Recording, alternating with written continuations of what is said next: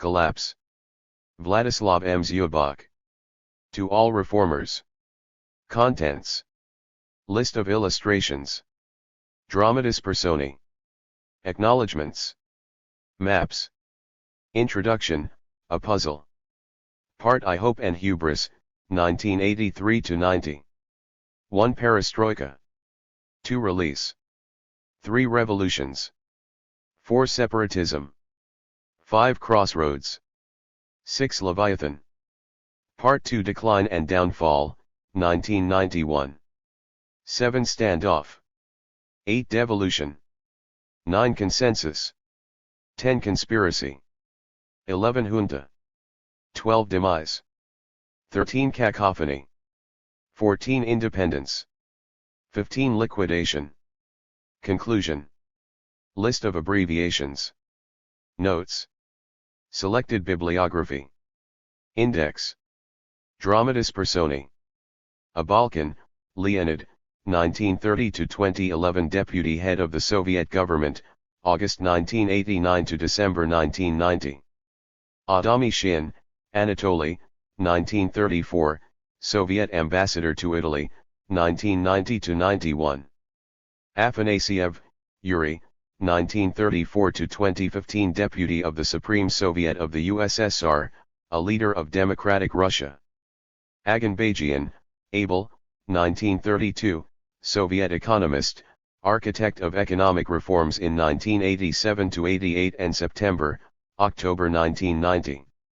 Akhromayev, Sergei, 1923-91 Marshal of the Soviet Union, Gorbachev's military advisor, December 1988 to August 1991, member of the Emergency Committee, August 1991. Bakatin, Vadim, 1937, Minister of the Interior of the Soviet Union, October 1988 to December 1990, ran for the Russian presidency in 1991, the last head of the KGB, August, December 1991. Vaklanov, Oleg, 1932, Party Secretary for Defense, 1988, August 1991, member of the Emergency Committee, August 1991. Bernstam, Mikhail, 1940, American economist, advisor to the RSFSR government, March, December 1991. Besesmertnik, Alexander, 1933, Foreign Minister of the Soviet Union, January, August 1991. Vakharov, Mikhail, 1941-2020 Head of the Higher Economic Council of the RSFSR government, June 1990 to September 1991. Boldin, Valery, 1935-2006 Gorbachev's personal assistant, 1981-87, Gorbachev's Chief of Staff, 1987-91, member of the Emergency Committee, August 1991. Bonner, Yelena, 1923-2011 dissident and wife of Andrei Sakharov, leading voice of the opposition and democratic Russia. Braithwaite, Roderick, 1932, British ambassador to Moscow, 1988-92. Berbules, Gennady, 1945, advisor to Yeltsin, organizer of Yeltsin's presidential campaign, April, June 1991, State Secretary of the Russian government, June, December 1991. Chernyev, Anatoly, 1921-2017 Gorbachev's aide for foreign policy, January 1986 to December 1991. Fokin, Vitold, 1932, Prime Minister of the Ukrainian Republic, November 1990 to December 1991. Gaidar, Yeager, 1956-2009 economist, author of Program of Market Reforms for the RSFSR, Deputy Head of the Russian Government, November 15, 1991 to December 1992. Gerashenko, Viktor, 1937, Chairman of the State Bank of the USSR, July 1989 to December 1991. Ivanenko, Viktor, 1950, Major General of the KGB, Head of KGB RSFSR, August 5 to November 26, 1991, backed Yeltsin during the Emergency Committee rule in August 1991. Karamuev, Islam, 1938 to 2016, First Secretary of the Communist Party of Uzbekistan, 1989 to 91, elected by the Republic's Supreme Soviet as President of Uzbekistan in November 1990. Kabish, Vyacheslav, 1936 to 2020, Prime Minister of Belorussia, then Sovereign Belarus, 1990 to 94. Kosbolatov, Ruslan, 1942, Yeltsin's deputy in the Supreme Soviet of the RSFSR, June 1990 to June 1991, head of the Supreme Soviet of the RSFSR, June 1991 to October 1993. Korsakov, Alexander, 1950, personal bodyguard and then head of Yeltsin's Presidential Security Service, 1989 to 96. Kozyrev, Andrei, 1951, Foreign Minister of the RSFSR, October 1990 to December 1991. Kravchuk, Leonid, 1934, Chairman of the Supreme Soviet of Ukraine, July 1990 to December 1991, First President of Independent Ukraine, December 1991 to July 19, 1994.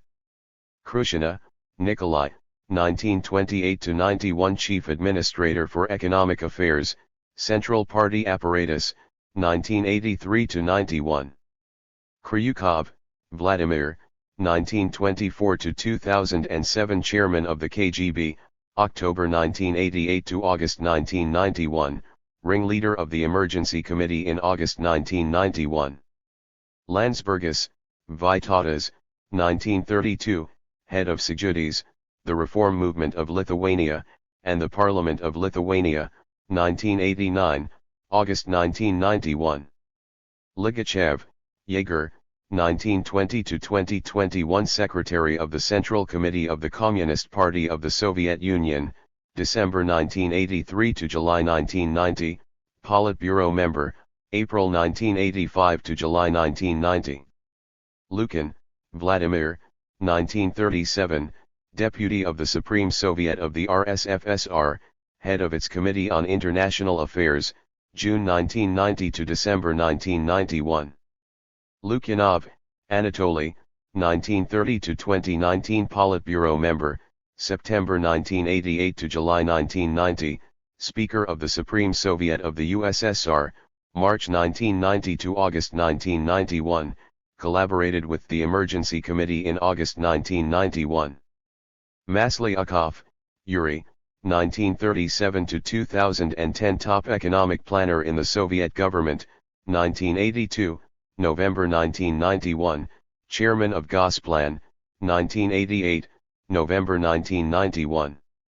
Matlock, Jack, 1929, U.S. Ambassador to the Soviet Union, 1987, August 1991. Medvedev, Vadim, 1929, Politburo member, September 1988 to July 1990. Moiseyev, Mikhail, 1939, Head of the General Staff of the USSR, December 1988 to August 1991, briefly Minister of Defense, August 1991. Murashov, Arkady, 1957, Deputy of the Supreme Soviet of the USSR, Organizer of Democratic Russia, January 1990 to September 1991. Nazarbayev, Nursultan, 1940, Chairman of the Supreme Soviet of the Kazakh SSR, February, April 1990, elected as President of Kazakhstan by the Republic's Supreme Soviet, April 1990. Polozchenko, Pavel, 1949, Interpreter for Soviet Foreign Minister Eduard Shevardnadze, July 1985 to December 1990, Interpreter for Mikhail Gorbachev, December 1985 to December 1991. Pankin, Boris, 1931, Minister of Foreign Affairs of the Soviet Union, August, November 1991. Pavlov, Valentin, 1937 to 2003 Minister of Finance of the USSR, July 1989 to January 1991, Head of the Cabinet of Ministers of the USSR, January, August 1991, Member of the Emergency Committee, August 1991. Petrakov, Nikolai, 1937 to 2014 Gorbachev's Economic Advisor, December 1989 to December 1990, author of a program of radical market transition. Polozkov, Ivan, 1935, head of the Russian Communist Party, June 1990 to August 1991. Popov, Gavril, 1936, economist, organizer of Democratic Russia, head of the City Council and then Mayor of Moscow, June 1990 to December 1991. Primakov, Yevgeny, 1929 to 2015 Gorbachev's advisor, March 1990 to August 1991, head of the KGB's First Directorate, Foreign Intelligence, September, December 1991. Pugo, Boris, 1937 to 1991 Minister of the Interior of the USSR, December 1990 to August 1991, member of the Emergency Committee, committed suicide after the failure of the junta. Ruskoy, Alexander, 1947, Major General of Aviation, 1991, Vice President of the RSFSR, June 1991 to October 1993. Rizhkov, Nikolai, 1929, Chairman of the Council of Ministers of the USSR, September 1985 to December 1990, architect of Gorbachev's early economic reforms. Saburov, Yevgeny, 1946 to 2009 Minister of the Economy of the RSFSR, August 15 to November 15, 1991.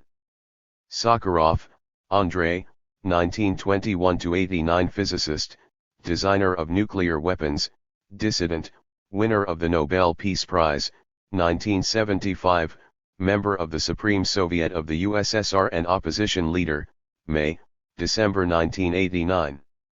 Savisaar, Edgar, 1950, co-founder of the Popular Front of Estonia, July 1988, Prime Minister of Estonia, August 1991 to January 1992.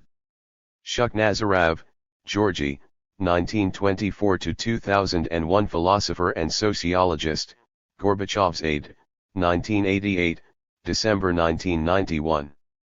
Shukray, Sergei, 1956, Yeltsin's legal advisor, drafted the documents on the dissolution of the USSR on 7 to 8 December 1991. Shapashnikov, Yevgeny, 1942 to 2020 Commander of the Soviet Air Force, Minister of Defense of the USSR, August, December 1991. Shatalin, Stanislav, 1934 to 97 economist, member of Gorbachev's Presidential Council, May 1990 to January 1991. Shabarshin, Leonid, 1935 to 2012 head of the KGB's First Directorate, Foreign Intelligence, October 1988 to August 1991, head of the KGB after the junta's fall in August 1991. Shevardnadze, Edward, 1928 to 2014 Minister of Foreign Affairs of the Soviet Union, July 1985 to December 1990 and November, December 1991. Shushkevich, Stanislav, 1934, Chairman of Belorussia's Supreme Soviet, August, December 1991, signed the documents to dissolve the Soviet Union on December 8, 1991. Sobchak, Anatoly, 1937 to 2000 Mayor of St. Petersburg, July, December 1991. Stankevich, Sergei, 1954, member of the Democratic Opposition, 1989 to 91, deputy head of the Moscow municipal government and advisor to Yeltsin, 1990 to 91. Starovotova, Galina, 1946 to 98 Russian ethnographer, deputy of the Supreme Soviet of the USSR, May 1989 to September 1991, Deputy of the Supreme Soviet of the RSFSR, June 1990–93, Advisor to Yeltsin, 1990–91. Stpanov Mamolads, Timuraz, 1934–1998 and speechwriter to Foreign Minister Shevardnadze, July 1985 to December 1990. Voronikov, Valentin, 1923–2009 Commander of Soviet Ground Forces and Deputy Minister of Defense, 1989, August 1991, active in the Emergency Committee, August 1991. Voronikov, Vitaly, 1926–2012 Member of the Politburo, December 1983 to July 1990, Head of the Supreme Soviet of the RSFSR, October 1988 to May 1990. Voshchanov, Pavel, 1948, Journalist, President Yeltsin's Press Secretary, July 1991 to February 1992. Yakovlev, Alexander, 1923–2005 Member of the Politburo, 1985, July 1990, Close Associate of Gorbachev, July, December 1990 and September, December 1991. Yakovlev, Yegor, 1930–2005 Editor of Moscow News, 1986–91, Head of Soviet Television, August, December 1991. Yavlinsky, Grigory, 1952, Soviet economist, author of the 400 Days of Confidence program, which became 500 Days, June, September 1990, author of The Grand Bargain, May, August 1991. Zaslavsky, Ilya, 1960, member of the Parliamentary Opposition and coordinator of Democratic Russia. Introduction. A puzzle. They finally got rid of him, that windbag. I heard this comment from fellow passengers on board an Aeroflot flight from Moscow to New York, which had just made a stop at Shannon, Ireland. It was the morning of August 19, 1991, and it took me a few minutes to realize that these people were alluding to the removal of Mikhail Gorbachev from power. They had learned the news from CNN during the refueling stop, and they clearly approved of what they heard. The plane was full of Russians, some of them were flying to conferences and diplomatic assignments, most were going on private business, to see émigré relatives, and for other reasons.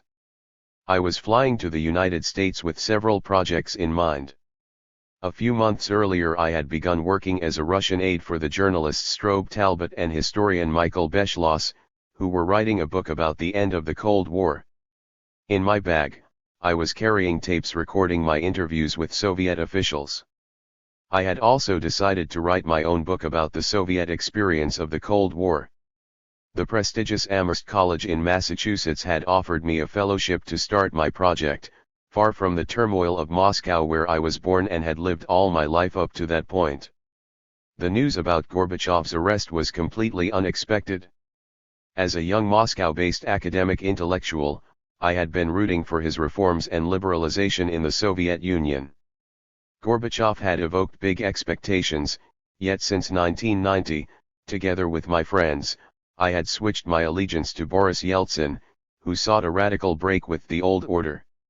Nobody among the people I knew had any doubt that the old system, the Communist Party, centralized economic management, and the socialist choice were doomed. Still, no one wanted to storm the Kremlin and tear down the structures of the state, everyone hoped for reform, not revolution. With my friends, I took part in democratic rallies, avidly read the work of economists who discussed how to return from a command economy to a market economy, and supported independence movements in Lithuania and Georgia. After my plane arrived at New York's JFK Airport, I bought a hefty copy of the New York Times. The newspaper informed me that Mikhail Gorbachev had apparently been ousted from power by the military and the KGB while on vacation in distant Crimea. During the fall of 1991, I worked in the library and archives of Amherst College, but spent more time reading and watching the news from home. The immense relief when the coup failed and Gorbachev returned to the Kremlin quickly gave way to anxiety about the future. The Soviet economy was in free fall. Ukraine and other republics intended to leave the Union. My mind was exploding in cognitive dissonance. I found myself a citizen of a state that was collapsing, and I could not share the excitement of American colleagues who joked that the USSR was now the union of fewer and fewer republics. Fortunately, my wife and son were staying with me in Amherst. Life went on, and at the end of September my second son was born in a hospital in Northampton, Massachusetts.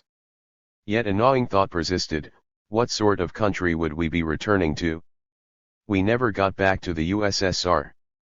On a return flight, my plane landed at Sheremetyevo, Moscow, on December 31, 1991, but by that time the leaders of the Russian Federation, Ukraine, Belarus, and other republics had dissolved the Soviet Union. Gorbachev had resigned. The dimly lit Sheremetyevo airport was empty, nobody to refuel the plane, nobody to operate a jet bridge, no customs officers, nobody even to check the passports and visas of arriving passengers. The new Russian state was the country of unprotected borders, without customs, with devalued currency, and empty stores. The immutable state structures seemed to have evaporated. The country that I had left just a few months ago in August had suddenly vanished. For many years I wanted to write about the end of the Soviet Union. Yet I believed more time should pass before more dispassionate attitudes to this epic event could be formed. I waited in vain. As memories of 1991 faded, opinions and myths acquired a life of their own. What was a provisional insight became an established view, immutable just like the Soviet statehood had been before 1991. In the West, the Soviet collapse came to be universally accepted as predetermined and inevitable, something too self-evident to require further study. Point 1. When in 2005, Russian President Vladimir Putin called the Soviet collapse the greatest geopolitical catastrophe of the century, most Western observers ridiculed him for his reactionary nostalgia. It was the time of Western liberal triumphalism and the enlargement of NATO to the east. This mood changed after Russia's war with Georgia in 2008 and the annexation of Crimea in 2014. Western commentators began saying that Russia wanted to restore its lost empire. In 2019, the Polish head of the European Council, Donald Tusk, said that the collapse of the Soviet Union was a blessing for Central and Eastern Europe, for Georgians, Poles, and Ukrainians. Point 2. Only a few in the West recalled that the Russian Federation had been a leading actor in the Soviet dissolution. Mikhail Gorbachev remained the lonely hero in the West, since everyone acknowledged that he had set inevitable historical developments in motion. When Gorbachev supported Russia's annexation of Crimea, it was dismissed as an atypical pronouncement. In Russia, reactions to the Soviet collapse remain polarized. Liberal-minded people believe that the Soviet Union could not be reformed, and that even to write about its autopsy was a waste of time. Good riddance to the empire that could not give its people even bread and entertainment. Others feel nostalgia for Soviet greatness and think that Stalin was a great leader, while Gorbachev had sold out to the West. Some of them were not even born when the Soviet Union collapsed. Scholars who studied the end of the Soviet Union identified several causes of the state's demise. Their conclusions can be summarized as follows. First, the superiority of the United States and its policies in the Cold War had made the USSR retreat and surrender. Second, Gorbachev's glasnost had discredited both communist ideology and doomed the Soviet system to failure. Third, the Soviet Union had died because its economy imploded. Fourth, the movements for national independence had led to the implosion of the last empire. Finally, the most powerful Soviet elites had opposed Gorbachev's reforms and thereby inadvertently caused the demise of the USSR. In this book, I argue that none of those causes, when taken separately, could have destroyed the Soviet Union. And it took me some time to understand how all those threads had converged in a kind of a perfect storm, unleashed by the rule of Mikhail Gorbachev. The literature about external Cold War pressures argues that the Soviet Union collapsed because it was overstretched, it lost the war in Afghanistan, carried the unbearable burden of military expenditures, and subsidized its clients around the world. The Soviet superpower, some scholars contend, could no longer compete, militarily and technologically, with the United States and its Western allies. Yet recently, scholars have concluded that US pressures had little to do with the fall of the Berlin Wall and the end of the Cold War. And, at least since 1987, Western governments were surprised and dismayed by the Soviet Union's destabilization, and then disintegration. 3 Recently, more nuanced studies of the Western, especially American, factor in the Soviet collapse have appeared. 4 This book explores the external factors as secondary to the internal causes. International factors became crucial for shaping the behavior of the Soviet elites and counter-elites, but only after the Soviet Union had entered its terminal crisis. Glasnost, Gorbachev's policy of openness and transparency, and the media's attack on the communist past and ideology greatly contributed to the rise of anti-communist and nationalist movements. Yet it is not entirely clear what role ideological breakdown played in the disintegration of the Soviet statehood. For the Soviet elites, especially in Moscow, Stalin's crimes and repressions had long been known. And the majority of those in the party ranks, especially younger cohorts, had long been imitating socialist rhetoric, while acting on their real interests in a parallel universe of coveted foreign goods, travel, Western rock music, and mass culture. 5 The party's ideological legitimacy had long been eroded, yet this was not the main reason why the party had ceded its economic and political levers of power in 1990–91. That was Gorbachev's decision, a voluntary and unprecedented devolution of power. The Soviet economic crisis played a central and often underestimated role in the last 3 years of Soviet history. In conjunction with revelations of past communist crimes, it contributed to mass discontent and mobilization against the central authority. It is axiomatic that the Soviet economic system was wasteful, ruinous, and could not deliver goods to people. What happened to the Soviet economy, however, remains a bone of contention. The oft-repeated explanations about the resistance of the party, the military-industrial complex, and other lobbies, are not convincing. Scholars who studied the Soviet economy concluded that the Soviet economic system was destroyed not by its structural faults, but by Gorbachev-era reforms. The purposeful as well as unintended destruction of the Soviet economy, along with its finances, may be considered the best candidate as a principal cause of Soviet disintegration. 6 This book is the first study of the Soviet collapse that pays closest attention to the economic and financial factors within a larger historical narrative. Some scholars wrote that the Soviet Union was the last empire bound to collapse along its multinational seams, just like other empires did. One authoritative study explains that nationalist movements began in Soviet borderlands, but then created enough resonance to mobilize the Russians in the core of the empire. The idea of secession from the Soviet Union became imaginable, and then began to appear inevitable. Mark Singer concludes that the multiple waves of nationalist revolt and inter-ethnic violence overwhelmed the capacity of the Soviet state to defend itself. 7 The breakup of the Soviet Union into 15 independent states, along the borders of its republics, made this explanation self-evident, yet deceptively circular. The paradigm of empire can be challenged. It exaggerates the role of the nationalist movements, especially in the Baltics and Ukraine, in the Soviet collapse. It also underplays the most crucial and amazing factor, the repeated failure of the central state to defend itself. And it gives a superficial explanation to the defection of the Russian Federation, the core of the Soviet Union. 8 This book offers a more comprehensive look, distanced from the imperial paradigm, at why so many Russians in Moscow wished away so fervently the Soviet statehood that in many ways had been their form of existence for decades. Finally, there is the role played by the Soviet elites.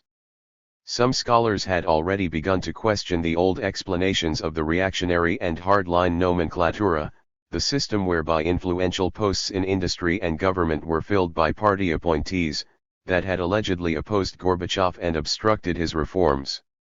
In fact, evidence shows that Soviet bureaucrats and officials were amazingly adaptive. Some scholars have written about capitalist revolution where Soviet nomenclatura abdicated the socialist project in order to grab national property for themselves. Others write about uncivil society and the crumbling of the centralized pyramid of patronage lines, crucial for state functioning. The attitudes of people in Soviet bureaucracies in fact varied from reactionary to liberal democratic. 9 This book explores the changing outlook of the key Soviet elites in rapidly altering circumstances in a more fine-grained way than before. Above all, it dwells on their reactions to a failing economy, political anarchy, and ethno-national conflicts. Many threads in the analysis of the Soviet collapse overlapped and created a widespread feeling of doom, with the result that ultimately the event became a self-fulfilling prophecy. Yet for a historian, this collapse presents a puzzle that does not quite click together. This puzzle became the main subject of this book. Gorbachev lies at the center of this puzzle. The personality and leadership of the last Soviet leader helps to bring together many pieces in the story of Soviet dissolution. Scholars who sympathize with Gorbachev usually foreground his international policies and give short shrift to his domestic problems and failures, ascribing the latter to intractable historical and other factors, as well as to the resistance and treason of his enemies. This approach has been consistent in the books of Archie Brown, perhaps the most influential Western interpreter of Gorbachev's policies. 10 William Taubman, in his excellent biography of Gorbachev, finds faults in his hero, yet also refuses to call his reforms a failure. On the contrary, Taubman believes that Gorbachev laid the groundwork for democracy in the Soviet Union. It is more the fault of the raw material that he worked with than of his own shortcomings and mistakes that Russian democracy will take much longer to build than he thought. 11 A leading Cold War historian, Odd Arnwestad, seems to agree. The final drama of the Cold War became a purely Soviet tragedy, he concludes. Gorbachev could have preserved the country by force, but he would rather see the Union disappear. 12. The story of Gorbachev's best intentions and policies, however, begs for a realistic reassessment, with a more balanced exploration of social and economic dilemmas. After all, as wise people say, foreign policy begins at home, and one cannot claim a foreign triumph against the background of domestic chaos. Was Gorbachev a world visionary who was too good for his own country? This book draws international and domestic processes that affected the fate of the Soviet Union into one narrative. The book rethinks the inevitability of the Soviet collapse. It addresses questions: which other policy options were available to the Kremlin? Could a smart use of coercion and incentives, resolute actions, and a bit of luck, have made a difference? Were there other much earlier choices and contingencies that, in the light of new evidence, constituted the points of no return? Many skeptics, when they heard me raising these questions, reproached me. The Soviet Union was doomed, they said, so one should celebrate its collapse, not interrogate it. Those arguments reminded me of what one scholar wrote about the Soviet collapse in 1993, we tend to confer the mantle of inevitability on accomplished facts, and arguing that what happened did not have to happen is likely to be dismissed as inventing excuses for the losing side. 13 My book is not an exercise in how the evil empire could have been preserved. Rather, it is an attempt to be intellectually honest about what happened. History is never a sequence of inevitabilities, and the Soviet demise was no exception. It was full of contingencies. Unpredictability and uncertainty are fundamental features of human, state, and world affairs. Social movements and ideological currents are not rational, and political wills propel history in unexpected directions. Finally, there are accidents that have huge consequences. This last point resonated with me especially as I was finishing this book during the pandemic. The American diplomat George Kennan, author of The Doctrine of Containment, told his students at the National War College, Washington, in 1946 that the Soviet threat to the West could be removed by a gradual mellowing of Soviet policy under influence of firm and calm resistance abroad. Yet this mellowing, he warned, would be slow and never complete. Another, more radical option, Kennan wrote, was internal dissension, which would temporarily weaken Soviet potential and lead to a situation similar to that of 1919, 20. Kennan did not consider this option likely, yet it describes quite well what happened to the Soviet Union in 1991.14. Nobody, including the most sagacious observers, could predict that the Soviet Union, which had survived the epic assault of Hitler's armies, would be defeated from within, by its internal crises and conflict. During the 3 decades that followed World War II, the power of the USSR had grown immensely and seemed to prove its resilience. Western leaders and opinion makers spoke about a Soviet superpower, a rival of the United States in both economic and military potential. The CIA and many Western economists even forecast that the USSR would outpace the United States. In fact, the Soviet Union had always suffered from its economic and financial inferiority relative to the US. Its access to superpower status was enabled by a system that allowed the state's phenomenal concentration of resources to achieve a global projection of military might. This worked, however, only as long as the military power could be backed by a convincing ideological message and/or economic capacities. In the 1980s, when severe internal problems at the heart of the Soviet economy, its ideology, and society became apparent, Western observers feared that the Soviet Union might get a second wind. It did not.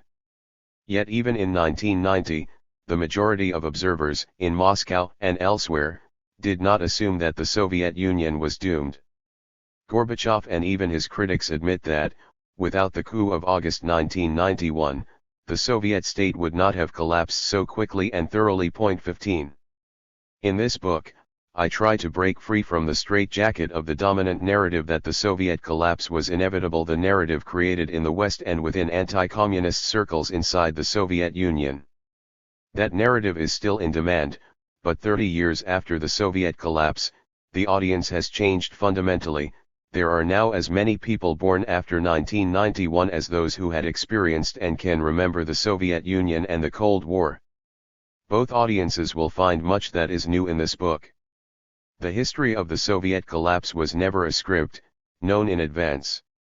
It was a drama of human ideals, fears, passions, and unanticipated developments. In these pages the reader will find many fly-on-the-wall episodes, when Gorbachev and others in the Kremlin debated reforms, agonized over what to do with ethnic conflicts and seceding republics, and contested responsibility and power. To make the texture of the historical narrative authentic, I give preference to instantaneous reactions, rumors, and fears, rare moments of optimism and frequent fits of despair, that characterized those times. The book, without decentering Gorbachev, introduces more Soviet actors, voices, and initiatives. I argue that, taken together, they were much more than the Greek chorus to a purely Soviet tragedy hinging on Gorbachev's choices. Throughout the book, the cast of characters keeps widening and diversifying. As Gorbachev delegated central powers and replaced the old Soviet power hierarchy with an all-power to the Soviet system, many people began to feel that they were not passive onlookers, but had become participants in history, if not its makers. And late Soviet politics was not just a duel between Gorbachev and his fateful rival Yeltsin. The book presents a broad array of party stalwarts, reformers, economists, diplomats, parliamentary deputies, KGB officials, the military, captains of military-industrial corporations, budding entrepreneurs, journalists, the Baltic nationalists, the Ukrainian politicians, and many others. The book also reflects on the trajectory of the Western, and in particular the American, impact on the Soviet collapse, with government, non-governmental actors, and media playing an outsized role in Soviet imagination and politics. British and American sources, especially diaries and official dispatches, helped to fill gaps and correct numerous imprecisions in Soviet records. Foreigners, just like at the outset of the Soviet regime, became both chroniclers of and participants in Soviet history. In 1990–91, the U.S. administration, Congress, media, and non-governmental organizations became, willingly or unwillingly, participants in the radicalizing Soviet politics. The American factor loomed larger in the perceptions of those within the Soviet Union than Americans themselves ever suspected at the time. American soft power in the Soviet Union in 1990–91 was equal if not greater to what the United States had in Europe, when it introduced the Marshall Plan of 1947. This American phenomenon in Soviet politics was far more complex than political meddling or interference. Those in Russia who continue to speculate about an American conspiracy to destroy the USSR do not know what they are talking about. Many in the Soviet Union welcomed and invited the Americans to come and help transform Soviet society. It is remarkable how narrow-minded and unimaginative, albeit prudent, the American leadership was in wielding their enormous soft power. The sources for this book have been collected over at least 3 decades.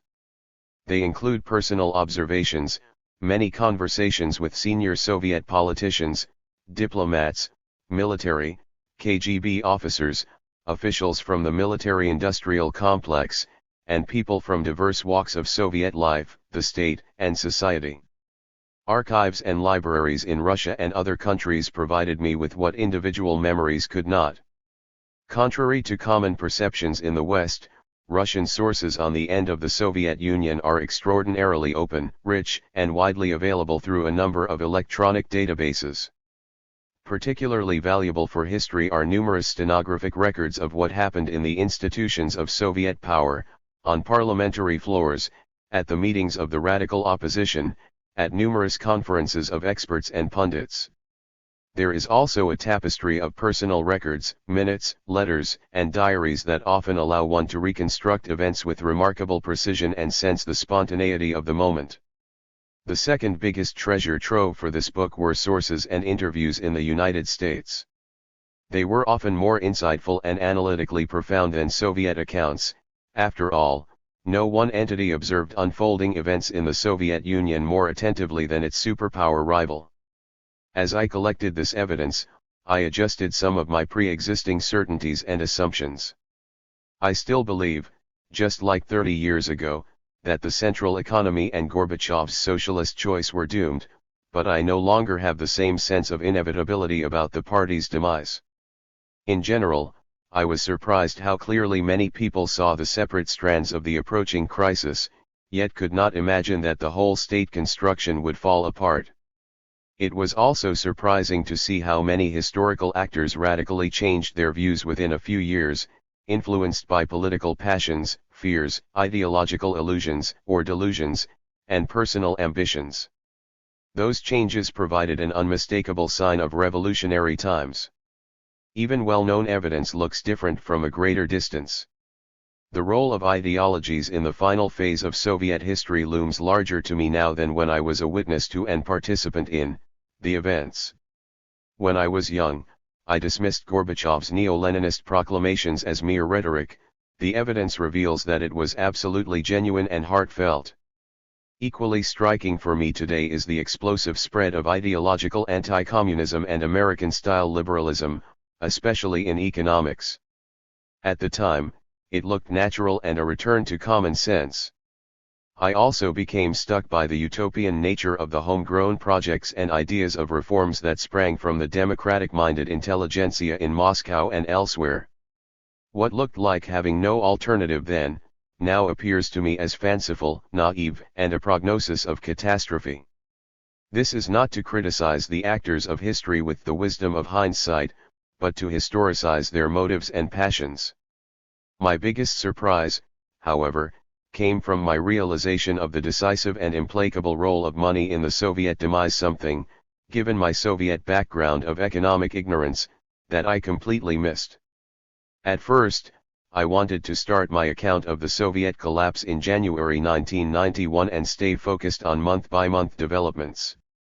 Soon I realized, however, how crucial it was to explain to the reader, particularly the younger reader, the previous years of reforms, high hopes, mobilization of nationalism, impatience, and radicalization before they gave way to the frustration, fears, and resignation of 1991. My narrative now begins with Yuri Andropov in 1983, when the ex-KGB leader and General Secretary of the Communist Party, 1982–84, had tacitly revived the idea of reforms from above. The first part of the book, chapters 1–6, explains how Gorbachev and his reform-minded entourage transformed the conservative reforms from above into a revolutionary gamble and ultimately removed the critical props on which the Soviet system and state were resting. In this part I demonstrate how anti-systemic energy, accumulated by many years of Soviet one-party rule, had been magnified by Gorbachev's unsuccessful reforms, and released into the domain of public politics. The second part of the book, chapters 7 to 15, covers the collapse itself. The book revisits familiar aspects of this story, but adds much new information that will be unfamiliar to the reader. I have completed this book with the conviction that the puzzle of the Soviet collapse is not a purely academic problem. In almost any conversation with Russians or Westerners alike in the years since 1991, they have reacted to my topic vividly and with curiosity. Why had Gorbachev, a prophet of change abroad, some asked, become an epitome of failure and ineffectiveness at home? Was there back then really a threat of a new dictatorship? Did Gorbachev's project of a new voluntary union of democratic states stand a chance of success? Was the new Russia that emerged in 1991 doomed to return to authoritarianism, or was there a missed opportunity?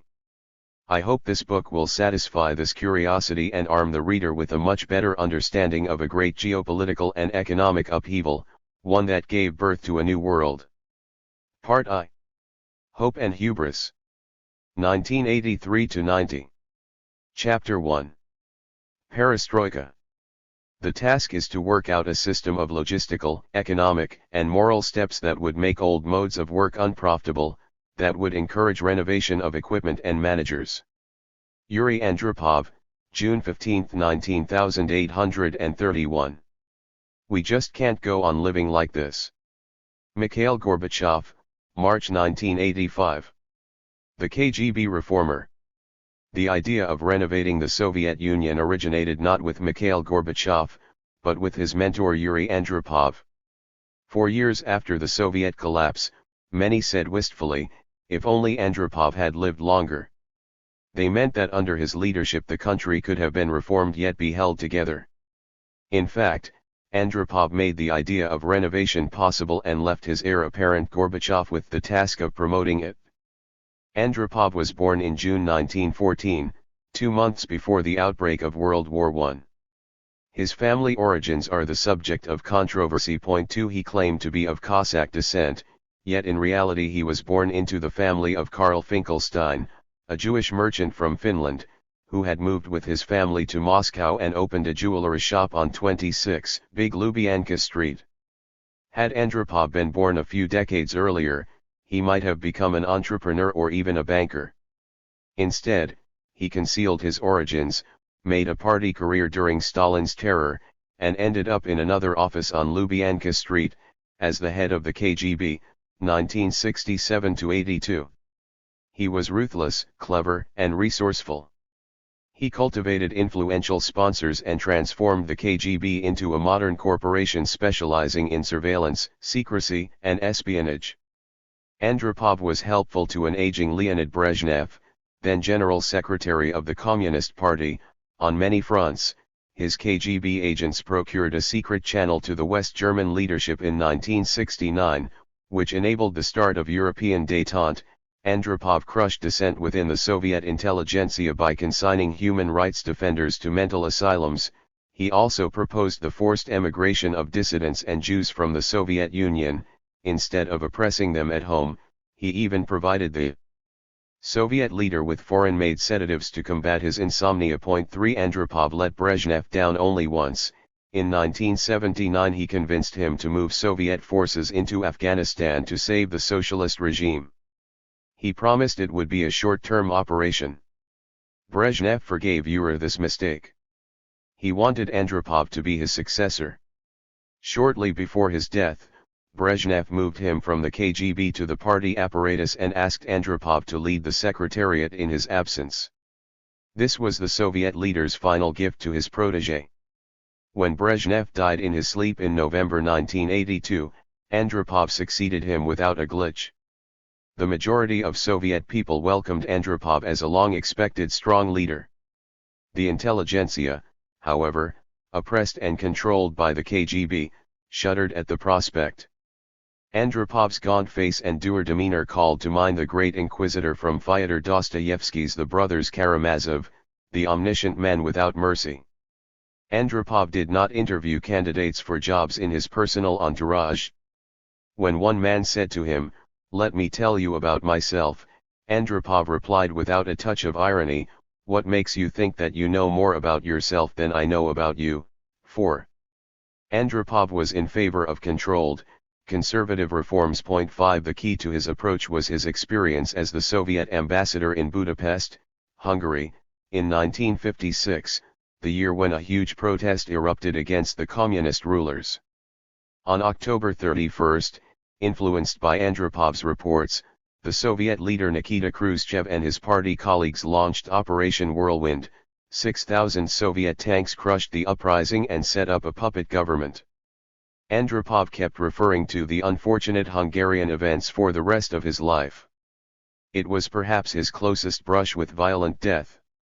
His wife never fully recovered from her nervous breakdown. 6. From the carnage of Budapest emerged Andropov's political credo: deal with dissent ruthlessly, but cautiously, prepare reforms from above before it is too late, do not waver or flinch from the use of force when necessary. From the early 1960s, when he worked in the party apparatus in Moscow, Andropov surrounded himself with scholars and intellectuals. He wanted to know what the intelligentsia thought. He was also interested in the problem of modernization and renovation of Soviet economy. Andropov's intellectuals were people of the war generation, who believed in Marxist-Leninist socialism, were shocked by revelations of Stalin's crimes, and dreamed of reforms from above. 7. One of them, Georgy Shukhnazarov, a philosopher and sociologist, recalled a discussion between them: what could be a viable communist model that might replace the Stalinist model? Andropov invited his intellectual consultants to speak with absolute candor. 8. Andropov posed Lenin's famous question: what is to be done? How to make the Soviet state function well as an instrument of socialism? Shukhnazarov responded: the problem was the stifling party diktat. Without socialist democracy and genuine elections, the consultant argued, the party bureaucracy would always act as a class with vested interests, and would not care about people's well-being. Andropov's face darkened. He cut Shukhnazarov off. In the past, he said, the Soviet system had accomplished fantastic, nearly impossible things. The party bureaucracy, he acknowledged, had got rusty, but its leadership was ready to shake up the economy. It would be a folly to dismantle the party state prematurely. Only when people begin to feel that their life improves, then one can slowly loosen the yoke on them, give them more air. You, the intelligentsia folks, like to cry out, give us democracy, freedom. You ignore many realities. 9. In some unfathomable way, Shukhnazarov recalled, two different men coexisted in Andropov: a man of the Russian intelligentsia, in the common sense of this word, and a bureaucrat who saw his vocation as a service to the party. 10. In Andropov, the hard line always trumped reformism. In 1965–67, he supported the conservative economic reforms in the Soviet Union. Yet in 1968, he argued in favor of the Soviet military invasion of Czechoslovakia, where the party reformers unleashed socialist democracy. The occupation of Czechoslovakia turned, however, into a strategic defeat for the Andropovian vision of renovation. General Secretary Brezhnev shut down economic reforms. In fact, even the word reform became a taboo for 15 years. The KGB under Andropov's command purged party reformers, while careerists and corrupt officials, whom he despised, filled all nooks and crannies of the ruling nomenklatura. When Brezhnev appointed him as his successor, Andropov knew that he would inherit huge problems. Soviet troops were in Afghanistan, détente with the West had failed, and Ronald Reagan was in the White House. In Poland, workers were demanding lower prices for food, and, with the help of dissident intellectuals, had created the Solidarity movement back in 1980. This time Andropov concluded that Soviet tanks could not help. The Polish state accumulated $27 billion of debt to Western banks, which came with high interest. The Soviet Union was unable to bail out its Eastern European client. In a conversation with the head of the East German secret police, the Stasi, Andropov informed him that the West was waging a financial war against the Soviet bloc. Washington had tried to block the construction of a new Soviet gas pipeline to Western Europe, a major source of currency for Moscow. Andropov added that American and West German banks have suddenly stopped giving us loans. 11 The Soviet Union could fall into the same financial hole in which Poland already found itself. The first thing the new Soviet leader did was to destroy the rust in the party state apparatus. The KGB arrested several top men in the Soviet shadow economy that, some estimated, accounted for 20 to 25% of GDP. In the Moscow trade system, the top of the criminal pyramid, over 15,000 people were prosecuted, among them 1,200 bureaucrats. He also prosecuted corrupt clans in the Soviet republics. The largest case was the cotton affair in Uzbekistan, which had divested the Soviet budget of billions of rubles and involved the entire party bureaucracy. Andropov also used police methods to restore work discipline across the country. 12. All this was merely preparation for the next stage.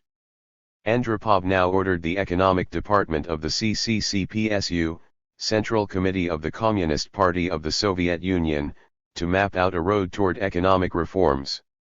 His choice to lead this effort was 53-year-old Nikolai Ryzhkov, former director of a huge military plant, then the head of Gosplan, the state planning committee that set goals for the Soviet economy.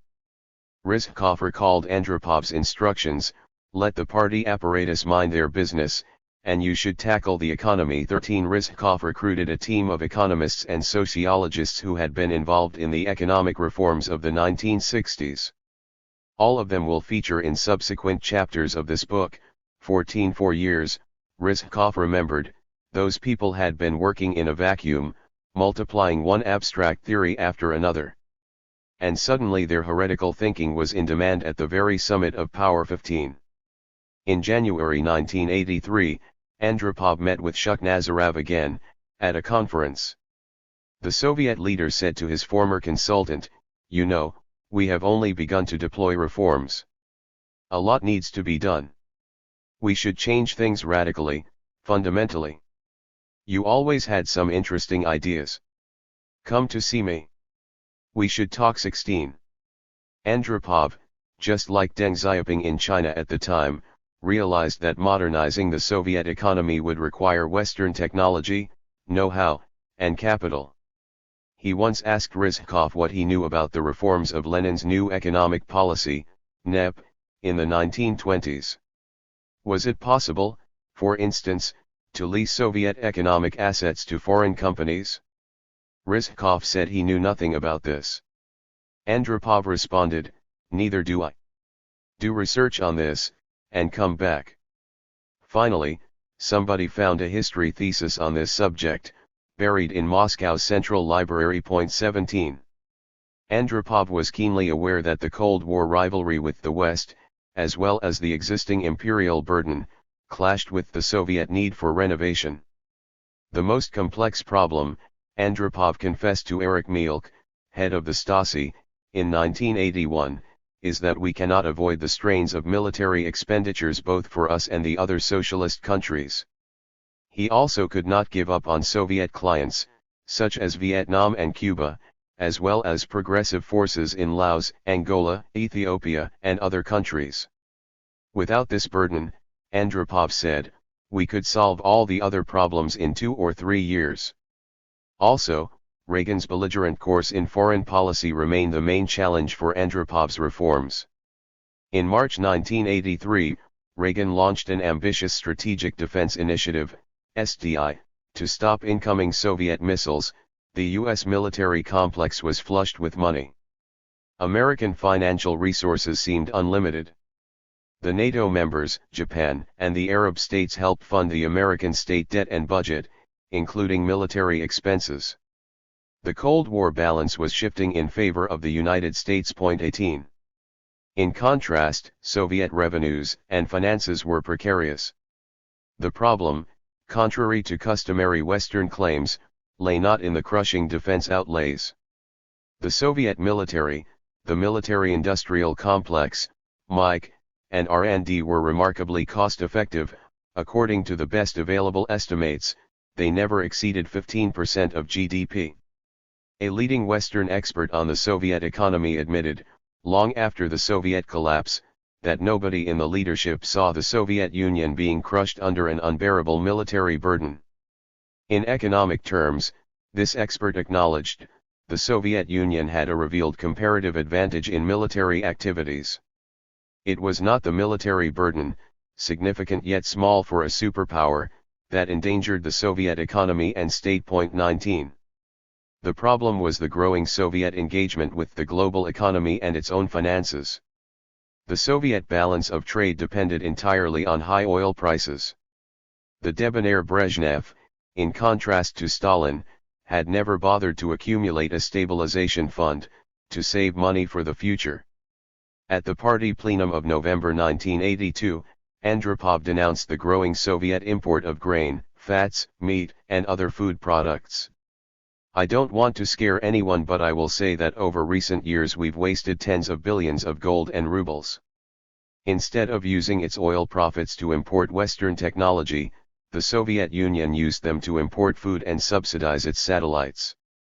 Poland at least could have expected the Soviets to help them out with Western debts. If the Soviet Union were to be engulfed in debt, it too would be left to its own devices, and the United States would take advantage of this. Andropov spoke ominously about the currency war that the Americans were conducting against the Soviet bloc countries. The secret data on the imports and other profligacies of Brezhnev's rule were released to the party activists of the key Soviet institutions. 20. At the Politburo on June 30, 1983, Andropov returned to the topic of the newly vulnerable position of the Soviet Union vis-à-vis global economic and financial markets. Our import has been growing, but we buy a lot of rubbish, instead of technologies.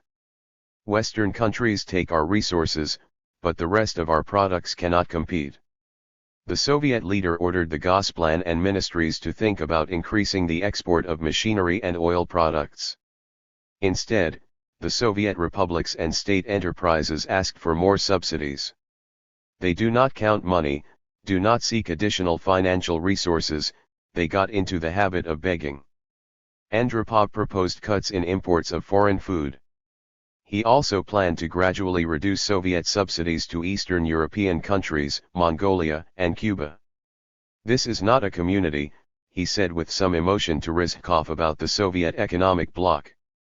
This is a vulgar robbery. 21. The preparations for reforms took place in complete secrecy. Even deputies in the Gosplan did not know what we had been working at, recalled a member of Rizhkov's team. Andropov concluded that the old system of rigid planning from the top had exhausted itself. We had to demonstrate to the bureaucracy that cooperatives, with their greater economic liberties, would make more profits than state enterprises. In the document we prepared, we did not speak openly about private property, but we laid out an idea of having, next to state ownership, also cooperative ownership. Andropov backed those ideas. 22. A senior official of the state bank remembered, we understood that the enterprises needed more rights. The situation when the center was responsible for everything throttled economic development. Andropov instructed the state bank to shift from distribution of state investments to competition. Other ministers should come to you, he said to the Minister of Finance, crawling on their bellies, begging for money. 23. In July 1983, the Council of Ministers restated some notions of economic liberalization. In January 1984, with the approval of the Politburo, a pilot economic experiment was launched in some industries within Ukraine, Belarus, and Lithuania. It was here where the reforms of 1965–68 had come to a standstill. 24. Andropov had enough power, but he lacked the time necessary to carry out further reforms. In declining health, his kidneys failed completely in February 1983, so he was subsequently on dialysis. His last appearance at the Politburo was on September 1, 1983. Andropov went to a Black Sea resort and returned to Moscow only to be hospitalized. He died on February 9, 1984 from acute kidney failure. Andropov's main contribution to Soviet reforms was the team of people and academics he had brought into the Politburo and the Soviet government. It took them a further 2 years to launch the reforms he had initiated. The key man whom the ex-KGB reformer had groomed to continue his policies was Mikhail Gorbachev, a Leninist in power. "We owe him everything," said Raisa Gorbacheva about Andropov. Her husband Mikhail Gorbachev had first met the KGB chief in April 1969. Andropov, who was already suffering from kidney problems, had come to Kislovodsk, a famous Soviet spa in the Stavropol region at the foot of the Caucasus. Gorbachev entertained Andropov on behalf of the regional party leadership. They began to meet every summer thereafter. In 1978, also in Kislovodsk, Andropov set up a meeting to introduce Gorbachev to Brezhnev and his entourage. In September of that year, Gorbachev became the first man from the post-war generation to be promoted to the Politburo. Andropov had discovered in Gorbachev his better alter ego. Mikhail Sergeyevich Gorbachev was born on March 2, 1931 to a Russian-Ukrainian family. Both his father and mother farmed the land. They lived in the village of Privolnoye in the Stavropol region. This was Russian land with rich soil, which faced the majestic Caucasus Mountains. Like Andropov, Gorbachev had been raised in the extremely humble conditions of farm life and grew up singing Cossack songs, yet he embraced the world of learning, sophistication, and high culture. Admitted to Moscow University in 1950 aged 19 without having to sit exams, a reward for raising a record harvest, the young Gorbachev chose to study law. He found his match in Raisa Titarenko, a pretty Ukrainian from Siberia, a student of philosophy. They married in Moscow in 1953. Gorbachev joined the party when he was a student and worked as an official in the Komsomol, the official youth organization. He was about to start work in Moscow, either in the procurator's office or with the KGB. The state distributed graduates in a mandatory way to various locations and jobs across the Soviet Union, therefore the young couple had to go back to Gorbachev's home province in 1955. Around that time Raisa had a nightmare that she shared with her husband. She dreamt that both of them fell to the bottom of a very deep, dark well. Then, with an enormous effort, cutting themselves and bleeding, they managed to climb up and drag themselves out of the well. A broad alley of trees then opened before their eyes, illuminated by the bright sun in which the alley seemed to be dissolving. Their hearts filled with anguish, flanked by dark shadows, they began to walk towards the sun. The nightmare had a touch of Hollywood drama. Mikhail and Raisa interpreted it as a sign of predestination. They felt expelled from the cultural paradise of Moscow into the milieu of party provincial hacks and peasantry in Stavropol. Nevertheless, they were determined not to sink into this morass, but instead to advance culturally and intellectually. Raisa became the main engine behind this effort. They read and discussed books of history, sociology, and philosophy, as well as thick literary journals. They took every opportunity in their occasional trips to Moscow to visit theaters and art galleries. Gorbachev was interested in both philosophy and political theory, reading them through the lens of Marxism-Leninism. All this turned him into a uniquely interesting interlocutor for Andropov. 25. Andropov looked for party reformers who would not become corrupt. Rizhkov was one. Gorbachev was another. Unlike Andropov, Gorbachev's communist convictions were not darkened by years of terror, betrayal, and carnage. In the provincial Soviet nomenclatura, where men habitually drank, beat up their wives, and had extramarital affairs, Gorbachev was a paragon of virtue. His sparkling eyes, irresistible charm, unflagging optimism, and ebullient self-confidence contrasted with the atmosphere of cynicism and pessimism pervading in Moscow. The old guard members of the Politburo were the last obstacle to Gorbachev's ascendancy. They ignored Andropov's wishes and elected Konstantin Chernenko as the next leader. Chernenko's brief tenure, 1984–85, however, only made Gorbachev's candidacy that much stronger. Almost everyone yearned for a change after the decade of the ruling gerontocracy. Chernenko passed away on March 10, 1985, and all fingers then pointed at Gorbachev. Andropov's people in the Politburo and Secretariat lobbied hard for his election as leader. In addition to Nikolai Ryzhkov, this group included Yegor Ligachev, who was in charge of party cadres in the Secretariat, the KGB chief Viktor Chebrikov, and the Politburo member for the Russian Federation, Vitaly Voronikov. Andrei Gromyko, the last key man of the old guard and Minister of Foreign Affairs, could not ignore this collective mood and nominated Gorbachev as the next party leader. The party plenum voted for Gorbachev not out of a sense of duty and obligation, as they had for their recent leaders, but with apparent enthusiasm. On the evening before his nomination at the Politburo, Gorbachev took his usual walk with Raisa.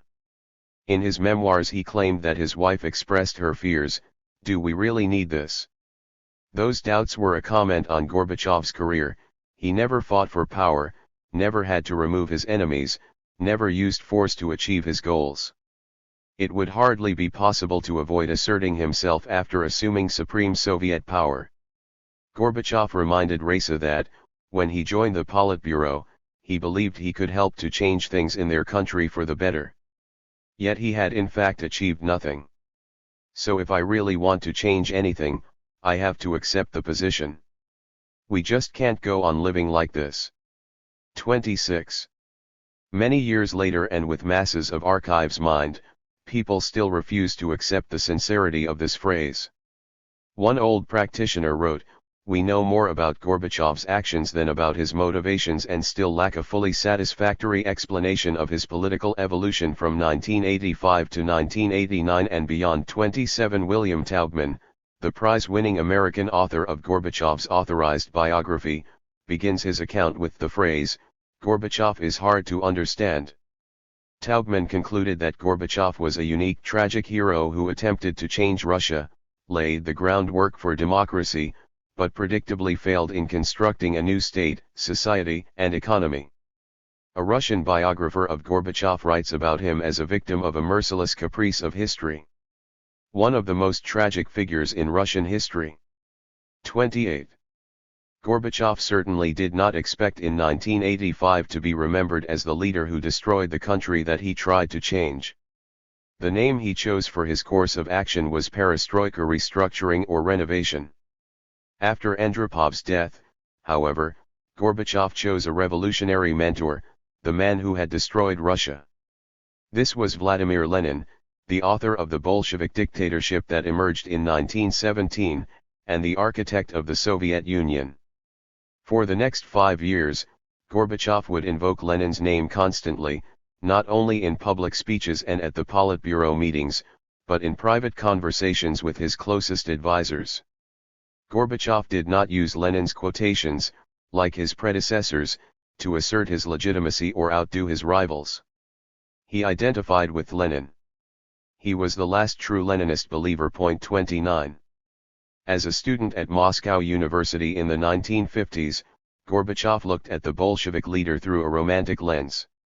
Dear Ilyich had opposed tyranny and injustice, adopted mass terror only reluctantly, and died tragically early, trying to remove Stalin. This myth became an ideology of Gorbachev's cohort. Lenin was an ideal, Stalin was the flawed reality. The myth began to fade after 1968, yet it lived on in Russian provinces and reform-minded party apparatchiks. 30. Gorbachev considered Lenin to be a genius of pure revolutionary intuition. Lenin's authority, he believed, stemmed from theoretical insights, not from the exercise of power, terror, and fear. Gorbachev's aide Anatoly Chernev looked at Lenin through a similar lens.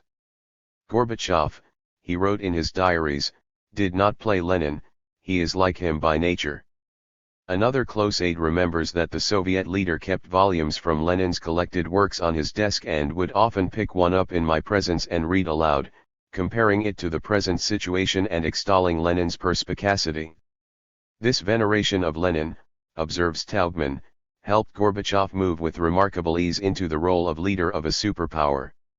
Like the revolutionary prophet, he was on a mission not only to change the Soviet Union, but also to transform the world. As Gorbachev evolved, his Lenin evolved as well. 31. The Soviet leader found soulmates who shared his neo-Leninist zeal.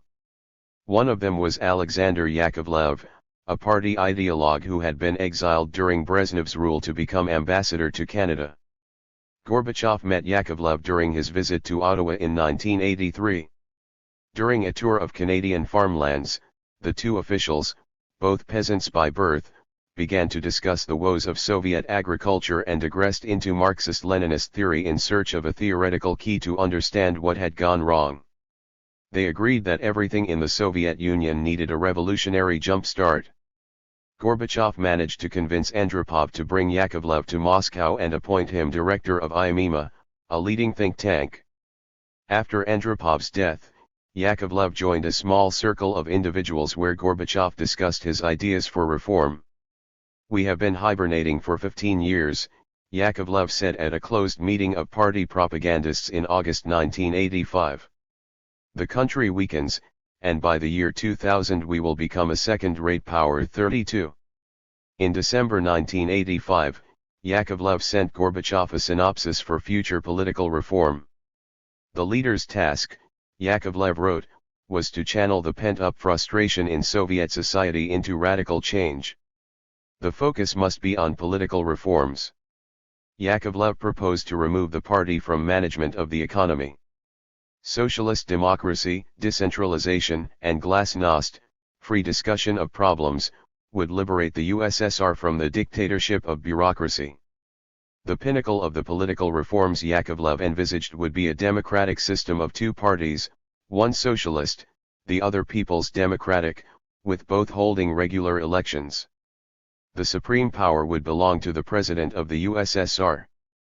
Lenin's quotations peppered the memo. The ultimate goal, Yakovlev wrote, was to transform every man and woman into a real master of the land. 33. The memo rejected the logic of conservative reformism and sided with the arguments Andropov had rejected many years before in his talk with Shukhnazarov. Gorbachev read Yakovlev's memo. Its ideas found a way into his speech to the Party Congress in February 1986, the first such gathering since Brezhnev's death. The Soviet leader had spent weeks with Yakovlev and a few aides, brainstorming, drafting, and redrafting the text. Each workday lasted 10 to 12 hours. Gorbachev had stamina that few could match. The date of the speech was highly symbolic. 30 years before, to the day, Khrushchev had denounced Stalin's crimes and urged all communists to go back to Lenin. Gorbachev began to read his address on February 25 at 10 a.m. and with breaks for coffee and lunch spoke for 5.5 hours. The mammoth document defined Brezhnev's period as the time of stagnation and included the key words from Yakovlev's memo: democratization, decentralization, and glasnost. Gorbachev also spoke about the need for perestroika, a new code word for radical reforms, and about the new thinking, which aimed to revise the ideological orthodoxy. He finished with a crescendo: "This is how we will be able to fulfill the farewell wishes of the great Lenin, with energy, unity of will, we will go higher and march forwards. We know no other destiny, and, comrades, how beautiful is this destiny." 5,000 party leaders and cadres stood up to applaud him. It is impossible to say how many of them acted sincerely. One man certainly did, Gorbachev himself. 34. Despite his neo-Leninist rhetoric, Gorbachev could not decide on a strategy of reforms during his first 2 years in power. As an admirer of Lenin, he searched for some key leverage that could revive Soviet society and the economy. Yet he also heeded Andropov's conservative advice: before any radical political changes, suggested by Yakovlev, Soviet people should feel tangible improvements in the economy. Soon after coming to power, therefore, Gorbachev listed the economic and social problems he wanted to address: 1. Quality, 2. Struggle against drinking, 3. People in need, 4. Land for orchards and gardens, 5. Medicine. 35. Surprisingly, the list did not include the pressing issues that Andropov had raised about Soviet macroeconomic stability, the need to reduce the import of food, restore the balance of trade, crack down on the shadow economy, and discipline the labor force. Gorbachev's notes did not contain any diagnosis of the economic and financial problems plaguing the Soviet Union. The Politburo discussions during Gorbachev's first 2 years in power revealed uncertainty about how to bolster the Soviet economy. Everyone agreed that it was vital to generate economic growth. The official slogan was acceleration. But how to bring it about? At the same time, Gorbachev did not even include Ryzhkov and his reform-minded economists within his narrow circle of advisors. Nikolai Tikhonov, an old Brezhnev crony, remained as head of the Council of Ministers. Ryzhkov assumed this post only in late September 1985. The biggest change that affected millions of Soviet people in 1985-86 was the struggle against drinking. The idea had originated with Yegor Ligachev, another protege of Andropov and now Gorbachev's deputy in the Politburo. Both men hated the Russian habit of binge drinking. The problem was that the tax on alcohol procured 1/3 of Soviet GDP. Andropov had also recognized this issue, but his solution was to fine and punish drunkards, not to ban alcohol. The Soviet Minister of Finance argued in vain to the Politburo that it would not be possible to replace the precious revenues from vodka with other products that people would buy, especially in towns and the countryside. A radical policy to cut alcohol consumption was implemented in May 1985. It was the third prohibition in Russian history. The first was in 1914, when the First World War broke out, and the second in 1941, when Germany attacked the USSR. The party cotters, intimidated by Ligachev, overreacted. New breweries, purchased from Czechoslovakia, were left to rust. Thousands of hectares of selection vineyards in Crimea were bulldozed. The makers of fine wine lost their jobs, some even committed suicide. The consumption of vodka, wine, and beer plummeted. In the longer term, hundreds of thousands of Soviet people would live a bit longer and healthier children would be born. Yet the budgetary disaster was immediate and long-lasting. The sales of vodka fell from 54 billion rubles in 1984 to 11 billion in 1986.36. Another immediate casualty was Gorbachev's popularity. It plummeted and never fully recovered. 37. Another unfortunate initiative in 1985-86, implemented later, was the struggle to improve the quality of Soviet goods. For decades, Soviet state enterprises had produced out-of-fashion clothing, poor shoes, badly manufactured TV sets. People refused to buy them and instead chased after quality imports. The unsold materials clogged numerous state warehouses. Soviet economists blamed the nature of centralized planning. The production from enterprises was measured in tons and numbers, not in sales figures. Gorbachev's Politburo ignored the economists. In May 1986, Gorbachev and Ryzhkov signed a decree that made all state enterprises subject to the state inspection, Госприемка, special teams of skilled specialists and workers. The influence of Lenin's works on this reform is striking. Shortly before his death, the Bolshevik leader had recommended the creation of workers' inspection. Gorbachev, who knew Lenin's works by heart, was convinced that a new administrative tool staffed with honest Soviet people would make socialist production work better. In January 1987, 70,000 inspectors went to work. 38. This resulted in an immediate crisis of supply.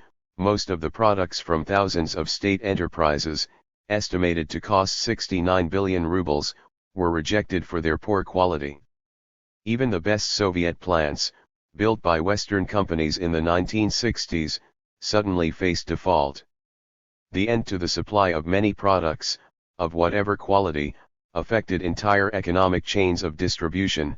The lack of components and parts meant that many assembly lines came to a screeching halt. This was another example of how a sudden corrective measure, even well justified, could lead to inevitable economic collapse. Nobody knew what to do with failed enterprises and their workers. The former could not go bankrupt and the latter could not be laid off. After a few months of uncertainty, the economy returned to the old mode. Leninist ideas had failed. Gorbachev's own priority in 1985–86 was the acceleration of scientific technical progress. When Andropov was the Soviet leader, he had put Gorbachev in charge of a team that worked on this issue. This was an attempt to plug a major hole in Gorbachev's biography. He joined the Politburo as an agriculture expert from the corn-growing Stavropol region, but he never had any experience dealing with machine-building industries and, most importantly, with the military industries. Gorbachev took on Andropov's assignment with the enthusiasm of a neophyte, and prioritized it after he assumed power. It resonated with his neo-Leninist beliefs. The role of science and technology in the expansion of socialism resonated with the thinking of many educated people of Gorbachev's generation. Smart machines, manned by educated, sober, and ideologically enthusiastic people, could overcome the Soviet Union's historic backwardness. The Party Congress in February 1986 approved Gorbachev's proposal to spend 200 billion rubles of state investment for the next 5 years implementing technological modernization and scientific innovation. The expectations were that in 5 years the Soviet economy would be retooled and begin to produce quality goods to match the needs of consumers at home and to export abroad. In the past, Soviet modernization efforts produced the best results when the USSR had its new plants built by Western firms in the 1930s or the 1960s. New enterprises required newly trained engineers and workers, who willy-nilly emulated foreign practices and standards. In the absence of competition and other market drivers, this was the only way to leapfrog across antiquated processes and fossilized work habits. Instead, in 1986, the Gorbachev Initiative invested the money in the retooling of existing state enterprises, a course of action that was bound to fail on a grand scale. The management and workers of the old plants acted conservatively and resisted innovations. Much of the expensive Western equipment was never put to use at the old plants and factories. 39. Nobody could explain where the many billions in investments would come from. Gorbachev's expensive initiative was not matched by any measures to cut Soviet investments and expenditures elsewhere. Meanwhile, developments in Soviet trade and finances began to corroborate Andropov's fears of 1983. Soviet oil production had slightly declined in 1980–84, but had begun to grow under Gorbachev, yet world prices declined rapidly in 1986 from $27 per barrel to $10. This cost the Soviet economy $13 billion in export revenues. For the first time in decades, the USSR ended 1986 with a trade deficit of $14 billion. Soviet debt to Western banks in hard currency rose from $27.2 billion in 1985 to $39.4 billion in 1986. That was a bigger debt than Poland had in 1981. And it was an indicator of even worse things to come. 40. Whatever calculations Gorbachev, Rizhkov, and Soviet economists had made for the long term, the catastrophe at the Chernobyl nuclear plant wrecked everything. The explosion of one of its 4 reactors on April 26, 1986 in the northern part of Ukraine, not far from Kiev, took Soviet technicians, scientists, and bureaucrats completely by surprise. The flight of hundreds of thousands of people from Kiev, and mass panic elsewhere, was reminiscent of scenes from World War II. During the first month after the accident, the military, engineers, doctors, miners, and scientists risked their lives in an unprecedented operation to plug the source of radiation, evacuate 100,000 people from the nearby city, organize a 30-kilometer perimeter around the plant, remove the contaminated soil, secure rivers from radiation, take care of hundreds of thousands of children, provide necessary medicine, and more. The cost of the Chernobyl disaster to the Soviet budget during the first month alone was 3 billion rubles. In early 1989, Rizhkov estimated the cost to be about 8 billion rubles. He recalled, Chernobyl dealt a sudden and devastating blow to our convalescent economy. 41. Raisa Gorbacheva, an atheist but a superstitious woman, considered Chernobyl a very bad omen. Millions thought the same. Gorbachev's authority was badly tarnished. People surmised that the stained leader, they meant the birthmark on his forehead, brought misfortune. Aside from this nonsense, Gorbachev tarnished his authority again by not informing the people of the scale of the disaster until May 14, when he finally made a televised address to the stunned country. And throughout the crisis, the top troubleshooter and real hero was Rizhkov, who spearheaded the massive efforts to tame the nuclear monster. The Prime Minister flew to Kiev and then to Chernobyl, to inspect the calamity for himself. Gorbachev went to Chernobyl, in the company of Rasa, only in February 1989, after the reactor had been covered by the concrete sarcophagus 42. Gorbachev's insecurity about the nuclear accident came through with a vengeance. In July 1986 he scapegoated the Soviet atomic industry and its aged leaders, Anatoly Alexandrov and Yefim Slavsky. Those men, then in their 80s, were the supreme Brahmins of the Soviet defense establishment, the builders of the Soviet nuclear superpower and the atomic energy complex. In Gorbachev's harsh words, they embodied the worst qualities of the old elites.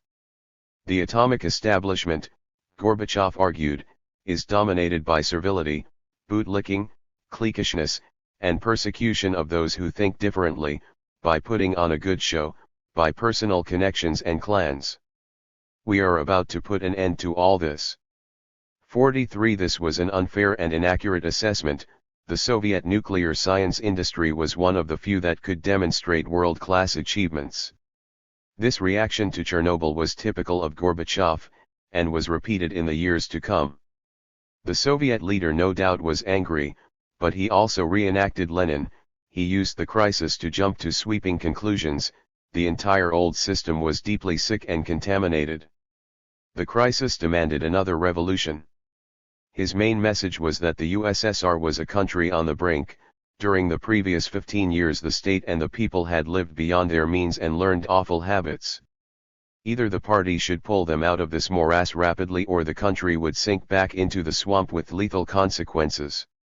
In September, speaking about the heroic efforts of tens of thousands of military and civilian rescuers at Chernobyl, Gorbachev said, "A Russian needs a mission impossible, so that he would send everything to hell and do what is needed. A new Chernobyl should happen every day to make him wake up and move forward." 44. William Taubman wrote that during 1986 Gorbachev underwent the dual process of convincing himself and trying to convince his Kremlin colleagues that their initial strategy, or lack of strategy, had failed. 45. Gorbachev's rhetoric, however, pointed to different conclusions. Instead of taking stock of failures, the Soviet leader wanted his Politburo and government colleagues to abandon caution, and plunge headlong into the troubled sea of radical reforms without a road map. After all, he argued, this was what Lenin had done, as part of the normal revolutionary process. Huge costs and failures were part of the deal. The main thing is not to retreat, Gorbachev said on October 30, 1986, no matter how hard, difficult, painful it would be, there is no other way. 46. During 1986, Gorbachev concluded that the party apparatus was incapable of being the main instrument to pull the USSR from the swamp of stagnation. After Lenin, Trotsky, and countless party reformers, Gorbachev began to speak about the bureaucratization of the party apparatus on all levels and in every district as being a major obstacle to his revolution. Shukhnazarov had told Andropov the same thing in the 1960s. And this was what Yakovlev preached. Gorbachev also took up another neo-Leninist slogan, bureaucracy cannot do anything. If we really want to develop democratic processes, the Soviets are the keystone.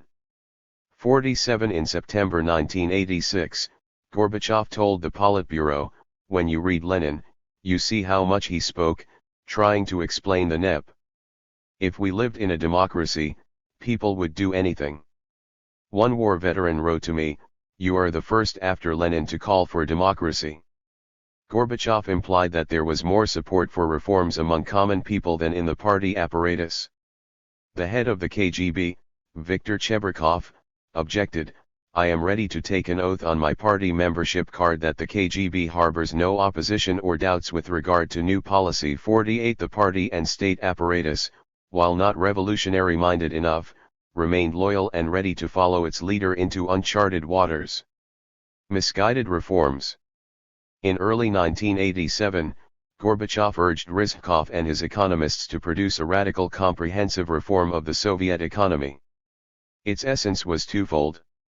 First, the resolution of a myriad of intractable economic problems had to be transferred from the hierarchical, conservative, ossified bureaucracy to the grassroots, to state enterprises and working collectives. Second, the party had to be turned into a Leninist engine of revolutionary change. The Politburo discussed the proposals and consented. Even such stalwarts as Andrei Gromyko did not object. The key reform was the Law on Socialist Enterprises. This document was the consummate product of the reformist cohort of Soviet economists, who sought to combine socialism with a state-regulated market. 49 Rizhkov and his team of economists went back to the debates of the 1960s and formulated the policy of 3 S's, self-accounting, self-financing, and self-governance. What did it mean in practice? The state would yield ownership to each enterprise to its management and workers' collective. They would then be responsible for the enterprise's assets. They could take credits from state banks and decide how to spend this money. Enterprises would have to deliver to the state a set amount of goods, according to a contract and the central plan of economic development. After this, they could work for profit and keep a part of this profit for themselves. Most importantly, the new law meant that the regional and local party authorities would refrain from economic interference. Rizhkov, who promoted this law enthusiastically, expressed the view of many Red directors from the Soviet managerial class. They wanted the party apparatus to be removed from their business. 50. This was a radical transformation. In January 1987, Rizhkov reported to the Politburo on the first draft of the law. At the meeting, Gromyko raised a core question. In the report, the collective becomes the owner of the enterprise. Thus, factories and plants become the property of their collectives? This goes too far. The question of property had been solved in October 1917. Gorbachev too was confused. The text is still hazy and confusing on basic notions, he admitted. Then he quickly added, "We cannot make mistakes." 51 The draft was sent back to the Council of Ministers. Socialist was dropped from the title in favor of state enterprises to avoid the controversy. The collectives received the rights of possession over profits from enormous economic assets, while their responsibilities to the state, as the owner, remained legally ill-defined and unenforceable. While ducking this key issue, Gorbachev and Rizhkov doubled down on the effort to end the old command administrative system whereby the party dictated everything and the Gosplan calculated costs and benefits. The idea was to create something that never existed in history, an economy of socialist democracy. The neo-Leninist vision assumed that possession of the means of production would make working people motivated and responsible for their output. Would it be enough to pull the Soviet people out of the swamp of corruption and indifference to output and quality? Gorbachev admitted that the passivity of people bothered him. Nobody could explain to him why, in those segments of the Soviet economy where self-financing and self-governance had been experimentally tried, production declined rather than increased. The Soviet leader argued with himself, as if responding to invisible critics. In the West they tell us, in a society without fear, you cannot carry out any reform because nobody has any interest in or fear of God. He also mentioned that most Russians had a safety net that enabled them to procure their basic needs. Many people began to feel that they did not need to work hard at all. This is a grave problem, Gorbachev concluded. 52 Other members of the Politburo felt confused. Ligachev confessed, "We can't all flounder in economic affairs.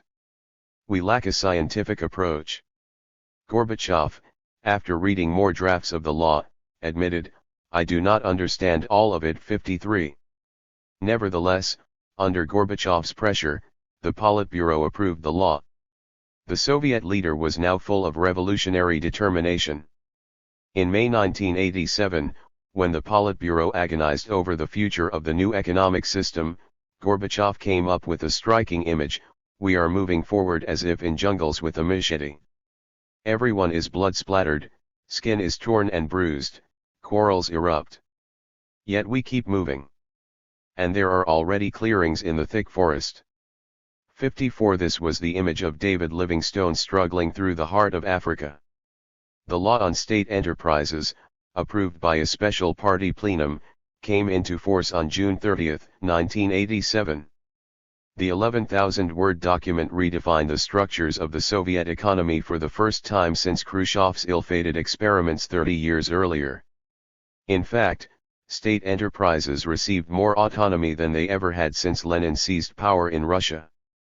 They acquired freedom of export, they could establish joint companies with foreign partners, and could have their own currency account.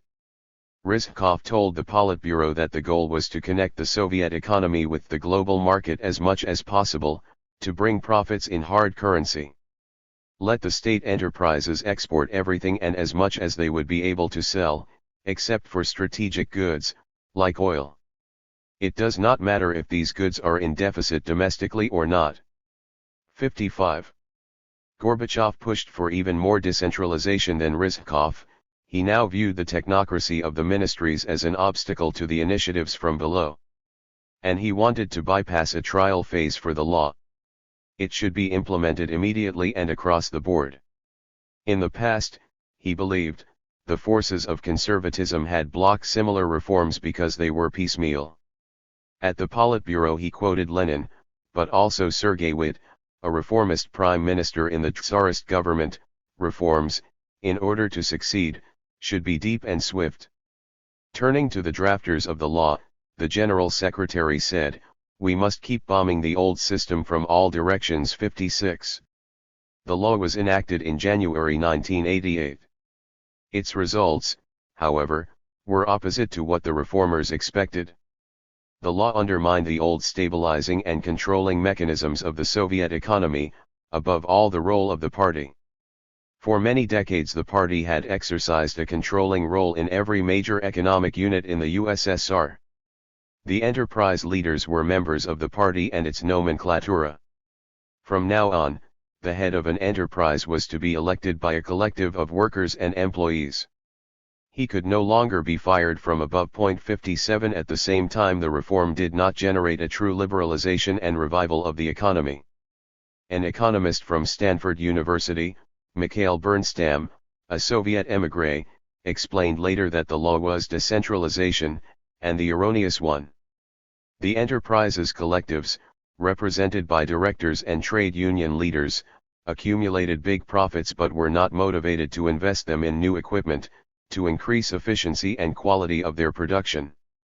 Rather, they sought ways to pocket those profits, to maximize wages and salaries. They also stopped producing cheap consumer goods, which the vast majority of Soviet consumers wanted, and focused instead on the production of more expensive items. 58 In just a couple of years Gorbachev and Rizhkov would become lost in the jungles of the Soviet economy, with no exit in sight. Gorbachev's reforms also began to endanger the financial stability on which the economic and political unity of the Soviet Union rested. Gorbachev knew little about the Soviet budget, revenues, and financial mechanisms. When in 1983 he asked Andropov to have a look at the state budget, he received a firm no. Meanwhile, the Soviet financial system was not an easy matter for a novice to grasp. It had no analogues in the world and was born of necessity, the product of wars, total mobilization, and absolute political dictatorship. In the Soviet Union, there were two kinds of money in circulation. One currency was virtual and was called biznal, which means cashless. It was a completely virtual accounting system between the state and state enterprises. All investments, credits, and other big transactions in the Soviet economy were paid by biznal. This money resembled issue bills and letters of credit in a market economy, yet the Soviet biznal was never meant to be cashed. The second kind of money was in NAL, cash banknotes and coins issued by the state bank. They were used to pay salaries and wages to Soviet people, to pay in state stores, and for goods and services of the shadow economy and on the black market. The total amount of NAL was loosely related to the amount of production and the cost of labor. Only a few professional bankers in the Soviet Union understood how this system worked. And meanwhile, this unique system was vital for Soviet macroeconomic stability. The Soviet state could spend many billions of bisnal money for financing big projects, and yet the inflation of cash and prices of consumer goods and services remained more or less under control. The profits from state enterprises could not be translated into cash. Even at the most difficult moments of history, such as during World War II, the Soviet financial system had not broken down. Whereas the bisnal money was completely under state control, however, cash was in people's hands. Cash in circulation, especially when it accumulated outside state-controlled personal savings accounts, generated inflation and macroeconomic instability. Stalin understood this danger. The Ministry of Finance and Gosplan ensured there would be a watertight partition between the two kinds of Soviet money. All enterprises had to have double bookkeeping. They were strictly forbidden to use bisnal allocations for salaries and wages. And they were not allowed to buy industrial equipment and raw materials with cash. Those had to be paid for only with bisnal money provided from the central budget. Also, state leaders and institutions made sure that the accumulation of cash in savings accounts would not grow disproportionately. If it did, it would begin to chase goods, and people began to hoard them. In 1947 and in 1961, the Soviet state had to carry out secretly prepared monetary reforms to reduce the volume of money in circulation. Another painful measure could be to increase state fixed prices. 59 The system of state control over capital allowed people's salaries and savings to increase gradually, but only so long as production increased and its efficiency improved. During his long tenure, Brezhnev had avoided price hikes on basic consumer items. Meanwhile, investment in the military industries and research, instead of stimulating economic growth, drove up inflation. Subsidies to ineffective Soviet agriculture, the losses in agriculture, and the unsold poor quality goods proved more costly than military expenditures. In a sprawling shadow economy, illegal entrepreneurs accumulated billions of rubles. Oil revenues covered state deficits yet contributed to hidden inflation as well. Gorbachev had inherited highly troubled finances, yet he quickly made things much worse by his policy initiatives. The ban on alcohol aggravated this problem tremendously. People drank less, but in turn demanded quality goods they could spend their cash on. 60. In early 1987, Rizhkov warned his Politburo colleagues that, without price reform, the economy would not improve. There were two options available to the Soviet leadership: raise fixed prices to a realistic level by government action or prepare for their targeted deregulation. Gorbachev, however, appeared to be evasive. The Soviet leader remembered how Khrushchev had undermined his authority in 1962 by raising prices. This triggered workers' strikes and even a mutiny. In October 1986, Gorbachev said at the Politburo, "People still have not received any benefits from perestroika. If we raise prices, we will discredit perestroika." 61 Valentin Pavlov, head of the State Committee for Prices at the time, later recalled it was a missed opportunity. Gorbachev could have raised wholesale prices in bisnal, yet maintain consumer prices at the lower level, and soak up the money overhang by 40 billion rubles. 62 In the end, economic reforms began with the hopelessly distorted system of prices inherited from Brezhnev's time. The law on state enterprises initiated bank reform. Since the 1960s, Soviet reform-minded economists had been arguing that state enterprises should get money for development from state-controlled commercial banks. The enterprises would make a profit and pay back to the banks with interest. This scheme could replace the turnover tax as the main income for the state budget. 63 In 1985, a group of Soviet bankers adopted this idea. They traveled to Italy and West Germany, India, and Communist Hungary and Yugoslavia. In China, they studied the financing of free economic zones. In Japan, they looked at targeted investments and state-planned credits that redirected and modernized the economy. In June 1986, they presented their proposals to Rizkov. The state bank, they wrote, would remain the monetary regulator. One needed, however, big specialized investment banks which would credit large industrial conglomerates. Smaller innovative banks under their control would credit small enterprises in consumer-oriented sectors. Mikhail Zotov, the man behind the initiative, was not a market liberal. He began his banking career under Stalin. In our view, he remembered, the time came to make banks active and immediate actors, the agents of the economy. Rizkov supported the proposal. In July 1987, the Politburo allowed the establishment of 4 specialized banks with crediting functions. 64. In May 1988, an even bigger change in the economic and financial system occurred. Rizkov's experts prepared and the Politburo enacted the law on cooperatives. Cooperatives had been touted in Lenin's times as the road to socialism, but were largely defunct by the 1980s. All entrepreneurial energy gravitated to the shadow economy. Rizkov wanted to make cooperatives legal again and put them under state control. Gorbachev liked the idea. In China, he told the Politburo, cooperatives managed to feed 1 billion people in just a few years. He hoped they would do the same in the Soviet Union. The law on cooperatives, however, placed cooperatives and state enterprises under the same roof. The first could purchase from the latter could set up the former.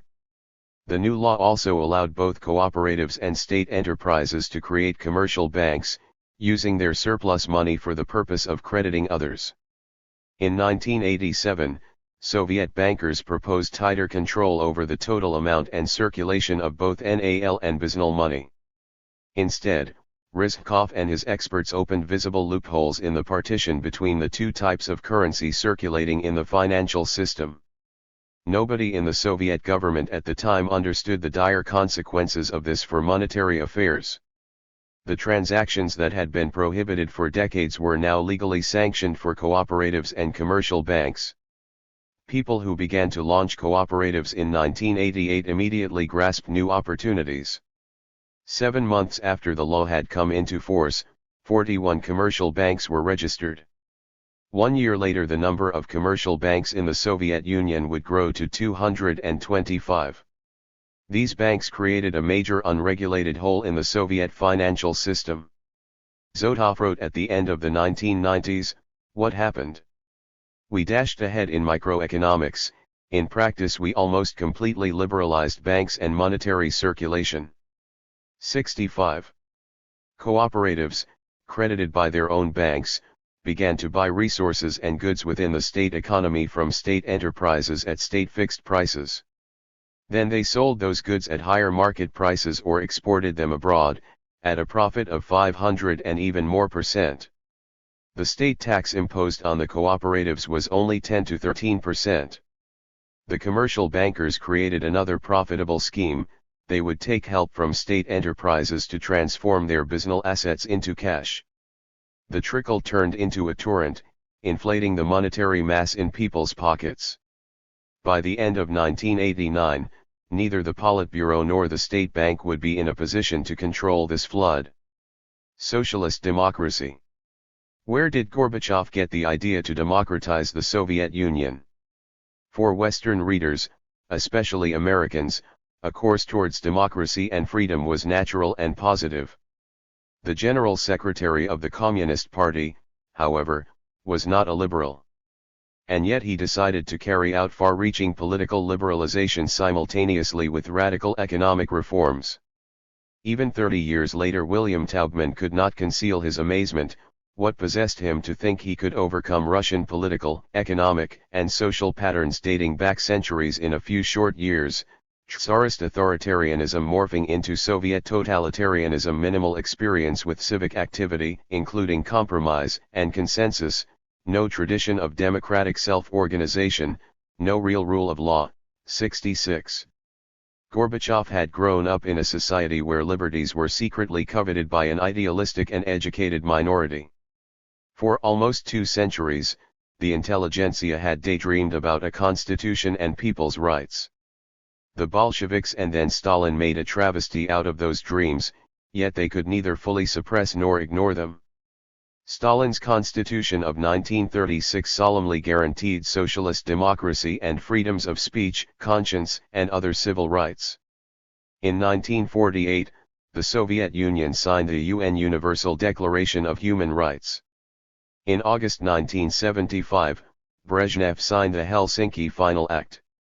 In 1977, parts of this act were included in the amended Soviet Constitution. Nobody in the Soviet Union ever thought that soon it would be taken seriously. 67 Indeed, such a thought could put a person into a mental asylum or make one a subject of interest to the KGB. Still, the notion of socialist democracy was not dead, it permeated mass consciousness as an ideal to be realized in the future. A group of young intellectuals, who published a Samizdat journal in the early 1980s in Moscow, concluded that socialist democracy, not liberal democracy, was the only slogan that could be understood by the majority of the Soviet population. 68. Then came Gorbachev. His connections with the intelligentsia made him share their dreams of political liberalization. Gorbachev's personal discovery of the need for social democracy must have been nurtured in his conversations with his Czech friend Zdeněk Mlynar, a reform-minded communist who became an active participant in the Prague Spring of 1968. That was an era of socialist romanticism, when Andrei Sakharov, a nuclear physicist and soon to be a human rights defender, had famously proclaimed a link between economic progress, humanism, and intellectual freedom. It was natural for Gorbachev to accept what Andropov had totally rejected: Soviet people should have more say in their country's affairs. Without socialist democracy, people would remain alienated from the economy, continue to behave like lazy serfs, and economic modernization would be impossible. Yakovlev's memo of 1985 continued to be on his mind. Raisa probably reinforced her husband's aspirations to become an emancipator of Soviet society. She and Gorbachev shared a passion for big ideas, and liked to discuss them during their long strolls and when on vacation. In August 1987, Gorbachev devoted his entire summer vacation to theorizing. At a dacha in Crimea, where Brezhnev and his Politburo cronies had played dominoes, drank, and exchanged old jokes, Gorbachev read Lenin and for the first time young Marx, his 1,844 economic and philosophical manuscripts. The latter had been the most influential text from the late 1950s, discovered by left intellectuals in the West and discreetly studied in the 1960s by Soviet social scientists who had dreamed of de-Stalinization. From Crimea, Gorbachev also corresponded and talked with academics from the leading Moscow think tanks. The formal excuse was a contract with American publishers to write a book about perestroika. Instead of delegating this task to ghost writers, Gorbachev plunged himself into writing and editing, a process that he enjoyed. He dictated the whole draft several times to Anatoly Chernyev, who by that time had become his most trusted aide. Gorbachev even extended his vacation by 1 week. The title of the book was Perestroika, New Thinking for Our Country and the World. Gorbachev wanted to link his revolution to world affairs, just like Lenin had done 7 decades before. 69.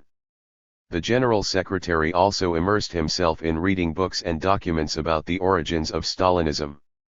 The coming of the 70th anniversary of the Bolshevik Revolution in November 1987 focused his mind. In July, before going on vacation to Crimea, Gorbachev asked his Politburo colleagues to read the materials on Stalin's crimes prepared on Khrushchev's order in 1961-62 but never released. Gorbachev, who had spent 2 decades in the province of Stavropol, in the nomenklatura straitjacket, came to power holding the views of history that were popular in the 1960s. According to Chernyev, he still believed that if Lenin had not died in 1924, but at least 10 years later, socialism in the USSR would have been developed nicely. 70 Now in 1987 he had access to all the information he wanted and attacked the historical turf with the fresh energy of a neophyte. He sought answers to the questions that troubled him: why Stalin and his crimes? What glitch in the Leninist design led to tyranny and mass murder? How to avoid similar tragedies in the future? Those questions had been asked 20 years earlier by idealist Marxist-minded intellectuals of Gorbachev's generation. The books he read proved to be ideological dynamite. Gorbachev was deeply impressed by them. He started sharing his ideas with a narrow circle of colleagues. He wanted to change the whole system from economy to mentality. Chernev recorded his words: "I would go far, very far." His biggest discovery was theoretical: more socialism means more democracy. 71. Instead of making speeches about Stalin's crimes, as Khrushchev had done, Gorbachev decided to dismantle the system of governance Stalin had built. With this goal in mind, he convened a special party conference for June 1988 to implement his policies. The last such conference was convened by Stalin in February 1941, to discuss preparations for inevitable war. Gorbachev had a similar urgency. As with his speech to the Party Congress in 1987, he turned to a group of close advisors. They included Yakovlev, an expert on socialist democracy, Georgy Shukhnazarov, Chernev, the economists Vadim Medvedev and Stepan Sidoryan. The circle also included two old friends of Mikhail and Raisa from university days, the lawyer Anatoly Lukyanov and the philosopher Ivan Frolov. Valery Boldin, a former journalist and personal aide of both Gorbachevs, was in charge of logistics and communication. The working group commissioned dozens of memos from academic think tanks in Moscow. The moment for which the Soviet liberal-minded intelligentsia had been waiting for decades had finally arrived. The work on political reforms began in early 1988 and continued through the whole year. Gorbachev, it turned out, had a concept of constitutional reforms in his mind even before the preparatory work began. Constitutional and legal issues were the areas where the Soviet leader felt strong, in contrast to economics and finances. His goal, Medvedev remembers, was to turn the Soviets into permanently governing bodies. 72 The Soviets were revolutionary councils or assemblies of workers, peasants, and soldiers, in whose name Lenin had seized power in Russia in 1917. Gorbachev's concept was breathtaking in its ambition, to return Russian socialism to square one, and reroute the great experiment in the direction of democracy. The starting point of political reforms would be a convocation, after national competitive elections, of a 2,250-member Congress of People's Deputies, an institution without parallels anywhere in the world. This Congress would represent all national republics and ethnic autonomies of the Soviet Union, all groups of its population, and all its major public institutions. The Congress would have supreme power, to change the constitution, to appoint a government, and to select a permanent lawmaking assembly, the Supreme Soviet. The first Bolshevik constitution, approved by Lenin, had a similar representation. A similar constitutional overhaul of political structures would be replicated on every level, republican, regional, and local. Gorbachev kept his colleagues in the Politburo out of the loop on his political reforms until the last moment, with the sole exception of Yakovlev.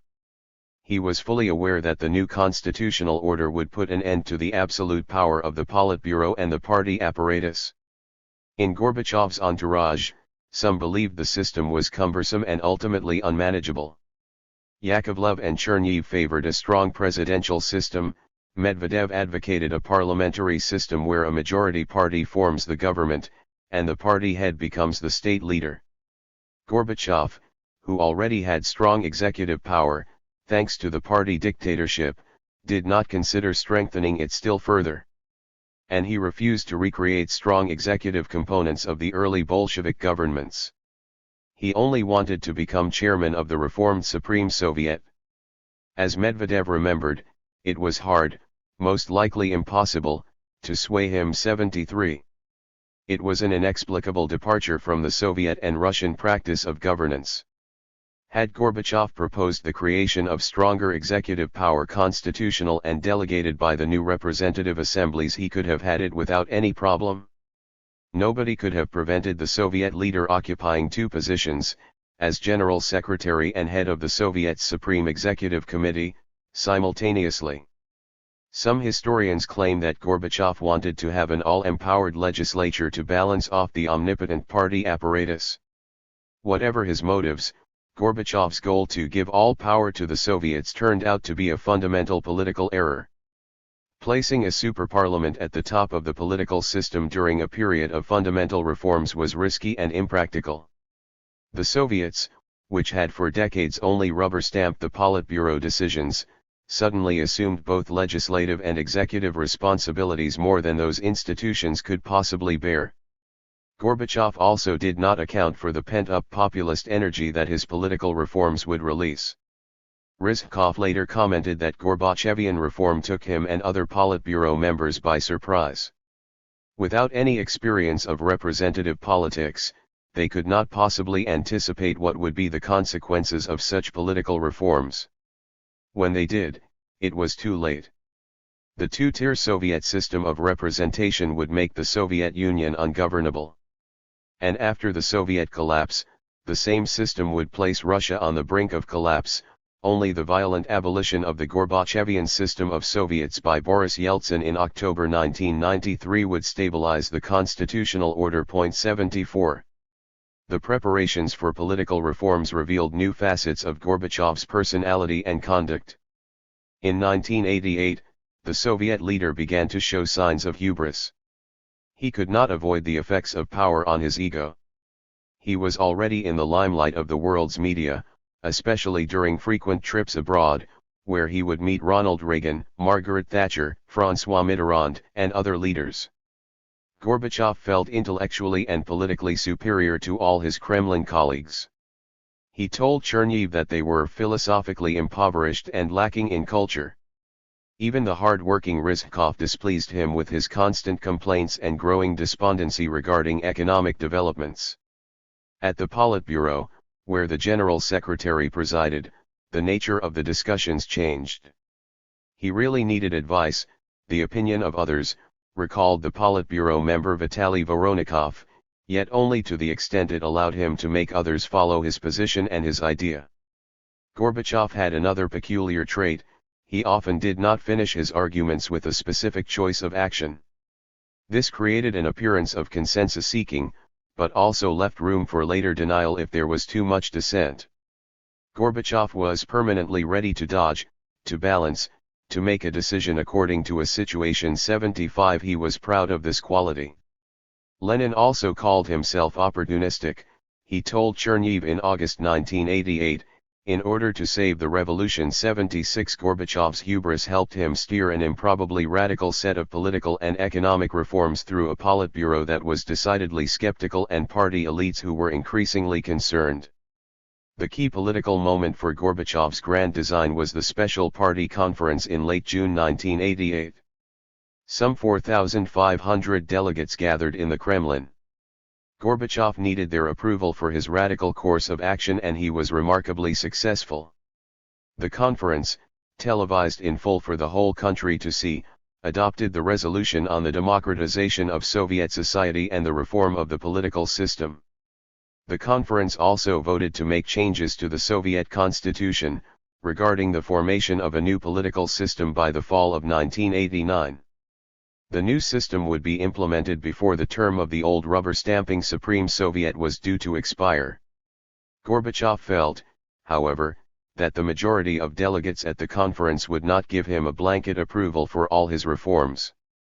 He was right, most wanted some change, but they simply could not imagine that their General Secretary would move to dismantle the entire political system. At the very end of the conference, after 4 days of reports and speeches, almost as an afterthought, Gorbachev put to the vote a motion to delegate to the Politburo the task of reorganizing the party apparatus before the end of the year. The motion was approved and gave Gorbachev the mandate he wanted. In Gorbachev's later estimate, This was the start of genuine perestroika. 77 Eduard Shevardnadze a decade later would define Gorbachev's strategy as follows: he used Stalin's power to dismantle the Stalinist system. 78. After the conference, Gorbachev embarked on a long vacation in Crimea, where a new luxurious villa had been finished for him near Foros. His aide Cherniev, who accompanied him, was shocked by the opulence of the villa that did not chime with the image of a selfless Leninist reformer. Why does he need it? Cherniev also noticed that Gorbachev had changed since the previous summer. Still spontaneous, he nonetheless preferred to pontificate and was cross when contradicted. As in the previous year, Gorbachev spent his vacation doing theoretical and historical research. He continued to pore over Bolshevik debates following Lenin's death. He began to dictate to Cherniev a brochure on the evolution of notions of socialism from Marx to their own time. He noted that as one moved from the past to the present, clarity of thinking had disappeared. Brains become so confused these days, Cherniev commented, that nobody knows any longer where socialism exists and where it does not, and what it is in general. Gorbachev did not want to admit it, but from now on his neo-Leninism ceased to provide him with guidance for his actions. 79. Some scholars have speculated that in 1988 the General Secretary feared an internal party coup to oust him.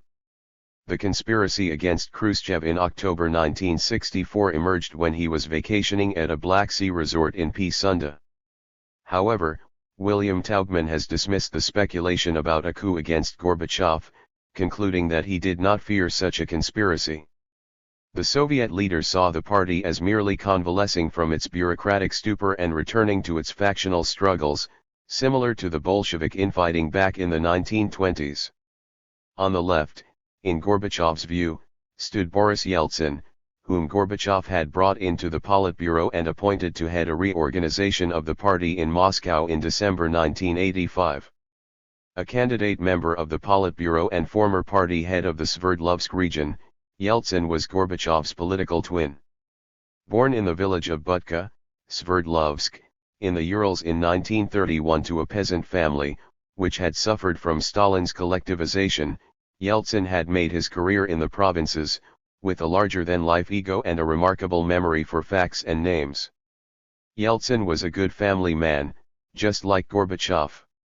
He also was a workhorse, free of corruption. In other ways, however, they were a study in contrasts. Yeltsin felt more comfortable among common people than intellectuals. He had never been spotted with a volume of Marx or Lenin in his hands. Yeltsin did not benefit from the university education and cultural polishing that Gorbachev had.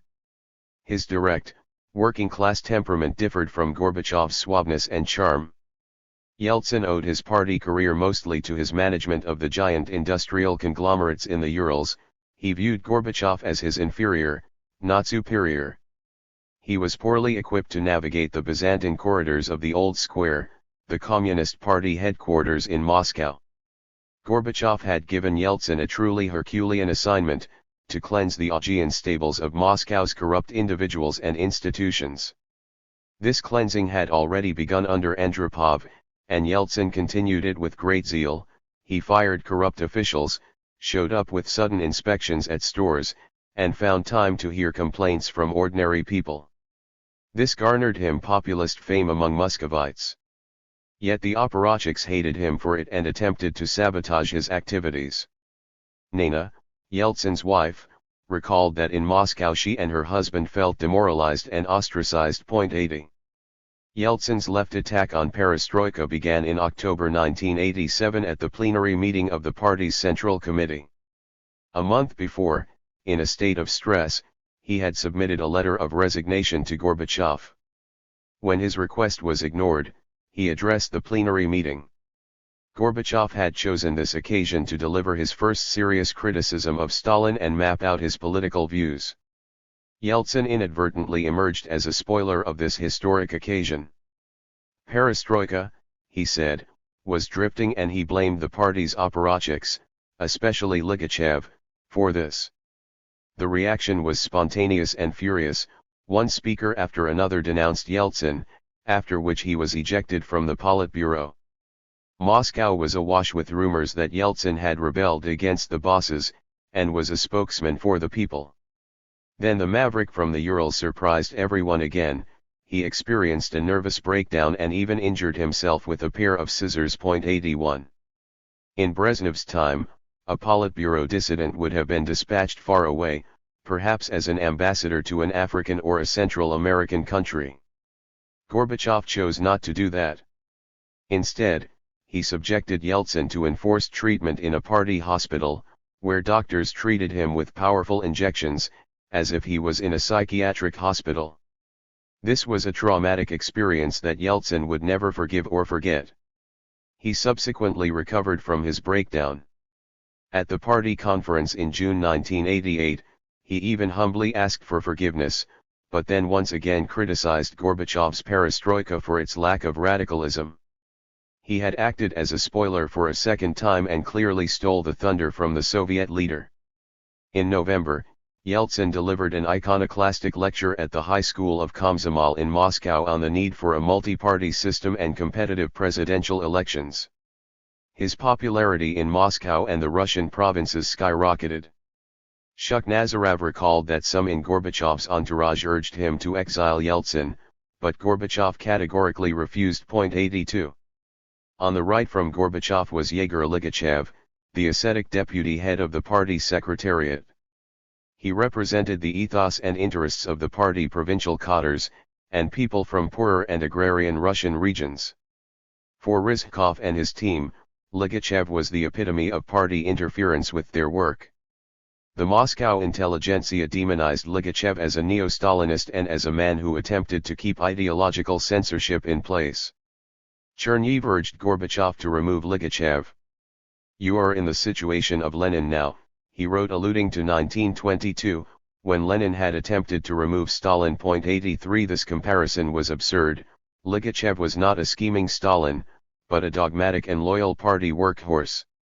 And he was not a neo-Stalinist, but rather an advocate of the Andropov-style conservative reformism. Ligachev lost his position as second in charge at the Politburo in March 1988, 5 months after Yeltsin. A group of Russian nationalist journalists had sent Ligachev an essay, allegedly based on a letter from Nina Andreeva, professor of chemistry at Leningrad University. The essay, a crude resuscitation of Stalinist ideological campaigns, lashed out at revisionists in the Soviet media who were exploiting glasnost to blacken Soviet history. Ligachev approved of the article. It was published with the stamp of a party-approved directive to ideological cadres. This episode can be considered as probably the last chance to reroute Soviet reforms in the direction envisaged by Andropov.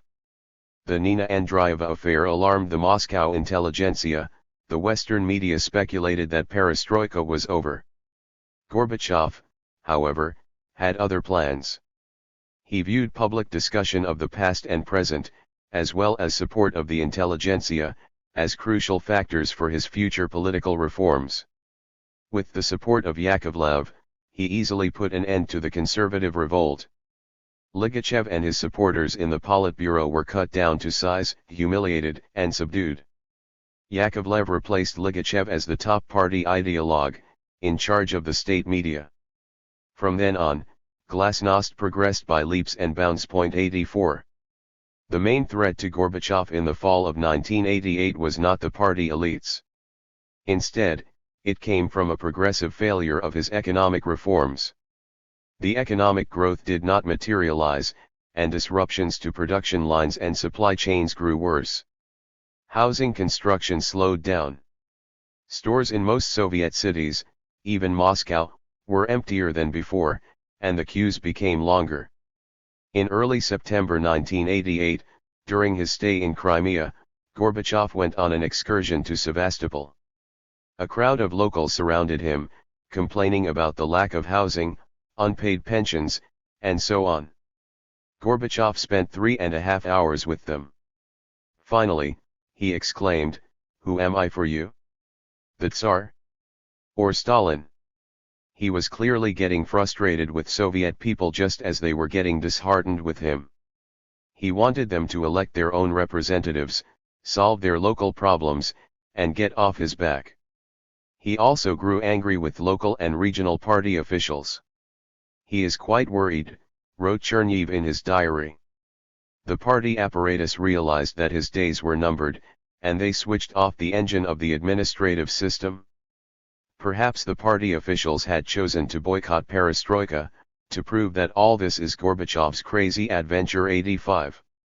It was Gorbachev himself, in fact, who plotted a constitutional coup against his own party. During his vacation in Crimea, he single-handedly decided to overhaul and cut the central party apparatus, leaving behind only revolutionary adepts of perestroika to help him steer it in future. Between 800,000 and 900,000 party officials would be sacked within a year, the biggest purge of party cadres since Stalin, but this time a bloodless one. Chernev was the first person to see the draft of his proposals and comment on it. After Gorbachev returned from Crimea, he outlined his proposals to other aides.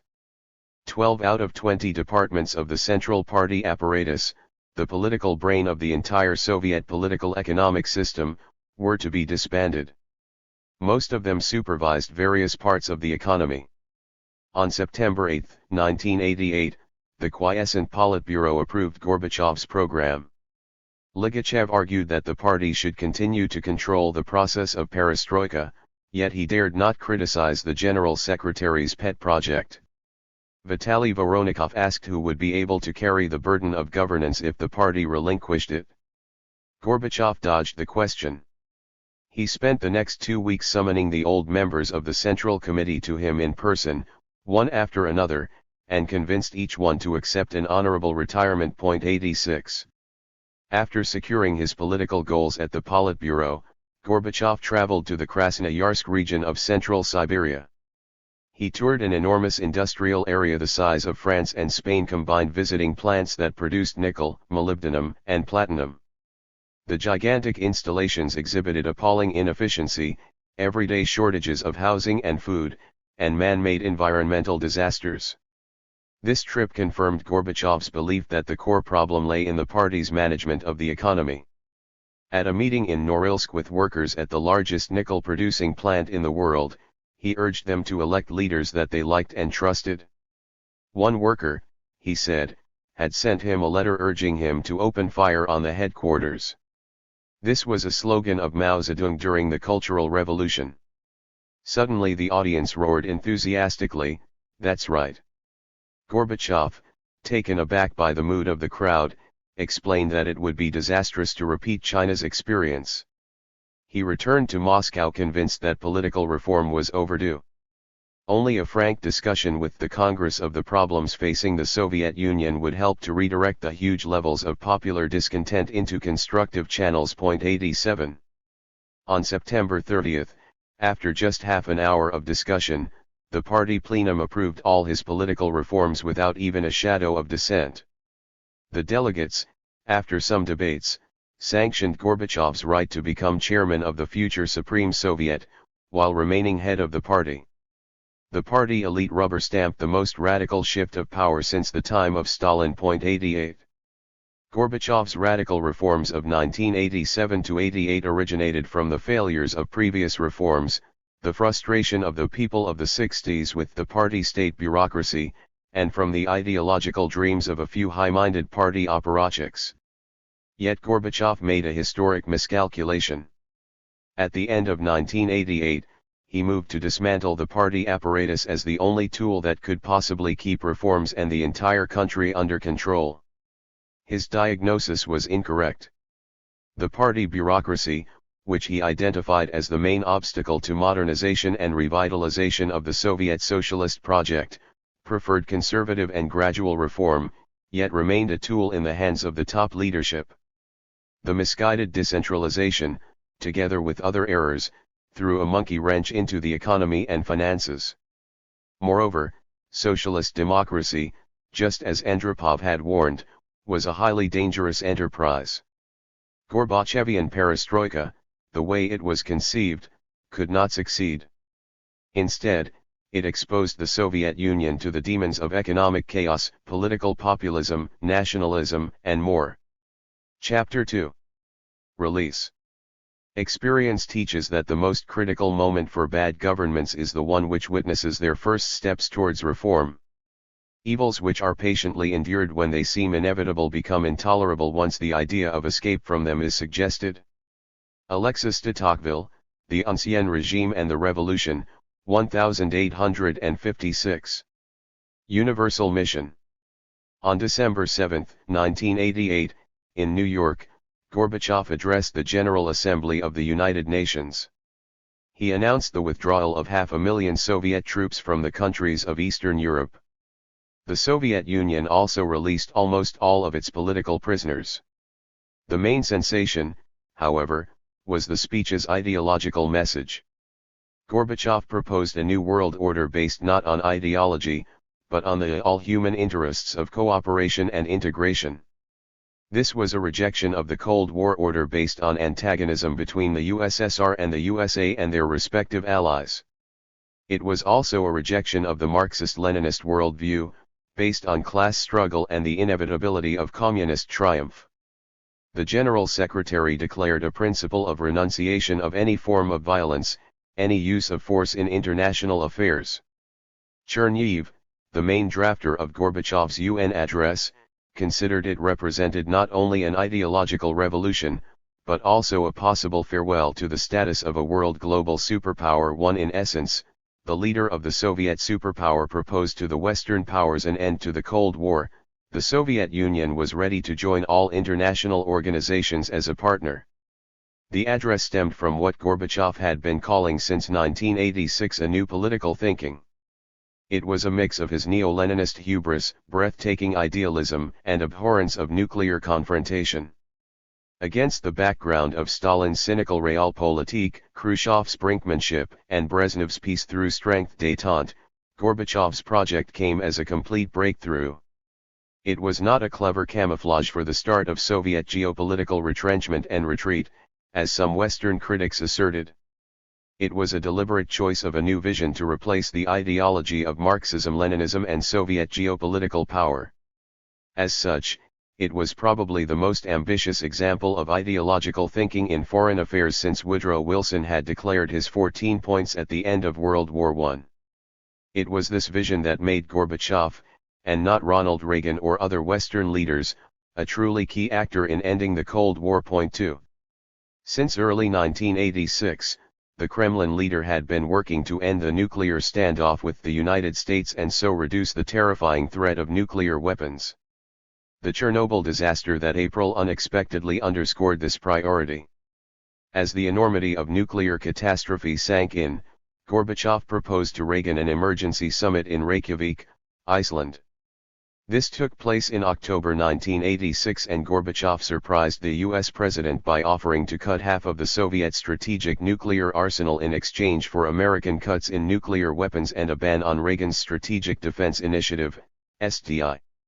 During 1986, Gorbachev also began to force the Soviet military to renounce the doctrine of preemptive nuclear strike and move to the principle of strategic sufficiency. 3.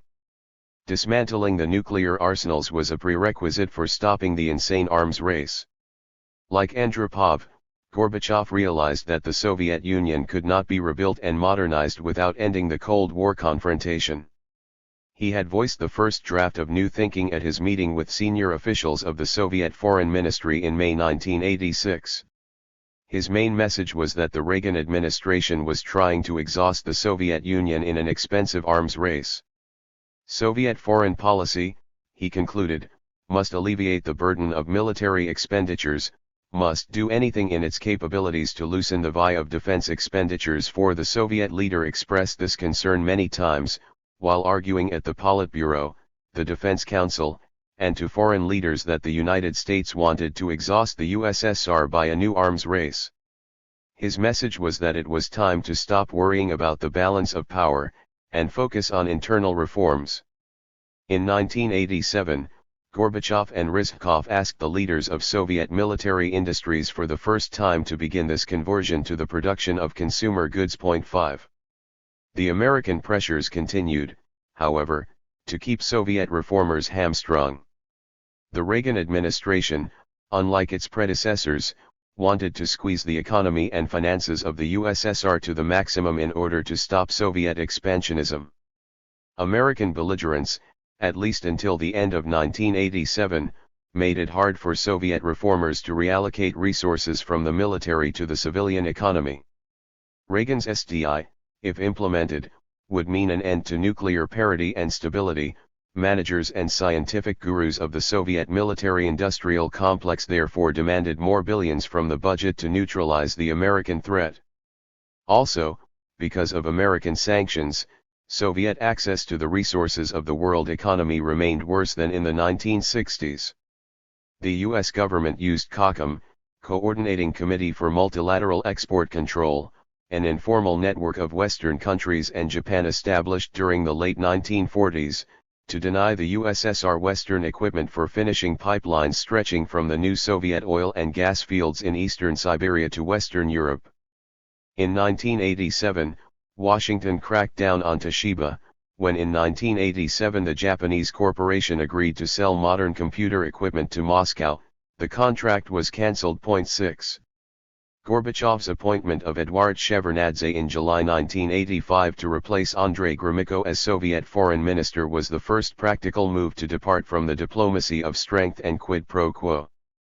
The party head of Georgia, Shevardnadze, was 3 years older than Gorbachev and another ex-Stalinist who had become a reform-minded communist. Shevardnadze experienced, like Gorbachev, the school of Komsomol idealism of the 1950s, and the frustration of the 1970s. He had made his career by his promise to defeat corruption in Georgia and by his effusive flattery of Brezhnev. He never managed the former and probably resented the latter.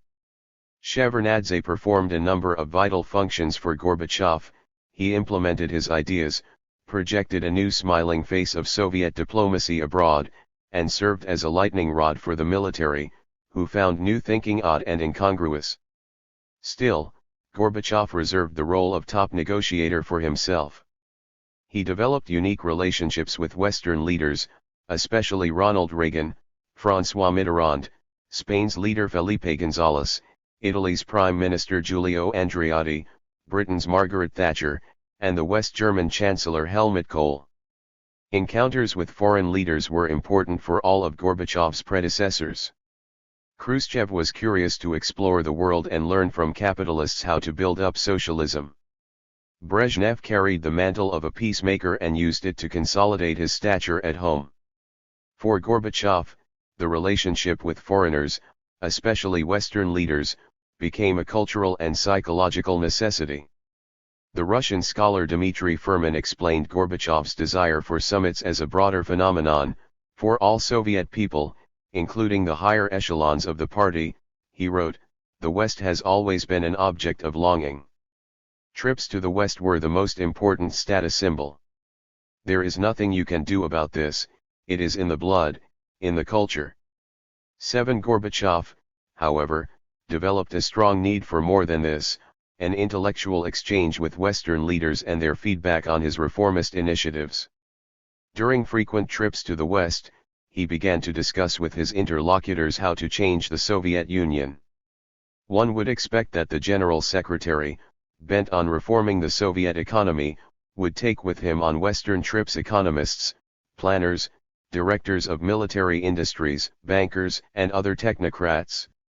Instead, Gorbachev's huge entourage consisted mostly of journalists, social scientists, writers, theater directors, filmmakers, and other cultural figures. Most of them shared his fascination, admiration, and envy for things Western. They were encouraged to help Gorbachev prepare the Soviet people for radical reforms in all spheres of life, and they believed that the main sources of real socialism for which Gorbachev was searching all lay in the West. Gorbachev introduced the voices of Western leaders, and what they discussed with him, into the debates at the Politburo. He also inserted the commentariat of the West into the ongoing debates about the nature and scope of Soviet reforms.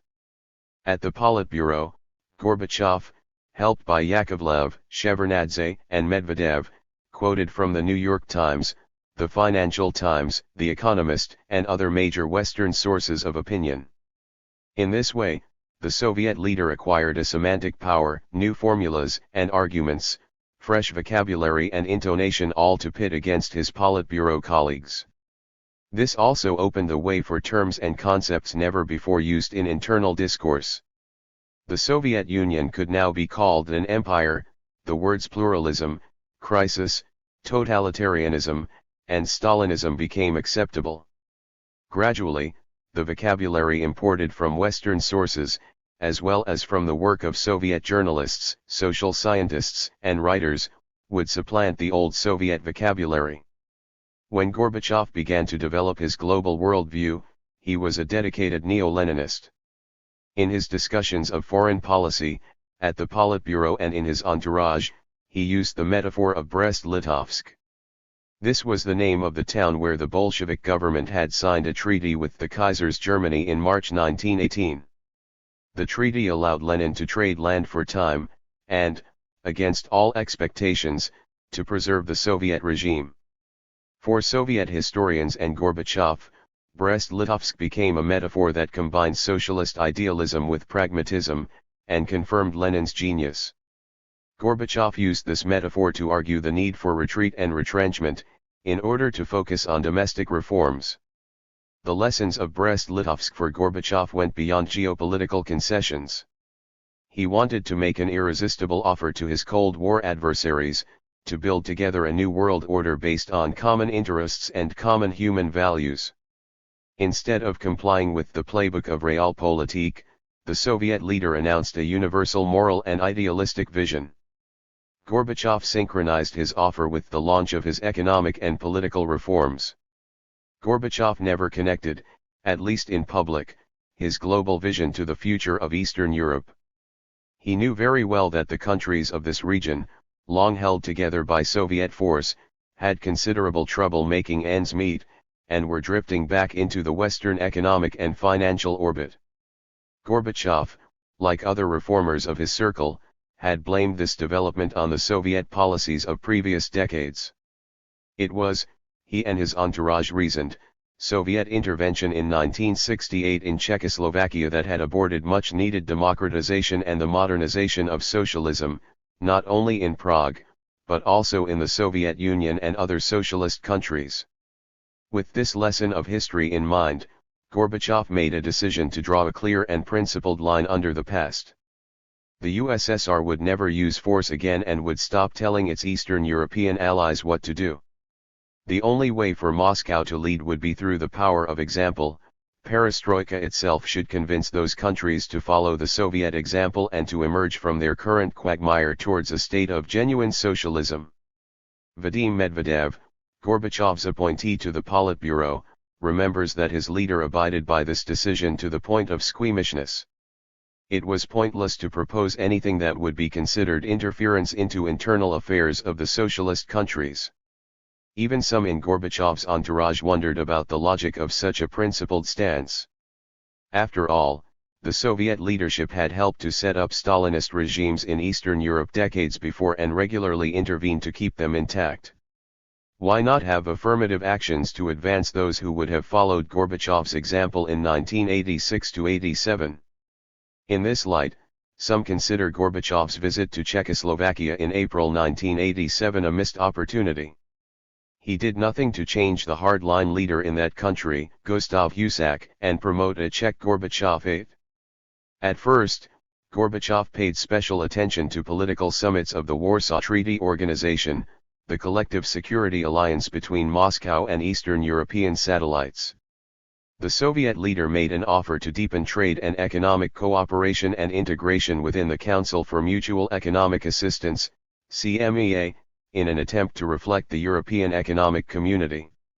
Gorbachev was also aware that the European Community had signed the Single European Act, thereby starting the process of political union, and this piqued his curiosity.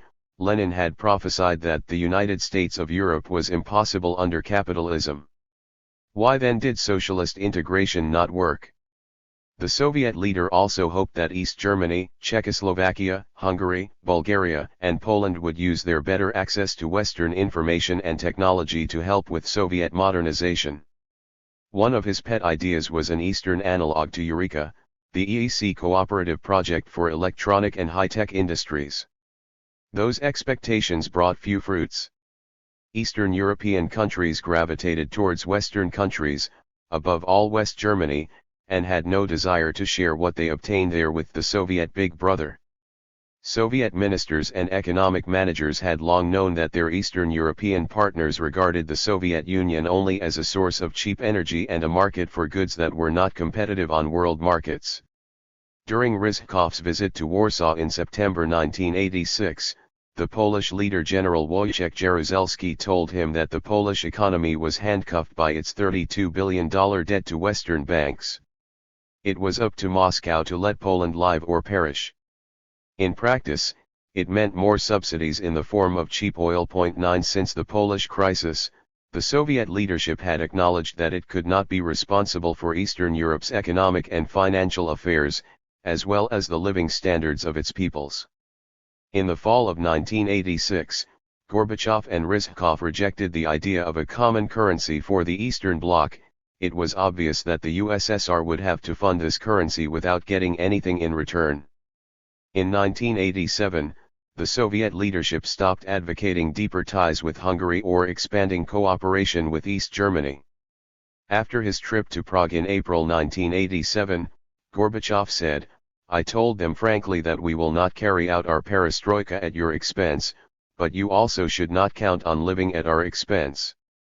As 1987 drew to a close, the Politburo became increasingly worried about the Soviet balance of payments. With extremely low oil prices, the USSR would soon have to use up to 2/3 of its currency revenues to serve its foreign debt. 10 By 1988, Gorbachev began to think that Eastern European countries were a liability, not an asset, for his perestroika. 11 As in his domestic reforms, the Soviet leader doubled down, he turned to Western Europe with a vision of a common European home.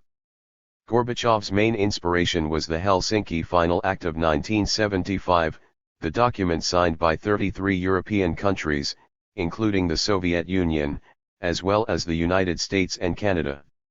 The act codified a common approach of the signatories to security, economic cooperation, and most importantly to human rights and cultural openness. Gorbachev acknowledged the Final Act as an expression of common values. Socialism and capitalism were no longer important labels. 12 The act also signified that the USSR's dependence on Eastern Europe as a security buffer was now an outdated notion. It recognized the realities of the nuclear age, but it was also a striking attempt to provide an argument for a future retreat of Soviet forces from Eastern Europe. In the light of common European values, the regimes in Eastern European countries were no longer considered to be socialist, but rather a parody of socialism. During their discussions in Moscow, Gorbachev, Shevardnadze, and other reformers began to declare exactly that. And what should the Soviet leadership do if a violent uprising occurred in the Eastern Bloc? In April 1988, Shevardnadze had already discussed the scenario with his deputies in the Foreign Ministry. "If we do not want violent anti-Soviet reaction," he said, "we should think about withdrawing our troops."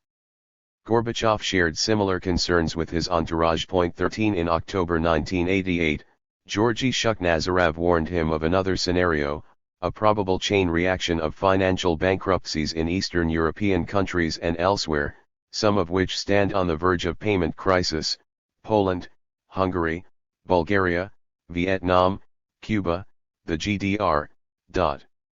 He wrote that Eastern Europe had become dependent on Western banks and that its political regimes might change. How should the USSR react to this course of events? And would the presence of Soviet troops in Eastern Europe remain in Soviet interests? Shuknazarov himself seemed to know the answers to those questions. He and Chernihiv told Gorbachev that Eastern Europe was a parasite on the body of the Soviet economy. Most leaders in the Soviet bloc were hostile to Gorbachev's radical reforms, and Soviet troops should leave the region as soon as possible. East Germany was the only exception. Soviet troops would remain there on the basis of the Potsdam Accords of 1945, in the absence of a comprehensive peace agreement involving the great powers. 14. In the fall of 1988, Gorbachev delegated to Alexander Yakovlev the task of creating a Politburo commission on the situation in Eastern Europe. Yakovlev turned to academic experts, whose views were virtually unanimous: all scenarios for the Soviet bloc were bad, the least harmful option for Moscow would be to pull out from Eastern Europe. In February 1989, in his subsequent report to Gorbachev, Yakovlev concluded that in the best possible scenario the communist regimes in the region would survive only through coalition with the opposition. The USSR should give up on the bloc and build relations with individual countries of Eastern Europe based on balance of interests. Striking a more conciliatory tone, Yakovlev also said that, in the absence of a violent uprising, Eastern Europe might still remain socialist and even stay within the Warsaw Pact, as a kind of security belt that creates strategic protection for the Soviet Union as the center of socialism. In the economic sphere, his report prudently stated, the USSR could not and should not hinder the economic reintegration of Eastern Europe into the West. This process could in fact be made compatible with Soviet economic interests. The Eastern Bloc provided 40 to 50% of the goods for Soviet industries and consumers. In a sense, the Soviet economy would somehow be able to return to Europe on the coattails of the Eastern Europeans. 15.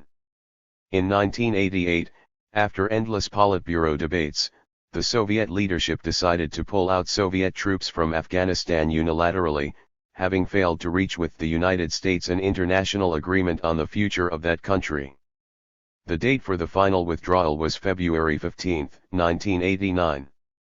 It was much more difficult for Gorbachev to announce an exit from Eastern Europe. The Soviet leadership hoped to synchronize this operation with progress on the scheme of a common European home. Gorbachev admitted to the Politburo that the Soviet Union did not have much time. The status quo in Eastern Europe had lasted only because many in the bloc still did not know how the USSR would react to the crumbling of its sphere of influence. The Soviet leader concluded, they do not know yet that if they pull strongly on the leash, it would snap. 16 Still, nobody in Moscow expected this would happen in just a few months. The UN address of December 7, 1988 was Gorbachev's attempt to accelerate détente with the United States. The Soviet leader wanted to present the Soviet withdrawals from Afghanistan and Eastern Europe as a triumph of his new principles, not as a geopolitical necessity or an admission of defeat. At first, he seemed to succeed. His speech was received with stormy applause and made Gorbachev hugely popular in Western Europe. It also impressed Reagan immensely. The US president became convinced that the Cold War was over. Yet, the public triumph concealed the fundamental fragility of Gorbachev's position. After the UN speech and at a meeting on Governor's Island, Reagan innocently asked Gorbachev about the progress of perestroika. Gorbachev blushed, momentarily interpreting the question as an expression of mockery. There was in fact no progress to report, only grave problems. 17. The incoming Bush administration deceived Gorbachev's expectations. George H.W. Bush had had an impressive Cold War career, ambassador to China, CIA director, member of the Ford administration, and then vice president in the Reagan administration. Whereas the Reagan team had been chaotic, wrangling, and inconsistent, Bush's team was steady, coherent, and prudent. The National Security Advisor Brent Scowcroft and Secretary of State James Baker were a powerful duo, next to the President, to steer U.S. security and foreign policy respectively. They had lived through the attacks of the American right on the détente of the 1970s as being an appeasement of the Soviets. They regarded Gorbachev's initiatives and vision as dangerous atmospherics. The Soviet nuclear arsenal was intact, Soviet armies still stood at the heart of Europe, and Moscow's arms and money propped up regimes in Afghanistan, Vietnam, Africa, Cuba, and Nicaragua. The Soviet military-industrial complex continued to build weapons, including chemical and biological, banned by international accords. Bush, Scowcroft, and Baker believed that Gorbachev had beguiled Reagan. The CIA's Robert Gates ascribed changes in Soviet foreign policy to the impact of Reagan's program for building a missile defense system, SDI. That program, Gates reported to Bush, had allegedly convinced even the most conservative members of the Soviet leadership that the USSR would not be able to undertake such an incredibly expensive program itself and that major internal changes were needed in the USSR. In a word, Gorbachev's new thinking was simply a child of necessity, a crafty strategy to seduce the West into the project of modernizing and re-energizing the Soviet economy and resume Soviet expansion. Bush and his team wanted to press the Soviet leader more into reducing his nuclear arsenal and unconditionally withdrawing from all parts of the Soviet Outer Empire. 18. In January 1989, the Bush administration declared a reassessment of relations with the Kremlin, which only lasted for 6 months. During this time, Gorbachev's troubles escalated. The Soviet Union, in fact, became a different place, a whirlpool of political and economic turmoil. Even decades later, Gorbachev still nursed hard feelings about those in the West who had misjudged or ignored his good intentions. But he made an exception for Ronald Reagan. 19. Revenge of the past. Gorbachev's circle of reformers consisted mostly of ethnic Russians from the Russian Federation and intellectuals from Moscow. None of them had personal memories of bloody ethnic clashes or nationalist atrocities. All of them assumed that the vast majority of Soviet citizens identified themselves with their Soviet homeland. Gorbachev wrote about his own homeland of Stavropol as a multi-ethnic milieu, in a remarkable polylinguistic, multifaceted, heterogeneous environment. For him and his entourage, the Leninist ideology of internationalism blended with the humanist, inclusive ethic of the Russian intelligentsia, at least those who sympathized with national liberation movements and considered xenophobia to be evil. 20 The reformers, as a result, were ill-equipped to deal with a load of national problems they had inherited from the past. The Soviet Union was a minefield of nationalist grievances and aspirations. It had been forged by Bolshevik ideology, blood and iron on the remnants of Tsarist Russia. The Bolshevik Party, an international band of revolutionaries, had developed a sophisticated policy on nationalities. Stalin and some other Bolsheviks had suggested that the country they occupied should be called the Russian Soviet Socialist Federation. Lenin, however, objected to this. His idea was to regard the Great Russians, the ethnic cultural mainstay of the old empire, as the oppressor nation and all non-Russian nationalities along the periphery of the USSR as the oppressed. He insisted that the country should be called the Union of Soviet Socialist Republics, a confederation of titular nationalities, with institutions and even the right of exit from the Union. Lenin's view prevailed. In December 1922 the Union was created as a constitutional accord of 4 republics, the Russian Soviet Federative Socialist Republic, RSFSR, Soviet Ukraine, Soviet Belorussia, and the Transcaucasian Soviet Socialist Republic. The Bolsheviks subsidized and promoted non-Russian nations, using resources and cadres from Moscow and St. Petersburg to create their science academies, writers' unions, filmmaking studios, literary journals, etc. 21. Following Lenin's death in 1924, in practice, Stalin governed the Soviet Union more and more as a unitary state. The national communist parties were held together by the iron grip of the Bolshevik Party, VKPB, later the Communist Party of the Soviet Union, CPSU. The Soviet Army did not have national formations. The KGB had branches in the republics, yet they were all subordinate to Moscow. The commander-in-chief of both powerful institutions was the General Secretary of the CPSU. The State Bank of the USSR, located in Moscow, issued currency for all the republics and autonomous regions. Most of the big economic assets in the territories of every republic of the Union, factories, plants, energy utilities, gas and oil pipelines, were Union property, controlled by the central ministries in Moscow. All those checks and balances against Russian nationalism continued to work well for decades, helping the regime to rule the multi-ethnic polity. Yet, the Soviet leadership remained a prisoner to the Leninist principle of full independence for the republics. 22. In 1985, when Gorbachev came to power, the Czech Marxist historian Miroslav Hrich defined three phases of nationalism in Eastern Europe. Phase A was the emergence of an idea of a nation by elite activists, usually historians, linguists, and other intellectuals who studied the past, languages, and cultures. Phase B was the period of patriotic agitation, and Phase C was the mass movement that leads to the creation of a nation-state. 23 In the Soviet Union, however, and in just 3 or 4 years, this scheme would be collapsed into one phase. Some nations on its territory had already existed for centuries, others had been constructed by the Soviet dictatorship, even as anti-Soviet nationalists were being ruthlessly suppressed. A leading scholar of nationalism in the USSR, Mark Singer, observes that before Gorbachev people simply never faced the opportunity or the necessity of choosing between loyalty to the Soviet order and loyalty to one's ethnic identity. He continues, despite the seriousness and complexity of Soviet nationality issues on the eve of perestroika, at the time Soviet ethnic problems appeared to most observers to be significant but hardly unmanageable. 24. Andropov and the KGB had known, however, that national party cadres and the national intelligentsia could become a nucleus of national movements in separate Soviet republics. Andropov, recalls his aide Arkady Volsky, was obsessed with the idea of downplaying the role of nationalities in the constitutional structures of the Soviet Union.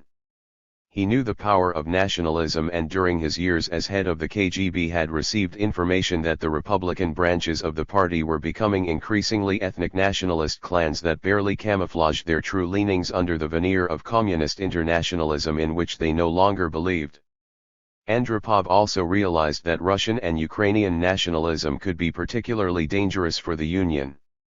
The General Secretary gave his aide a secret order: let's get rid of the national partition of the country. Present your ideas on the organization of states in the Soviet Union according to population and economic rationale, so that the title nationalities would be faded out. Draw me a new map of the USSR. 25 Volsky recalled that he drew up 15 drafts, but Andropov rejected all of them. The devil was in reportioning industrial objects across the states in such a way that the notion of states would make economic and budgetary sense. I shudder when I recall this mission, Volsky remembered. Andropov and his aide redrew the borders and reshuffled the lists of enterprises that belonged to one region or another. Volsky turned for help to his friend, the nuclear physicist Yevgeny Velikov. We came up with 41 states. We finished the project, with all proper charts, but by that time Andropov got very ill. The idea of radical constitutional reform was shelved. Volsky was convinced that Andropov could have pushed reform down the throats of the Republican elites, at least to a certain extent. Had he had time to approve the project, I can say with full confidence, party secretaries who later would become heads of independent states would have applauded this wise decision of the party. 26. Could Andropov have undone 70 years of Soviet national construction? Would the potentates of the Soviet republics and autonomous regions, backed by their ethnic clans, have swallowed such a proposal? This proposition remains untested. Instead, under Gorbachev the Soviet Confederated Constitution became a minefield. The first alarm bell about the growing power of nationalism rang for Gorbachev's Politburo in December 1986, when the Kazakh students in Alma-Ata, capital of the Kazakh Republic, came out in an anti-Russian demonstration, protesting at the removal of the Republican Party boss Dinmuhamed Konoyev. The protests were repressed in predictable Soviet style, with 2,400 students arrested, over 450 injured, and 2 killed. For Gorbachev, Konoyev had been Brezhnev's appointee and belonged to the past.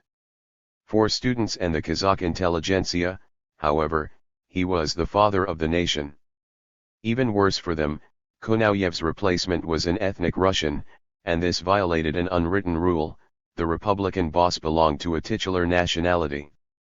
At the Politburo, some members correctly concluded that the turmoil in the Kazakh Republic originated with the national intelligentsia and the national party cadres. Thank God, said Yakovlev, they still do not talk about the destruction of the Soviet Union. Gorbachev unexpectedly objected, "Which God do you have in mind? For us Lenin is the only God in these matters." If he had managed to rescue the correct policy on nationalities from Stalin, we would not be in this situation. At the time of Lenin's death, the Soviet Union had 5,200 national territorial entities.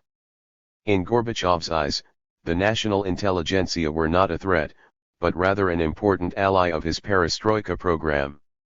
"Any punitive measures are very dangerous," he concluded. "Martyrs and saints immediately emerge." Those words would define Gorbachev's attitude to nationalism for the rest of his career. A multinational polity, Gorbachev believed, could be harmonized only when Soviet institutions were fully empowered. 27. This approach backfired most severely in South Caucasus. This area, surpassing the Balkans in ethnic complexity, was a pressure cooker for virulent local nationalisms. Created on the ruins of the Russian Empire in 1918-20, Georgia, Armenia, and Azerbaijan were pawns in the geopolitical games of the great powers. These territories were then conquered by the victorious Bolsheviks. 28 Also, as in the Balkans, old ethnic hatreds flared up over the region of Nagorno-Karabakh, an autonomous territory within Azerbaijan. In February 1988, within a week, 1 million Armenians were out in the streets of Yerevan, demanding the transfer of the region to Armenia. The rally was peaceful, but the response to this demand in Azerbaijan was violent. A bloody pogrom in Sumgait, a working-class area near Baku, took the lives of 30 people. The Azeri police did not intervene. 29. This conflict became the most serious test of Gorbachev's leadership since the disaster at Chernobyl. In Gorbachev's entourage, Shuk Nazarov knew most about the long history of the Armenian-Azeri conflict. His family descended from the Karabakh's Armenian nobles and had taken an oath of allegiance to the Russian Tsars. Shuk Nazarov was convinced that the feud between the two peoples could be solved only by force. Moscow, he thought, had to stop the ethnic cleansing, and ensure security for both the Armenians and the Azeris. Yet Gorbachev and his Politburo colleagues were gripped by the paralysis of will. After a few fatal days of delay, just like after the explosion at Chernobyl, Gorbachev finally decided to dispatch a military force from Russian regions to Azerbaijan. But it was ordered not to open fire and not to arrest those involved in the pogrom in Sumgait. While the Politburo procrastinated, a mass exodus of civilians shook both republics, and mass protests paralyzed the local party authorities. Gorbachev was extremely reluctant to use force even after the horrific news emerged from Sumgait. He neither declared an emergency nor demanded an official investigation of the crisis. 30. Instead, indecisive himself, Gorbachev went after the Republican leaders, Armenia's Karen Demirchin and Azerbaijan's Gidar Aliyev, blaming them for their inaction. Gorbachev privately and unfairly blamed the two men for provoking people against perestroika in order to protect themselves. 31 He appealed for moderation to the Armenian intellectuals, who were the main agitators of the nationalist cause. At a confidential meeting with two of them, Gorbachev naively asked them not to raise the territorial issue.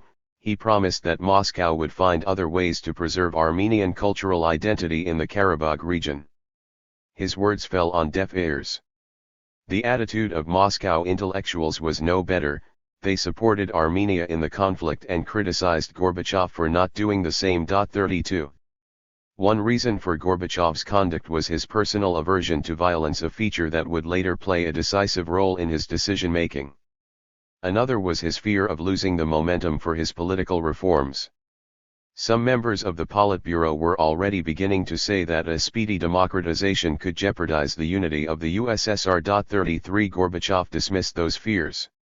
He urged them to engage fresh forces, including the intelligentsia of both republics. 34 In March 1988, he traveled to Yugoslavia, the socialist country where economic decentralization had created a constitutional and political crisis. After this trip, Gorbachev told the Republican Party leaders, "What has happened to Yugoslavia should not happen to us." 35 His recipe, however, was to create people's fronts, and informal associations of the national intelligentsia in the republics to support Perestroika. 36 The future would soon show that those preemptive initiatives amounted to adding oil to the fire. In October 1988, as the Armenian-Azeri crisis raged on, Gorbachev had to admit to Chernihiv and Shukhnazarov that the fresh forces in the party, as well as Armenian intellectuals, had failed his expectations. He was at a loss what to do next. If I knew what to do, I would bypass any dogmas. But I don't know. 37.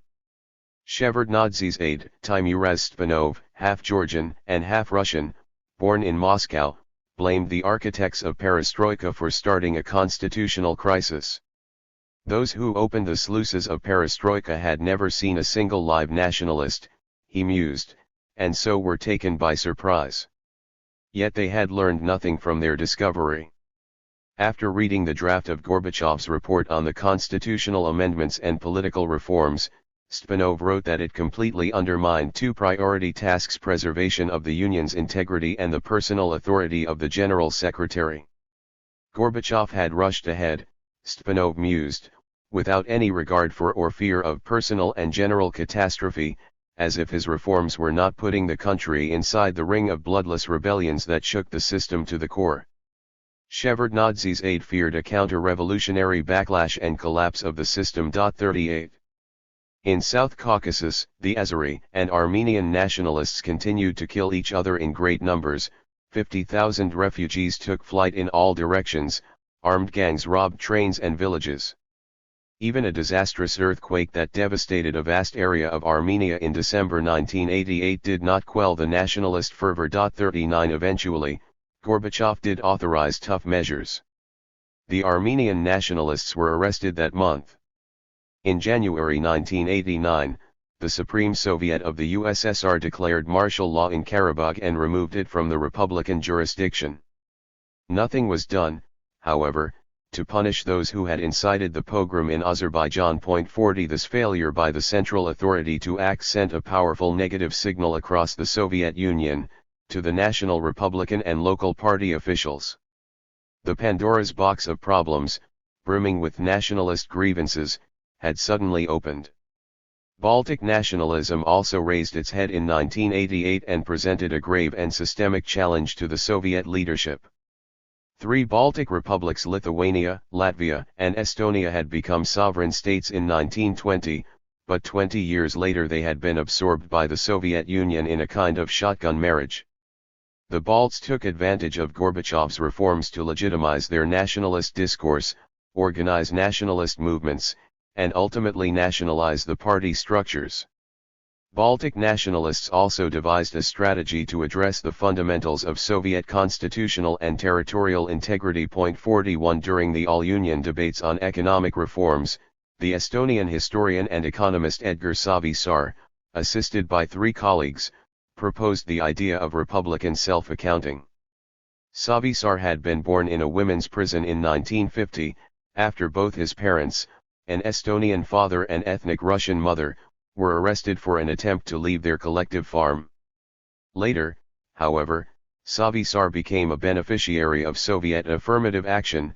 He got a university degree in Tartu and began to work for Estonia's government as an economic planner. He knew the Soviet system inside out. His proposal was nothing short of a camouflaged bomb planted under the Moscow-centered pyramid of power. An idea similar to republican self-accounting was at the root of the demise of Yugoslavia. Surprisingly, Savisaar received the full support of both Gorbachev and Rizhkov. The Balts were the ones who gave Gorbachev the idea of popular fronts as a way to preempt ethnic conflicts and violence. In April 1988, Savisaar went on Estonian television to propose a democratic movement in support of Perestroika. In August, Yakovlev traveled to Vilnius and Riga and, to the great astonishment of local party leaders, supported this idea. At that time, one expert concludes, the balance of power in Moscow was still crucial for developments in the Baltic republics. Yakovlev's intervention had in fact opened the gates and mobilized the Baltic nationalist cause. 42. Yakovlev's appeasement of the Balts was fully backed by Gorbachev and stemmed from reformist zeal and neo-Leninist ideology. The Kremlin reformers viewed the Baltic republics as the best testing ground for economic reforms and wanted them to set an example for the rest of the Union. Like other educated Russians, they viewed the Baltics as a window into Europe that exhibited higher standards of civil consciousness. In his report to the Politburo, Yakovlev assured his colleagues that he was not able to detect in the Baltics any single act of a nationalist, anti-Soviet, anti-Russian, anti-perestroika nature.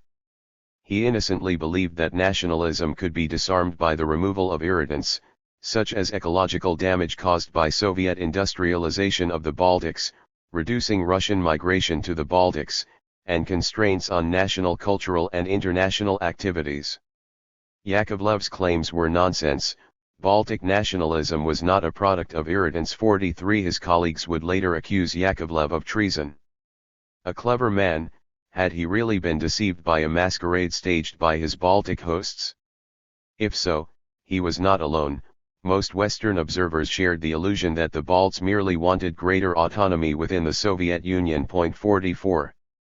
Glasnost and the revelations of past crimes upended the precarious balance in the Baltic republics between the enemies of the Soviet state and those who defended it. Gorbachev appointed Yakovlev to be co-chair of a Politburo commission on the victims of Stalin's repressions, which began work in June 1988. The repressions carried out in the Baltic states after their incorporation into the Soviet Union were part of the story. Even the Baltic party leaders, Karl Vaino in Estonia and Boris Pujo in Latvia, urged the Politburo to give their political assessment to the mass deportations from the republics in 1940 and 1949. The Commission's investigations, just like Khrushchev's earlier efforts, revealed awful details of terror campaigns. Yakovlev did not expect, however, that the Balts would use the archival glasnost to question the Soviet annexation of Estonia, Latvia, and Lithuania. For the Baltic nationalists, the German-Soviet Non-Aggression Pact of 1939 was a secret deal that had sealed this annexation. The Soviet government had always denied it. Around 1988, however, Gorbachev discovered in Stalin's archives a copy of the German-Soviet secret protocols. He decided to keep this discovery under wraps. And he did not share the explosive secret even with Yakovlev. 45. The Balts took full advantage of Gorbachev's gamble of radical political reform. During 1988, the old party cadres in the Baltic party organizations, loyal to the party's central control, had been removed as backward-thinking enemies of reform. The new party leaders, Algirdas Brazauskas in Lithuania and Anatolijas Gorbanovs in Latvia, were anti-Stalinist and nationalist-minded. The national intelligentsia used Soviet cultural institutions, such as the Republican branches of the Union of Soviet Writers and the Academy of Sciences, to organize political movements. The Popular Front for Perestroika Support, Ravarene, in Estonia, the Latvian Popular Front in Riga, and the Reform Movement, Sąjūdis, in Lithuania. The scholars of Baltic independence viewed this moment as a point of no return in the mobilization for independence. In October 1988, Sąjūdis elected as its chairman Vytautas Landsbergis, a musicologist and an intractable adversary of Gorbachev. The leaders of pro-independence Baltic movements realized that the most viable strategy for them would be to promote the independence of all titular nationalities of the Soviet Union. They aimed their sights at Belorussia, Ukraine, and above all the Russian Federation, the Slavic core of the Socialist Empire. They set up Russian-language media that promoted Baltic democracy as an example for other republics. They offered venues and logistics for the first gatherings of popular fronts and nationalist associations in Belorussia and Georgia, as well as in Moscow and Leningrad. In the following years their efforts would yield results that surpassed even their boldest imagination. 46. In November 1988, a group of conservative Politburo members toured Estonia, Lithuania, and Latvia, and returned to Moscow horrified. Separatism, they reported, had become the new national consensus in the Baltics. The Baltic intelligentsia were playing a double game. They were telling visitors from Moscow tales of perestroika, but in the streets they were shouting, "Russians go home." The KGB, the Soviet army and police back to Moscow. Down with the dictatorship of Moscow. Immediate exit from the Union. The Baltic nationalists agitated for the primacy of republican laws over the Union's constitutional order. 47 The head of the KGB, Viktor Chebrikov, said that no concessions would satisfy the Balts. Everyone expected Gorbachev to take a firm stand. The Baltic challenge threatened to derail radical political reform on the eve of its emergence. Anatoly Lukyanov helped Gorbachev change the Soviet constitution and design the new institutions proposed to create a legal firewall to prevent probable Baltic secession. The exit of even one republic from the Union, Lukyanov said at the Politburo, could trigger a constitutional crisis. The way to proceed, he argued, was to turn the future Congress of People's Deputies into a powerhouse that would be able to cancel republican laws when they clashed with the Union laws. Yakovlev, Medvedev, and Gorbachev's aides all protested. Such a proposal, they argued, would lead to a unitary state and would be applauded by Russian chauvinists and Stalin's admirers. Gorbachev also objected. Perestroika, he said, should fulfill the Leninist promise of full rights for all nationalities. He and Rizhkov wanted the Baltic republics to have economic autonomy and prove that economic decentralization could work. Lukyanov subsequently removed his proposal. 48.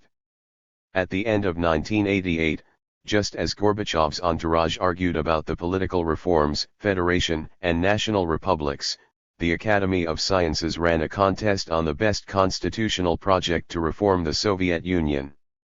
Two young scholars from a Moscow-based academic think tank came up with a formula: a new union could become a federation if it possessed a very strong center. The scholars were invited to the party headquarters on the Old Square for a discussion. An official told them that the political line was different. We need a strong center, but also strong republics. The scholars responded that it was only possible to have one or the other. Stronger republics meant a confederation and potential disintegration. They left the party headquarters shaking their heads. They don't understand a thing. The absurd principle of a strong center, but also strong republics continued to frame Gorbachev's approach to nationalism, as well as to economic and political reforms. 49. The constitutional changes, approved at the end of 1988, did not create a firewall against Republican nationalism. Equally, it made the Republican elites unhappy and defiant. According to the new political order, the republics would be given only a third of the seats in the forthcoming Congress of People's Deputies instead of a half as during Brezhnev's time. 2/3 of the seats would be eligible on the principle of one person one vote or elected by public organizations, most of which were located in Moscow. The Congress would be able to create ethnic autonomies within existing republics. Reacting to the reforms, Estonia's Supreme Soviet voted to make Estonian law capable of overriding Soviet laws, and claimed that all natural and economic resources on Estonian territory could no longer be controlled from Moscow. Gorbachev argued for the transition of more economic rights and property to all Soviet republics, while simultaneously obstructing the exit of any republic from the USSR. He admitted that the Baltic nationalists had called his bluff and had begun to use political liberalization to prepare for their unilateral secession. Still, Gorbachev persevered in stating that perestroika would succeed and its economic results would help to solve the problem of nationalist unrest. In February 1989, he invited the party and government leaders of the Baltic republics to Moscow. Voronikov, Chebrikov, and other Politburo conservatives told Gorbachev that his plans would lead to disaster. The diktat of the center, said Voronikov, may be replaced by a diktat of republics. Cherniev, in his private diary, feared that an open clash with the Baltic independence movements could have the same effect as Brezhnev's invasion of Czechoslovakia in 1968. Perhaps it would be better to let the Baltics secede, continue pushing ahead with perestroika, and start improving the lives of ordinary Russians. 50 Gorbachev was convinced that the deep integration of the Baltics into the Soviet economy, as well as the Slavic majority, would prevent Baltic secession. The center, he argued, would retain control over the military-industrial complex, pipelines, power plants and grids, communications, and other strategic assets. The Baltic leaders, as expected, eagerly embraced the offer of economic autonomy from the Kremlin and returned home. 51. In February 1989, Shukhnazarov wrote to Gorbachev that the only alternative to conflict in the Baltics was the incorporation of people's fronts into the emerging political system, as a check on the party conservatives. He also pushed for a law that would make the exit of a republic from the USSR possible only after a popular referendum. Lithuania's nationalists, he argued, would not be able to pass this test. Such a constitutional change could have been approved at a special party plenum and stamped by the Supreme Soviet, before political reforms started and before the Congress of People's Deputies convened. One-third of the Soviet constitution had been changed in exactly this way during 1988.52. Inexplicably, Gorbachev waited for more than a year to implement Shuknazarov's idea of an exit law. Into the storm. "My father thinks that Gorbachev is an idiot," said a son of Deng Xiaoping to an American journalist in 1990.53. Deng, a loyal lieutenant of Mao Zedong, had started a new era in China in 1978 by lifting the communist ban on a market economy in the countryside, and then throughout the rest of the Chinese economy. Aside from the release of the productive energies of hundreds of millions of peasants, Deng opened free economic zones to foreign investment. Rapid economic growth caused social inequality, inflation, and discontent. In May 1989, crowds of Chinese students, along with many other young people and sympathizers, took to the streets of Beijing and occupied Tiananmen Square. They demanded a return to socialist justice and equality, but also democracy. By coincidence, Gorbachev had simultaneously arrived in Beijing for the first Soviet-Chinese summit since 1959. Students greeted Gorbachev as their hero and cited his neo-Leninist rhetoric of socialist democracy. They also cheered Zhao Ziyang, a younger reformist member of the Chinese leadership, as a potential Chinese Gorbachev. After days of embarrassment and hesitation, the Chinese leaders made a brutal decision: they sent the army to crush the protest, killing many students. Zhao Ziyang and other liberalizers among the party ideologues were ousted from the leadership. Deng acted with the same logic that Andropov had expressed in 1983. He relied on the army, security services, and the ruling party to stay in control and continue reforms. 2 years later, Deng relaunched the market initiatives that resulted in 3 decades of unprecedented economic growth and prosperity for hundreds of millions in China.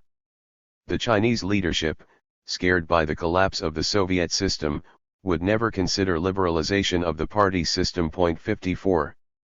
William Taubman, who quotes Deng Xiaoping's verdict on Gorbachev, concedes that Gorbachev put the cart, political reform, before the horse, radical economic reform. The Soviet leader's conservative colleagues in the Politburo thought so as well. Still, Gorbachev's biographer, as well as other scholars of perestroika, have dismissed Deng's verdict. The success of authoritarian reforms in China, they argue, was a unique case and could not be repeated under Soviet conditions. 55. China, although in many ways a communist clone of the USSR, had fundamentally different starting conditions for reforms. Gorbachev could not release the energy of the peasantry in the way Deng did. Soviet agriculture, no more than 20% of the total workforce, had long been a state-subsidized business. China could leave its old industries, 15% of the total economy, alone, while creating a new market industrial sector. The Soviet economy was industrialized to an absurd extent, and its mono-industrial cities had no chance of surviving under market conditions. China's economy tapped into peasants' savings and foreign investments. The Soviet budget was overloaded by a safety net of 100 billion rubles paid as pensions and social benefits to Soviet citizens, as well as subsidies to external clients and internal republics. Moscow was losing billions of rubles because of oil prices and ill-fated economic decentralization. 56. More important, however, were Gorbachev's intentions. He never considered China a model for his reforms and, in contrast to Deng, pursued a global ideological mission. The Chinese, he said to Chernihiv, had not solved the main problem, how to link personal interests with socialism, the problem that preoccupied Lenin. 57 The Soviet leader believed the Soviet Union had human and scientific resources to reclaim a world leadership in new technologies. Democratization would tap into this potential. In May 1989, during his stay in Beijing, Gorbachev turned to his entourage of intellectuals. Some of those present here have promoted the idea of taking the Chinese road. We saw today where this road leads. I do not want the Red Square to look like Tiananmen Square. The Soviet leader believed that history had spoken in favor of the road he had taken. 58. With this conclusion in mind, Gorbachev passed his own verdict on Deng Xiaoping. At his press conference in Beijing, Gorbachev declared, "We became convinced that we cannot succeed with reforms unless we dismantle the command administrative system." 59 An emotional Chernihiv, Gorbachev's alter ego, had expressed the same sentiments a few months earlier. The old regime must go, should be destroyed, and only then can society, acting on the instincts of self-preservation, resurrect itself from scratch. The Chinese communist leadership, which had just emerged from the shadow of the Cultural Revolution, preferred brute force to reclaim the mandate of heaven. Gorbachev, as his loyal aide Shuk Nazarov recalled in 1992, lacked the guts to have his Tiananmen.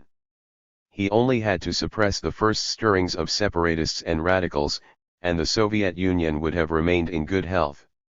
This, however, would have meant bidding farewell to his glorious dream of bringing democracy to our country and would have dealt an irrevocable blow to his personal prestige as a reformer.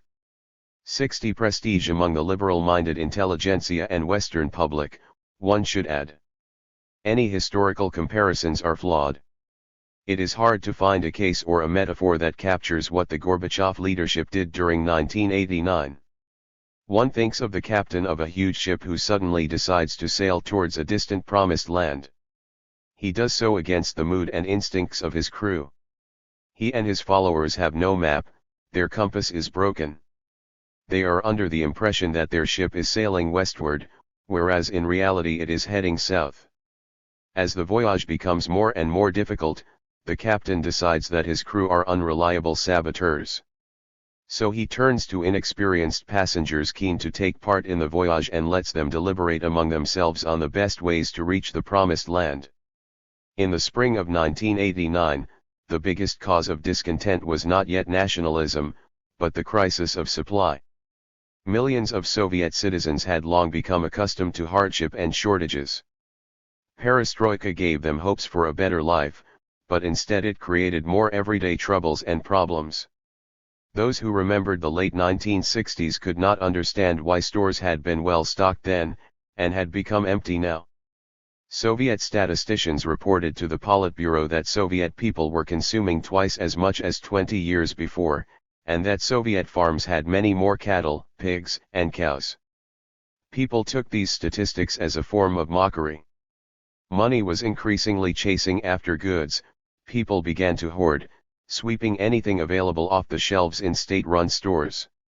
Even products that had been widely available in 1985, such as sugar, soap, and detergent, now disappeared from the shelves. The daily hunt for food items left people, especially women, standing in line for hours after work. One region after another introduced rationing of basic goods. Stores became barren in Moscow and Leningrad as well. State enterprises purchased food products directly from agro-farms or warehouses and distributed them among their employees. People were becoming exhausted and furious with the local bosses and top leadership. 61. 1988 knocked us off. Nikolai Ryzhkov, head of the Council of Ministers, complained to his Politburo colleagues. The most alarming indicator was the budget deficit, projected to grow to 120 billion rubles by the end of 1989. It was one-third of the entire budget, an unprecedented situation since the end of World War II.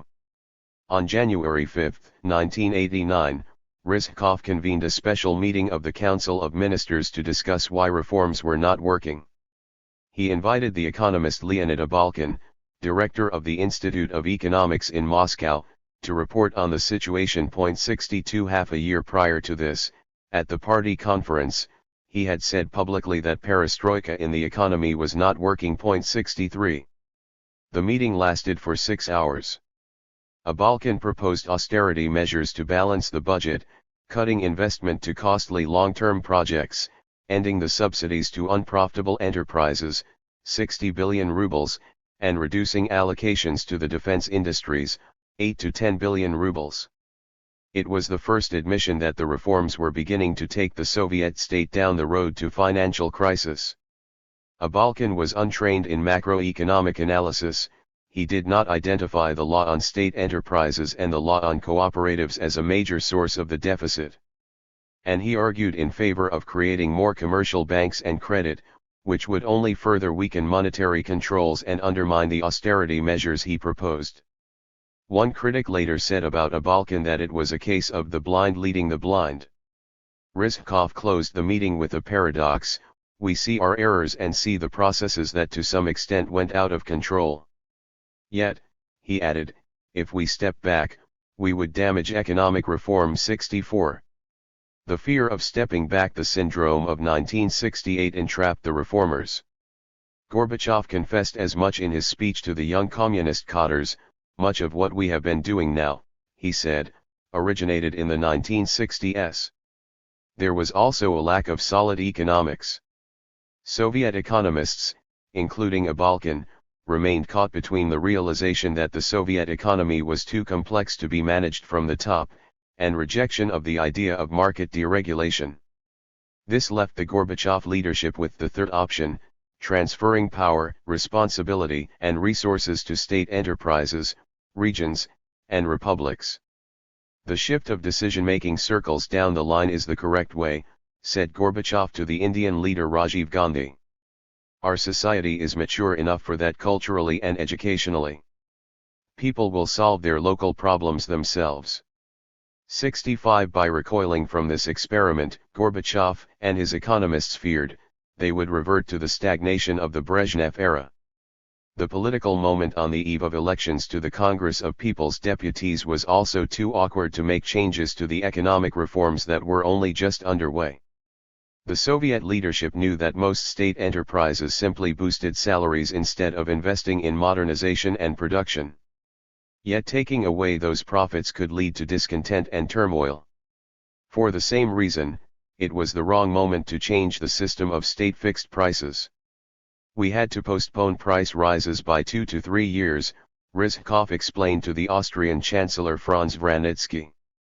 Otherwise social explosion, the society was not prepared. Gorbachev was of the same opinion. 66. Abalkin's austerity program quickly ran into a wall of departmental lobbyism. The agricultural sector employed 28 million people and included established, and hugely inefficient, conglomerates and chains of supply. A notorious case was the beef industry. It consisted of thousands of farms established during Brezhnev's time. Poorly equipped, with unskilled peasant personnel, they were monuments to waste and required annual subsidies and imports of wheat and additive vitamins from the West, in exchange for gold and hard currency. Gorbachev and Rizhkov decided to give those farms more options, including the right of leasing and forming cooperatives, while continuing the subsidies. The utopian nature of this reform was obvious. Peasants, after 2 generations of being violently repressed by the state, just wanted to continue receiving their small salaries and pensions, keep their little plots, but they had no other ambition. Gorbachev was genuinely puzzled as to why peasants were not eager to embrace his emancipation. Meanwhile, without coercion from the party, farmers were not interested in transporting food to the cities at the low purchase prices fixed by the state. In the fall of 1988, Soviet farms failed to deliver to the state 1/3 of their harvest. They wasted or lost another third. Gorbachev's Politburo faced a dilemma: to raise purchase prices or import more food from abroad. 67. The Politburo was badly split on this issue. Ligachev, supported by other colleagues, proposed to raise allocations in order to pay farmers more for the same output, in order to incentivize them. Rizkov objected furiously. He wanted to cut subsidies to the most inefficient collective farms and food-producing plants. Ligachev retorted that if that were to happen he would be unable to prevent food shortages in the cities. The two powerful officials could not conceal their mutual hatred. The top leaders of the country, Cherniev ruefully observed, have been barking at each other over the issue, why this store lacks milk, and another lacks cream or kefir. Meanwhile, mountains of cabbage have been rotting in storage, and are not found in stores. 68 Ligachev, however, had a point. Without subsidies and higher purchase prices, without coordination and organization between the party and state authorities, there would be no food on the shelves. Voronikov, another conservative, wrote in his diary about what happened. Structures of agriculture were left disorganized, the party committees were removed from management, and the local councils had no power to act. 69. Another obstacle to a Balkans austerity program was the entangled problem with the military-industrial complex, MIC. In the Western imagination, the Soviet MIC was a sinister, powerful lobby that drained the country's resources, denied people decent living standards, caused Chernobyl and other man-made disasters, and stood as a reactionary wall against Gorbachev's reforms. In reality, it was a prize jewel of the Soviet economy consisting of 7 huge ministries that commanded 1,500 plants, enterprises, and laboratories with 9.5 million employees and workers. It amounted to 7% of the total Soviet labor force. The leadership of the MIC estimated its fixed assets, such as plants and equipment, at around 111 billion rubles, 6.4% of the Soviet economy.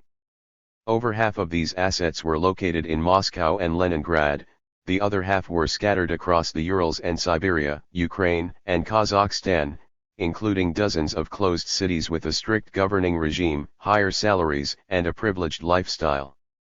The MIC had been the pet project of Stalin, and was vastly expanded under the rule of Khrushchev and Brezhnev. Its greatest achievements included the creation of nuclear weapons and the launch of Sputnik. Its very greatest achievement was to reach strategic parity with the United States. The MIC expanded enormously during the Cold War, and all its plants, factories, and labs remained in wartime mode. In other words, they maintained production capacities calculated as sufficient for a period of full-scale war. 70 In 1988, all Soviet leaders, even the most conservative, agreed that the Soviet Union should sharply reduce the costs of militarization and cut its defense budget. The MIC, however, remained central to Gorbachev's dream of scientific technical modernization of the Soviet Union. The Soviet leader was determined to have fewer guns but more butter in the future, yet he wanted to keep the MIC as a vehicle for taking the Soviet Union into the electronic automatic age. He was perplexed, one American scholar observed, that one economic sector could accomplish so much that the rest of the economy seemed incapable of replicating. Much of his groping toward reform of the Soviet economy was based on an effort to resolve that paradox, to discover the secret of the defense industry and apply it to the rest. 71 Much of the 200 billion in rubles earmarked in 1986 for acceleration was supposed to go toward the MIC structures. Between 1985 and 1988, state investments in electronics doubled. In November 1988, Gorbachev got another boost of confidence that those investments would pay off. The Soviet space program successfully launched, orbited, and landed a missile shuttle called Energy Buran. The program employed about 1 million people from 1,200 enterprises across the whole Soviet economy. The budget was astronomical, $27 billion in today's prices. The 100-ton spaceship was similar to the U.S. Space Shuttle and was able to land in a completely automatic manner, guided by computers. For the Soviet leader this was proof that, after a few years, the MIC would haul the rest of the Soviet economy out of its morass. 72. So, investments into the MIC facilities and labs continued.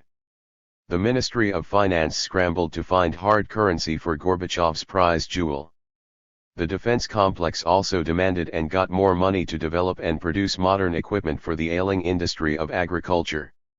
The MIC took over the control of 250 plants that produced civilian goods, in an attempt to increase both their quantity and quality. Gorbachev authorized all those decisions.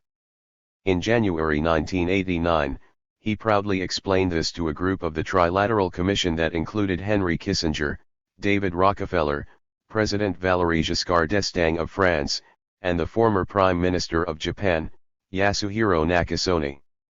Some ardent friends of perestroika in the Soviet government, Gorbachev said, had urged him to do anything to provide goods for the market in order to avoid a people's revolt. Gorbachev explained why he had rejected this proposal. We have been thinking not about 1 or 2 years, but about creating an economy that would yield us what we need in the quantity and quality of required goods. For that, we need structural policies, the course towards scientific technical progress. We made very big investments in this sphere. 73. On January 25, 1989, Gorbachev left Moscow for a winter break. He flew with Raisa to Pisunda, a government dacha on the Black Sea. It was the resort where Nikita Khrushchev had vacationed in October 1964, on the eve of the coup that deposed him. The KGB reported to Gorbachev that many in the party ruling elite increasingly doubted the direction of perestroika. The number of discontents, judging by KGB estimates, reached 60 to 70% of the top party elite, members of the Central Committee who, according to party rules, could elect and dismiss the General Secretary. Gorbachev, however, was not afraid of a conspiracy. The political and constitutional changes had secured his position. Also, Gorbachev had his own appointee as the new head of the KGB, Vladimir Kryukov, appointed in October 1988. Having been Andropov's lifetime aide, Kryukov was a bureaucrat without political ambitions, and he apparently enjoyed the full trust of the General Secretary. 74. The main concern for Gorbachev in Pisunda was different: how to continue perestroika. As always, he turned to Lenin for a clue. Before leaving for Pisunda, the Soviet leader found time to read Lenin in Zurich, a documentary pamphlet written by the Russian anti-communist émigré Alexander Solzhenitsyn. It was published in 1975, after Solzhenitsyn was expelled from the Soviet Union at Andropov's suggestion. Solzhenitsyn's piece was a documentary study about the Bolshevik leader in 1916, on the eve of the Russian Revolution, when Lenin was living as a political émigré in Switzerland, was bored, and complained he would never live to see action again. The pamphlet tore to pieces the myth of a kind and humane Lenin. Solzhenitsyn used Lenin's correspondence with his lover Inessa Armand and other people to present a revolutionary fanatic who ranted and raved at his enemies and disciples alike. Solzhenitsyn also made a point that Russian nationalists had been making since 1917. Lenin viewed the Russian state and people as fuel for his world revolution. In the Soviet Union the pamphlet remained taboo, its reading was punished by imprisonment. Gorbachev's copy had been printed specially for the high party nomenklatura. In a long monologue to Cherniv after reading the pamphlet, Gorbachev admitted that Lenin was a destroyer, and always alone against everyone. In front of his surprised aide, the excited Gorbachev began to impersonate Lenin, mimicking his style and gestures, his accent and favorite words, his acrimony and ire. This bizarre performance lasted for over an hour. 75. Lenin's political loneliness resonated with Gorbachev.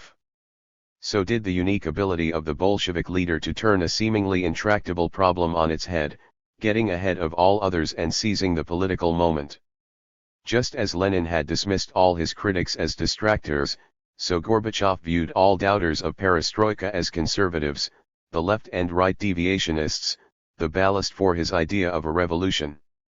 Prompted by KGB reports, Gorbachev decided to purge the remaining old guard, about 100 octogenarian members of the top state nomenklatura who had remained in the party's Central Committee because of their past achievements and service.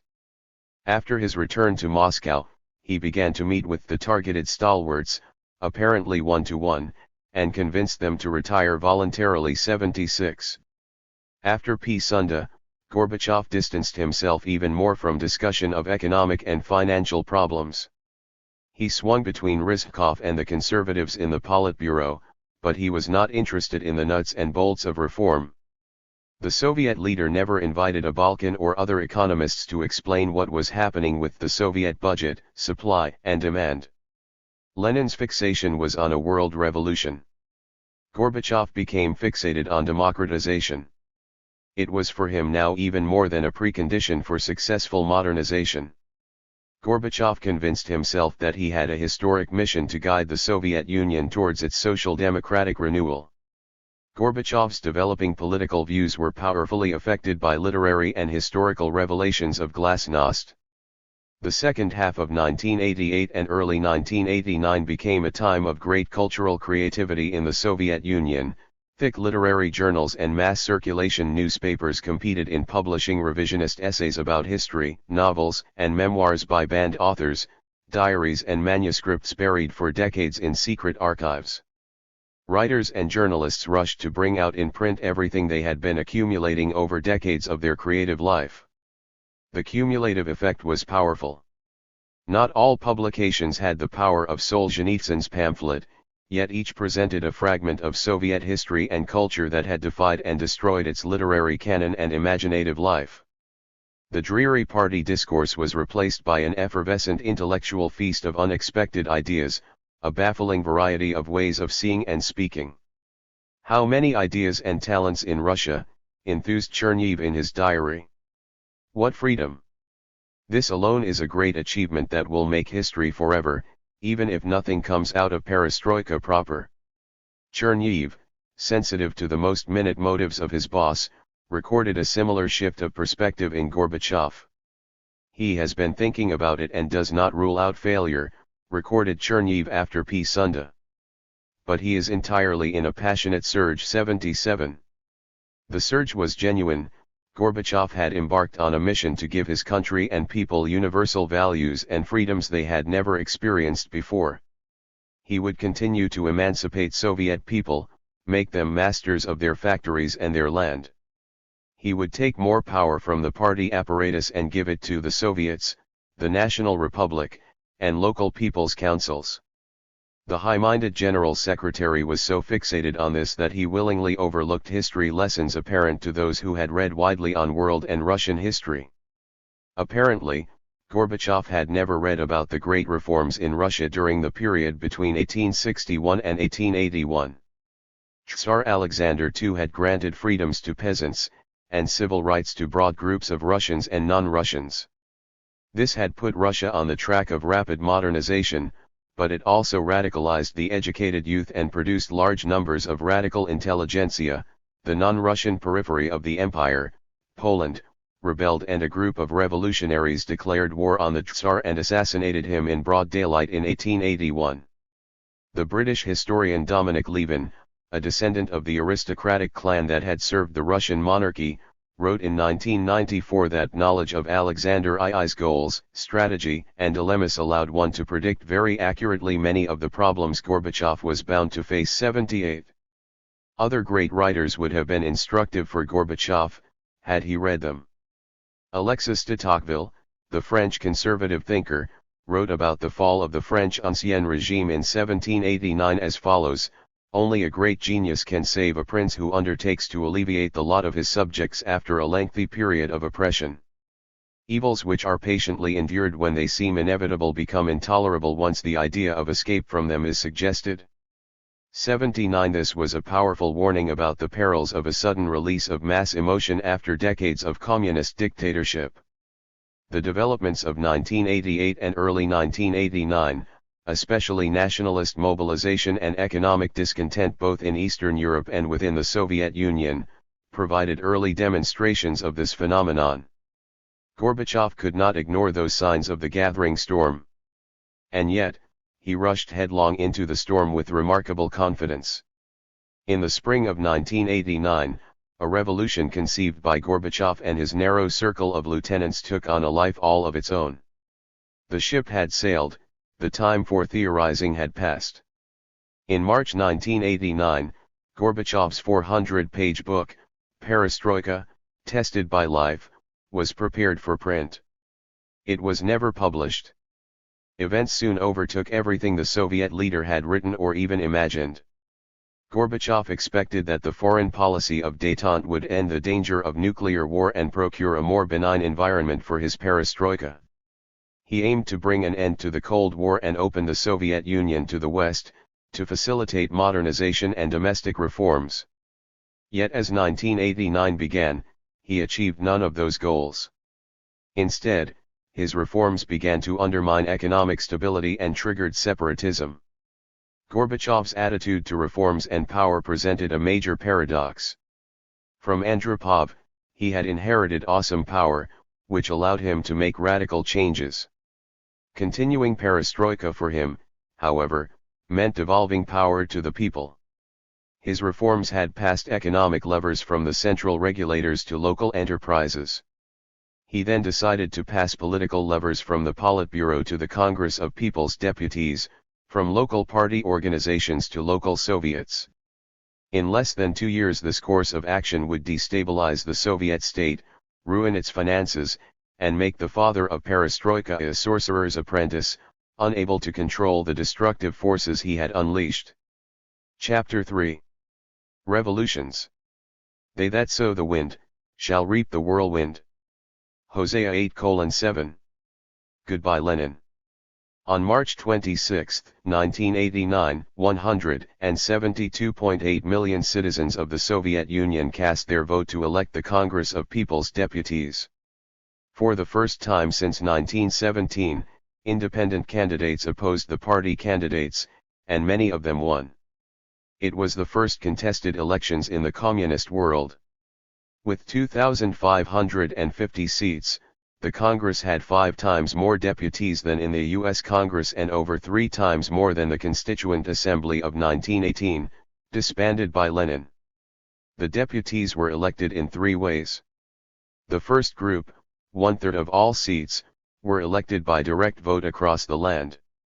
The second 1/3 came from the national territorial districts, representing the multinational nature of the Soviet Union. The Russian Soviet Socialist Republic elected 403 deputies, the largest bloc among the republics of the USSR. The densely populated Ukraine followed with 143 seats. The small autonomies, such as Crimea and Tuva, elected 1 deputy each. The last group was elected by public organizations and represented the main segments of Soviet elites. The Communist Party, also considered a public organization, had a quota of 100 seats. Radical critics would soon speak about the Red Hundred in reference to the violent Black Hundred movement that had supported Tsarism in the 1900s. They could not have been more wrong. Gorbachev selected the party list and included in it many of his favorite intellectuals. 1. In the Baltics, the nationalist movements won almost all 22 national seats, yet they also prudently supported the reformist party leaders, among them Lithuania's Algirdas Brazauskas. The main electoral upheaval, however, took place in the Slavic core of the country. Party leaders lost their seats against completely unknown candidates in 32 major industrial regions of Moscow, Leningrad, the Urals, Siberia, and Donbass. In Leningrad and Moscow both workers and the intelligentsia voted against party candidates. None of them got elected. In the all-Moscow elections, Boris Yeltsin ran as an independent against the party-nominated director of a big automobile plant. Gorbachev unleashed the wave of people's wrath against party bureaucracy, and his rival rode this wave. Yeltsin projected resolve. His theatrical speeches, punctuated by movements of his big fist, had a mesmerizing effect. He received 89% of the ballot, over 5 million votes out of a total population of 8.8 million. Even state officials, including diplomats, the police, KGB officers, and the military, voted for Yeltsin in overwhelming numbers, and surprisingly, those votes were counted fairly. 2. Gorbachev viewed the results of the elections as a trial by fire for the party and concluded at the Politburo, "We must avoid intimidating people and ourselves. Shevardnadze and Yakovlev praised the triumph of democracy under a one-party system. Rizhkov, a potential scapegoat for the poor party performance, sided with Gorbachev. 3 The rest of the Politburo, however, refused to see black as white. Lukyanov urged Gorbachev to restore control over the press and television. He also proposed to delay the second phase of political reforms.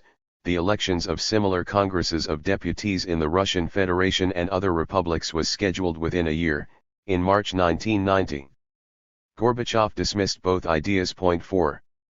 On April 25, the Soviet leader faced the wrath of regional party elites. The first party plenum after the elections began with a requiem for the old guard who now stepped down. This big group included managers and scientists who had begun their career under Stalin and turned the Soviet Union into a nuclear superpower. Their farewell speeches were calm and dignified. Then the storm broke. The new party potentates from the industrial regions, promoted under Gorbachev, took the floor and lashed out against perestroika. Most vocal critics had just won competitive elections in their regions, yet they were convinced that the country was on the road to economic disaster and political turmoil. Several speakers from the Urals and Siberia said that the law on enterprises undermined productivity, prices, and management. The cooperatives were looting the market of cheap consumer goods. All critics were Russians, and they also raised questions about the Politburo's policies on national issues. Why did the leadership appease the Armenians and the Balts, giving them a greater share of economic resources? Why were glasnost journals and newspapers allowed to present the party apparatus as the source of evil? Did the Politburo really consider the regional party cadres as the main enemies of reform? 5. Gorbachev answered these questions with lengthy explanations, repudiating the accusations. Voronikov, a Politburo conservative, described Gorbachev's manner of address as a stream of words, complicated, intricate phrases. In the end, all that verbiage confused the issue so much that people from different camps began to think that the General Secretary actually supported its position. A Western scholar later interpreted this as a rhetorical skill to deflect the hardliners. Privately, Gorbachev spoke angrily of the plenum as a coordinated attack against his course of action. He noticed that no one from the Politburo stood up against his critics, and this only reaffirmed his determination to transfer political power from the party's elite to the Congress of People's Deputies. 6. Gorbachev hoped that the Congress would empower the best forces within the party and produce a new political elite. He was counting especially on the support of the Soviet intelligentsia, the educated class to which he and Reza felt they belonged.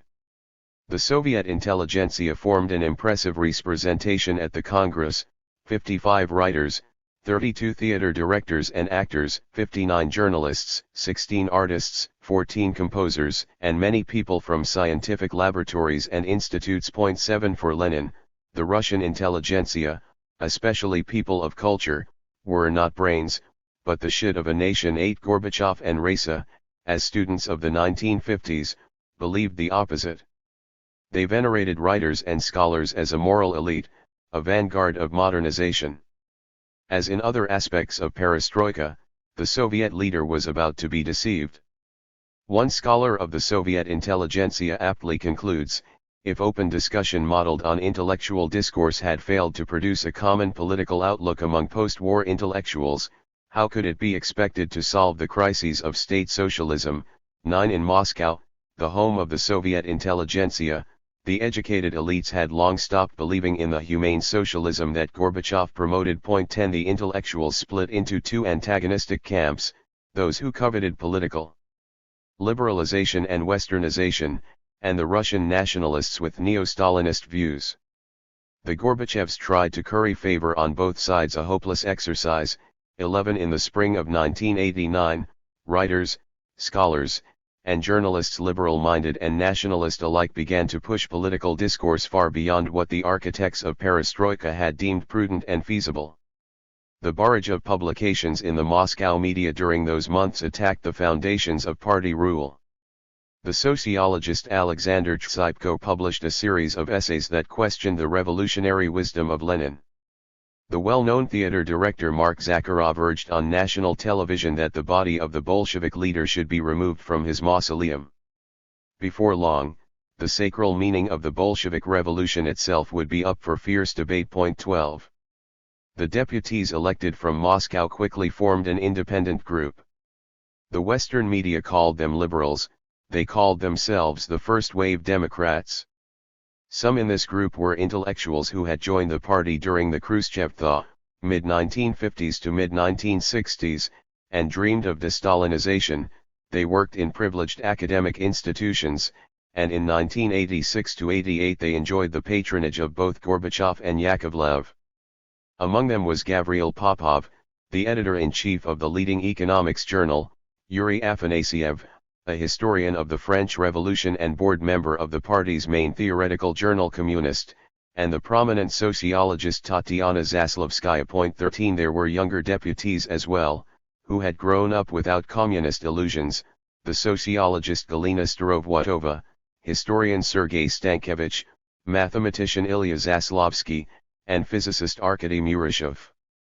The KGB's General Philip Bobkov, whom Andropov had tasked in the 1970s with keeping the Soviet intelligentsia under control, wrote about such people as a huge force with enormous brain power, who could not claim status and income under the ossified Soviet system.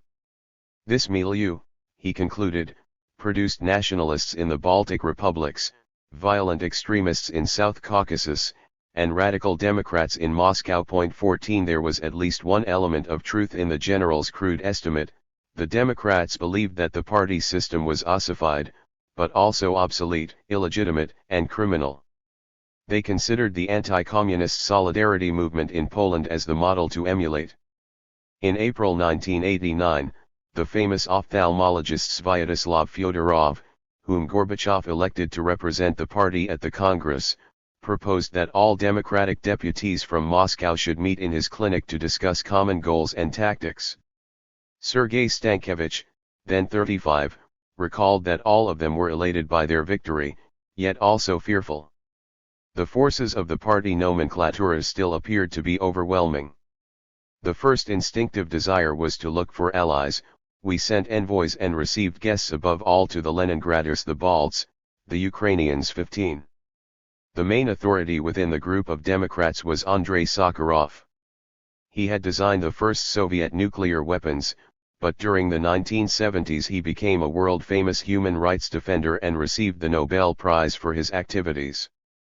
He protested against the Soviet occupation of Afghanistan and spent 1980–86 in exile under KGB surveillance. Gorbachev allowed Sakharov to return to Moscow. In late 1988, with Yakovlev's assistance, Sakharov and other human rights defenders set up Moscow Tribune, a discussion club of intellectuals, and Memorial Society, a non-government organization to commemorate victims of Soviet repressions. When the elections to the Congress had been announced, the leadership of the Academy of Sciences of the USSR did not include Sakharov in the list of delegates. However, when hundreds of young scientists came forward to protest this decision, Sakharov was duly elected. At the meetings of Moscow Democrats in the spring of 1989, Sakharov advocated a liberal democratic agenda, the rule of law, civil society, and human rights. At one point, however, he said with disarming sincerity, "I am a freshly minted, one could say, young politician. But we do not know for how long this thaw will last. A week, 2 weeks? Trust me, it can be snuffed out in an hour." The best tactic for the Russian Democrats, he believed, was to reach for the sky, demand immediate and direct democracy, and tell millions from the podium as many words of truth as they would be allowed to say. 16 This was definitely not what Gorbachev expected or wanted. Meanwhile, other intellectuals, in South Caucasus, helped to produce another explosion of ethnic territorial violence and a new blow to Gorbachev's perestroika. The ethnic minority of Abkhazians, who had autonomy within the Georgian Republic, were emboldened by the constitutional reforms and demanded that Abkhazia should become part of the Russian Federation. Abkhaz intellectuals from Moscow's academic institutions led the movement and wrote an appeal to the central authorities. In response, radical nationalists from the Georgian intelligentsia agitated for an immediate exit of Georgia from the Russian Empire. On 8–9 April 1989, the nationalist mobilization went out of control. In Tbilisi, a huge rally occupied the central square. The party leader of Georgia lost his nerve, fled into hiding, and called on troops, stationed in South Caucasus, to disperse the crowd. The officers and soldiers, mostly ethnic Russians, had no training to deal with civilians and did a hatchet job. 16 men and women died from beatings and a gas attack, trampled in the melee. Overnight the whole of Georgia erupted in a frenzy of anti-Russian, anti-communist revolt. Infuriated, Gorbachev ordered the Minister of Defense not to use force against peaceful gatherings under any circumstances. An emotional Shevardnadze was on the brink of resignation. Cherniv was appalled that a Christian people, much liked by Russians, with whom we had lived for 200 years, want to leave the USSR. He began to envisage lying ahead a collapse of the state and something like chaos. 17. On May 25, 1989, the Congress of People's Deputies opened its first session in Moscow, to huge public expectations. The Politburo member Vadim Medvedev recalled the feelings of his colleagues.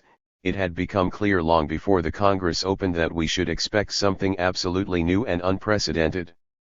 People noticed a historic coincidence.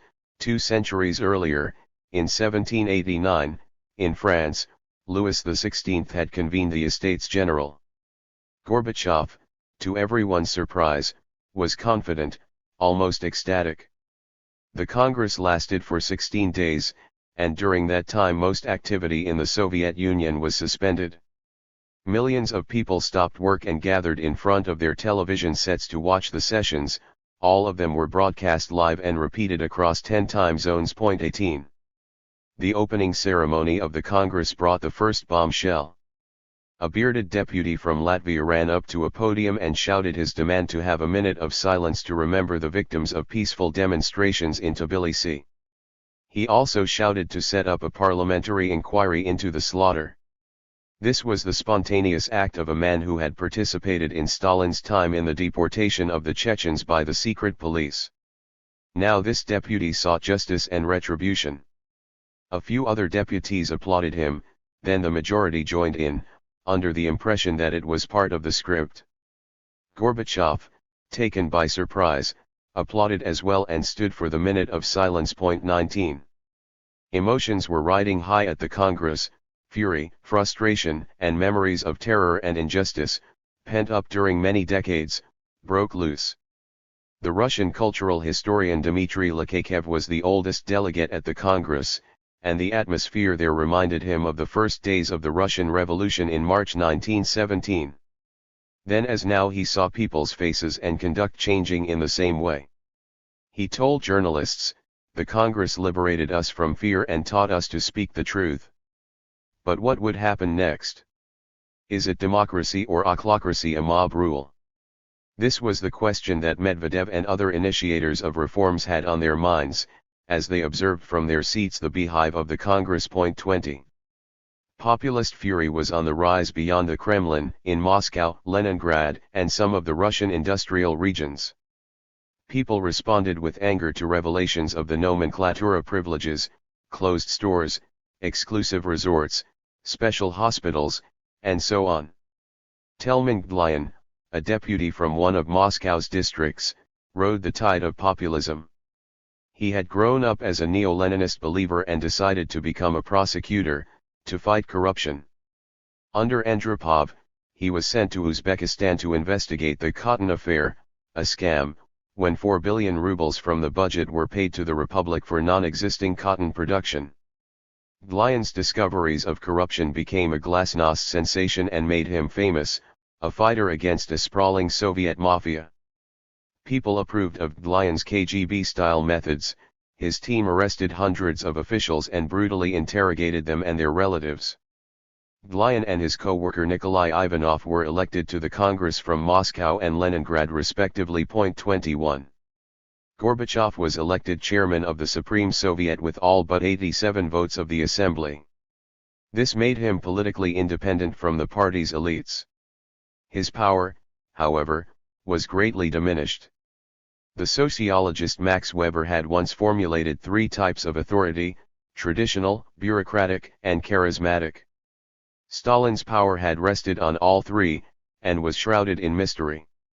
Gorbachev inherited Stalin's authority to promote his revolution, while displaying the genuine charisma of a young, well-meaning leader. The Congress made political power transparent and electable, and thus destroyed its mystery. New charismatic figures took center stage: intellectuals, lawyers, and journalists, who became new national celebrities through their televised speeches. Gorbachev visibly struggled with his new role as a parliamentary leader. He would manipulate a discussion or cut off a microphone. He entered into altercations with others and had to endure insubordination. And he would soon face an opposition. 22. Gorbachev's scheme of democratic socialism tolerated political factions. He allowed the Baltic and Moscow deputies access to the microphones. He cultivated his future antagonists. The Balts came to the Congress in force, almost 100 pro-independence men and women. Their goal in Moscow was to agitate via the Soviet main media, cultivate allies and sympathizers, and do everything to delegitimize the use of force in domestic conflicts. They focused on denunciation of the secret protocols of the Molotov-Ribbentrop Pact of 1939, which they considered a basis for the Soviet annexation of Lithuania, Latvia, and Estonia. Many party state officials in those republics sympathized with this objective. In Lithuania, the party leader Brazauskas and Vytautas Landsbergis, the nationalist leader of Sąjūdis, the reform movement of Lithuania, worked out a plan of action in Moscow, meeting out of earshot of the KGB. 23. The independent-minded Moscow deputies, intellectuals who were grouped around Sakharov, declared that they wanted to support Gorbachev conditionally, in other words only if he adopted their agenda. They interpreted Gorbachev's tolerance as weakness and his attempts to bring order to the discussions on the floor as an intolerable diktat. They aligned themselves with populist figures such as Gdlyan and Ivanov, and cultivated Yeltsin as a unique figure who had fallen from the pinnacle of the power system and now berated it for its corruption and privileges, to the delight of huge crowds of Muscovites. At the Congress, however, the Democrats and populists were still a small minority. During the elections to the Supreme Soviet, the permanent ruling body of the land, the Moscow deputies, as well as Yeltsin and Sakharov, failed to get enough votes. This was not simply because of a conflict between liberals and reactionaries, as the Western media described it. For years people from the provinces had been both envying and hating Moscow as a seat of power and privileges. Now the provincial deputies considered Moscow intellectuals, who posed as Democrats, as a pampered elite, and did not react well to their sermons. The Muscovite deputies exploded. Yuri Afanasyev, in an angry speech, denounced the aggressive obedient majority who were allegedly blocking reforms that were expected by the people. It would become customary for the Moscow intellectuals in politics to speak on behalf of the people against anyone who did not share their agenda. The Politburo's Medvedev recalled, "I was in two minds. Emotionally it was hard to suppress a feeling of revenge against the self-righteous Moscow intellectuals. At the same time, I realized very well that the Supreme Soviet would be unthinkable without the elected Muscovites, Yeltsin, Sakharov, and other independent deputies, that a confrontation and their removal would only aggravate the situation." Gorbachev felt the same way. Yeltsin, the leading rebel, kept a low profile and behaved reasonably. When his supporters proposed his candidacy for the leader of the Supreme Soviet, he prudently recused himself. After a series of procedural moves, however, and with the connivance of Gorbachev, the independents managed to get a seat for Yeltsin in the Supreme Soviet.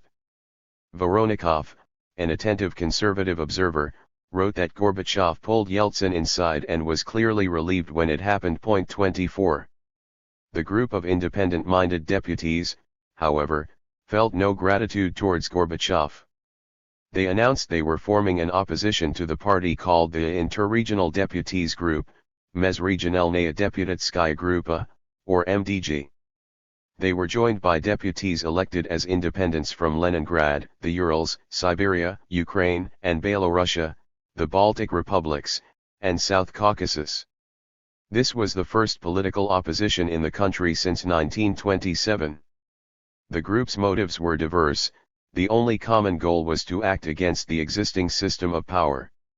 Roy Medvedev, the historian and former Soviet dissident who attended the MDG meetings as an observer, recorded their contradictory demands: transition to a free market, a reduction in the production and export of raw materials for ecological reasons, a rapid increase in the construction of houses and apartments, hospitals, schools, resorts for the handicapped and veterans, and an increase in pensions. The opposition consisted of 250 deputies, over half of them non-Russian nationals. Its coordinating board included Sakharov, Popov, Afanasyev, Yeltsin, and a deputy from Estonia. As a recent dissident, Medvedev recalled, "I felt sympathetic to many of these demands.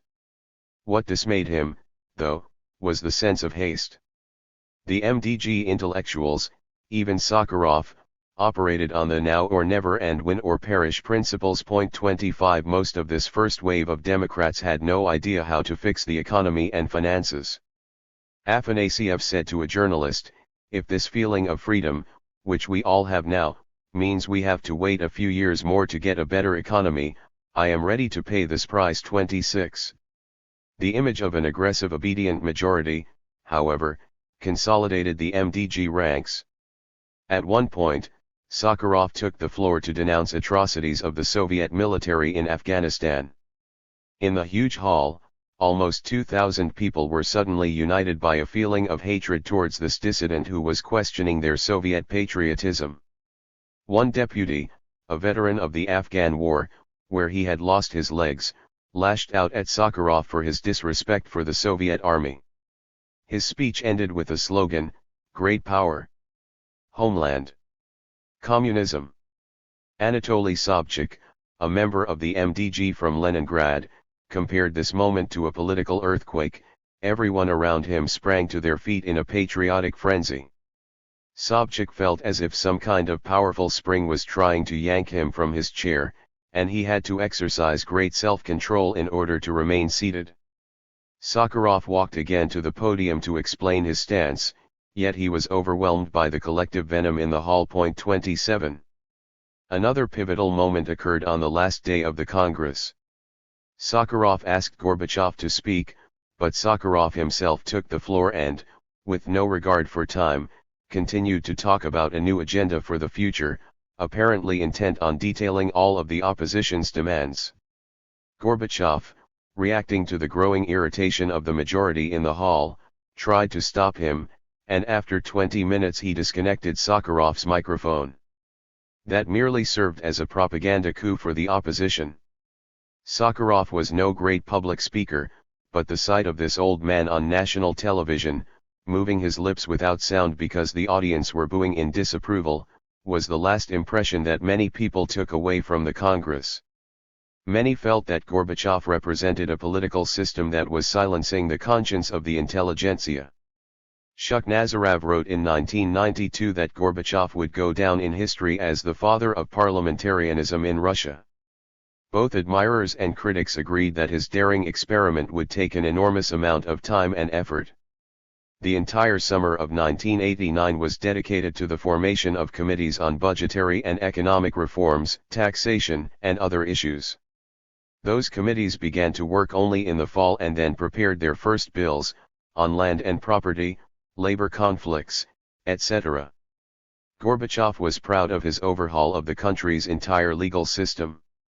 Yet, bills could only be voted into law at the next session of the Congress in December. By that time, the Soviet Union would already be in a full-blown economic and political crisis. 28. The main message of the new Supreme Soviet, created by the Congress, was down with the administrative bureaucratic system. Much of the legislative work was inspired by the desire to create an economy that would be neither totalitarian nor capitalist. The newly minted parliamentarians, showing their zeal to the electorate, presented numerous costly requests to the government to expand the safety net programs.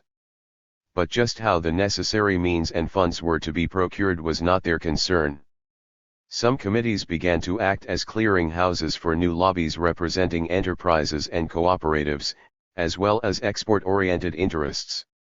To those economic actors, the Supreme Soviet was prone to grant a higher share of profits and lower taxes.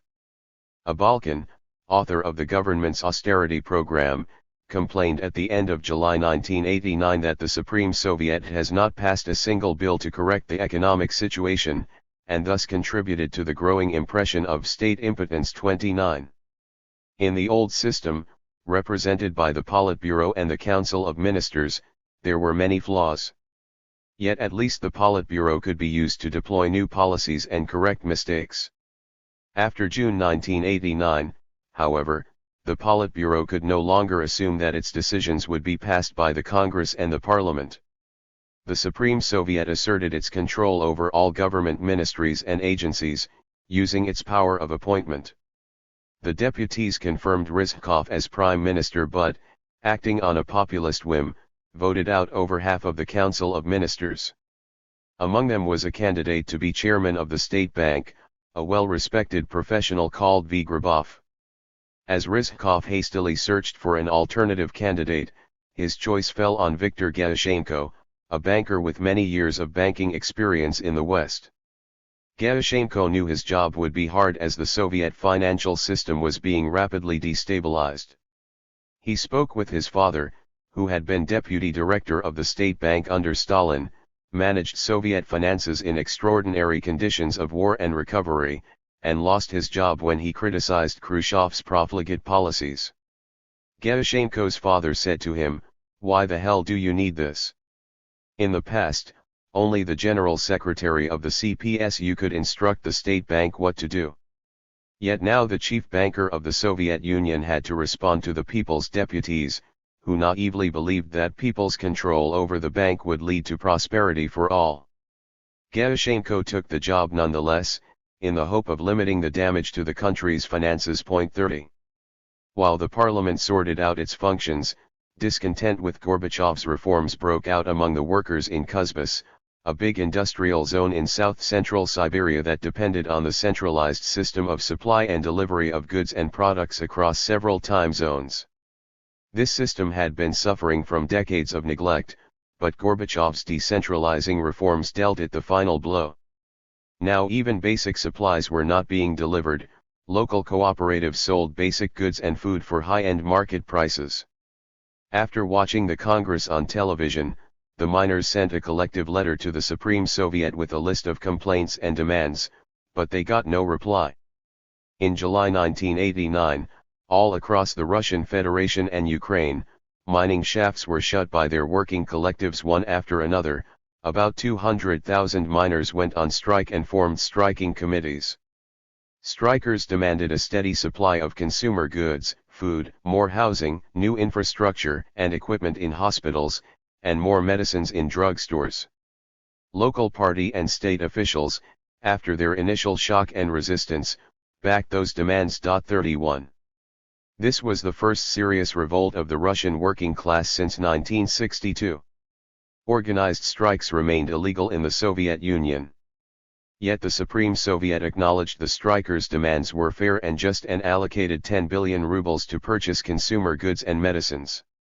Throughout July and August, Rizhkov, his deputies, and relevant ministries in the Council of Ministers negotiated with the miners. The state ministries imported the required goods. Those purchases had to be paid for with foreign credits or sales of gold from state reserves. The coal mining ministry raised the miners' wages. The strikes began to abate. Their cost to the Soviet budget was at least 3 billion rubles, the estimate of total economic losses from strikes stood at 8 billion rubles. The Supreme Soviet continued its politics of economic populism by raising pensions, aid to the handicapped and war veterans, and so on. Gerashenko at the State Bank had to find non-existing funds to pay for this. Balkan's austerity plans were consigned to the dustbin. The state budget deficit grew and would soon be a staggering 100 to 120 billion rubles. 32. Is this capitulation by the rulers? Mused Shevardnadze's aide in his diary. Or is this their alliance with the working class against the conservative swamp? Gorbachev in his memoirs called the miners' strike a stab in the back and perhaps the most serious trial for perestroika.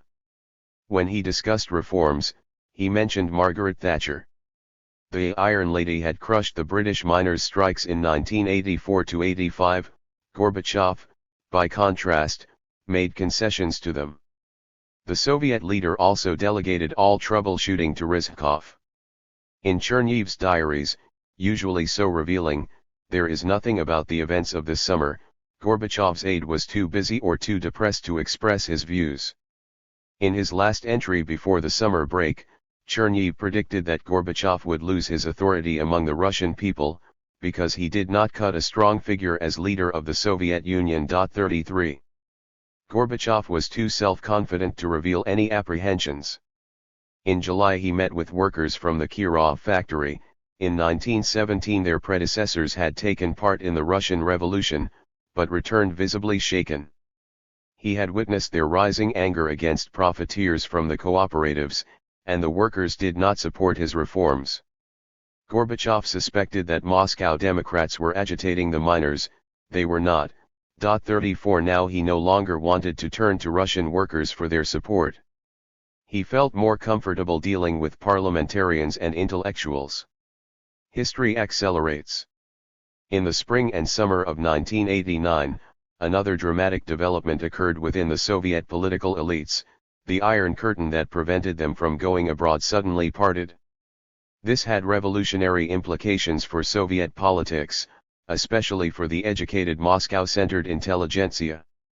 Since Stalin's times, the West had been the forbidden fruit and the object of intense curiosity for Soviet citizens. The post-Stalin intelligentsia held an imagined West as a vital part of their identity, dreams, and cultural self-validation. Several educated cohorts had grown up with a veritable obsession with an idealization of Western culture and music, first jazz, then rock. Many of those people who learned to despise the Soviet system under Brezhnev felt uncritical admiration for all things Western. In Leonid Brezhnev's household, the general secretary and his wife had watched Soviet news and entertainment. Their grandchildren instead watched Western movies and cartoons on a large Sony TV screen with a videocassette recorder, VCR. By 1989, VCRs, along with personal computers, became the most coveted object of social status, as well as an informational tool. Hundreds of new cooperatives began to import and sell them in great numbers on the Soviet market, a trade more lucrative than still illegal currency exchange. Yet nothing could be a substitute for the experience of crossing borders. Trips to the West were the most important status symbol, wrote the Russian scholar Dmitry Furman. See Paris, and die, was a popular joke, but also a dream for many in the Soviet Union. Scientists, artists, dancers, symphony orchestras, and many Soviet Jews lived in fear that they would not obtain clearance from competent organs to cross the Soviet borders for no apparent reason other than that somebody higher up the pyramid of power questioned their loyalty or someone close to them informed on them. Memoirs from the post-Soviet period are replete with anger and drama regarding the abrogation of that clearance. 35.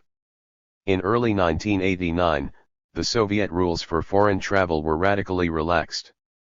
It was no longer necessary to grovel and conform to Soviet authorities, including the party and the KGB, in order to obtain permission for a private trip abroad.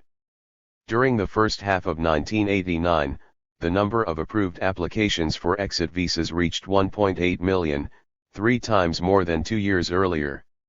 During the same period about 200,000 people received official permission to emigrate, mostly to Israel and the United States. 36 The majority, however, applied for a foreign Soviet passport and a permit to leave the USSR and return for the first time in their life. Bureaucrats and officials, directors of enterprises, cooperative managers, academic scholars, scientists, artists, and actors rushed under the rising curtain. Performers went to perform, artists sold their art, intellectuals delivered talks. The glasnost journalists, academic scholars, government officials, especially those who knew some English and other foreign languages, were in high demand abroad. Western universities, the United States Information Agency, USIA, think tanks, fellowship programs, foundations all used their funds to invite Soviet visitors. Intellectuals were invited by Western foundations. Scholars have studied this phenomenon exclusively as a factor in bringing the Cold War to an end. 37 Yet, it also delegitimized the Soviet system. Most Soviet diplomats, KGB officials, and military representatives abroad had become habituated to navigation between the West and their homeland. They lived in a kind of controlled schizophrenia. Gorbachev traveled abroad several times in the late 1960s and 1970s, and began to see a humiliating gap between the abundance in Western stores and a dearth of goods in Soviet ones. 38 Yet this was nothing compared with the shock that thousands of Soviet people experienced when they crossed Soviet borders and visited Western countries from early 1989 onwards, many of them for the first time. In May of that year, Shevardnadze's aide and speechwriter Timur Spinov wrote in his diary about West Germany, "The devil took us to this federal republic, so groomed, preened, accurate, and caressed, where it is particularly painful to think about my beloved country dirty and exhausted from futile efforts to overcome the utmost ugliness created by the most inhumane regime in the world." A few days later in Irkutsk, on the way to the Sino-Soviet summit, he wrote with even more bitterness, "Who said that my motherland is less beautiful than the German Heimat? It is, however, gutted by the apparatchiks armed with party directives and a never-ending Marxist-Leninist worldview." 39. For first-time Soviet travelers to the West, a visit to a supermarket produced the biggest effect. The contrast between half-empty, gloomy Soviet food stores and glittering Western palaces with an abundant selection of food was mind-boggling. Not a single Soviet visitor was prepared for the sight of pyramids of oranges, pineapples, tomatoes, bananas, endless varieties of fresh fish and meat, in lieu of a butcher cutting chunks from bluish hulks from a freezer, efficient cashiers with a smiling attitude, instead of rude saleswomen doling out greasy cans and jars to a long line of desperately hungry customers. And then actually to be allowed to touch, to smell, to savor.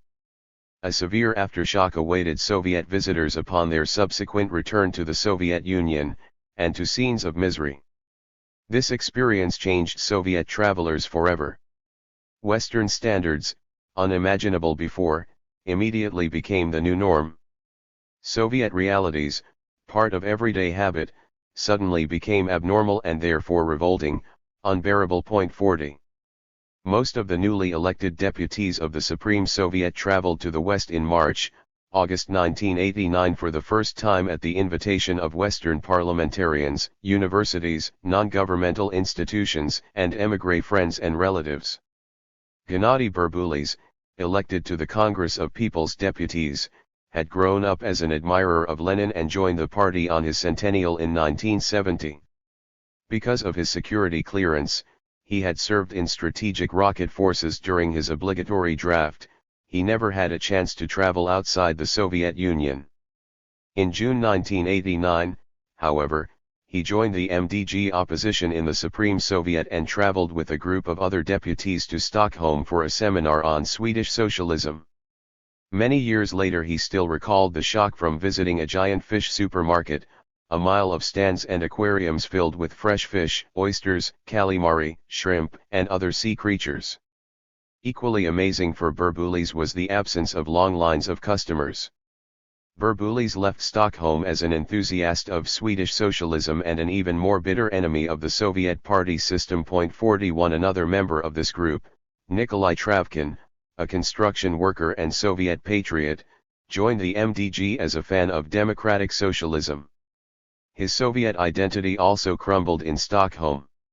He returned to Moscow an angry man, convinced that the communists had been fooling Soviet people all along. In March 1990 he quit the party and launched the Democratic Party of Russia in an attempt to seize power from the nomenklatura. 42. The most consequential eye-opening experience occurred to Boris Yeltsin. In June 1989, he asked the American ambassador Jack Matlock to help him visit the United States. The idea came from Yeltsin's aides Lev Sukhanov and Pavel Voshchanov, who wanted to raise his international profile. Matlock's attempt to contact U.S. congressmen and their staff did not produce results. Then Yeltsin's people discovered Gennady Alferenko, a remarkable cultural entrepreneur, founder of one of the first cultural NGOs of Gorbachev's era. Alferenko specialized in East-West public diplomacy and operated under KGB supervision. He contacted Jim Garrison from the Esalen Institute, an esoteric cultural center in Big Sur, California. The two worked out a 10-day lecture tour for Yeltsin across the United States. The proud Russian wanted to pay for all his expenses abroad. The tour began in New York on September 9, 1989 and covered 11 cities in 9 states. This visit was more intense than Khrushchev's discovery of America in 1959. And it was to have even more impact on the fate of the Soviet Union. 43.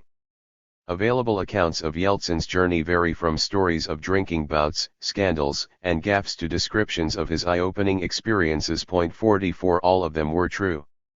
Yeltsin's political agenda was still to build a democratic socialism, but without the party monopoly on power. This was what he wanted to tell Americans and their leaders. He relished attacking Gorbachev on every occasion and in every interview. At the top of Yeltsin's list of engagements was a meeting with President George Bush. Jim Garrison knew Condoleezza Rice, who worked at the National Security Council on Soviet affairs, and contacted her. Ultimately, Yeltsin met instead Bush's national security advisor, General Brent Scowcroft. President Bush dropped by for a chat during that visit. The Russian and his aides left the White House in a triumphant mood. Sukhanov recalled, Yeltsin was the first among the high-placed Soviet leaders who broke the seal on the White House during the rule of Bush. Not Gorbachev, but Yeltsin. 45. The United States was the first country that Yeltsin had ever visited outside the Soviet Union on his own rather than as part of an official Soviet delegation. He was feted and dined by wealthy Americans, flown by private jets, and stayed in the houses of American millionaires. Although he expected the lifestyle of the super-rich to be a never-ending feast, the real shock for him was his impromptu visit to Randall's Discount Supermarket, on the way to Houston Airport. As a regional party secretary, Yeltsin had spent years battling with lack of food supplies in his Sverdlovsk region. His greatest achievement had been to establish a system of poultry farms near Sverdlovsk that supplemented the meager diet of workers in the industrial plants and factories. Randall's supermarket amazed him. This was an average place where the poorest American could buy what even the top Soviet nomenclatura could not back home. In the sweltering Texan desert, Yeltsin and his entourage entered an air-conditioned paradise. The aides saw Yeltsin brooding, as if he was thinking, does this cornucopia exist every day for everyone? Incredible. 46. Yeltsin realized how stupid he must have appeared in the eyes of his American hosts when he repeated the slogans of democratic socialism. He said to his aides, "What did they do to our poor people? Throughout our lives, they told us fairy tales, tried to invent the wheel. And the wheel already exists yet not for us." An aide wrote that the last prop of Yeltsin's Bolshevist mentality decomposed at this moment. After returning from his American trip, while speaking to journalists and his MDG colleagues, Yeltsin regaled them with details of his supermarket visit. He waxed lyrical about the madness of colors, boxes, packs, sausages, cheeses, and rhapsodized that the average American family spent 1/10 or less of their salaries on food, while a Soviet family spent over half of their salaries on food, and more. Yeltsin decided that his mission now was to bring the American dream to the Russian people. 47. The Congress of People's Deputies, the parting of the Iron Curtain, and liberalization in Eastern Europe had a spillover effect on the Baltic nationalists. While the Supreme Soviet of the USSR sat in summer session in Moscow, Lithuanian deputies from Sudėties requested an official visit with the ambassador, Jack Matlock, and asked him point-blank whether the United States would recognize their independence. Matlock, stunned by their audacity and haste, explained that he and the American government were supportive of Baltic independence, yet sovereignty implied full control over the territory of a sovereign state. "So we're on our own?" one Lithuanian asked. Matlock felt stung by this question, but he had to confirm that if Soviet troops used force, the Sujudis nationalists would be as vulnerable as the Chinese students on Tiananmen Square. The West would not even be able to provide economic aid, as long as the Soviet authorities were in control of all ports and communications. 48 Supporters of Baltic independence found no assistance forthcoming in Western Europe either, and even less sympathy. 49. The Congress in Moscow created a special commission to investigate the German-Soviet talks in 1939, it was led by Yakovlev. The existence of a copy of the secret protocols was widely known in the West, where they had long been published. Yet the original documents remained locked away in Gorbachev's personal safe. He refused to acknowledge that Stalin's annexation of the Baltic states was a direct consequence of the deal between the Soviet leader and Hitler. The unconditional denunciation of the pact would have meant that we accept the main guilt for unleashing the Second World War, argued Vadim Medvedev at the Politburo. Gorbachev agreed. Demagogues must be rebuffed. Otherwise, it looks like we waged the Second World War to acquire a miserable agrarian Lithuania. 50.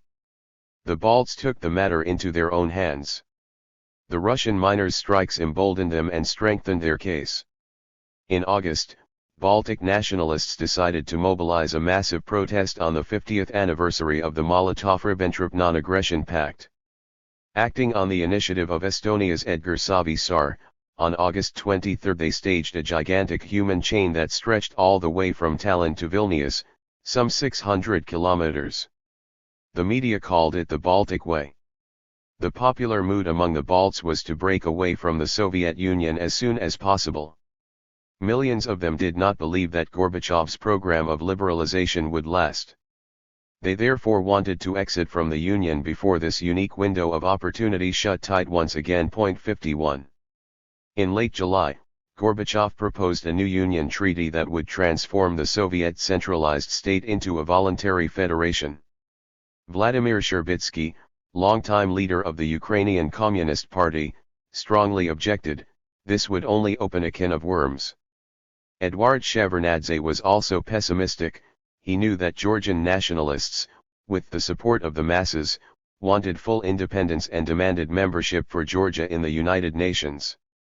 The reconstruction of a federation in turbulent times would only increase the risk of uncontrolled secession.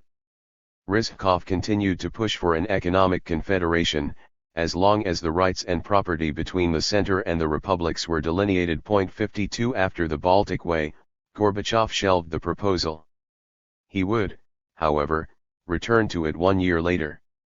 During the summer of 1989, the winds of independence spread to other national republics of the USSR. In Moldova, nationalists demanded independence.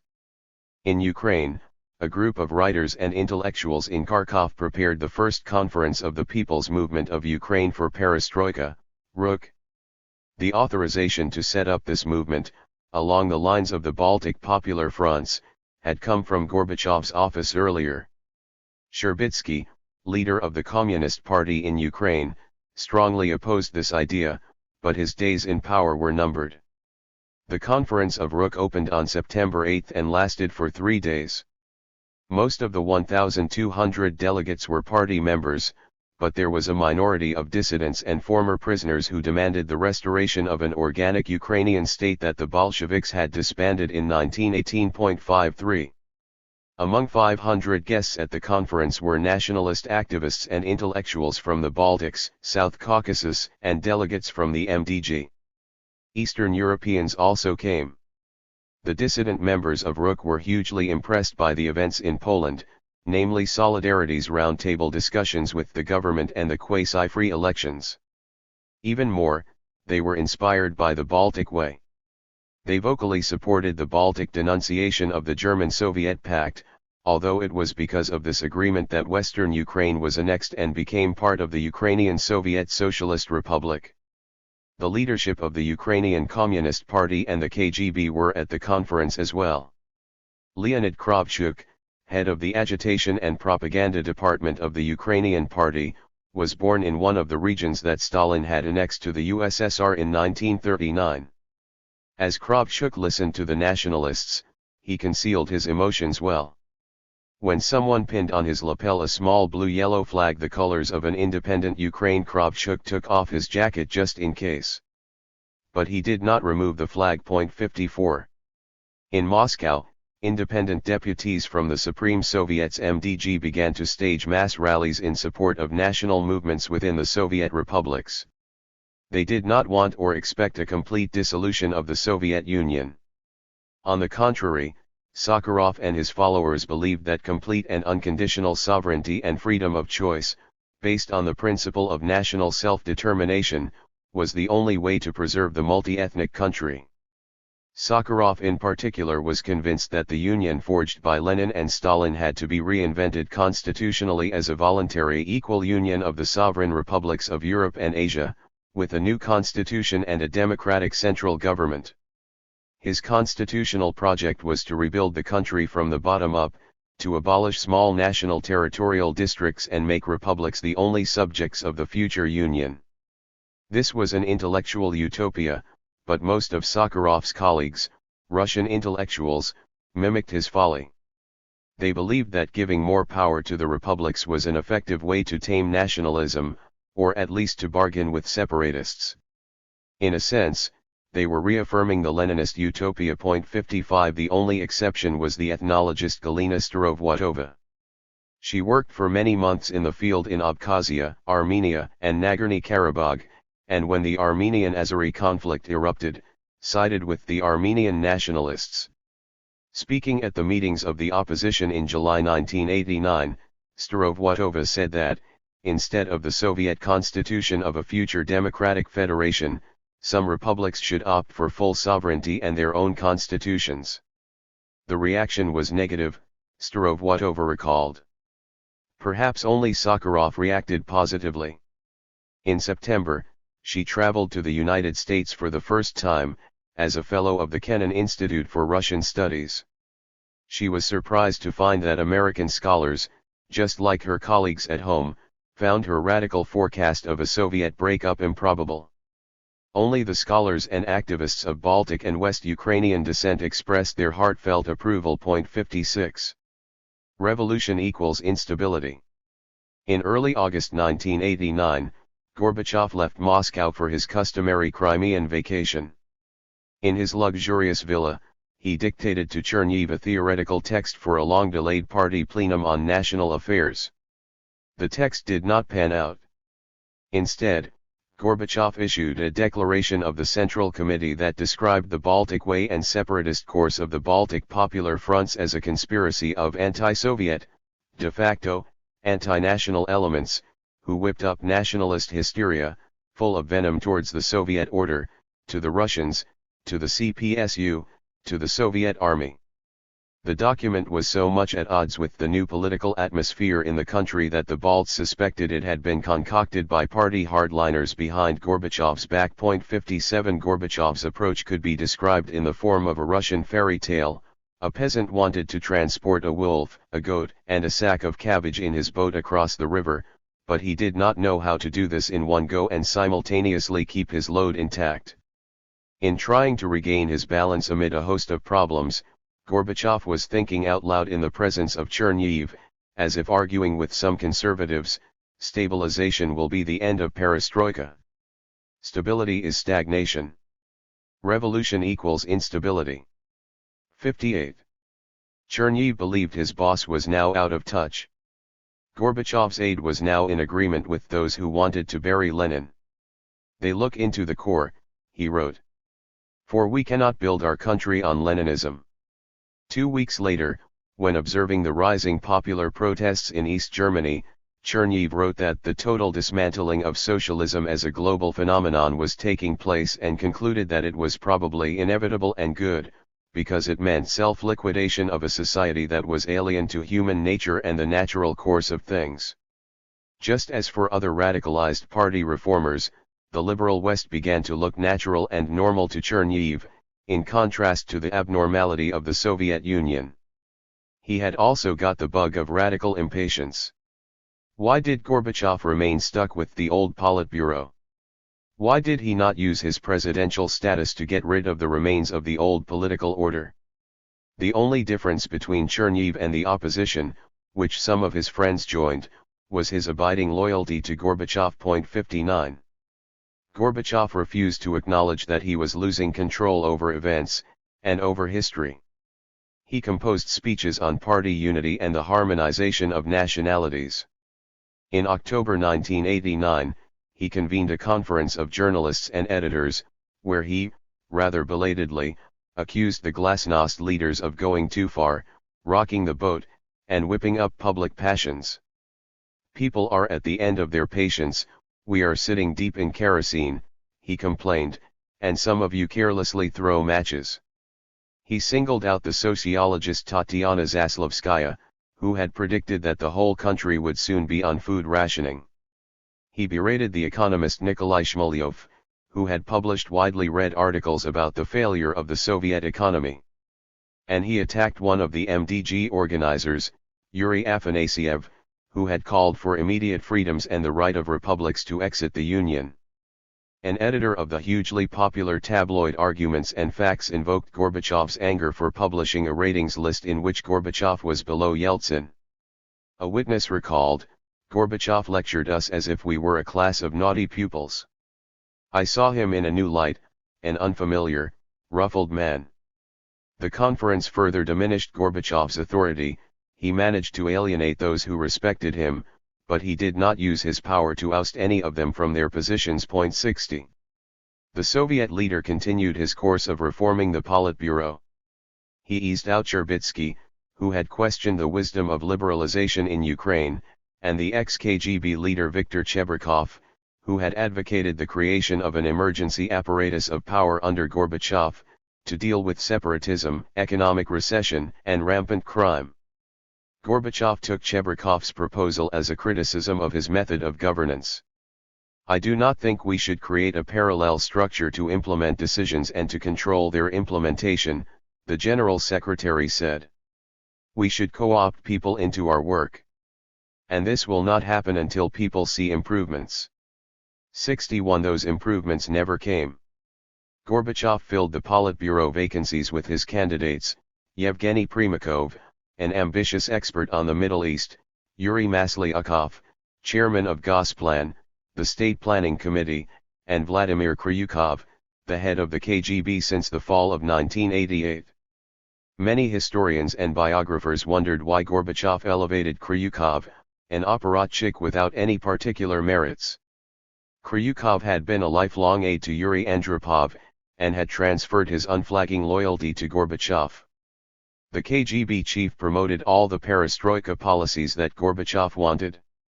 The British ambassador commented on him, Kryukov does a great imitation of an up-to-date and liberal police chief. But not all will be convinced. 62. 2 years later, this baby-faced man would place his boss under house arrest.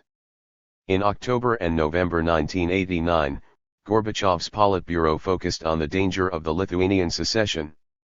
They demanded that the Lithuanian leadership postpone a Republican Party Congress, which was expected to vote in favor of a political divorce of the Lithuanian Party from the CPSU.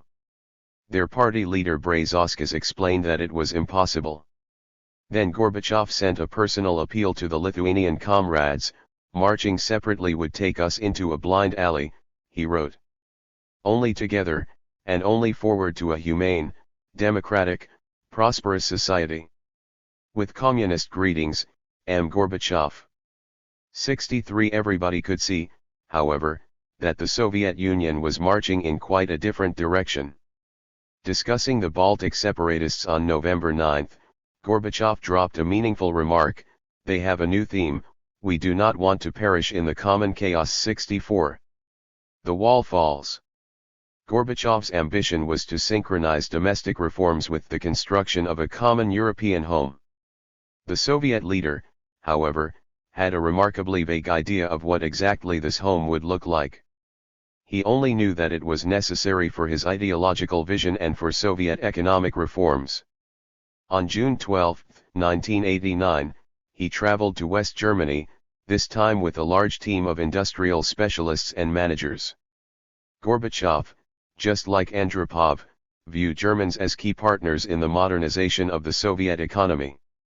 The Kremlin encouraged Soviet industries and enterprises to create joint ventures with West German firms. 55 such deals had already been reached. In Bonn, the Soviet delegation concluded 11 new agreements, many of them on economic cooperation. 65. On July 6, the Soviet leader was in France and delivered a speech to the Council of Europe in Strasbourg. In it he offered cooperation between the two parts of Europe that had long been divided. The Soviet Foreign Ministry, however, had not been informed about the content of the speech. Cherniv had instructed a colleague, Vadim Zaglatin, to draft the text. Do not contact anyone or seek anyone's advice, do not disclose what you are working on. In Strasbourg, the speech received an ovation from Socialist and Social Democratic deputies. In Gorbachev's address he implicitly supported the vision of France's President Mitterrand, of a Europe stretching from Vancouver to Vladivostok, but one that was also meant to check possible American attempts to destabilize Eastern Europe. Gorbachev had a special request for Mitterrand. He asked him for his help to include the Soviet Union in the world economy and to include this issue on the agenda of the G7 summit in Paris, 14–16 July 1989.66. During a one-on-one meeting in Bonn back in June, Helmut Kohl asked Gorbachev what would happen to Eastern Europe and East Germany. With regard to our allies, the Soviet leader clarified, we have a solid concept, everyone answers for himself. This was more than a renunciation of the Soviet right to intervene in Eastern Europe. It was in effect the end of any common policy within the Eastern Bloc, a signal that each Eastern European country would be left to survive alone in the global economy. On 7–8 July, immediately after his triumph in Strasbourg, Gorbachev attended a political summit of the Warsaw Treaty Organization in Bucharest. There he pressed onto Eastern European leaders the same message he had delivered to Kohl. It was the moment when East Germany's Erich Honecker, Romania's Nicolae Ceausescu, Bulgaria's Todor Zhivkov, and the Czechoslovak leadership finally realized that the Soviet Union was about to leave them to their own devices. 67. There were numerous problems with Gorbachev's vision. Soviet economic reforms were not working, decentralization and changing rules on foreign trade were confusing potential Western partners. Lothar Spath, the Christian Democratic Union leader of the state of Baden-Württemberg, complained to Gorbachev that, in the past, Soviet ministries and other state agencies had signed contracts and provided financial and legal guarantees as to their completion. This system no longer worked, and the new system had not yet emerged. Soviet enterprises had the freedom on paper to engage in foreign transactions, yet their bosses did not know what they were allowed to do. This complicates practical cooperation, concluded Spath. 68. Gorbachev ignored this important signal. Half a year later, however, this problem would bury Gorbachev's dream of modernizing the Soviet economy. There was also the problem of timing. Left to its own devices, the communist nomenklatura in Eastern European countries began to realize that the keys to their future were no longer in Moscow but instead in Western capitals and banks. 69. This was especially true of Hungary and Poland. In both countries, the immediate prospect of default and bankruptcy pushed the leadership to co-opt the opposition into the government and hope the West would relent on their debts. This deal seemed to have worked at first in Poland. On June 4, 1989, the Poles voted in contested elections, second in the bloc after the Soviet elections, to elect their Senate and about one-third of the same, the Polish Assembly. The opposition won the lion's share of the seats. At the same time, the opposition leaders still were not certain how far they could go without invoking a Soviet backlash. The bloody crackdown in China's Tiananmen Square, which happened so dramatically on the day of the Polish elections, restrained them considerably. Still, the pro-Soviet leader of Poland, General Jaruzelski, was elected as the country's president by a majority of one vote. In Hungary, young people, including Viktor Orban, then a democratic iconoclast, were eager to rock the boat of communist rule. and the Hungarian communist leaders followed this up, to test the leash that led to Moscow. In May, the communist Prime Minister Miklos Nemeth declared that, because of a shortage of funds, he would begin to remove the costly system of frontier installations with Austria, installed during the Cold War. Historians believe that this was the move that created a domino reaction. In September, East German refugees traveled to Hungary in order to cross the border into Austria, and then on into West Germany. This was the beginning of a terminal political crisis for the Honecker regime. In October, East Germany was already embroiled in a fever of popular revolution, with hundreds of thousands of people in Leipzig and other cities demanding economic and then political rights. 70. Gorbachev, despite many warnings from Yakovlev and Soviet experts on Eastern Europe, was surprised by this acceleration of events. The Soviet internal crises affected the way Gorbachev, Shevardnadze, and their entourage viewed the accelerating changes in Europe. It is clear that we will not intervene in Polish affairs, Tymurez Stpanov confided in his diary on August 19, 1989. We are stuck with our own disarray that we should fix. But how? Wherever you look, Hungary, the Baltics, or across the fence, everywhere there is disintegration of the order and the former state of things. Instead of a summer vacation, Stpanov accompanied Shevardnadze to Abkhazia in South Caucasus. The foreign minister of a superpower had to troubleshoot in his former bailiwick, and negotiate a truce between the Abkhazians and the Georgians. In the midst of this thankless mission, the news came from Moscow that in Poland the Sejm had elected the first non-communist prime minister, Tadeusz Mazowiecki, one of the Solidarity leaders. The Romanian ruler Ceausescu requested an emergency meeting of the Warsaw Pact to deal with this matter. Stpanov reacted with fatalism. In the key country of the communist bloc, socialism is coming to an end calmly, without agony and painful convulsions. 71. The real agony for Shevardnadze was not the future of Hungary, Poland, or even East Germany, but the tragedy taking place in his own homeland. The Georgian-Abkhaz inter-ethnic conflict grew worse by the day. Intellectuals and artists, who had been part of the Soviet intelligentsia all their life, became divided as mortal enemies, in the trenches of nationalism. There was no middle ground and violence spread fast. Andrei Sakharov, terrified by the vortex of hatred in South Caucasus, appealed to the Georgian intellectuals to respect the rights of ethnic minorities and define the republic as a mini-empire. This enraged Zviad Gamsakhurdia, the top nationalist behind Georgian rallies in Tbilisi in April. He blamed Sakharov for representing Russian imperialism and his wife, Yelena Bonner, for promoting Armenian nationalism. Gamsakhurdia wanted Georgia for Georgians and had a fanatical mass following. In September 1989, 89% of Georgians believed their country should be independent of the USSR. 72. The KGB, the GRU, the Soviet Military Intelligence Service, and diplomats, stationed in Eastern Europe, bombarded Moscow in vain with their warnings about the political chaos in the region. The Soviet embassy in the GDR proposed to interfere in the East German political crisis and work out political measures to regain the initiative. The leadership in Moscow ignored those messages. Finally, Gorbachev reluctantly agreed to take part in the commemoration of the 40th anniversary of the GDR on October 7, 1989. He did not know what to say to the East German leaders. Gorbachev goes to the GDR without a coherent policy, cabled the well-informed British ambassador from Moscow to London. While he shuts his eyes and hopes that the German question will go away, events on the ground are overtaking him. Cherniv quoted his boss saying that he wanted to go to Berlin to support the revolution. It was a bizarre remark. The leader of the top communist country was about to express his solidarity with those in East Germany who demanded an end to the Soviet-run system. Yet Gorbachev was already on a mission to transform this system in his own country. He still believed he would make history, and not be regarded as someone who had merely bobbed on the surface of a revolutionary deluge. 73. The Bush administration, on whose cooperation Gorbachev and other Soviet reformers had counted so much, watched with growing amazement the revolutionary developments inside the Soviet Union, and then in Eastern Europe.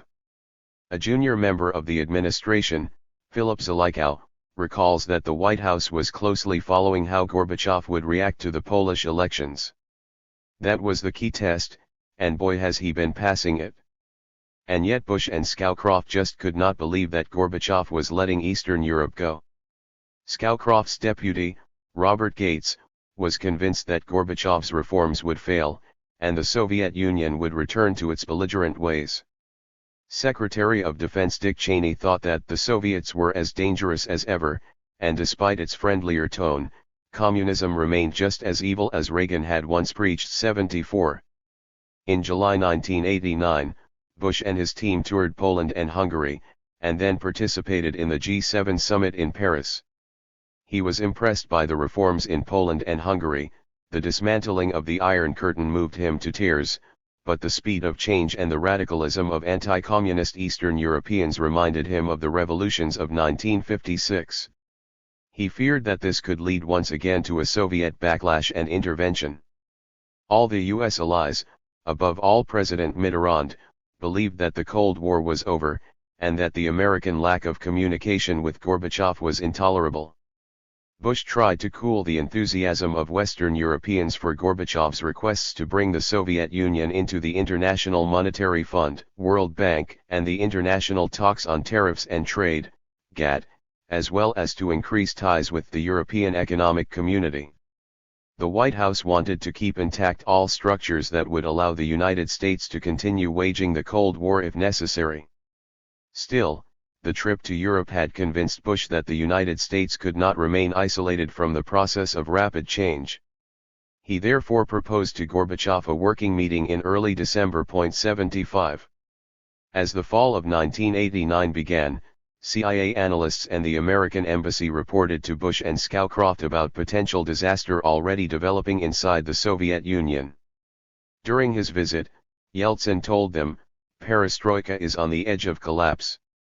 There is a crisis in the economy and finances, with the party, politics, nationalities." 76. On September 21, Shevardnadze confirmed this message at his meeting with Bush and Scowcroft after the official talks. 77. Bush and Scowcroft ignored Yeltsin's words, but were struck by the candor of Shevardnadze's remarks.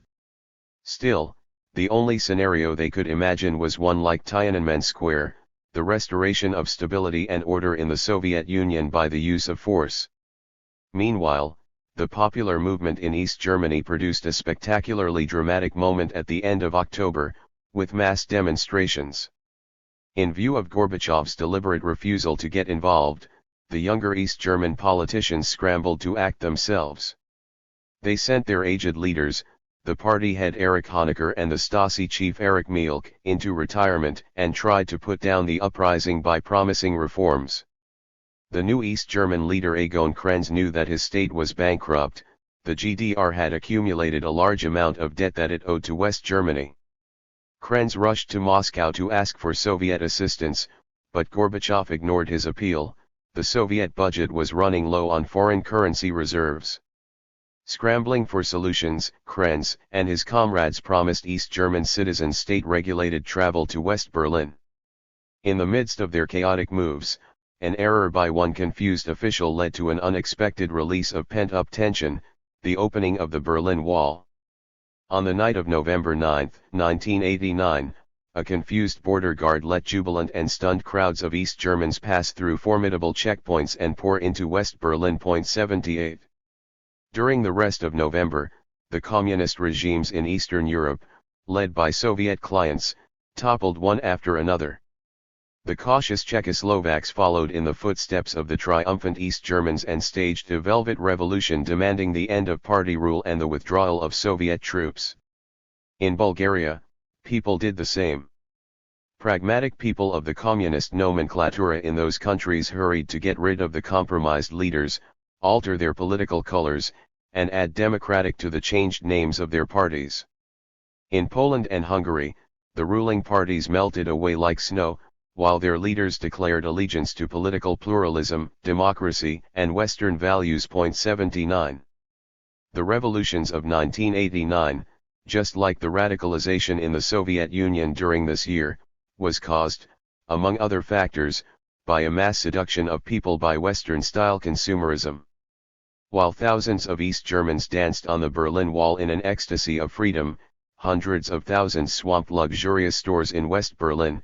They wanted to see, touch, and savor the forbidden fruit. During the chaotic days of the Cold War's end in East Germany and throughout Eastern Europe, observed an American scholar, capitalist-made consumer goods often seemed both the symbols and the substance of freedom. At the end of 1989, Playboy magazine claimed it was exporting the American dream as the first American consumer magazine published in Hungarian. 80. The post-wall effect now stood for a triumph of the West over the Soviet Union. William Taubman summed this up as follows: the fall of the Berlin Wall eventually changed almost everything.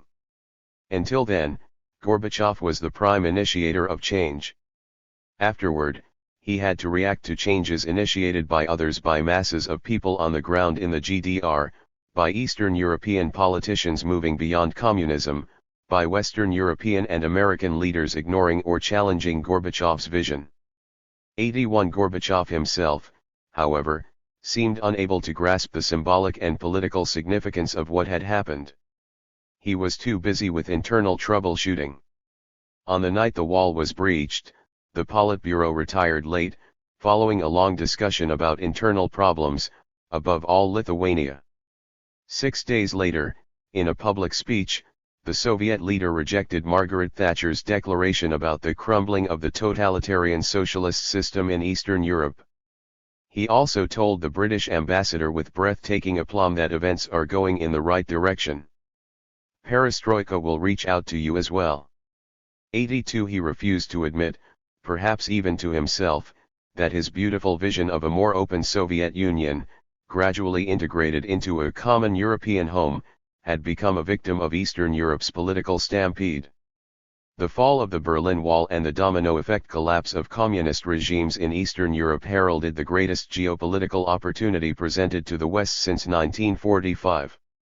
President Bush suddenly had a formidable hand to play at his meeting with Gorbachev. Even the skeptical Brent Scowcroft realized that suddenly everything was possible. The familiar Cold War framework had shattered and the emerging New World was literally outside our frame of reference. Prudence, however, dictated to Bush and Scowcroft that they tread cautiously. Scowcroft also concluded that the revolutions in Eastern Europe made reversing the course of perestroika even more probable. In the end, Bush opted to be an optimist. Perhaps, he reasoned, the Soviet Union was a ticking time bomb, but he wanted to engage the Soviet leader and take him up on his good words for as long as possible. 83 It was crucial to secure the revolutionary changes, and help the Soviet leader to manage his military forces and hardliners. The Baltic demands for independence were a special concern for Bush and Scowcroft in this respect. The Balts had support from the extremely active and well-organized Baltic Americans and their sympathizers on the Republican right. The Baltic American émigrés were actively involved in the independence movements, they brought recording and printing equipment, they funded the first foreign trips of the Sąjūdis leaders. They also played a significant role in key American states during elections. 84 At the same time, Lithuanian secession could become a detonator of the Soviet conservative backlash, which could affect Eastern Europe and even East Germany, where Soviet troops still remained. The meeting of Gorbachev and Bush on 2–3 December 1989 on the Soviet cruise ship Maxim Gorky near Malta attracted world attention. Gorbachev arrived at the meeting after his phenomenal diplomatic triumph in Italy. In Milan, he had been mobbed by people weeping with joy and showing quasi-religious veneration for the Soviet leader. For Gorbachev, the summit meant the psychological and political end of the Cold War. 85 On the US side of the talks, the mood was very different, friendly, not warm, and sometimes tense. Bush had been seasick. The Soviet negotiating team was anxious, and Marshal Akhromayev, Gorbachev's military advisor, was glum. On the Soviet side, only Gorbachev radiated energy and confidence, as if he had won rather than lost Eastern Europe. He beamed with pleasure when Bush said that he wanted to waive the Jackson-Vanik Amendment to the US-Soviet Trade Act. This clause had been adopted in 1974 and linked American trade with the Soviet Union to freedom of emigration. It had helped direct Soviet-American economic relations and détente. Bush promised to explore with Congress the lifting of limitations on U.S. export credits and guarantees, which prevented American businesses from operating in the Soviet Union. He also supported Soviet participation in GATT. He said nothing about Soviet membership of the IMF or World Bank. The Soviet leader clearly needed money. He was frank about the problems at home and listed his unexpected deficits: 8 to 10 billion rubles from Chernobyl, 12 to 14 billion rubles from the Armenian earthquake, and more from the drop in oil prices. Some of his economists were singled out for blame. Gorbachev referred to the Soviet economist Nikolai Shmolyev, who had advised him to spend 16 to 20 billion on imports, to satisfy Soviet consumers. Bush politely replied that he also had budgetary problems, cleaning up the $50 billion mess inherited from the Reagan administration. The U.S. Secretary of State James Baker advised Gorbachev to use Soviet gold reserves to sell gold-backed bonds abroad. 86. Bush set out the American demands. He pushed Gorbachev to halt assistance to Fidel Castro's Cuba and the communist Sandinistas in Nicaragua. This was top of the U.S. list of priorities. The Soviet team was surprised. Gorbachev wanted to draw a strategic and philosophical line under the Cold War. On the second day of the summit he unveiled his surprise for the Americans, but it was not the one that Bush and Scowcroft feared. "I want to say to you and the United States," Gorbachev said solemnly, "that the Soviet Union will under no circumstances start a war. The Soviet Union is no longer prepared to regard the United States as an adversary." For the Soviet leader, this was a fundamental statement, a foundation for all future negotiations, but Shevardnadze and Cherniv noted that Bush did not react. The Soviet offer was a hand extended, but without a handshake. The conversation dissipated into specific and familiar areas of discussion about arms control. At the very end, the two leaders spoke about the Baltics. Gorbachev explained that he could not just let the Balts go unilaterally. The constitution required an equal treatment of all republics. If he just let Lithuania go, this would bring out all sorts of terrible fires in other parts of the Soviet Union. Bush replied, "But if you use force you don't want to, that would create a firestorm." Gorbachev bristled at what he saw as a double standard. The U.S. troops were in the process of intervening in Panama, where they would seize its ruler Manuel Noriega and put him in jail in the United States. Still, he did not give the usual Soviet rebuff about U.S. meddling in internal Soviet affairs. Gorbachev was relieved that Bush refrained from triumphalism about Eastern Europe and the Berlin Wall. He was hopeful of a better future partnership. 87. After the Malta meeting, Scowcroft flew secretly to Beijing, where he shook hands with the butchers of Tiananmen and assured the Chinese leaders that nothing would affect the Sino-American partnership. The Chinese accepted American reassurances almost indifferently. They were openly contemptuous of Gorbachev's policies. The Kremlin leader, said the Foreign Minister Chiang Kai-shek, wanted to build a new order, but he could not maintain stability in his own country. Chiang also shared some surprising news with Scowcroft. The Soviets had asked China, a very poor country, to lend them money. 88. Inside the Warsaw Pact, people had even fewer illusions about where the wind was blowing. After his summit with Bush, Gorbachev returned to Moscow to meet with leaders of the Soviet bloc. Its fate was clear: half of the participants at the meeting were non-communists or anti-communists. The Polish Catholic Prime Minister Tadeusz Mazowiecki sat next to the Polish President, General Jaruzelski. Romania's decidedly communist Ceausescu sat apart, as if under quarantine. One senior Soviet diplomat said to Shevardnadze's aide Stpanov, "Half of these people will not be around at the next meeting." Stpanov replied, "If the next meeting ever happens." At Gorbachev's suggestion, the meeting approved a draft declaration that denounced the invasion of Czechoslovakia in 1968. Stpanov was surprised by the poor editing of the draft. If all crucial questions are being decided in such a way, then it is clear why the country has reached such an impasse. 89.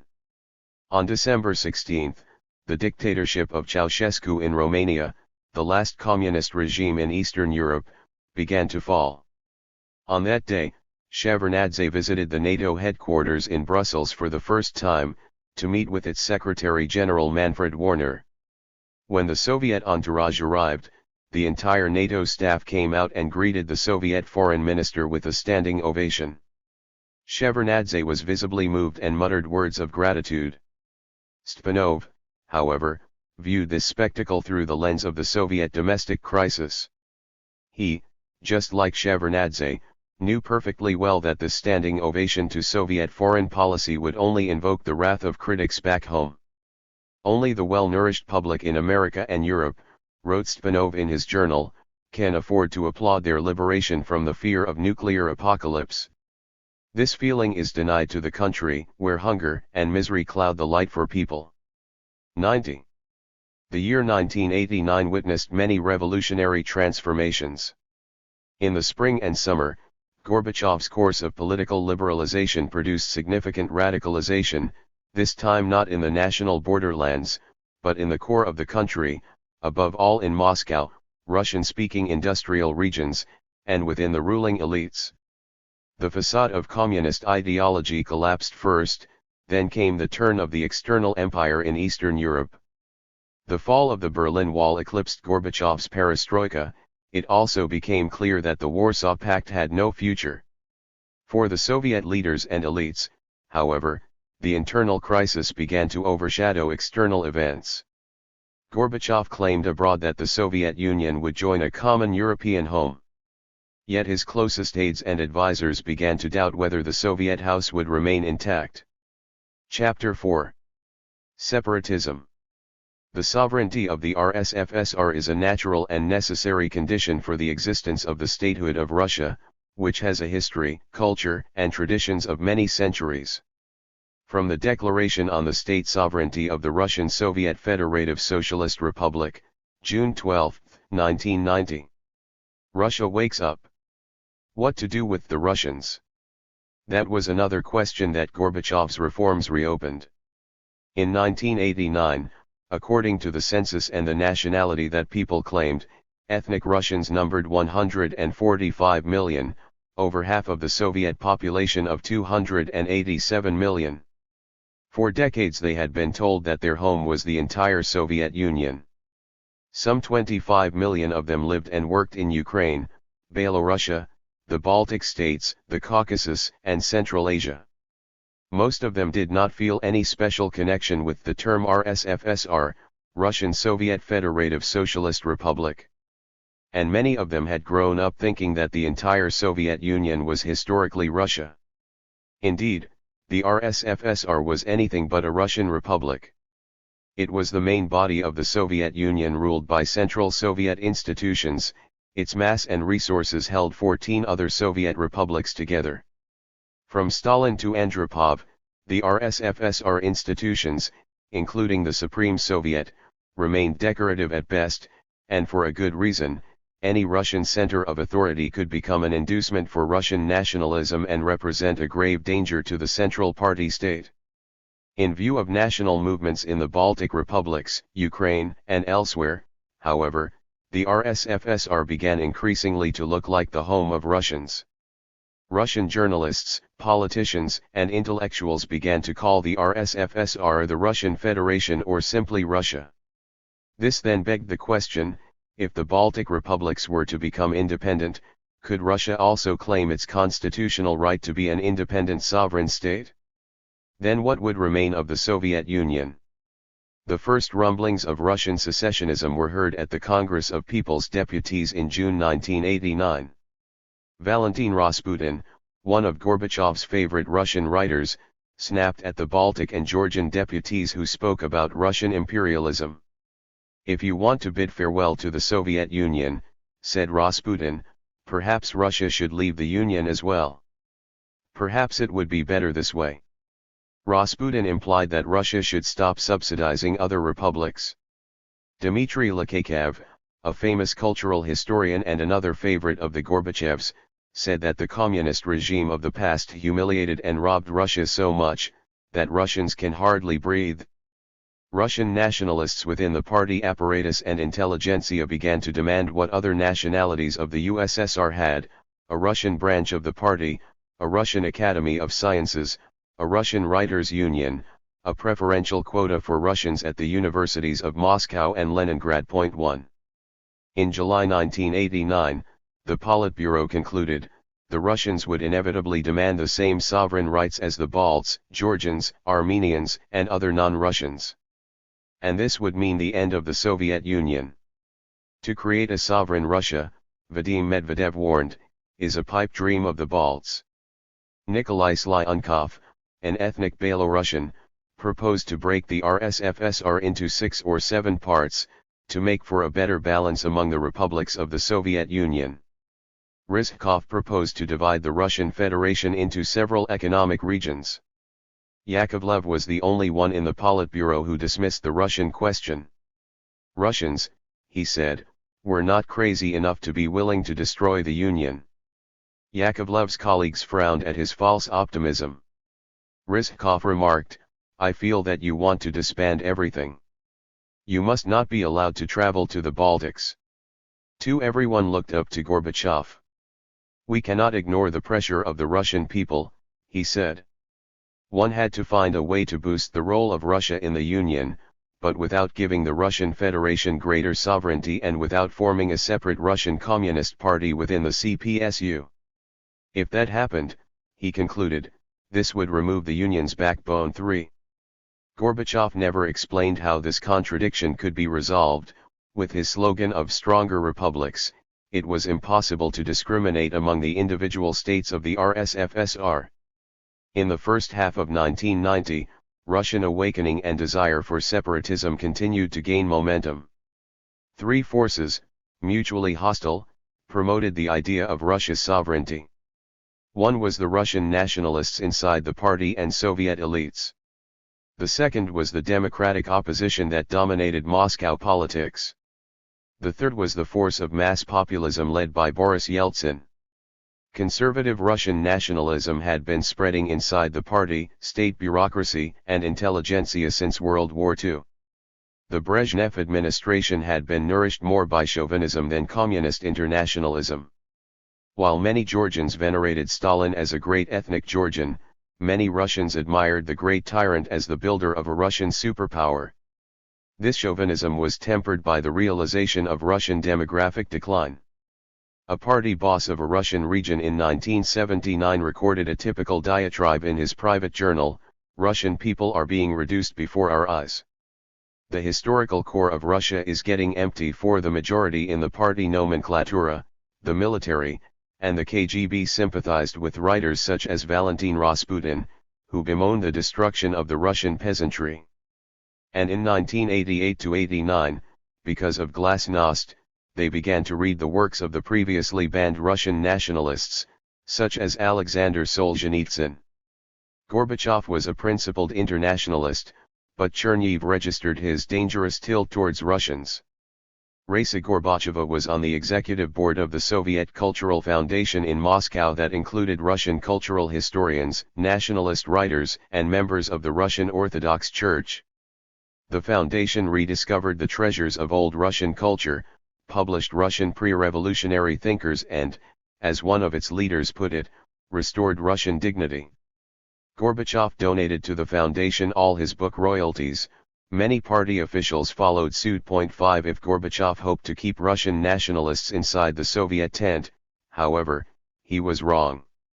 By the end of 1989, most of the party and bureaucratic cadres from Russian regions considered Gorbachev's perestroika a disaster.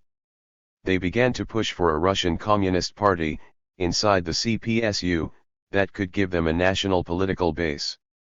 In October 1989, the Supreme Soviets of the RSFSR and the Ukrainian Soviet Socialist Republic, the two still unreformed and moribund bodies, convened in Moscow and Kiev to change the republican constitutions.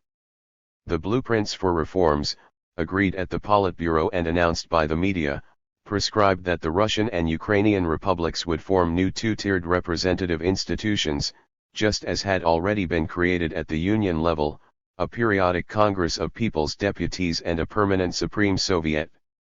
In Kiev, the Ukrainian Assembly diverged from the Moscow blueprint and just voted to hold elections for a new Supreme Soviet. In Moscow, many delegates, elected under the old rules, were anxious and resisted the change. They did not understand why the huge and complex republic, with many autonomous republics within it, should be plunged into political uncertainty. Anybody could see that the political experiment at the Union level had already produced rampant populism, unruly opposition, strikes, and economic troubles. The conservative deputies became even more defiant, when groups of Moscow-based radicals accosted them with radical slogans on the route from the hotel to the Kremlin's Congress Hall. 6 Vitaly Voronikov, who chaired the assembly, carried out the Politburo decision and steered the party conservatives to approve the new constitution. The pro-reform deputies proposed that all deputies should be elected by popular vote. This move was duly approved as well. In 9 months, this reform would revolutionize Soviet politics. Andrei Sakharov and other opposition intellectuals discussed the Russian question from the liberal perspective of equality for ethnic minorities. Sakharov thought that Russians should not dominate in a future voluntary union. The RSFSR was too big and had to be broken up into several parts. This partition would make other smaller republics feel equal. On November 27, 1989, Sakharov delivered his constitutional proposals to Gorbachev. 7 The Soviet leader ignored them, however, he was too busy with current politics. This was when the Moscow opposition demanded the abolition of the party's monopoly on power codified by the 6th article of the Soviet Constitution. This issue was the focus of the second session of the Congress of People's Deputies of the USSR, held in Moscow between 12 and December 24. Sakharov, Afanasyev, and other MDG leaders decided to call for an all-union political strike to force Gorbachev and the party to give up power. This effort fizzled out. Most workers did not respond to the call of Moscow-based intellectuals. Then on December 14, Sakharov suddenly died from a heart attack. The opposition buried him as a martyr to the cause. Frustrated by the conservative majority in the Congress and the Supreme Soviet of the USSR, the Moscow opposition leaders shifted their energy to the forthcoming elections of the RSFSR Congress. Those elections, phase 2 of Gorbachev's design of socialist democracy, were originally scheduled for November 1989, but they were postponed until March 1990. This delay helped the opposition to organize itself more robustly. At a meeting in Moscow in January 1990, the opposition figures created a movement under a new name, Democratic Russia. The movement consisted of ex-dissidents, scientists, writers, academics, intellectuals, and other members of the intelligentsia. Most of them vowed to fight for the ideas of Andrei Sakharov: freedom, democracy, the rights of man, a multi-party system, free elections, and a market economy. Democratic Russia excluded illiberal Russian nationalists. The journal Ogoniak, with its circulation of 4.6 million, published the appeal of Democratic Russia free of charge. The movement called for full sovereignty of the RSFSR. The Union would have only the powers that Russia and other republics voluntarily delegated to it. 8. In the fall of 1989, Boris Yeltsin still struggled to find his own voice. It was a rough patch in his life. Pravda published an article from the Italian newspaper La Repubblica that described his drinking and uncouth conduct during his American trip. Shortly thereafter, Yeltsin was involved in an accident. His chauffeured car made an illegal U-turn in broad daylight and smashed into an oncoming car on Tverskia Street near the Kremlin. Yeltsin was uninjured, but the driver of the other car suffered a heart attack. The next incident was even more embarrassing. Police found Yeltsin in a brook, under a bridge, in the countryside near Moscow. He was soaking wet, holding 2 bunches of flowers. His first reaction was to ask the policeman not to report the incident. Then he claimed some mysterious thugs had attacked him and thrown him off the bridge. Gorbachev held parliamentary hearings on the attack on B.N. Yeltsin, which turned into a humiliating farce. Yeltsin said he did not want to talk about his private life. The rumors spread that he had been visiting his mistress. Yeltsin's authority suffered tremendously. 9. His misfortunes helped Yeltsin to make a momentous decision, to become a Russian politician. At first, he had leaned towards Russian conservative nationalism, yet his trip to the United States had converted him to a liberal agenda. In early December 1989, he announced that he would become the president of Russia. His mission, Yeltsin declared, would be the democratic, national, and spiritual resurrection of Russia. Yeltsin's Russia was not the entire Union, it was the RSFSR only. He wanted the core of the USSR to gain full sovereignty, get its own constitution, join the European Economic Community, and reach trade agreements with the United States, Japan, and Great Britain. Those were absurdly ambitious goals, yet they gave Yeltsin a radical populist agenda. He finally came out of the shade of Gorbachev's perestroika. His message to Russian nationalists was, Russia is the only republic devoid of statehood, without economic, political, social, and scientific institutions that other republics had long possessed. For the Moscow intelligentsia his message was different, the RSFSR was a better target for the Democrats. He brushed off accusations of separatism. He just wanted to reform the Soviet Union. If the opposition were to win elections to the Russian Congress and after democracy wins in Russia, sooner or later it would win on the Soviet Union's scale. And he promised his populist base that he would defeat the party bosses and reallocate Russian resources for the benefit of Russian people. 10. The Yeltsin phenomenon found a new traction, he became a contender for the empty seat of the Russian Tsar. The Russian people forgave their hero all his misdemeanors. Cab drivers and plumbers, industrial workers, and peasants were absolutely certain that Yeltsin had been framed by the KGB and party bosses.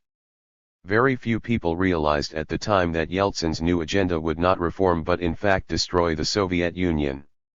They longed nevertheless for a new course and decisive actions. Yeltsin ran an aggressive populist campaign. At numerous rallies with workers and peasants in Moscow and in the Urals, he called for a resurgence of Russia and urged the Russians who lived in other republics to return to Russia.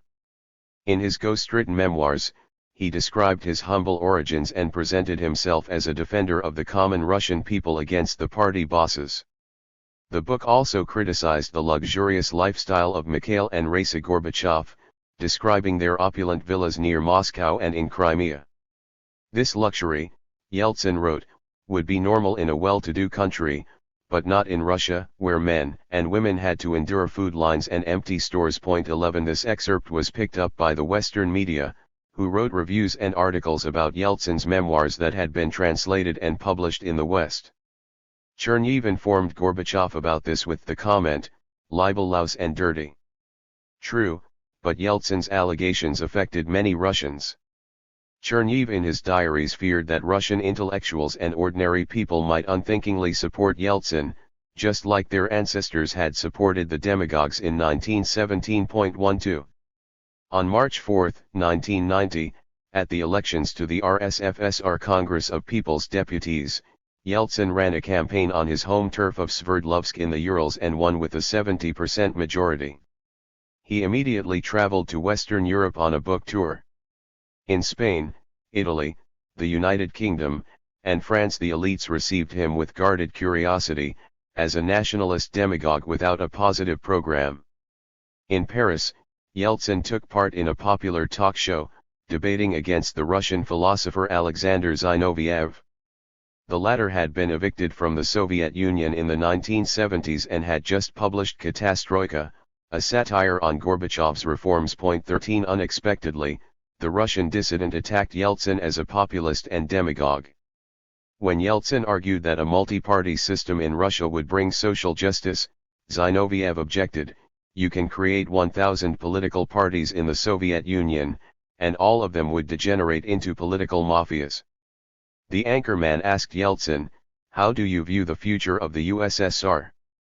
Yeltsin responded that people would choose young and energetic leaders, who would fix everything, but without a super-authoritarian power. Zinoviev replied that Russian people had already seized power in 1917, but this had merely resulted in Stalin's dictatorship. Yeltsin, he said, would kill the USSR, and the West would applaud him. In several years, however, Russian society would slide back to authoritarianism, and people would feel nostalgia for Brezhnev's golden age. The host asked Yeltsin whether he wanted to replace Gorbachev as president of the USSR. Yeltsin replied with a smirk, "No. The future belongs to Russia." 14 Yeltsin lived up to his words, but Zinoviev's verdict turned out also to be prophetic. Gorbachev's presidency. In January 1990, Gorbachev was worn down by economic and nationalist problems, yet he believed that he had pushed the Soviet Union from its totalitarian moorings. Raisa privately encouraged her husband to retire, she doubted that he could sustain much more stress. But Gorbachev did not leave, not in 1990 and not even a year later. He repeated to his aides that he did not like power for power's sake. Yet he was convinced that he was the only person who could steer perestroika forward. The problem was that with every month the sense of chaos and crisis in the country increased. 15. The attempted harmonization of nationalities, utopian from the start, was a fiasco. In December 1989, despite all efforts of the Kremlin to stop it, the Lithuanian Communist Party declared its secession from the CPSU and its course towards complete national independence. Gorbachev convened the party plenum in Moscow, where many angrily demanded that he use force to stop the secession. The party emissaries went to Lithuania for negotiations and returned empty-handed. In January 1990, Gorbachev flew there himself and appealed to healthy forces. He blamed Stalin for turning the Soviet Union into a totalitarian unitary state and invited the Balts to take part in a genuine federation of republics, with rules for secession. He even accepted the idea of a multi-party state. All those offers, one observer noted, had a stronger impact on the foreign journalists than on the Lithuanians. The latter saw that they now had a golden opportunity to exit the Soviet Union. 16. Some historians later claimed that, had Gorbachev offered the Balts the possibility of a meaningful exit, he could have detached the Baltic fuse from the ticking bomb of separatism inside the rest of the Soviet Union. 17. This was yet another intellectual speculation. Gorbachev's main problem was not Lithuania, it was about the Russians.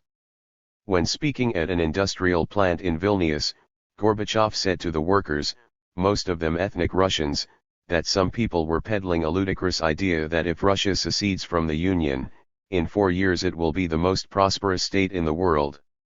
Suddenly, the crowd began to applaud, clearly in approval of what Gorbachev deemed absurd. He snapped, "Do not applaud, better listen to me." Gorbachev's mood during his trip darkened from fury and confusion. He returned to Moscow in a somber frame of mind. 18. That same month, January 1990, the Politburo had to use military force in Azerbaijan. The party there had disintegrated, and nationalists of the People's Front, many of them from the national intelligentsia, had taken over. The Soviet border with Iran, where ethnic Azeris had lived for centuries, was breached by a jubilant mob, echoing the opening of the Berlin Wall the previous year. This time, however, Soviet motorized and airborne divisions crushed the Azeris' desire for sovereignty and restored the state border of the USSR. In Baku over 100 locals and up to 20 military personnel were killed. The crackdown in Azerbaijan, of course, was not a solution, it was just a means to buy time. 19 Raisa recalled that she barely recognized her husband the day after the military operation in Baku. His face was gray, he had aged visibly, as if he suffered a split in his soul.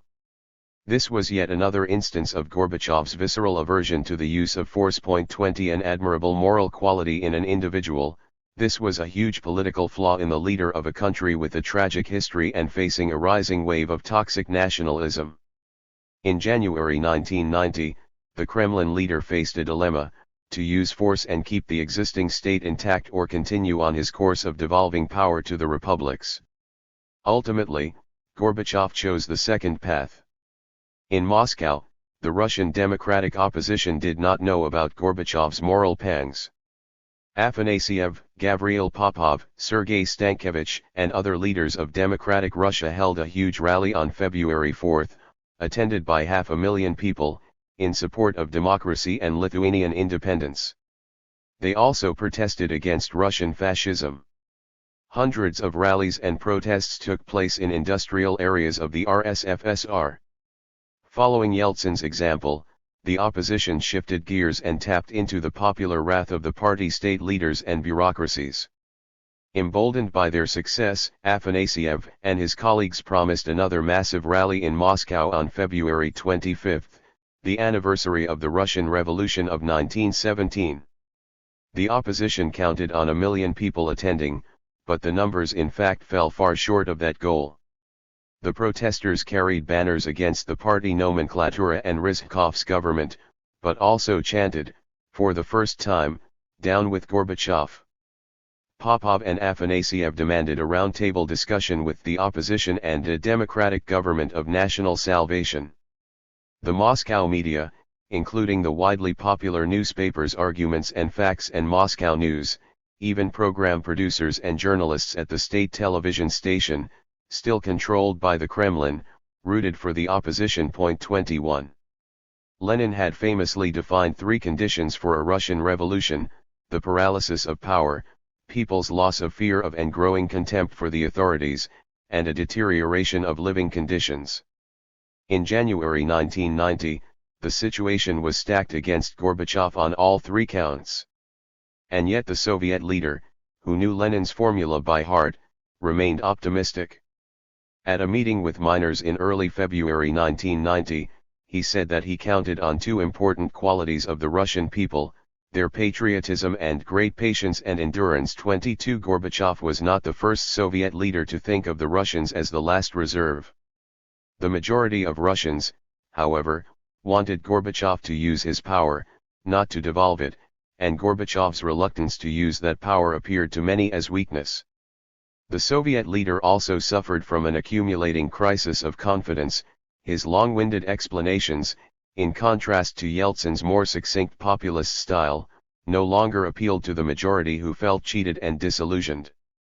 The Soviet leader still convened regular Politburo meetings. But instead of setting policies there for the party apparatus, he would waste time in endless discussions. The conservative reformers concealed their skepticism of his leadership. Ligachev thought the abdication of power by the party was a huge political mistake. Voronikov demanded Gorbachev's resignation. Rizhkov, responsible for the failing economic reforms, circled the wagons and bristled at any criticism. On the liberal side, Shevardnadze and Yakovlev also felt alienated and on their own. Gorbachev's self-isolation progressed. He kept asking naive questions: why do people forgive Yeltsin for everything? Why do the problems in Moscow and Leningrad get worse? What have we done wrong? He did not expect any answers. His colleagues merely wondered what kind of an isolationist bubble the General Secretary lived in. 23. Everyone in the Politburo could now see that the political system created in 1989 was terribly ineffective. The double-tiered representative assemblies could not govern the country in a crisis; they were part of that crisis.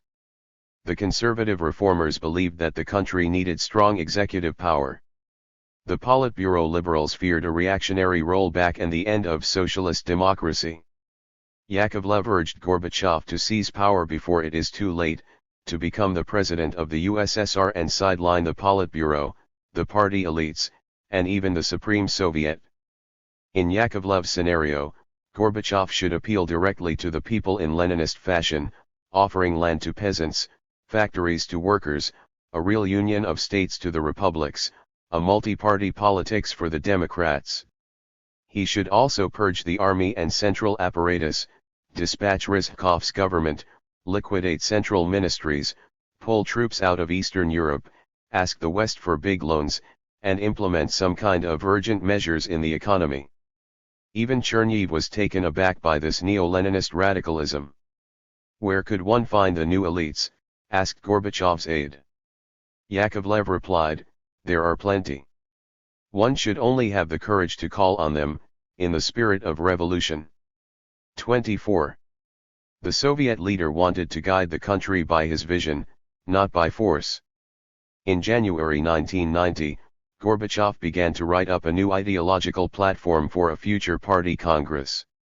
After endless amendments, the document proclaimed a humane, democratic socialism as a new mission for the Reformed Party. 3 months later, Gorbachev began to work with great passion on A Word About Lenin, an article for the Soviet press to commemorate the birthday of the leader of world communism on April 22. He confessed to Chernev and Shukhnazarov that he admired his own text. "When I read a genuinely talented thing," he said, "it is not the content that captures my imagination, but the language, the words. I can ponder a single phrase for hours." 25. His theoretical work induced Gorbachev to undertake more constitutional amendments.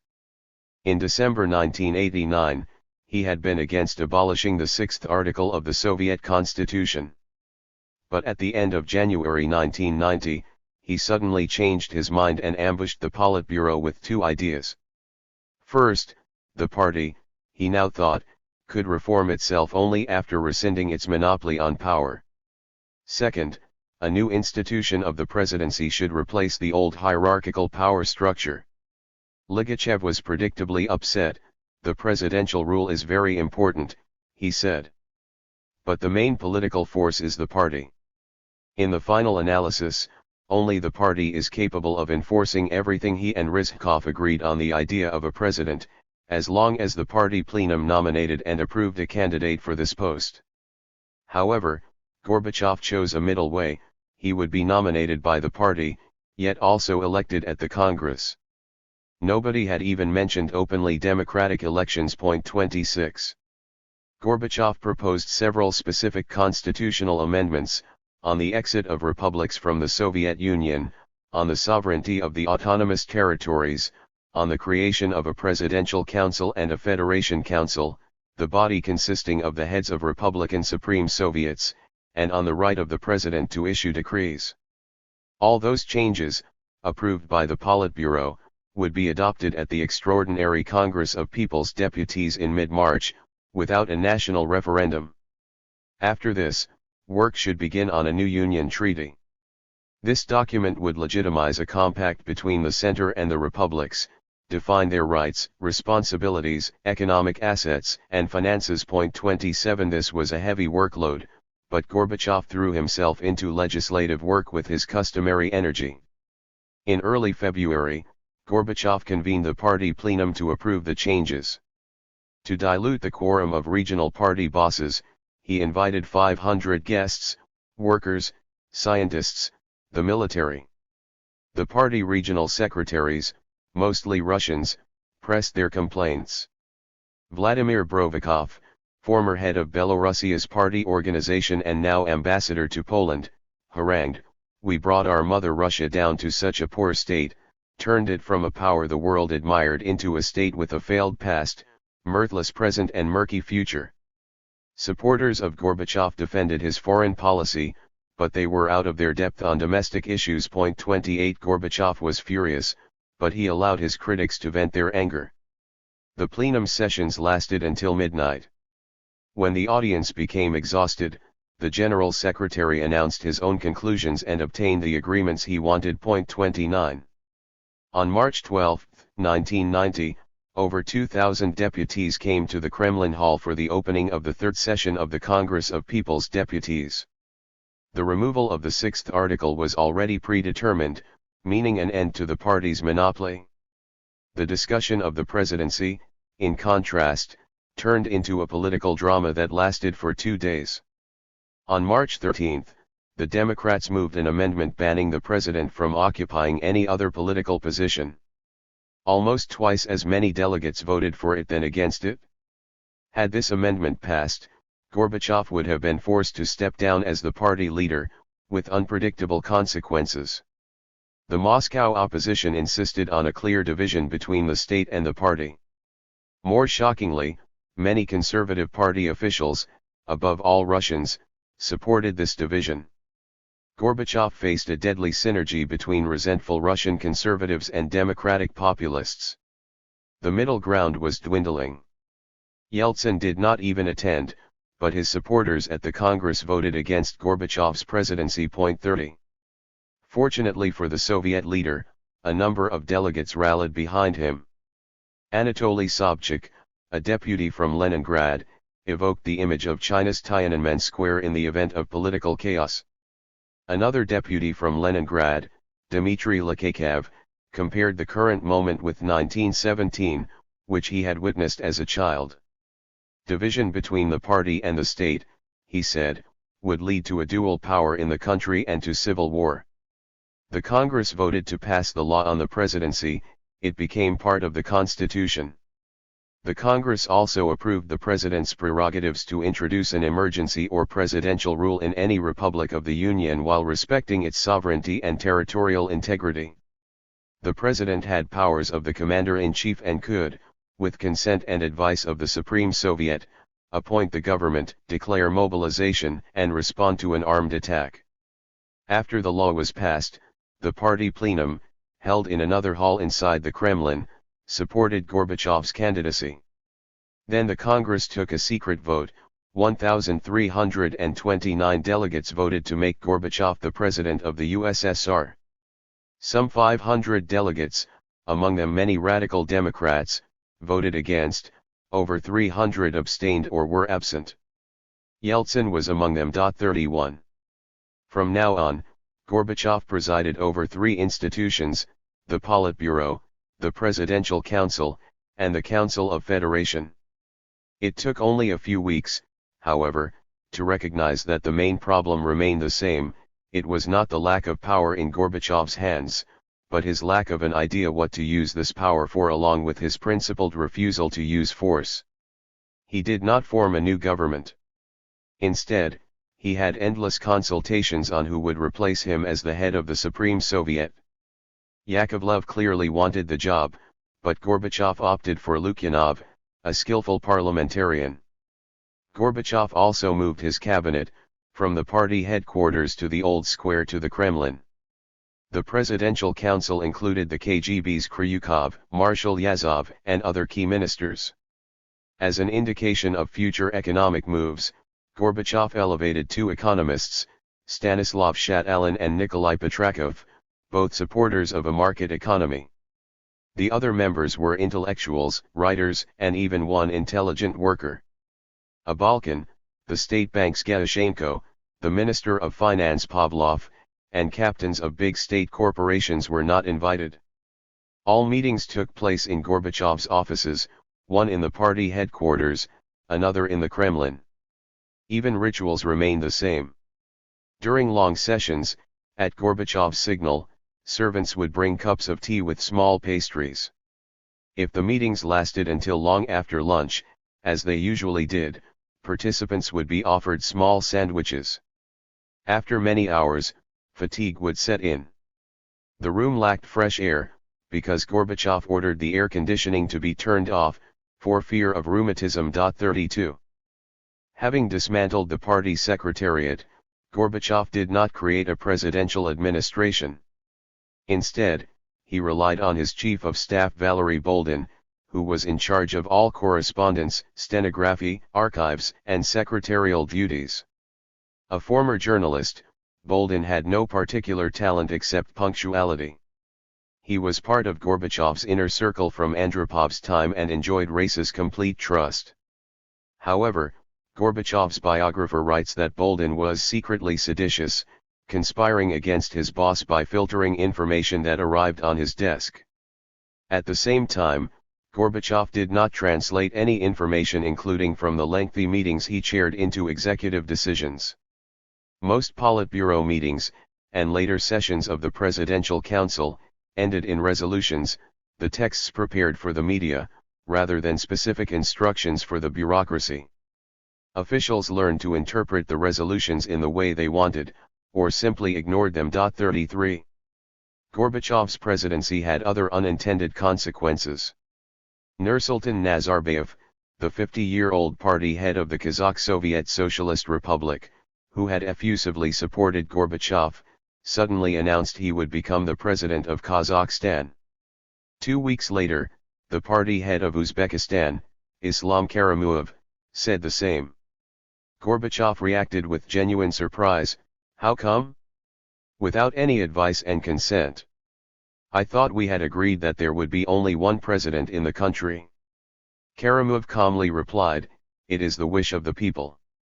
Nazarbayev intoned, people in Kazakhstan also say, can't we have a president too? Gorbachev then lamely agreed. Thus, he had recognized the right of the Republican potentates to change the Republican constitution in the same way the Kremlin had done. 34. Germany and Lithuania. On January 26, 1990, Gorbachev convened in his office a select group to discuss German reunification. The meltdown of the GDR had ruined his timetable for construction of the common European home. It became clear that German reunification would take months, not years.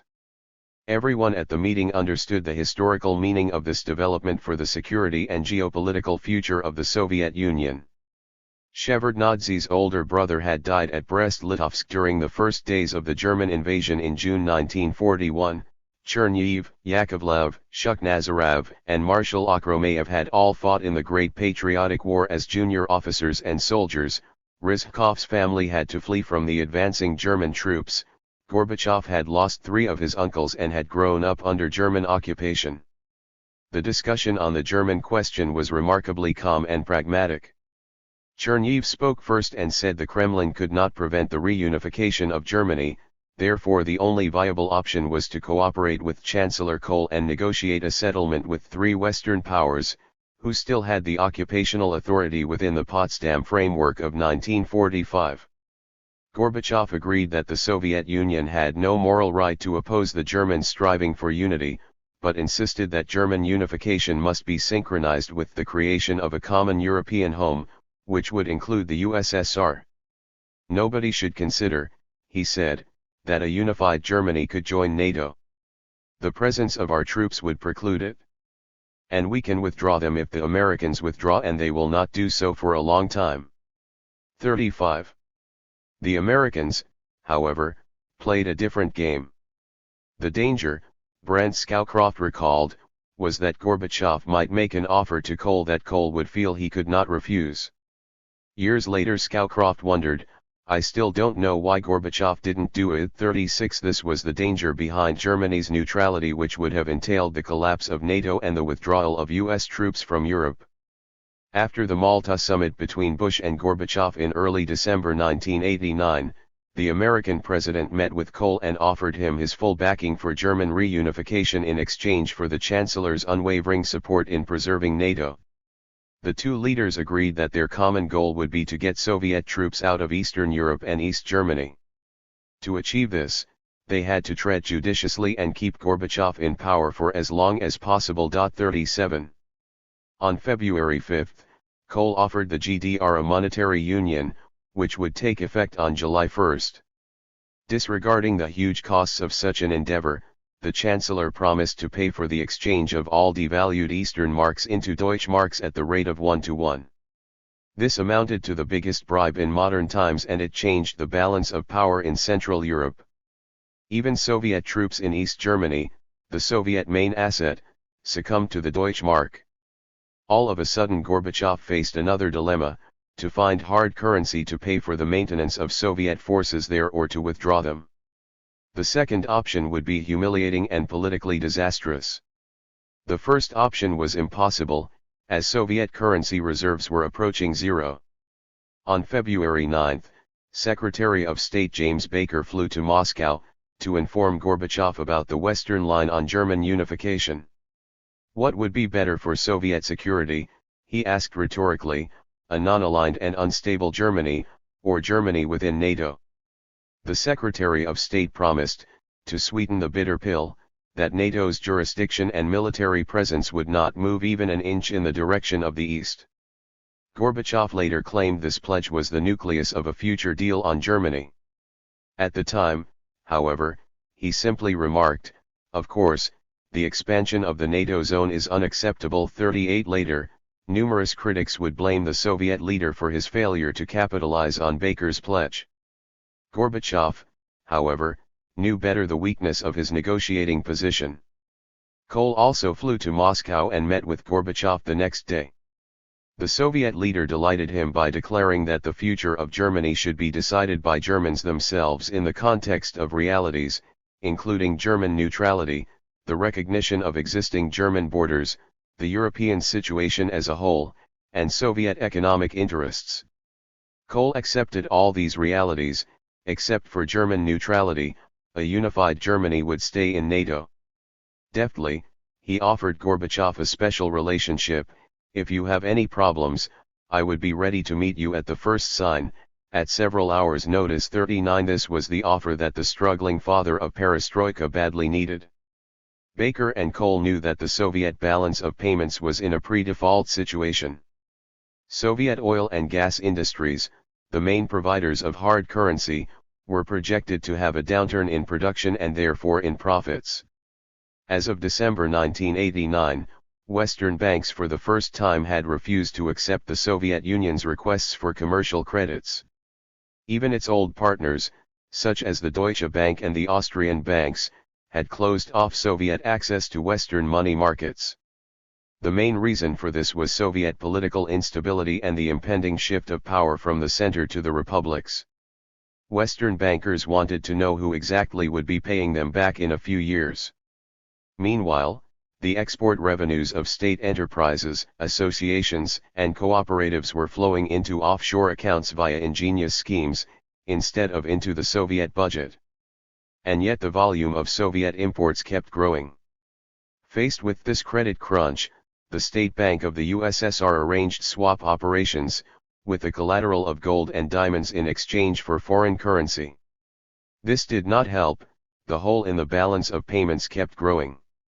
Cargo ships that brought grain and other imported goods to Soviet ports had to wait there for weeks for freight payments to be made. 40. Kohl and Bush met again at Camp David toward the end of February 1990 to compare notes. Western sources in Moscow reported that the loss of East Germany and the specter of NATO moving eastwards might enrage the Russians and lead to Gorbachev's overthrow. Bush and Scowcroft were particularly concerned about the mood of the Soviet military.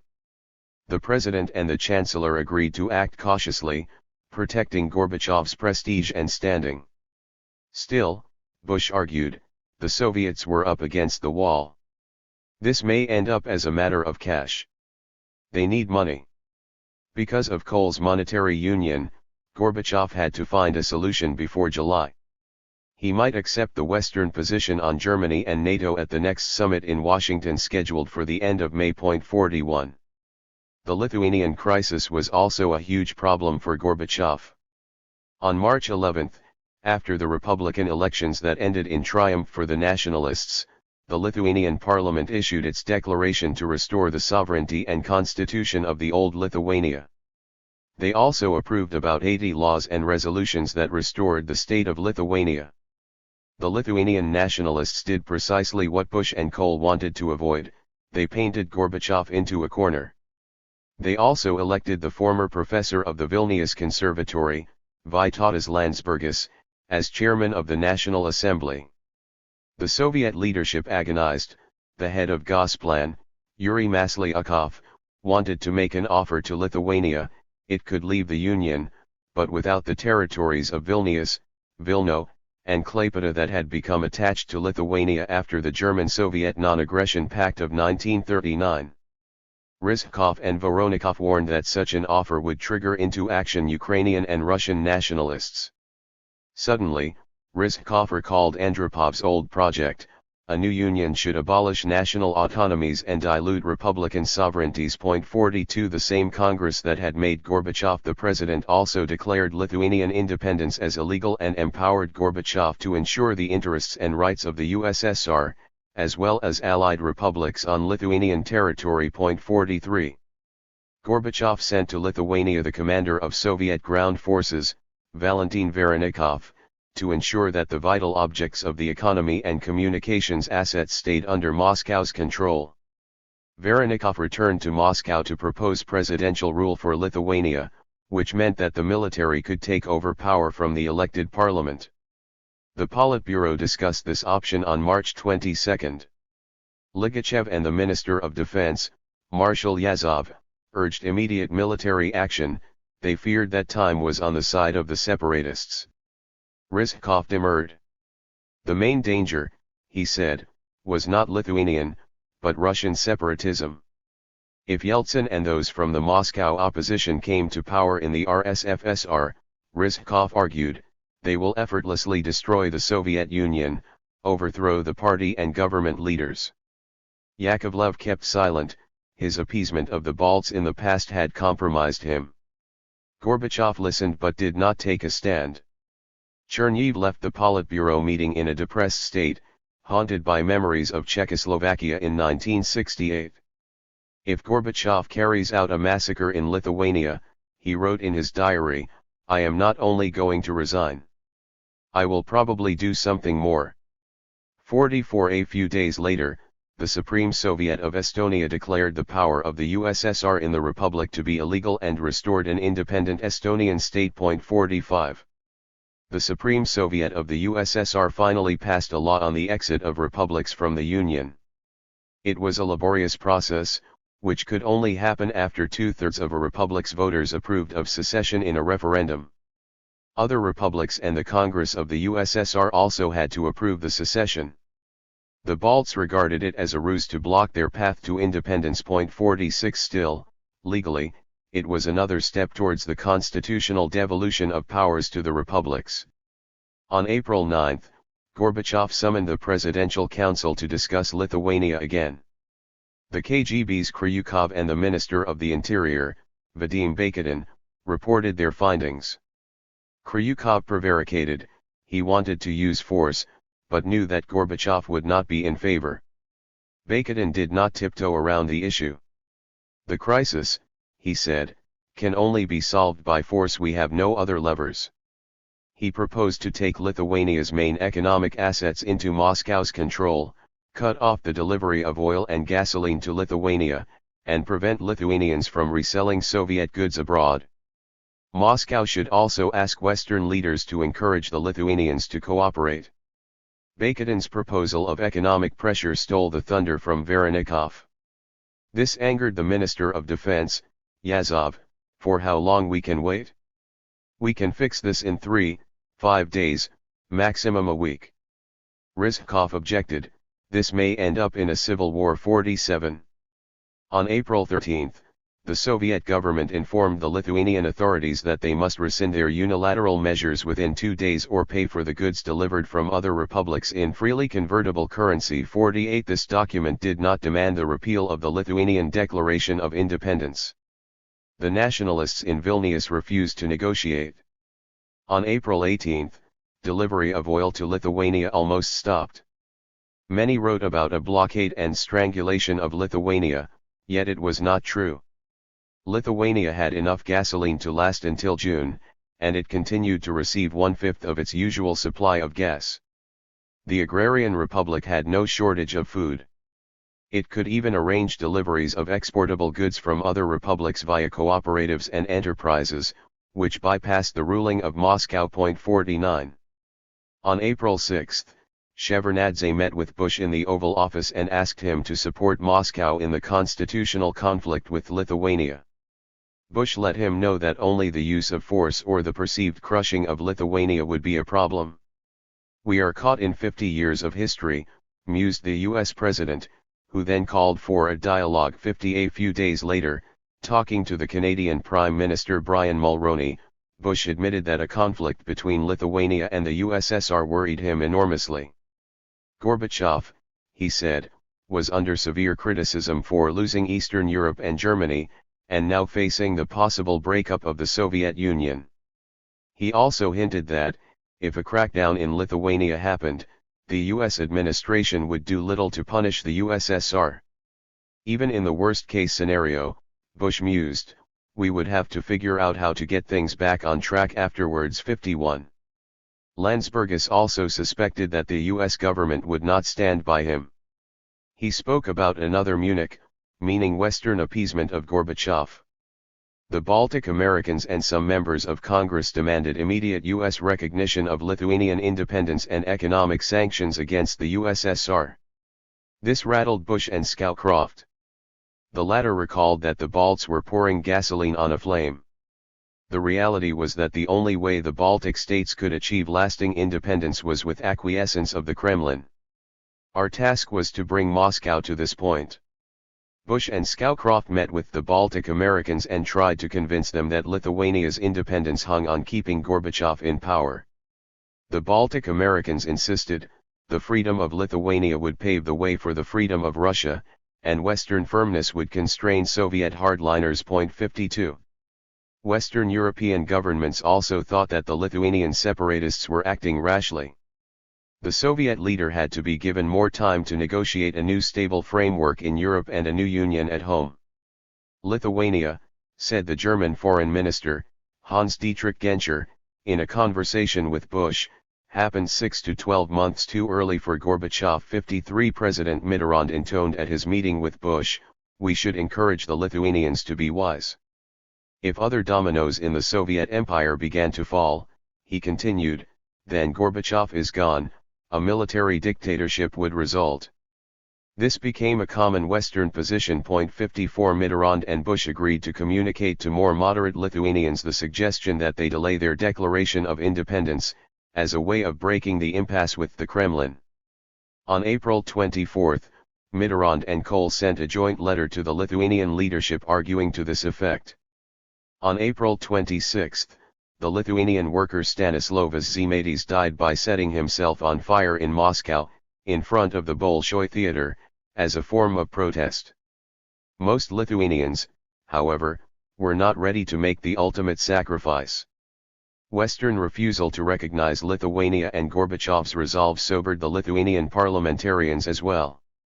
On May 4, the Latvian Supreme Soviet joined Lithuania and Estonia and declared the restitution of the pre-1940 independent Latvian state. Yet in Latvia and Estonia, half of the population were Russian speakers. The leaders of those republics decided to negotiate with Moscow. 55. This was the moment when Shukhnazarov proposed that Gorbachev convene a roundtable discussion with all Republican leaders to discuss a new union treaty. Those who wanted independence could sign the treaty, while those who did not would get an associated status within the union and pay full price for energy resources. In this way Gorbachev could also constrain Georgian, Armenian, and Azeri separatists. That was the only way, Shukhnazarov concluded, to defuse the Baltic bomb. 56. This was Sakharov's logic without Sakharov, yet Shukhnazarov counted on Gorbachev's presidential powers to bring the Republican rulers inside the one tent. Gorbachev, however, concentrated on Lithuania, as if this was the main problem plaguing the Soviet state. He thundered, I will press Lithuanian separatists all against the wall. On May 18, he met with the Lithuanian Prime Minister Kazimierz Prunskiene, a more moderate, reasonable alternative to Landsbergis. Gorbachev wanted Prunskiene to go to Vilnius and convince the parliament to freeze their declaration of independence. Prunskiene left the Kremlin under the impression that Gorbachev had caved into the military. She appealed to Western diplomats for help against the Moscow hardliners. The Lithuanian crisis and the Soviet embargo continued. 57. Germany and Russia. During the celebrations of May 1, the International Day of Proletarian Solidarity, Gorbachev stood on the podium of the Lenin Mausoleum, flanked by his usual entourage. The new face next to him was the head of Moscow City Council, Gavril Popov, elected in March on the platform of Democratic Russia. Popov had advised Gorbachev to allow an alternative demonstration of political parties, clubs, and associations, which on the day mushroomed thanks to liberalization. Liberal Democrats, Christian Democrats, anarchist syndicalists, and other independent political parties and clubs came to the celebrations under different colors. Some brought red flags with the hammer and sickle ripped out. About 100 of the demonstrators stopped in front of the mausoleum and began to chant, Socialism. No, thanks, Communists, you are bankrupt, down with the fascist Red Empire, freedom to Lithuania, down with the Politburo, Down with Gorbachev, resign. Resign. Resign. Most of the crowd were ethnic Russians. The nationwide television broadcast was halted, but cameras captured the stony-faced Kryukov and Yazov, who stared above the crowd with blank eyes. In August 1968, when 8 dissidents had come out on Red Square protesting against the Soviet invasion of Czechoslovakia, they were beaten and arrested by the KGB. This time, the ranks of KGB officers stood motionless, without instructions on how to behave. The May Day stampede lasted for 25 minutes. Finally, Gorbachev turned around and left the mausoleum, followed by other leaders. The mob shouted at their backs, "Shame!" 58 In the corridors of the Kremlin, Ligachev approached Gorbachev, his face crimson from humiliation. "Look what a deplorable state the country is in." 59. Gorbachev dismissed the protesters as hooligans and thugs, and blamed Popov for the idea of including them in the festivities. Yet he was also insulted and humiliated. His authority was damaged for all to see. He was falling into a deep hole between the radicalizing Democrats of democratic Russia, who fomented political anarchy, and enraged conservatives in the party and state security. The latter could read him the riot act at the approaching party congress, now less than 3 months away. The Lithuanian secession and the inclusion of East Germany within NATO were already bad enough and could cost Gorbachev his party leadership. On May 3, the Politburo discussed a new negotiating position on German unification. The policy draft, prepared by Cherniv and signed by Shevardnadze, Kryukov, Yazov, and Yakovlev, proposed a unified Germany in NATO in exchange for Western concessions and guarantees. Suddenly, however, Gorbachev dismissed the draft with a burst of patriotic rhetoric. If the West continued to insist on Germany within NATO, he said, we should pull out from talks on the reduction of conventional forces in Europe, and from the START talks with the United States on strategic arms reductions. The Politburo fell silent, and only Ligachev looked satisfied. Even Gorbachev's loyal aide did not understand, why these theatrics. 60 Cherniv pleaded with his boss to reconsider. Our real security was defined at the Soviet-American negotiations. The USSR needs, as never before, Western support of perestroika. 61 Cherniv had hit the nail on the head. Gorbachev required tangible proof that the Soviet Union and the West would begin to converge on the road towards a new world order, Gorbachev being one of the key architects. And Gorbachev knew that his position was weakening by the day. He still held the keys to a German settlement, but the keys to Western cash flows were in Bonn and Washington. 62 At this point, Kohl made another deft gesture. He offered Gorbachev cash to help him out. In mid-May, he sent his personal aide Horst Telchik to Moscow, accompanied by 2 officials from the Deutsche Bank. Gorbachev told them that the Soviet Union needed oxygen to the tune of a minimum 15 to 20 billion rubles in long-term credits, in order to survive the transition to a market economy. A few days later, the Soviet leader mentioned the same amount in his talks with James Baker. It was the first time that Gorbachev had signaled he expected the West to lend him money. 63. On May 16, 1990, the RSFSR Congress of People's Deputies opened in Moscow and lasted for 7 long weeks. All deputies were elected by direct vote, and in general the electoral campaign was remarkably free and well contested. Most deputies came from the provincial Russian bureaucracy and middle classes, as well as from the intelligentsia in big cities. Some 87% of them were party members. In contrast to the Congress of the USSR, there were only a few workers and peasants from collective farms. On the conservative flank were the nomenklatura people from the Russian provinces, party and state officials.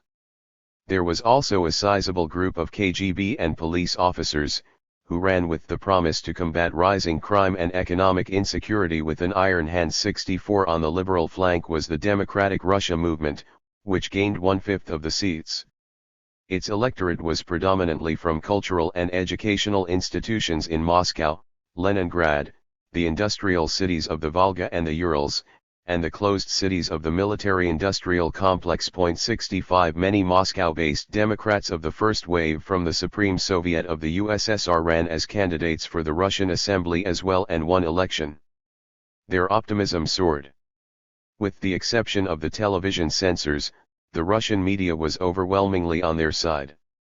The number of independent newspapers and regular political bulletins in Moscow, Leningrad, and other cities of the Russian Federation had grown from 245 in 1988 to 920 in 1989, and it reached 1,642 in 1990.66. Their circulation reached an all-time peak. Viktor Shiniz, a scholar from a Moscow academic think tank and an author of the Electoral Platform for Democratic Russia, later recalled the euphoric mood of Democrats at this moment. Society woke up from its sleep and began to impose new rules on the bureaucracy. It was obvious to them that the center of politics from now on should move from the Central Soviet Assembly to the Russian one. Speaking at an international conference, Shiniz said that the end of the unitary state was inevitable. He even suggested that soon the Union institutions would be left with nothing to govern. 67. In Gorbachev's entourage, the outcome of the Russian elections evoked a sense of gloomy fatalism. The main question was, who could defeat Yeltsin in the struggle for leadership in the Russian parliament? Gorbachev procrastinated and kept asking, whom should we choose? At the last moment the Politburo chose a candidate, Alexander Vlasov, a pliant apparatchik without any political ambitions, who had chaired the RSFSR Supreme Soviet before the elections. 68 One witness recalled that Gorbachev and Lukyanov sat in clear view of all deputies of the Russian Congress and conspired like the two owls. Vlasov, however, wilted under the barrage of questions and criticism from the deputies of Democratic Russia. Still, the struggle was long and hard. Yeltsin could not get a majority at the Congress. Even on the liberal flank, some intellectuals mistrusted him and considered him an ambitious authoritarian populist. Conservatives rooted for Ivan Polozkov, the party boss of a southern Russian region and the leading proponent of the Russian Communist Party within the CPSU. Gorbachev agreed, and Vlasov withdrew his candidacy. Polozkov and Yeltsin tied, nobody could gain the majority. Then Gorbachev asked Vlasov to advance his candidacy again. He also personally attacked Yeltsin as an erratic and unreliable man, someone he would never be able to work with. The speech backfired, predictably. Some conservatives, who were allergic to the Soviet leader, switched their support to Yeltsin. After making his disastrous intervention, Gorbachev left Moscow and flew to Washington for a Soviet-American summit. Even figures from Democratic Russia, already critical of Gorbachev, were puzzled by his erratic conduct at this crucial juncture. And the conservatives felt abandoned and betrayed by the party leader. Voronikov fulminated, what did Gorbachev want? Everyone can see what would become of the USSR if Yeltsin is the head of Russia. On May 29, amid increasing frustration and weariness at the Russian Congress, Yeltsin was elected with a margin of 4 votes. 69. Gorbachev learned the news when his presidential plane was above the Atlantic.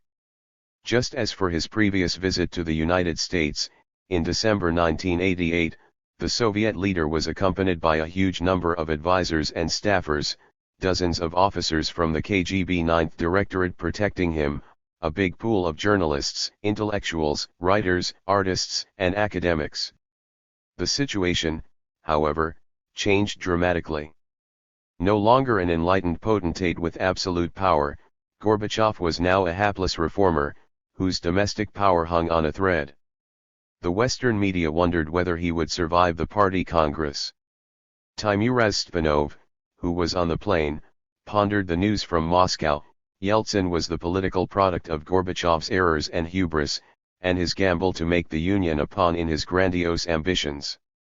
If he now declares Russia's secession from the Union, then what Union would Gorbachev represent when he comes back home? And if Gorbachev decides to curb the heretic, then what kind of a traditional Russian rebellion would follow? Some advised Gorbachev to send his congratulations to the Russian leader. At least, this can mollify millions of embittered hearts, Stpanov thought. After speaking with Reza, the Soviet leader refused to do it 70.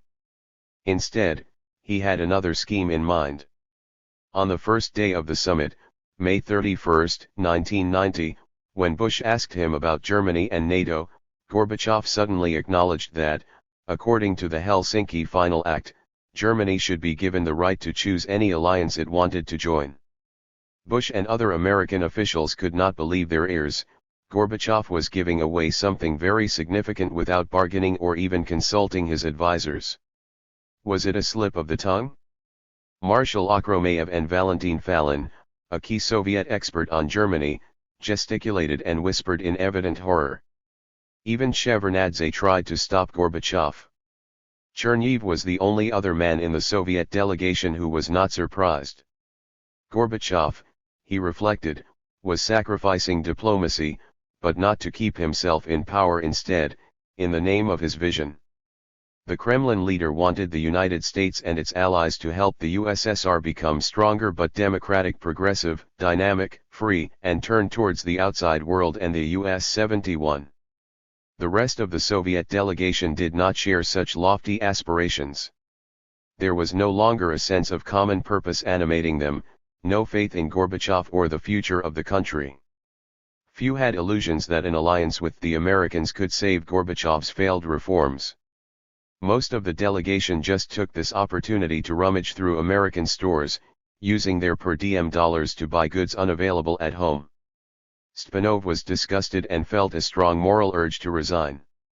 Sergei Tarasenko, an aide of Shevardnadze, recalled, "We began to realize that we would be able to stay afloat for a while and even preserve the status of a great power only if we leaned on the United States. We felt that if we had stepped away from the US, we would have been pushed aside. We had to be as close as possible to the United States."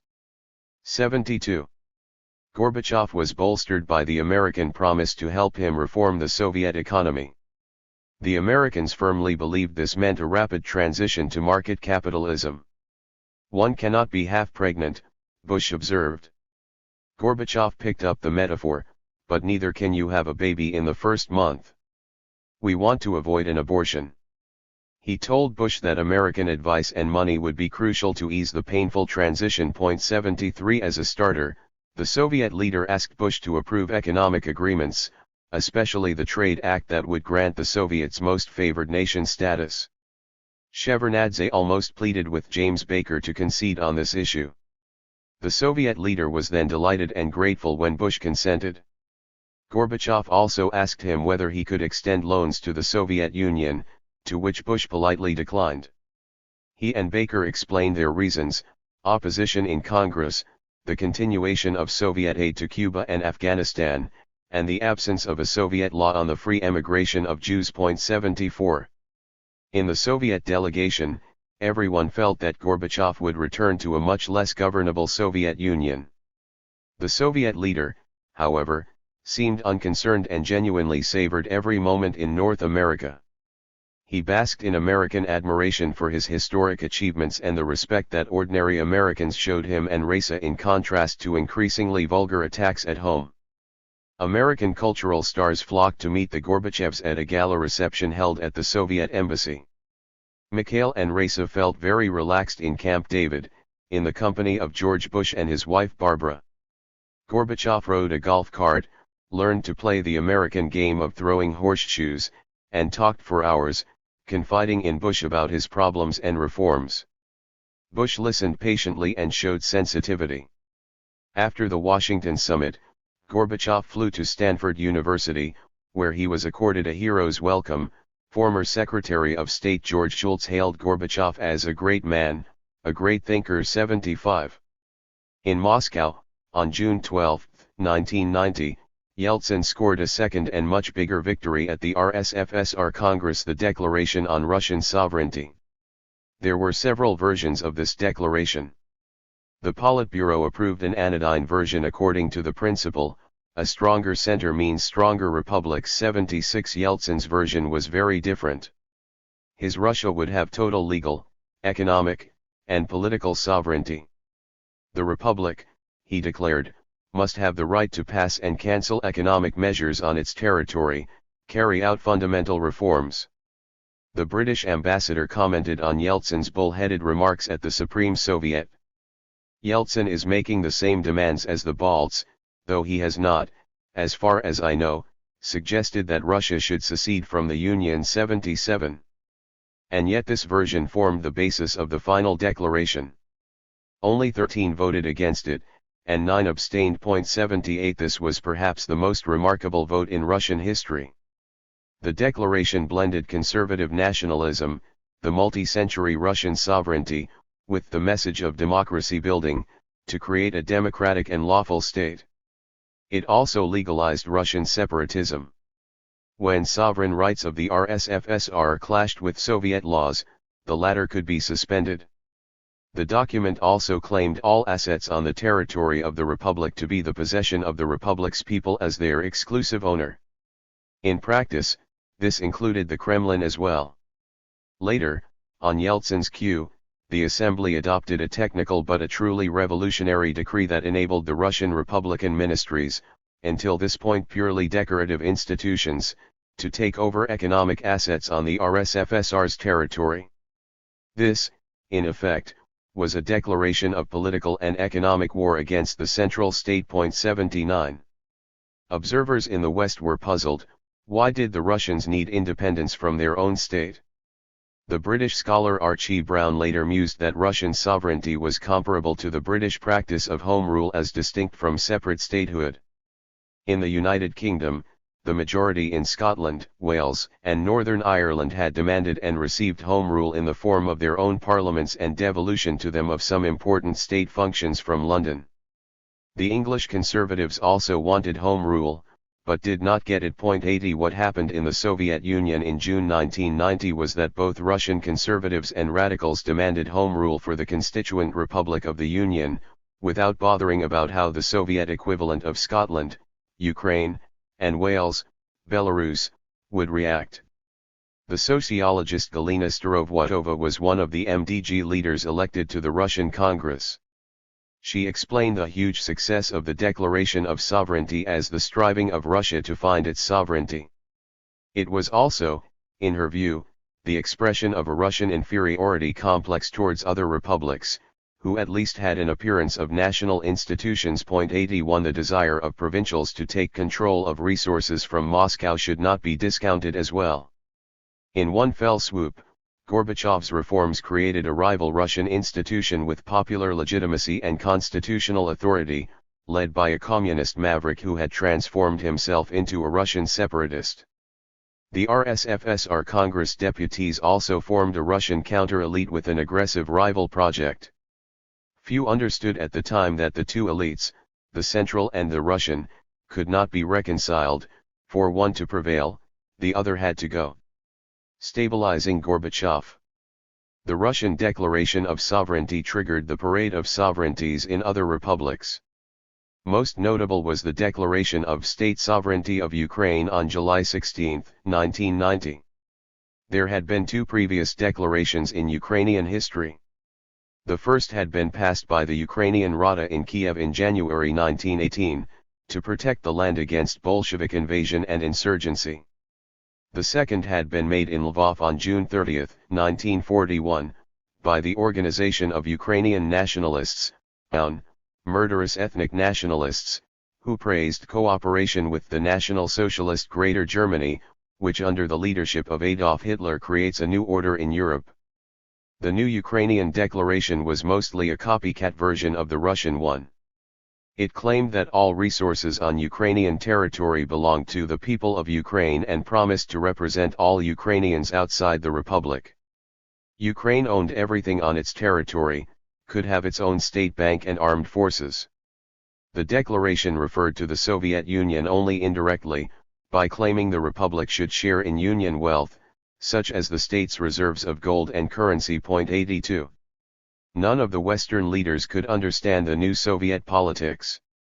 They just wondered why Gorbachev provoked so much anger and hatred among his countrymen.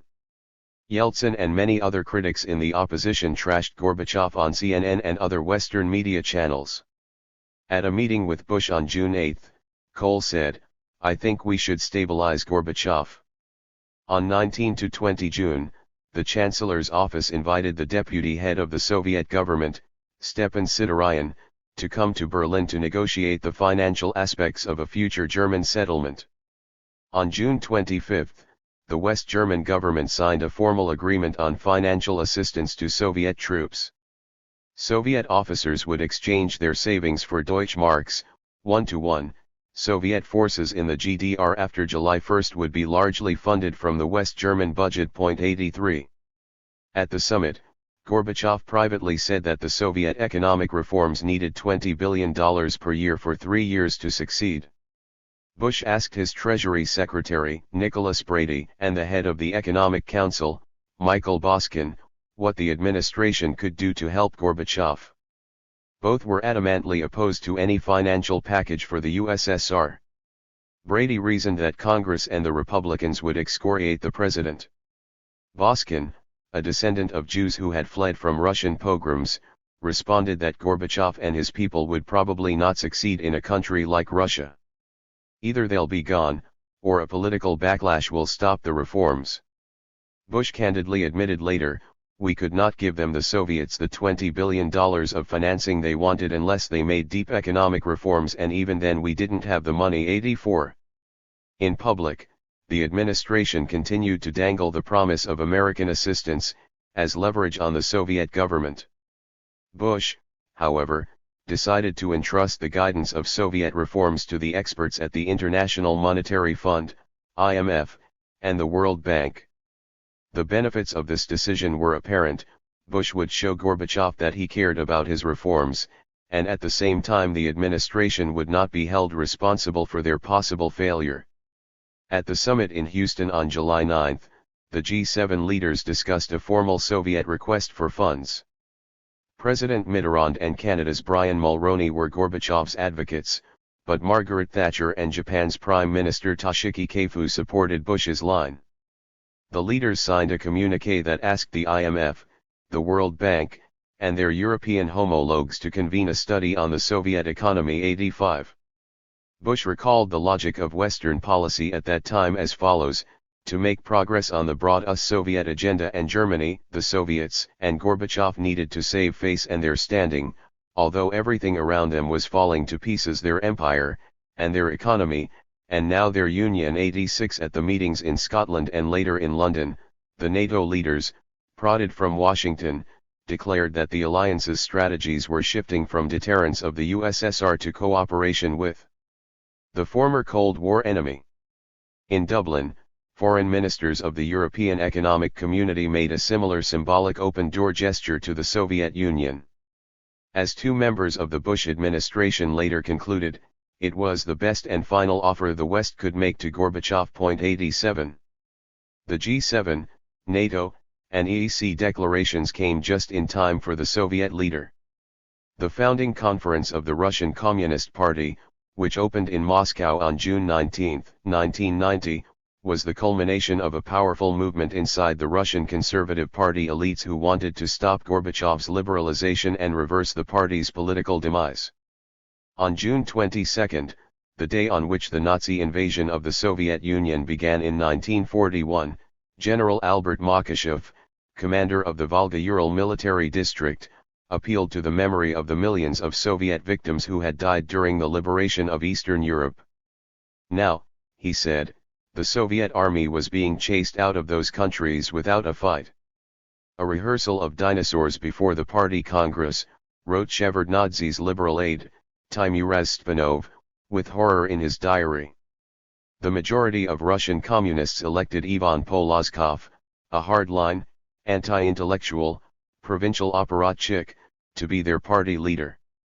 Then came the party plenum, which included more humiliating attacks on Gorbachev's course of action and threats to remove him from the post of General Secretary. 88.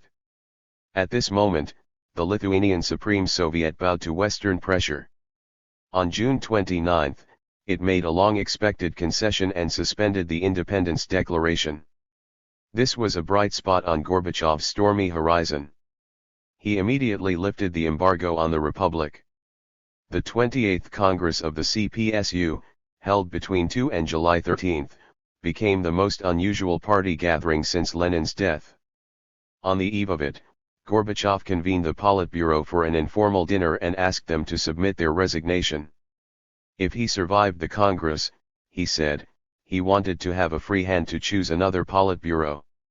Everyone, including the obstreperous Ligachev, complied. 89 At the Congress, angry and confused functionaries believed their leadership had betrayed them. One after another, the Politburo members stood up before the hostile audience to account for their activities. Rizhkov survived through 500 questions about the economy. Shevardnadze was asked 50 questions about foreign policy. His aide Stpanov was on edge. One more step and pogrom would start, he confided to his diary. Fortunately for Gorbachev, Shevardnadze, and other architects of perestroika, the audience had no common ideology or resolute leadership. The usual tactic of letting off steam worked again. Nobody was booed or chased from the podium for treason. Yakovlev even received applause for his skillful rhetoric. During the elections of the new Central Committee, delegates voted against all members from A down the alphabet.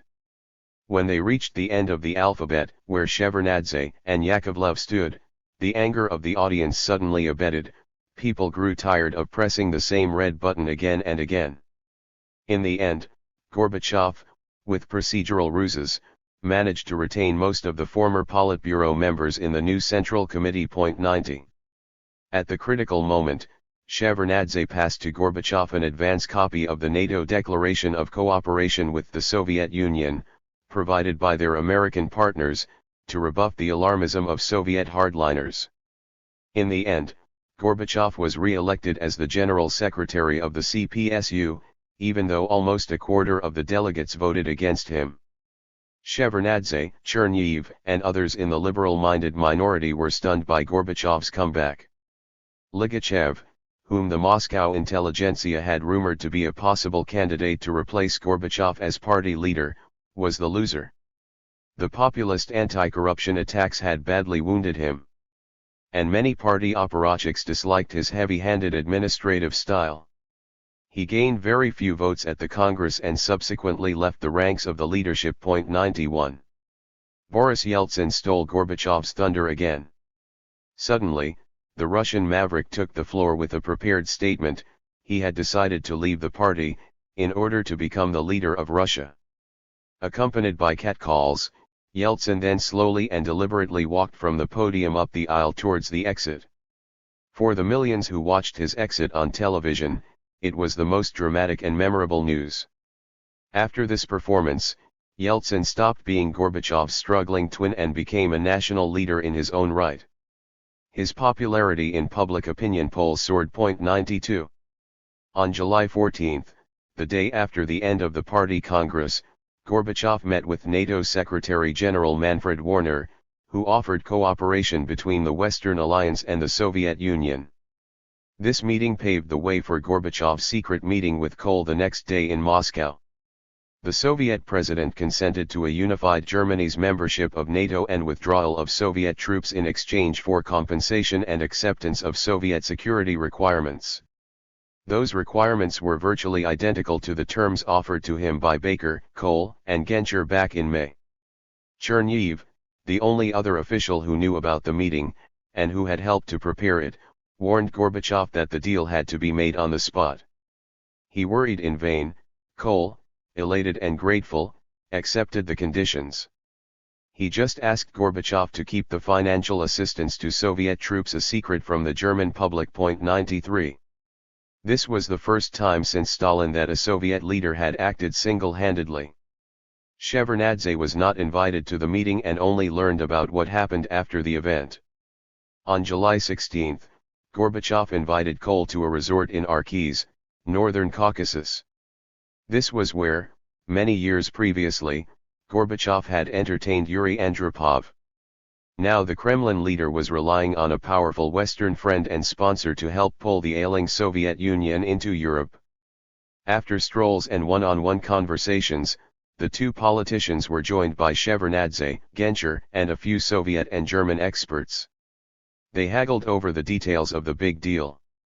Gorbachev wanted to extend the Soviet troops' length of stay in East Germany, but in the end he agreed that they would leave by 1994.94. This blitz diplomacy by the Soviet leader did not improve the final deal, but it impressed those in Gorbachev's entourage who had criticized him for his concessions.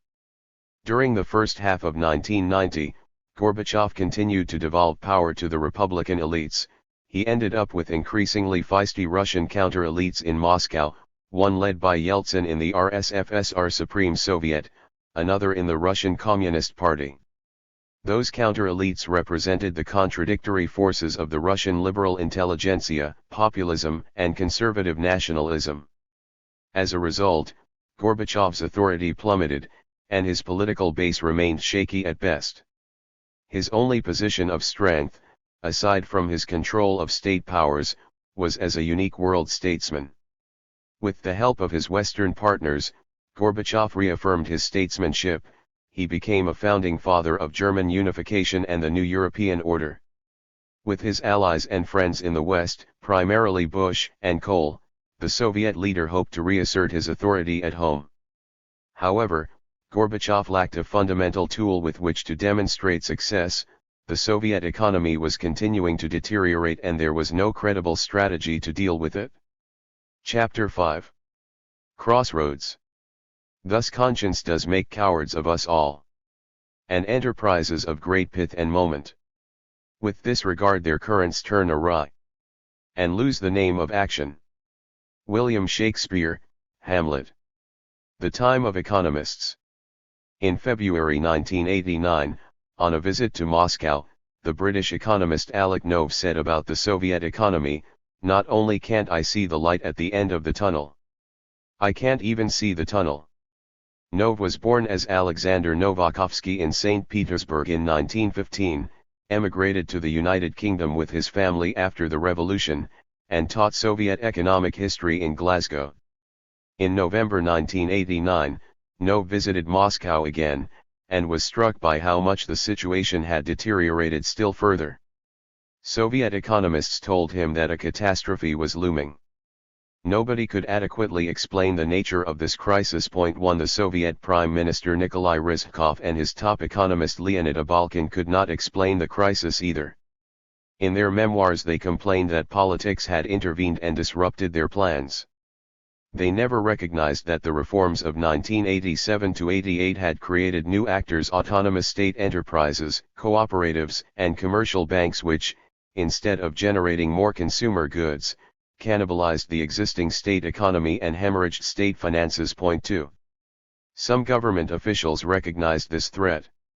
The Minister of Finance, Valentin Pavlov, and his experts informed the government that industrial state enterprises were retaining 60% of their profits, while passing on only 30% toward the state budget. In doing so they earned 100 billion rubles, yet spent them on salaries that only added to the inflation driving cash in the economy. The volume of investments in productivity and modernization kept falling. As a result, the experts concluded, the economy was underfunded, while the state budget deficit was about to soar. The experts at the Ministry of Finance proposed that all state enterprises and cooperatives must pay 50% of their profits to the state budget. In response, the lobbyists in the Supreme Soviet launched a fierce counterattack. They painted the government as a reactionary force that threatened to block economic perestroika. Ryzhkov and Abalkin caved in, suffering from the same syndrome of no stepping back on reforms. 3. In December 1989, the Ryzhkov government submitted to the Congress of People's Deputies a new program that merely perpetuated the structural and functional errors of previous reforms. The Congress instructed Ryzhkov to revise and resubmit his program with modifications. 4. This work would take most of 1990, which became the year of endless economic debates and decisions not taken. The Ryzhkov government wanted a state-regulated market. Its ministers argued that regulatory institutions, fiscal, monetary, and others would take 5 to 7 years to create. Leonid Abalkin, a product of Soviet economics, believed that market reforms had to be carried out under state controls and with considerable preparations. The government had first to accumulate a stockpile of goods and create regulatory mechanisms and market institutions, and only then cautiously deregulate the economy. The government, however, confronted immediate and severe challenges.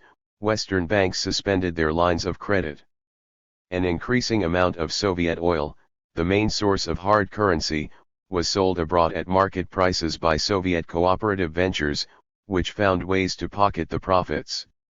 The Soviet Union still had gold, but its reserves sank to 784 tons, it was less than half of what Stalin had hoarded by the time of his death. The government began to negotiate with De Beers to sell up to $1 billion of uncut diamonds a year for 5 years. Simultaneously, the Supreme Soviet increased state expenses to support low-income groups. The Ministry of Finance was forced to print more and more rubles. 5. In March 1990, the government was shaken by a scandal from which Rizhkov could never recover. On an abandoned railroad platform near the southern port of Novorossiysk, KGB officials discovered 12 T-72 tanks, registered as pulling trucks. The paperwork indicated that the tanks came from the Ural wagon plant, a huge tank factory, and were commissioned by the cooperative and for shipping abroad. The export of Soviet arms had always been a state monopoly. What, then, did a commercial entity have to do with it? The Cooperative Ant, a Soviet acronym for Automatic Science Technology, had been created in 1987 by Vladimir Ryazhentsev, a former officer of the KGB's 9th Directorate. The cooperative worked under the auspices of an R&D department in Rizhkov's Council of Ministers, staffed by KGB officers. The idea was to swap the products of the Soviet military-industrial complex for foreign goods in high demand, such as personal computers or medicine. 6 Rizhkov approved of its activities, but failed to take account of the unwanted publicity. The newspaper of Russian communists, Soviet Russia, scooped this story. The KGB's Kryukov and Ligachev denounced the export of arms on television. 7. During a televised session of the Congress of People's Deputies, Anatoly Sobchak called Ant a plot of nomenclatura officials to enrich themselves, while thwarting real market reforms. He accused Rizhkov of a cover-up.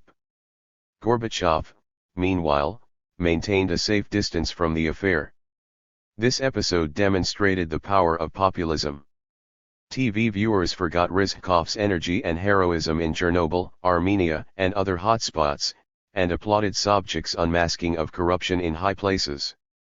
The investigation of the Ant affair lasted for months, without ending in a trial.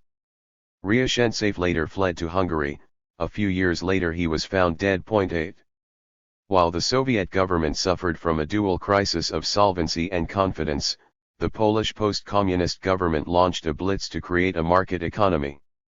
The press dubbed it the Balcerowicz Plan, after Leszek Balcerowicz, the Polish economist who designed it.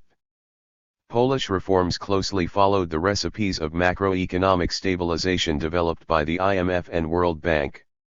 The Polish government deregulated prices, liberalized trade and private entrepreneurship, and capped the growth of wages and salaries for state employees.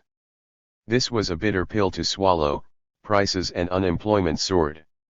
Very soon, however, Polish peasants began to deliver food to the cities, money no longer chased scarce goods, and the spike of inflation subsided. 9. The Polish reforms inspired Soviet economists to think creatively. Gorbachev's newly appointed economic advisor, Nikolai Petrakov, was the first to write a coherent program of rapid market transition. Intellectually, he was rooted to Soviet mathematical economics of the 1960s.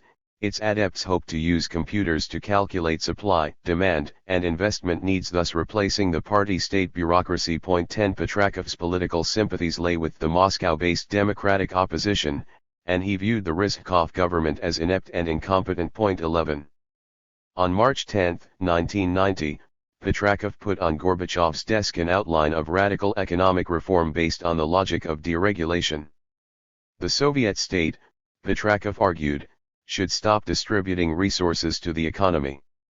Prices of raw materials and consumer products should be deregulated. Petrakov also proposed to curb business crediting of state enterprises, kreditnaya emissia, which he correctly recognized as the main source of Soviet inflation. In early 1990, not only the state bank, but also the Republican banks, goaded by sovereign Republican parliaments, began to increase such credits. With the help of private cooperatives and commercial banks, the tight partition between the two kinds of Soviet currency, cash and cashless, fell apart. The state bank had to print ever-growing amounts of money. Petrakov proposed that by Gorbachev's decree the state bank would become the master of credit and monetary policies, while the Council of Ministers would regain control over the budget. The Supreme Soviet would not have the power to launch new inflationary state programs. The dualism of the Soviet financial system would be gradually dismantled. The circulation of free cash, ruinous in an economy of deficit consumer goods, would be sharply reduced. State enterprises should be transformed into joint stock companies and stop acting like scavengers of state resources. The government would create a stock exchange and cap the budget and credits. Meanwhile, the state would authorize the deregulation of real estate and possibly land, to allow people to invest their surplus cash into long-term projects. The program had a timeline. In March, April, the main decrees, laws, and acts were to be prepared. In May, June, an institutional overhaul would begin, and on July 1, the privatization of state enterprises would begin. Point 12. The Petrakov program was realistic and original. It owed a lot to Chinese experience, and was also quite different from the IMF's one-size-fits-all shock therapy implemented in Poland. Had Petrakov's ideas been carried out in 1990, with the state levers and financial system still intact, the fate of the Soviet economy could have been very different. The ruinous mixed economy of 1987–88 would have been RETR towards a successful market economy. Unfortunately, Petrakov's brilliant insights went completely over Gorbachev's head.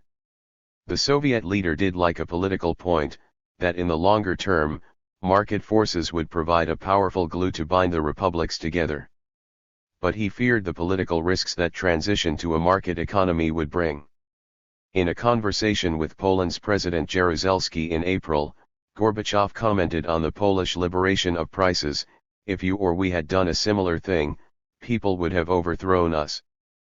Petrakov responded to this concern by proposing to secure a big Western loan to import large amounts of consumer goods to satisfy demand and alleviate tensions at the crucial moment of structural reforms. He also offered an original solution to protect people's savings: interest on savings accounts would be paid in US dollars. 13. Gorbachev hesitated. He remembered the miners' strikes from the previous summer. And he had no political will to send Ryzhkov's government into retirement. On April 14, at the joint meeting of the Presidential Council and the Council of Federation, the government proposed a transition to a market economy and deregulation to start in January 1991. That was the limit of Ryzhkov's radicalism. One economist after another agreed with the government outline, yet they warned about the social and political fallout. After the Soviet collapse, Gorbachev would say that the economists failed him and hedged their bets. They, however, said the most important thing: the transition to a market economy was inevitable and the political risks were high. Temporizing would only make this dilemma worse. The economist Stanislav Shatalin said another important thing: self-accounting by the republics was the greatest stupidity of all, it would only encourage Republican separatism. The market economy would reconsolidate the Union. This is what Petrakov had said before. 14. Gorbachev was the only one at the meeting who feigned surprise at the sudden eruption and depth of the economic crisis. Instead of promoting Petrakov's reforms, he waited for Ryzhkov to update the government program. Gorbachev also delegated the discussion of economic strategy to the Parliamentary Assembly. 15. Both were exercises in futility. In the atmosphere of polarization, radical populism, and a search for scapegoats, only the president could launch a new policy. The Supreme Soviet's deputies voted for higher minimum wages and other costly state programs of social protection. They were not concerned that such programs could only be paid for by printing more money. thereby increasing inflation. The Rizhkov government finally proposed a 55% tax on the profits of state enterprises, but the populist Supreme Soviet vetoed it. In the Republican Supreme Soviets, nationalism magnified this trend. 16. Gorbachev resumed the discussion of reforms on May 22 at the Kremlin. Primed by economists, he acknowledged that inflationary manipulations of state enterprises and cooperatives unbalanced the market. 17 Government officials spoke of obstacles, not solutions. They spoke of a Polish-style reform as the only alternative and warned that in that case unemployment would soar to between 15 and 40 million. The KGB chief spoke about possible strikes. The discussion focused on the poorest in society and digressed into specifics. When to raise the price of bread. How to compensate the most needy. The Russian writer Valentin Rasputin urged those in attendance to seek the advice of the people. Remarkably, none of Petrakov's innovative solutions were brought up. 18 Valentin Pavlov from the Ministry of Finance was among the very few who pushed for action. He proposed raising wholesale prices on energy and bread. He explained that the remaining partition between the two currencies, biznal for wholesale prices and cash for retail prices, gave the Soviet government unique leverage to stimulate the oil industry and agriculture, while avoiding an immediate rise in the prices of consumer goods. Gorbachev did not understand what Pavlov was talking about. Rizhkov suspected that Gorbachev had left him with the bleak business of dealing with retail prices, the Supreme Soviet, and a furious public calling for the government's resignation. Already wounded by the Ant affair, Rizhkov acted irrationally. He proposed a national discussion on price reform, the worst idea imaginable.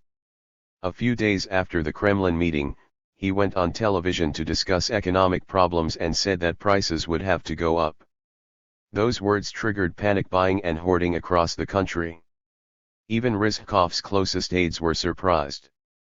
Gorbachev recalled, perhaps Nikolai Ivanovich had a nervous breakdown. 19 Whatever the reason, the planned economic reform from above was again rejected.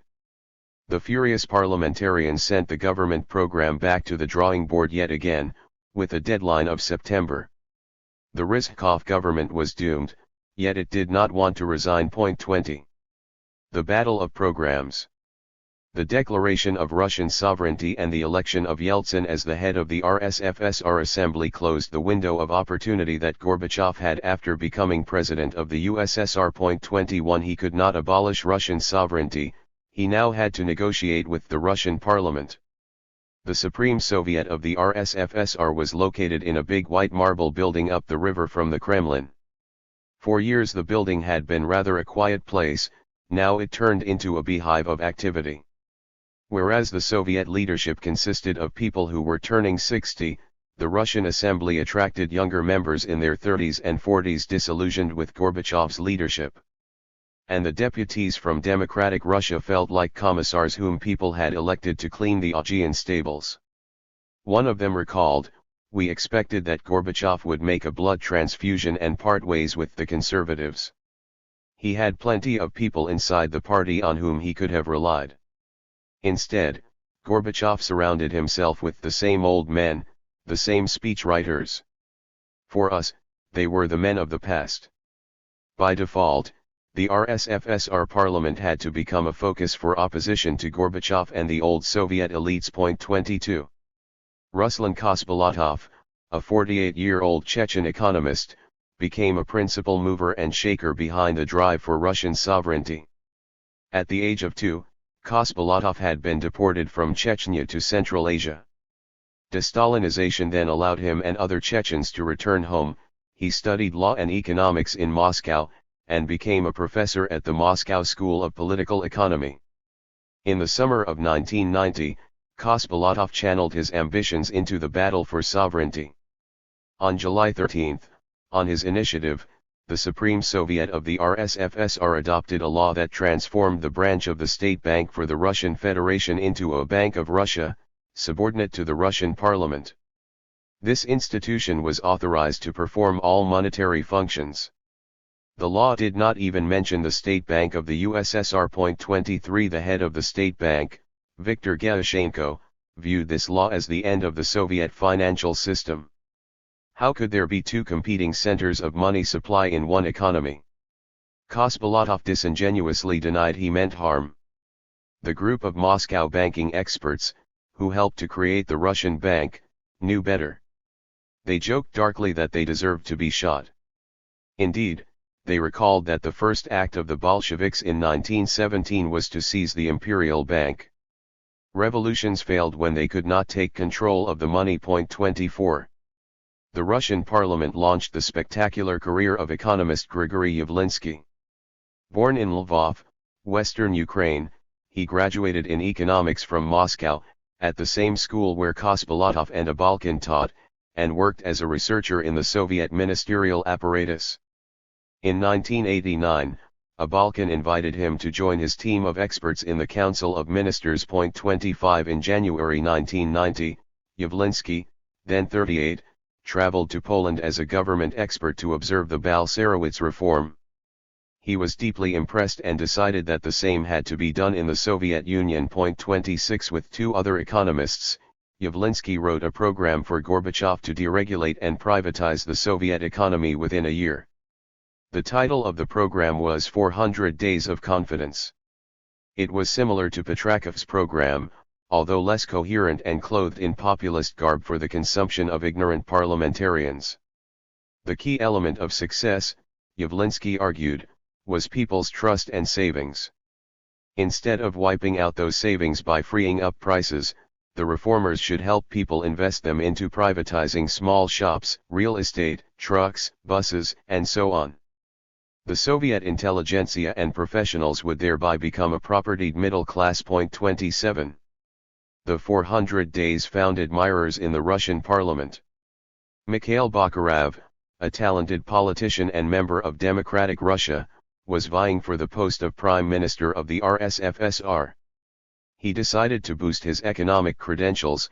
He appropriated Yavlinsky's program, changed the title to 500 Days, and presented it as his own economic program for Russia. He still lost the election, yet he became head of the Supreme Economic Council, a brain trust of economic reforms. When Yavlinsky discovered what had happened, he met with Bakharov and Yeltsin. The young economist explained that 500 Days could not be just a Russian program. The Soviet economy was one integrated body, its industries spread across the republics like veins and arteries. One had to treat the whole patient, not just its limbs and parts. Yeltsin, impressed by Yavlinsky's arguments, offered him the post of deputy prime minister in the Russian government. 28. Yavlinsky accepted the offer, but decided that his program needed two sponsors, Yeltsin and Gorbachev. On July 21, he contacted Petrakov, who immediately recognized the political potential of this idea and informed Gorbachev. The president of the USSR replied, "Where is this fellow? Get him here right away." 29 At Gorbachev's request, Yavlinsky flew to Jurmala, a resort in Latvia where Yeltsin vacationed. The first reaction of the Russian leader was negative. His ego rebelled against an alliance with Gorbachev. In his speeches all over the country, Yeltsin had preached a sovereign Russia with its own banking system, foreign policy, and foreign trade. It would also withhold Russian taxes from the Union's budget. The remaining center would only deal with defense, communications, and energy. 30 Still, Yeltsin guessed he could benefit from a tactical alliance with Gorbachev. For the first time, the Kremlin leader was ready to establish an equal partnership with the Politburo maverick. Gorbachev confirmed this by calling Yeltsin himself on the telephone. Yeltsin agreed to a joint reform effort. 31. Gorbachev, as his biographer William Taubman writes, supported the 500 days more out of desperation than rational calculation. 32 Indeed, the Soviet leader was searching for a credible response to the Russian declaration of sovereignty, as well as the Lithuanian crisis. Yavlinsky's proposal was a godsend. An economic agreement signed by Yeltsin and leaders of other republics, Gorbachev hoped, would pave the way to a new Union treaty. The successful deal with Kohl on German reunification had also boosted Gorbachev's self-confidence. He wanted to achieve in domestic politics what he had accomplished in foreign affairs. At the meeting of the Presidential Council on July 20, Gorbachev enthused about his recent meeting with Jacques Delors, the father of the European Union. If European states, with their history of nationalism and wars, had succeeded in integrating, he argued, then the Soviet republics had much better reasons to stay together, despite their troubled history. 33. Petrakov and Yavlinsky relished a unique opportunity to put their ideas into practice. They drafted a directive tasking an independent group of experts to produce a concept of the Union program for transition to a market economy as the basis of a Union treaty. They selected several economists who shared their ideas. Stanislav Shatalin, the only economist in the Presidential Council, would lead the group. Within 1 month, on September 1, the concept would be presented to the Supreme Soviets of the Union and the RSFSR for discussion and approval. 34 The economists expected that Gorbachev and Yeltsin would sign the directive and get the ball rolling. On July 27, Gorbachev signed the draft directive without even changing a word. Yeltsin did so as well. Gorbachev, however, insisted that Rizhkov must also sign. The hapless prime minister was the last to have learned about the directive and felt ambushed. Gorbachev was tossing his program, which had cost Rizhkov so much effort, into a dustbin and had turned to a rival team of economists. So Rizhkov refused to sign the document. Gorbachev was annoyed. He and Raisa were preparing to go to Crimea for a summer vacation. The Soviet leader flew to the Black Sea on July 30. 2 days later, after consulting with the Balkan and other deputies, Rizhkov gave in and signed. He lacked the energy to become once again an enemy of reforms and a scapegoat for public opinion. 35. The outcome was a rivalry between the two teams. Petrakov, Yavlinsky, and the economists they selected moved to Dacha No. 6 in Arkhangelskoye, west of Moscow, a fully equipped state complex of cottages, where they could live and work in comfort. The group worked with a high sense of mission. They believed they knew a way out of the economic crisis. Yeltsin met with the economists 2 times. Gorbachev called Petrakov every day, to inquire about their progress. He also received drafts and sent them back with his markings. 36 Rizhkov's team of experts, led by a Balkan, worked at another resort near Moscow. They focused on amending the government program, which had to be submitted to the Supreme Soviet in September. When Gorbachev called from Crimea to express his concern about the lack of cooperation between the two groups, a Balkan replied that nobody had instructed him to suspend work on the government program. Would the president authorize it? Gorbachev did not take this responsibility. The Soviet leader still wanted to keep Rizhkov in his job, although he barely talked to him anymore. 37. The rivalry grew into political antagonism.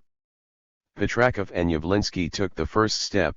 They decided that they should involve the Republic's representatives. All of them, including the Balts, came to Arkhangelskoye and discussed the 500 days.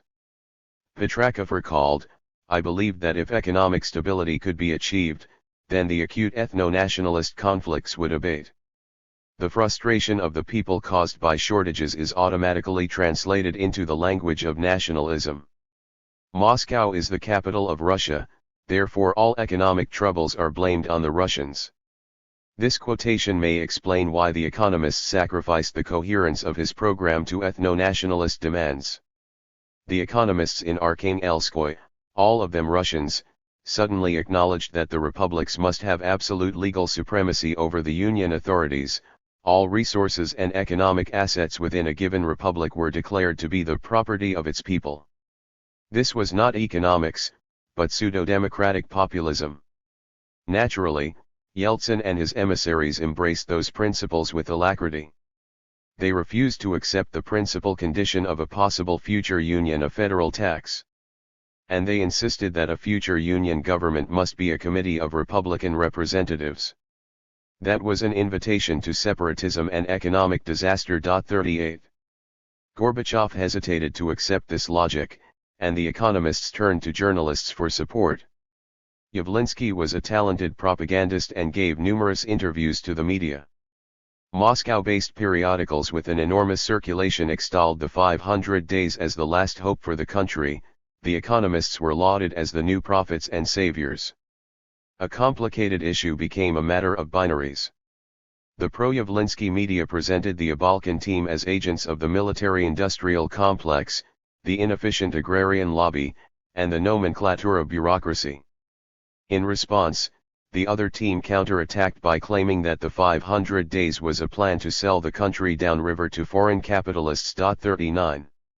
In late July 1990, public opinion polls in Moscow demonstrated that about 70% of respondents favored transition to a market economy, but only 15% wanted to start the transition immediately. 40 The media campaign about the 500 days filled the pro-market mood with a new sense of urgency.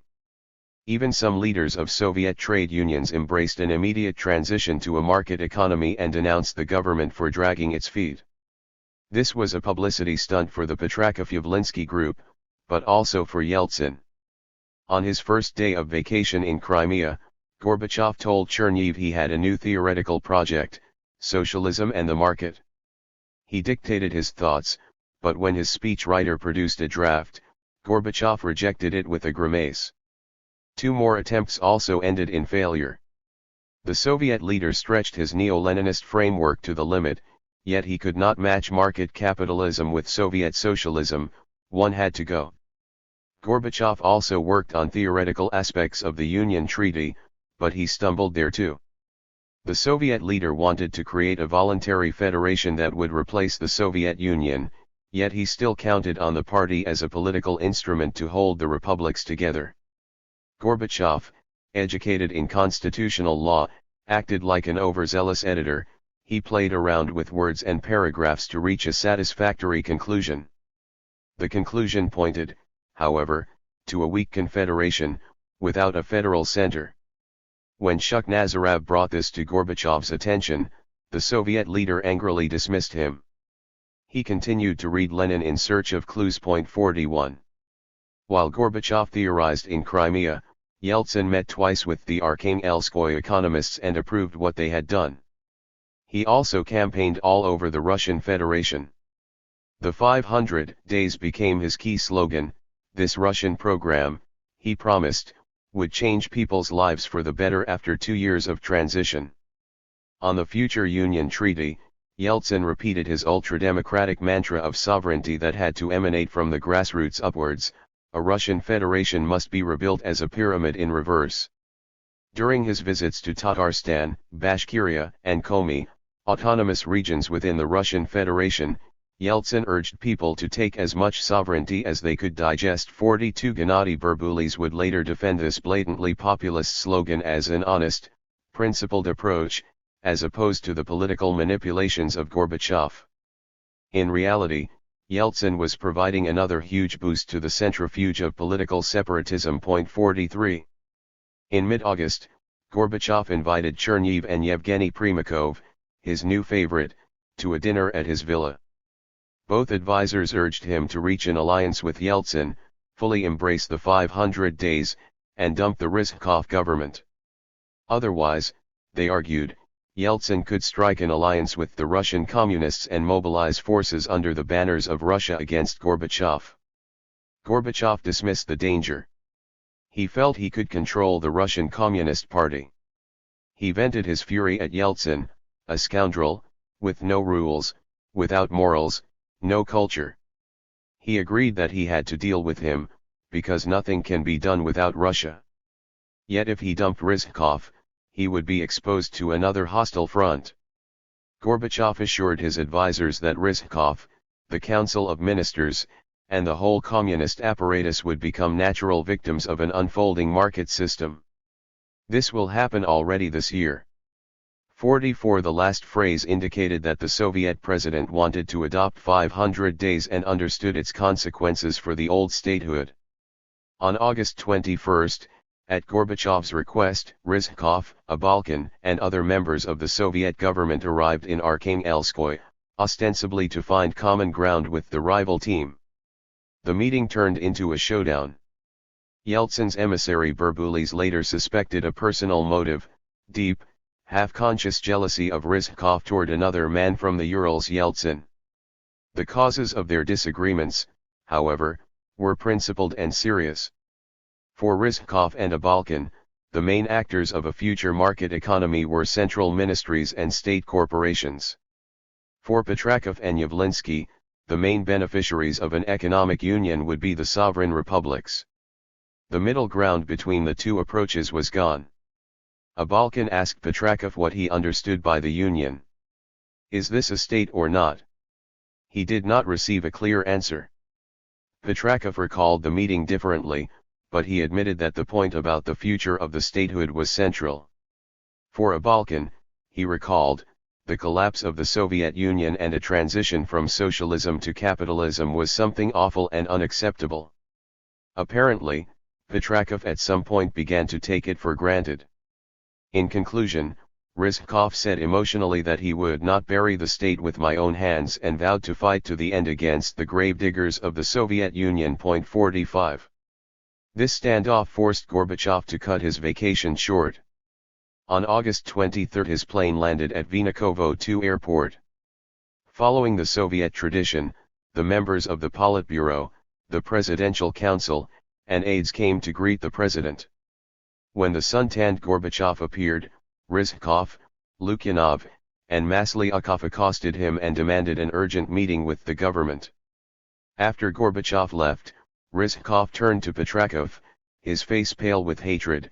You will go down in history.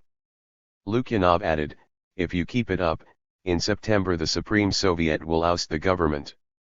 In November the Congress of People's Deputies and the Supreme Soviet will be disbanded. There will be new elections, and in December the president will be toppled and you too. 46. Gorbachev met with Petrakov and his team next morning. The excited economists, who worked in summer shirts at the state dacha, did not even have time to go home to fetch their jackets and ties. The meeting lasted for 5 hours, and Gorbachev charmed everyone. He found time to read the draft program, treated young economists as intellectual partners, and posed good questions. Shat-Alin, who missed most of the work of his team because of sickness, came to the meeting and recalled that our guys felt as if they had wings. Gorbachev said he would discuss the 500 days at the Presidential Council and with Yeltsin as soon as he returned to Moscow. He invited Shat-Alin and Petrakov to attend his meeting next day with the Rizhkov government. At that meeting, members of the government vociferously warned Gorbachev against an alliance with Yeltsin. At one point the head of Gosplan, Yuri Maslyakov, declared, we must get rid of Yeltsin at any price. The president cut him off, stop talking nonsense. Gorbachev had resorted to his method of letting off steam. 47. Gorbachev met with Yeltsin on August 29. It was their first one-on-one meeting since 1987. There had been bad blood between them for years. The Russian leader began the meeting with grievances. Why had Gorbachev tried so hard to prevent his election as the RSFSR chairman? There was a chance for a frank talk, yet Gorbachev shrugged him off. Come on, Boris. Look how you lambasted me in America, in your books, in your interviews.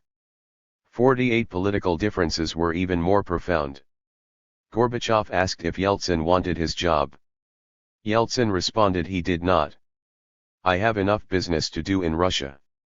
In fact, Yeltsin wanted to eliminate the Soviet Union altogether as a strong federated state. He was ready to accept only a confederation of sovereign states, such as Russia, without a strong central government above them. Yeltsin's specific demands were equally radical. He demanded that the Rizhkov government should go, along with the heads of the Ministry of Finance, the State Bank, and the External Trade Bank. The Ministry of Finance had to be supervised by trustees from all the republics.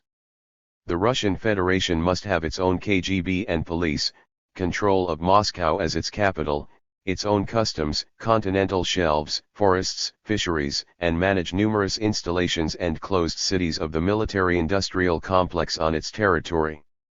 The Russian government had to get its share of the gold reserves, diamonds, oil, and other resources. The Russian Academy of Sciences, television, and an airline company would be established. And, like the cherry on top of a cake, Yeltsin declared that the Kremlin is the property of Russia. 49 Yesterday's outcast, elected only by a tiny majority of the Republican Parliament, spoke the language of ultimatums. The president of the USSR patiently negotiated with Yeltsin, which only added to the growing perception of Gorbachev's weak position. Chernev recorded in his diary, "Telegrams are arriving for Gorbachev from everywhere, screaming about the impotence of the authorities and the president. The conditions for dictatorship are ready. Where will it come from? Gorbachev is incapable of this." 50 Gorbachev's appeasement of Yeltsin was the product of his personality, but also an expression of his disdain for his rival. Before their meeting, Gorbachev had received from Boldin information about Yeltsin's medical history, which claimed that, from 1986 onwards, Yeltsin suffered from psychological instability that affected his political behavior. 51 Similar diagnoses for political dissidents had been produced under Andropov. It is likely, however, that those allegations influenced Gorbachev. In his mind, only a sick man could make such demands of him. Yeltsin challenged Gorbachev from the pedestal of his popularity. According to the data from an independent survey, Yeltsin's approval rating had soared from 27% in May 1990 to 61% in July. Gorbachev's popularity had sunk from 52% in December 1989 to 23% in August 1990. In Moscow, only 26% of people wanted Gorbachev to remain as president of the USSR, 34% preferred Yeltsin. 52 On the eve of his meeting with Gorbachev, Yeltsin said, "I have long stopped fearing him. Now we are equals." In a close circle of his entourage, he called the Soviet president a pampered prince, who had reached his supreme post by entertaining his superiors, including Andropov and Brezhnev, at the spa. While Gorbachev viewed himself as a new Lenin, Yeltsin treated him as Kerensky, the vacillating head of Russia's provisional government in 1917.53. Yeltsin later asserted that Gorbachev promised to arrange a voluntary resignation of Rizhkov and retirement of other government officials on Yeltsin's list. They also allegedly agreed to put the 500 days into action within the next 2 weeks. The tentative plan was that Gorbachev would circumvent the conservative Supreme Soviet of the USSR and approve the 500 days by presidential decree, then he would send its text to the Republican assemblies, including the RSFSR parliament, for discussion. Yeltsin promised that the Russian parliament would approve the program first, setting the trend for the other republics. 54 This agreement, if it ever really existed, was never implemented. The day after their discussion, Gorbachev convened a huge meeting of the Presidential Council and the Council of Federation, to discuss the economic agreement and the Union Treaty. He invited 170 government officials, ministers, the leadership from 11 republics, except for the Baltics and Georgia, and officials from 15 autonomous regions within the RSFSR. He even brought a delegation of workers who were on a visit to the capital. 55 Shat-Alin presented the 500 days, praising privatization and private ownership as the only long-term solution to nationalist conflicts. When Estonian money comes to Russia, and Russian investments are made in Ukraine, then normal economic life will begin. He also mentioned the need for preliminary financial stabilization.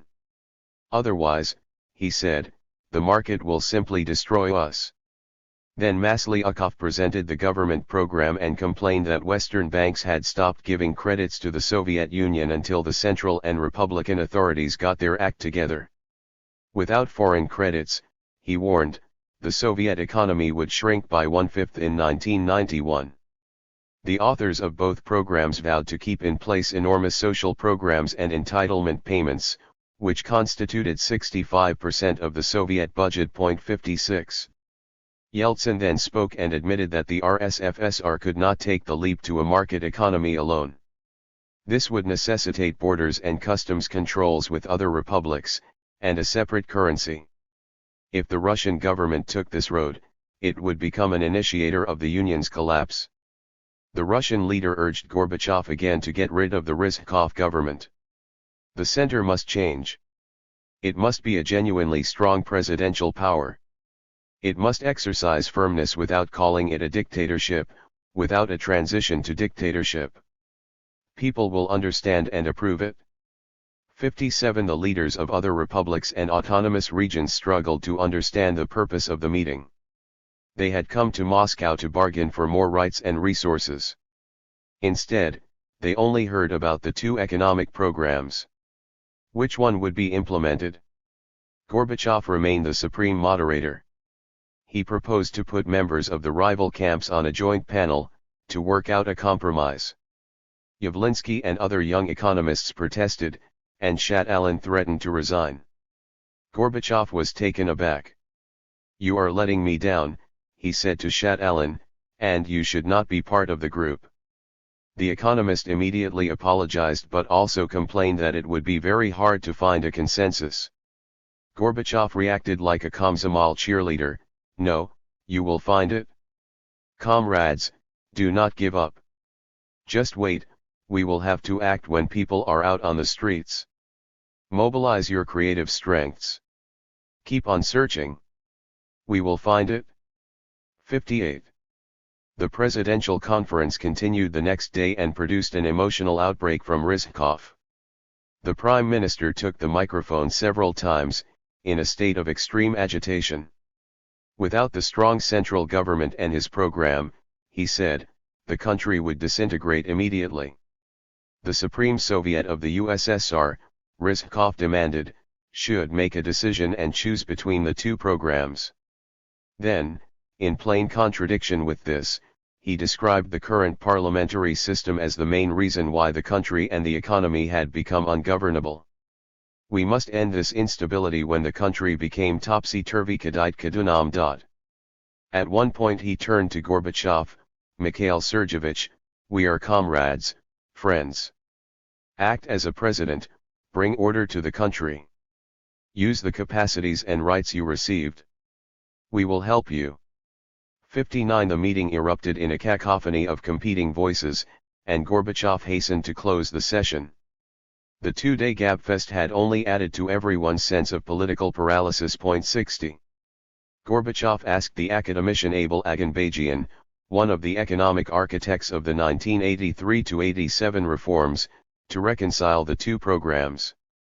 The Soviet leader insisted that the 500 days should be combined with the existence of the federal government and a federal tax. 61 Many condemned Gorbachev for this position, and some historians even consider it as the point where the Soviet leader lost his last opportunity to relaunch reforms under his auspices. Yet Gorbachev's hesitation had its political logic. Without the central government, the president would be left alone to deal with 15 republics and the huge Congress of People's Deputies. There would be widespread chaos in the Soviet economy where all main industries had been constructed as centrally controlled conglomerates. Without Rizhkov, or at least without his experienced deputies, the entire class of Soviet economic managers would become an unruly herd. And the second-tier apparatchiks in the republics and autonomous regions had no expertise with which to grapple with corporations located on their territories, but always governed from Moscow. 62. Black September. Even in times of relative stability, it would have been hard to square this circle.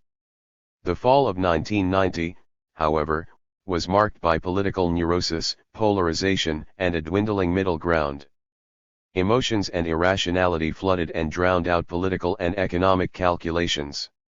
David Remnick, a young Washington Post journalist in Moscow, remembered Black September of 1990 as a turning point in the drama of the Soviet collapse. It started with a horrendous crime. On September 9, an Orthodox priest called Alexander Men was brutally murdered in a village near Moscow. The killer was never found. Father Alexander Men was born a Jew, but he had dedicated his life to the Russian Orthodox faith.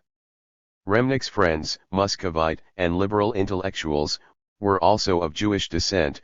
They and their children had been baptized by Father Men. As people working in media, culture, and the humanities, They had initially backed Gorbachev's perestroika, but they now rooted for Yeltsin and democratic Russia. They were scared. Father Men's violent death, they believed, was part of a wider conspiracy, which included the anti-Semitic elements of the Russian Orthodox Church, the KGB, and other dark forces inside the party and the military-industrial complex. 63. On the day following Father Men's murder, the Soviet military began suspicious exercises around Moscow. For Remnick and his Moscow friends, this was reminiscent of Poland in 1980-81, which ended with martial law.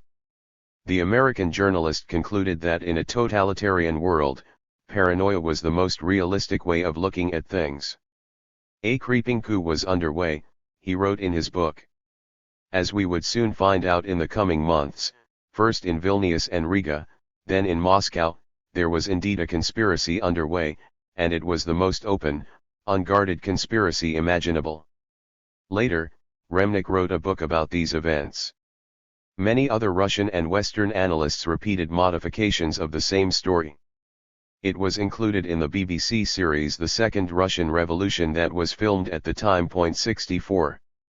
What was going on in September 1990? Was there any conspiracy afoot? Russian historians never discovered any concrete evidence. According to their findings, on September 8, Colonel General Vladislav Akolov, commander of the airborne troops in the Soviet Army, ordered 5 divisions to advance towards Moscow in a state of higher readiness. The next day, the Ryazan Airborne Division was dispatched to Moscow in full gear with all its weaponry. 2 days later, the Pskov Airborne Division was ordered to do the same.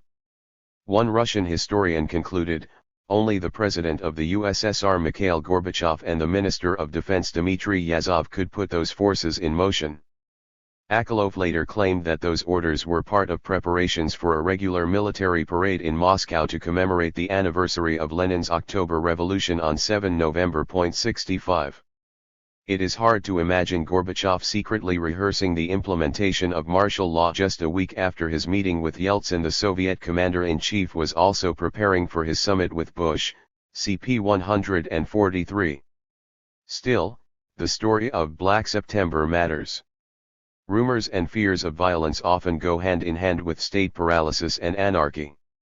The Great Fear of July, August 1789 had fueled a peasant uprising and contributed to the French Revolution.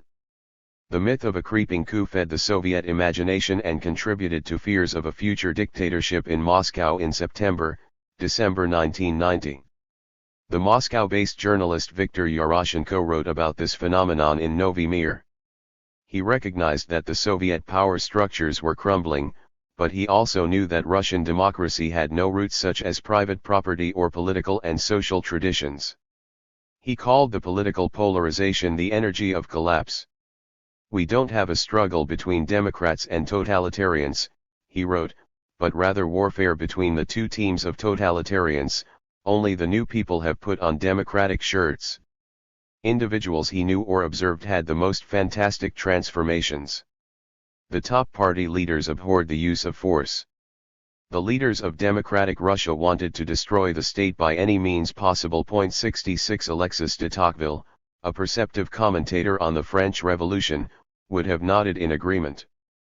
Anatoly Adamyshin, the Soviet ambassador to Italy, visited Moscow in September to find that the country was falling into a precipice. His friends, the economists Petrakov, Aganbajian, and Shmolyov, agreed that only an emergency and dictatorship could hold society together. Adamyshin's classmate Leonid Shabarshin, head of the KGB's Foreign Intelligence Service, told him, the next week should be decisive. In what sense? Who would be a dictator? Gorbachev and his men, Adamyshin wrote in his diary, lacked guts for decisive steps. Still, he returned to Rome with the conviction that something was afoot. If everything points to dictatorship, one should choose the most appropriate form of it, including face-saving for the outside world. 67 years later in his memoirs, Pavlov, the Minister of Finance, revealed his own September plot. He and Rizhkov's deputies, Maslyakov and Vladimir Shcherbakov, agreed to pose an ultimatum to Gorbachev to adopt an emergency economic course. If he turned it down, the entire government would submit its resignation. Rizhkov prevaricated. Pavlov recalled him saying, "No, it is too late. They will blame us for fearing difficulties, for provoking a crisis. We will carry our cross to the end." Pavlov recognized that the head of the government was unable to take any independent action. The plot fizzled out. 68.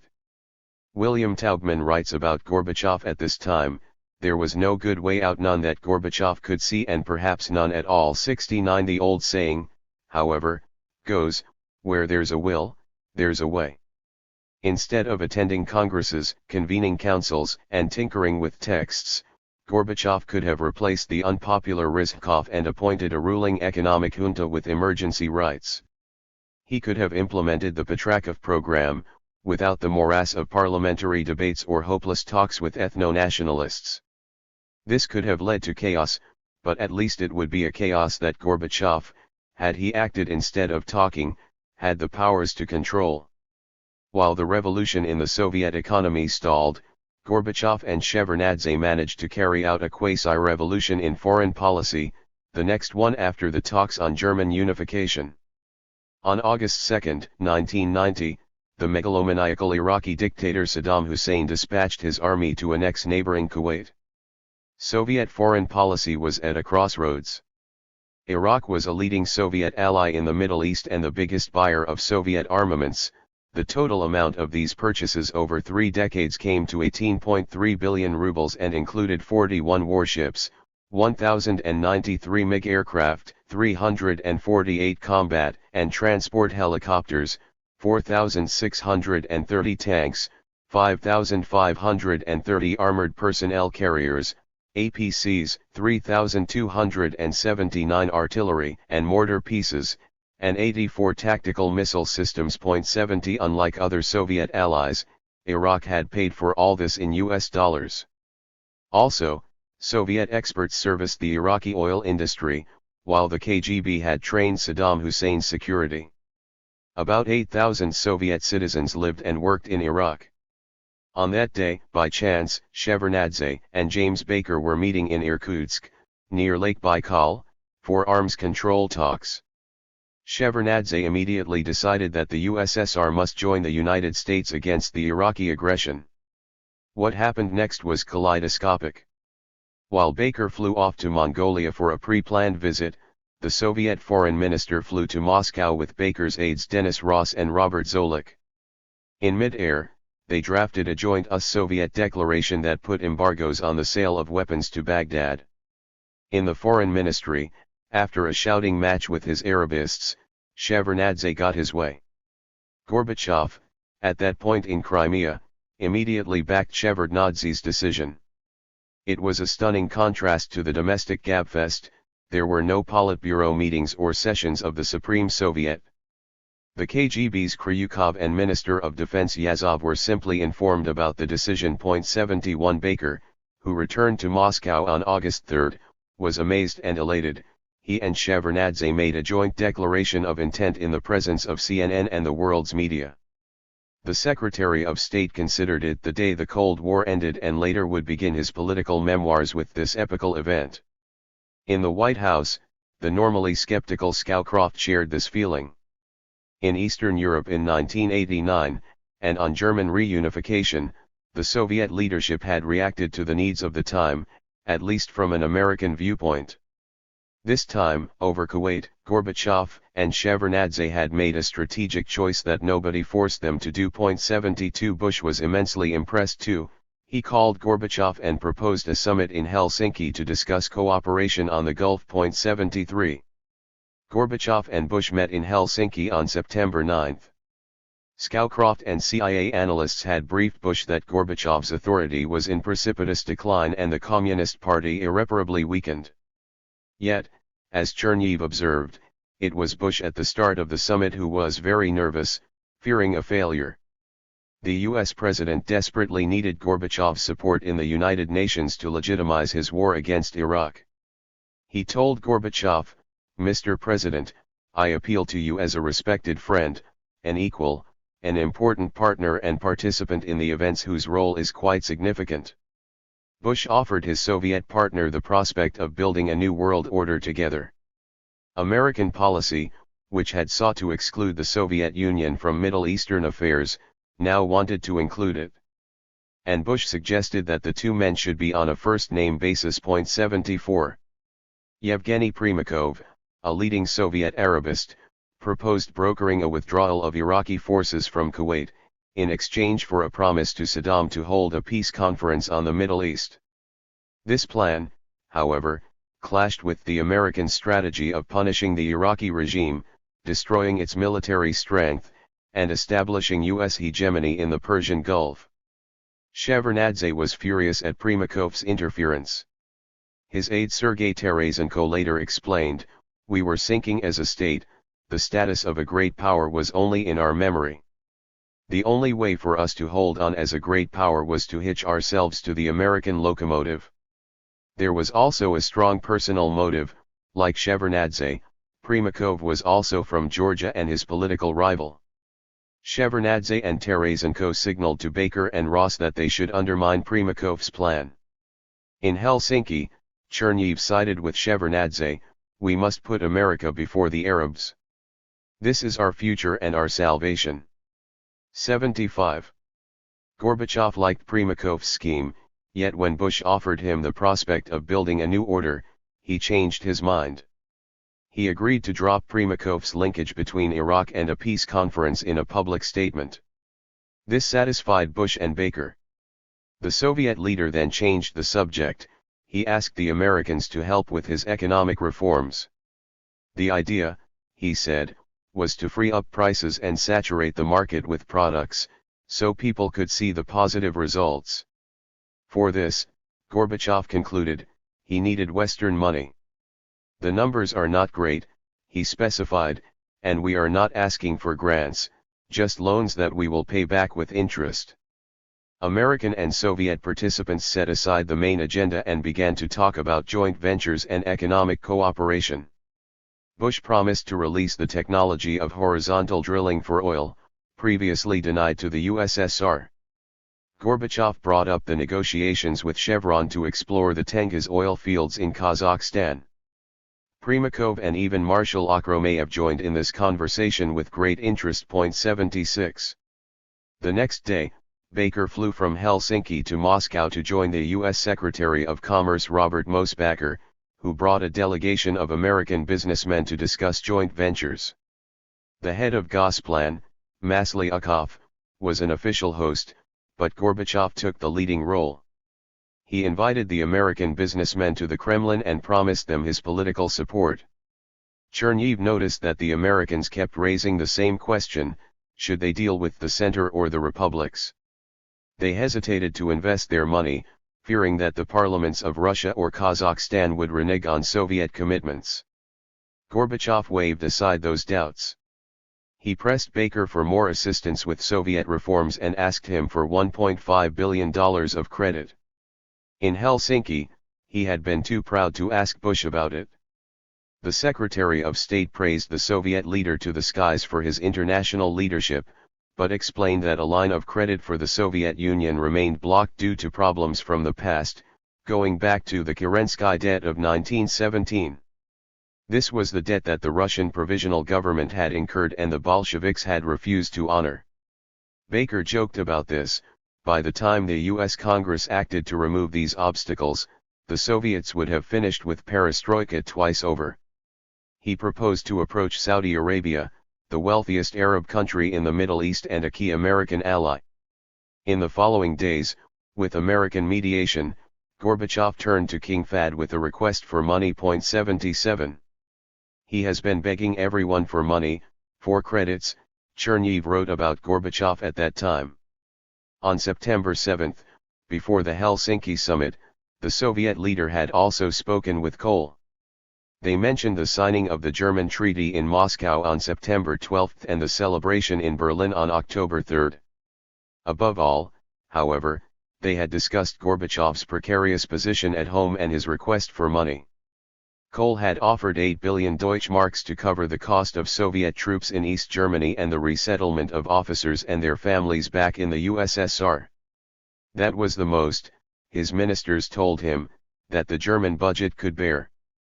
Gorbachev, however, wanted twice as much. Kohl called again on September 10, and offered 11 to 12 billion DM. Gorbachev said, "The transition to a market economy must begin on October 1. I am in a bind and cannot haggle." Kohl responded that German companies were eager to support the Soviet transition to a market economy. "In the fall, we will talk about a big credit. I gave you my word and I will keep it." As a form of stopgap assistance, the Chancellor offered an interest-free line of credit of 3 billion DM over 5 years. Gorbachev accepted the offer. 78. The Soviet leader also made a pitch for funds to Israel. The Israelis, he told Chernihiv, would raise $10 billion to support the Soviet reforms. In return, Gorbachev promised to restore Soviet-Israeli diplomatic relations broken in June 1967 because of the Six-Day War between the Arabs and Israelis and legalize Jewish emigration. Beyond the Middle East, Gorbachev also turned to EU leaders for financial aid. The Italian Foreign Minister Gianni de Michelis came to Moscow with a preliminary agreement to provide a line of credit. The final amounts were significant: 3 billion DM from Kohl, $1.5 billion from Mitterrand, slightly more from Spain's Prime Minister González, the same from Italy, and $4 billion promised by King Fahd. The Israelis offered nothing. 79. By the time this fundraising campaign ended, however, its policy objective had disappeared. The Soviet program of economic reforms was in tatters. In early September, members of the Supreme Soviets of the USSR and RSFSR returned from their vacations. The two assemblies, products of Gorbachev's reforms, both had their seats in Moscow, separated only by a few miles. Instead of collaboration, they created a bipolar disorder in the Soviet capital. In the Russian parliament, which opened its session on September 3, Yeltsin and Kosbolotov distributed copies of the 500 Days to the deputies, who approved it on September 11. In the all-union parliament, Rizhkov boycotted the program. Lukyanov told the deputies to wait for a compromise document. The war of laws between the two parliaments flared up. Rizhkov publicly proposed to raise wholesale prices on meat. On this bombshell, all meat disappeared from stores. The Russian parliament reacted by raising the purchase price of meat on the RSFSR's territory without waiting for the Soviet government. The deputies also increased fivefold the price of Russian oil for domestic consumption. They also voted to raise pensions and social assistance to compensate for inflation. Petrakov and Yavlinsky looked on in horror, as the two parliaments were racing to undermine the financial foundations of economic reforms. 80. Political emotions focused, naturally, on the question of power.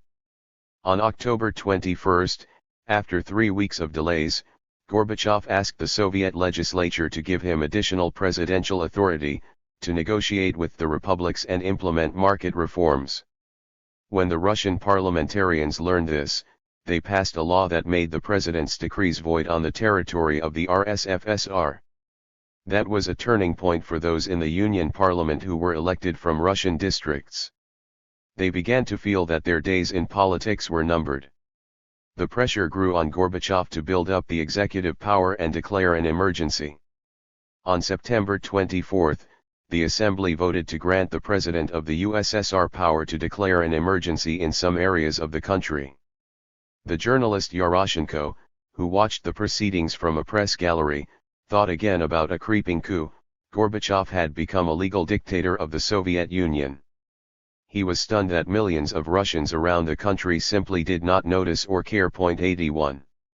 The suspense of Black September ended in farce. In the Russian parliament, 36 deputies issued a manifesto with slogans: "The fatherland is in danger. Organize civil disobedience. The army, do not turn your arms against people." The proclamation proposed to seize power and property, and to form self-defense squads. The faction espoused an extreme form of Russian nationalism. The author of the manifesto was a party member who was also a crackpot theoretician of Russian neo-fascism. 2 days later, Pravda, still the newspaper with a multi-million circulation, published a scathing comment on protest activities in the Russian legislature. 82 In the party apparatus where Democrats suspected there lurked dark conspiracies, functionaries were scared. They expected Democrats to topple the communist authorities at any time, as in the Eastern European scenarios of 1989. The Moscow Party Secretary Yuri Prokofiev said about the manifesto of September 24, "I have studied it with a pencil in my hand. This is a direct call for the overthrow of the existing powers, for anti-constitutional actions." 83. On September 29, Gorbachev met with hundreds of representatives of the creative Soviet intelligentsia. The majority were from Moscow, members of the guilds of writers and artists with an elaborate system of privileges, paid out of the state budget and endowments. Gorbachev's reforms emancipated them from the party controls, censorship, and the KGB's informers. At the meeting, however, nobody celebrated those new freedoms and praised Gorbachev. Everyone spoke of a new 1917, fearing anarchy and civil war. The composer Georgy Sviridov and the actor Kirill Lavrov spoke about the flight of scientific and cultural elites, many of Jewish origin, to Israel and the West. Mikhail Shatrov, a playwright with Jewish roots, feared pogroms. "The intelligentsia is capable of capsizing the ship," he said. "Now the intelligentsia should ask itself if it can help to steady the ship, at a time of awful turbulence." The editor of Novy Mir, Sergei Zalagin, bemoaned the excesses of glasnost. "In our country everyone has become a critic. And we set the example. We instigated the people to take this chattering path." The theater director Mark Zakharov said, "I am for strong presidential power with unlimited functions for some time." The Minister of Culture, Nikolai Gubenko, a well-known actor, grabbed the bull by the horns. "We are drunk with unfamiliar freedoms and destroy our cultural and historical tradition that brought many nations together and formed the state that is now named the Union of Soviet Socialist Republics." 84 The same people who wanted to bury Lenin and the party dictatorship now called for a new dictatorship. It was up to Gorbachev to accept or reject this appeal. A house divided. The date of October 1 came round, but the 500 days program was dead, torpedoed from all sides, by the Soviet government and by the Russian parliament's populism. Yavlinsky was the first to abandon the sinking vessel of reform. At the end of September, at the peak of the euphoria, he and other fellow economists flew to the United States, paid for by the American billionaire George Soros, to present 500 days at an international forum organized by the IMF and World Bank. A small army of translators, also paid for by the Soros Foundation, produced a thick English version of the 500 Days Overnight. 85 After returning to Moscow, however, Yavlinsky discovered that the program was in ruins and complained about it to Yeltsin. The Russian leader was at home, recovering after a car accident. On September 21, in downtown Moscow, a compact Zhiguli car had hit Yeltsin's chauffeured sedan. Everyone in Yeltsin's entourage and millions of Russians believed it was a failed KGB assassination attempt. Yeltsin told the young economist not to get upset. "We will roll everything back later on, after Gorbachev is out." Yavlinsky later claimed he was appalled by such cynicism. He resigned from the RSFSR government. Yeltsin offered him the post of economic advisor, but Yavlinsky politely declined. 86. Petrakov continued to serve as Gorbachev's economic assistant until the end of the year. He decided, however, to appeal to public opinion again. On November 4, Komsomolskaya Pravda published a manifesto signed by Petrakov, Shat-Alin, Yavlinsky, and other economists who had produced the 500 Days. They attacked a compromise program prepared by Aganbajian, the one that Gorbachev had approved. This document, the manifesto declared, would not solve any problems and only doom the country to misery. 87. On October 15, 1990, Mikhail Gorbachev was awarded the Nobel Peace Prize. The Norwegian Nobel Committee in Oslo recognized his unique contribution to the end of the Cold War. It was another gift from the grateful West. Raisa collected hundreds of congratulatory and laudatory articles and letters, mostly from abroad. Domestic correspondents, however, denounced Gorbachev for his role in destroying the Soviet state and the stable economy. Gorbachev showed some of the letters to Chernihiv, who wondered why his boss spent his precious time reading this rubbish.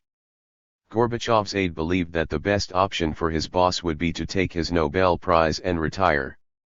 Instead, Gorbachev continued acting as a busybody who inserts himself everywhere without any idea what to do. 88. Boris Yeltsin responded to Gorbachev's Nobel Prize in his unique way. On October 16, in a speech to the Russian Assembly, he blamed Gorbachev for his failure to keep to his side of the bargain. He called Gorbachev's attempt to produce a hybrid program of economic reform a catastrophe. He blamed economic disaster and inflationary spending on the Rizhkov government. And he laid out three options for the Russian Federation. First, to implement the 500 days in Russia alone, take full control of RSFSR customs and foreign trade, have its own banks and currency, get its share of Soviet military forces. Second, to form a coalition government between Gorbachev and the advocates of radical reforms. Third, to wait about half a year, until Gorbachev's plans crumbled. 89. At the Presidential Council, Kryukov and Lukyanov urged Gorbachev to respond to Yeltsin's declaration of war by an appeal to the people on television and by going ahead with economic reforms without asking the Republican authorities for consent. Rizhkov feared the opposition would seize power imminently and lynch him as well as other government officials. Medvedev and Shevardnadze opted for a compromise. Boldin cut in, "We must abandon our illusions about Yeltsin. He will never work with us. His state of health drives him to confrontation." His choice was to affirm the central power. Gorbachev exploded, "It is not about Yeltsin. He reflects social trends. People sense the approach of chaos, collapse. They want order and are even ready for emergency measures." Then, however, he agreed with Boldin, "This paranoiac seeks to grab the presidency of the USSR. He is sick. His entourage keeps inciting him. We must deal him a good one in the mug." In a huff, Gorbachev asked Shevardnadze to cancel all his foreign trips for the weeks ahead. Horrified, Chernihiv, Petrakov, Shatalin, and other advisors pleaded with Gorbachev after the meeting. They feared nationwide strikes and civil disobedience. Chernihiv told his boss that he should ignore Yeltsin's bluff and build up his international stature. This was a winning argument. Gorbachev relented and decided to proceed with his foreign trips. 90. Yeltsin's speech revealed his priorities once again. The Soviet Union, he said at a meeting with the British Foreign Secretary Douglas Hurd, would be replaced by a pyramid in reverse, a voluntary union of sovereign republics. Russia was now in a position to sign treaties with foreign countries, not only on economic matters but, for example, on a nuclear test moratorium. He assured the surprised Hurd that Gorbachev would not object to this. The British ambassador Roderick Braithwaite, who was present at this meeting, felt that Yeltsin was interested in power, and his current tactic is to destroy Rizhkov, emasculate and discredit the Union government, and later eliminate Gorbachev as well. For Braithwaite, those objectives were hopelessly unattainable, and he made a striking comparison between the Russian leader and Hitler. He evidently believes in the triumph of the will, in his ability to achieve what more ordinary people say is impossible. 91. The Russian people's support was all that Yeltsin had. The Russian Federation was a ghost state without a functional bureaucracy, expertise, money, or resources. For 70 years, this giant republic had followed the orders of the Central All-Union Ministries and the Central Party apparatus. Many in the regional KGB and police branches, ethnic Russians, supported Russian sovereignty and Yeltsin personally, yet there was no Russian KGB. 92. Yeltsin even lacked a proper security detail. Only Sasha Korsakov, a former KGB officer, protected him.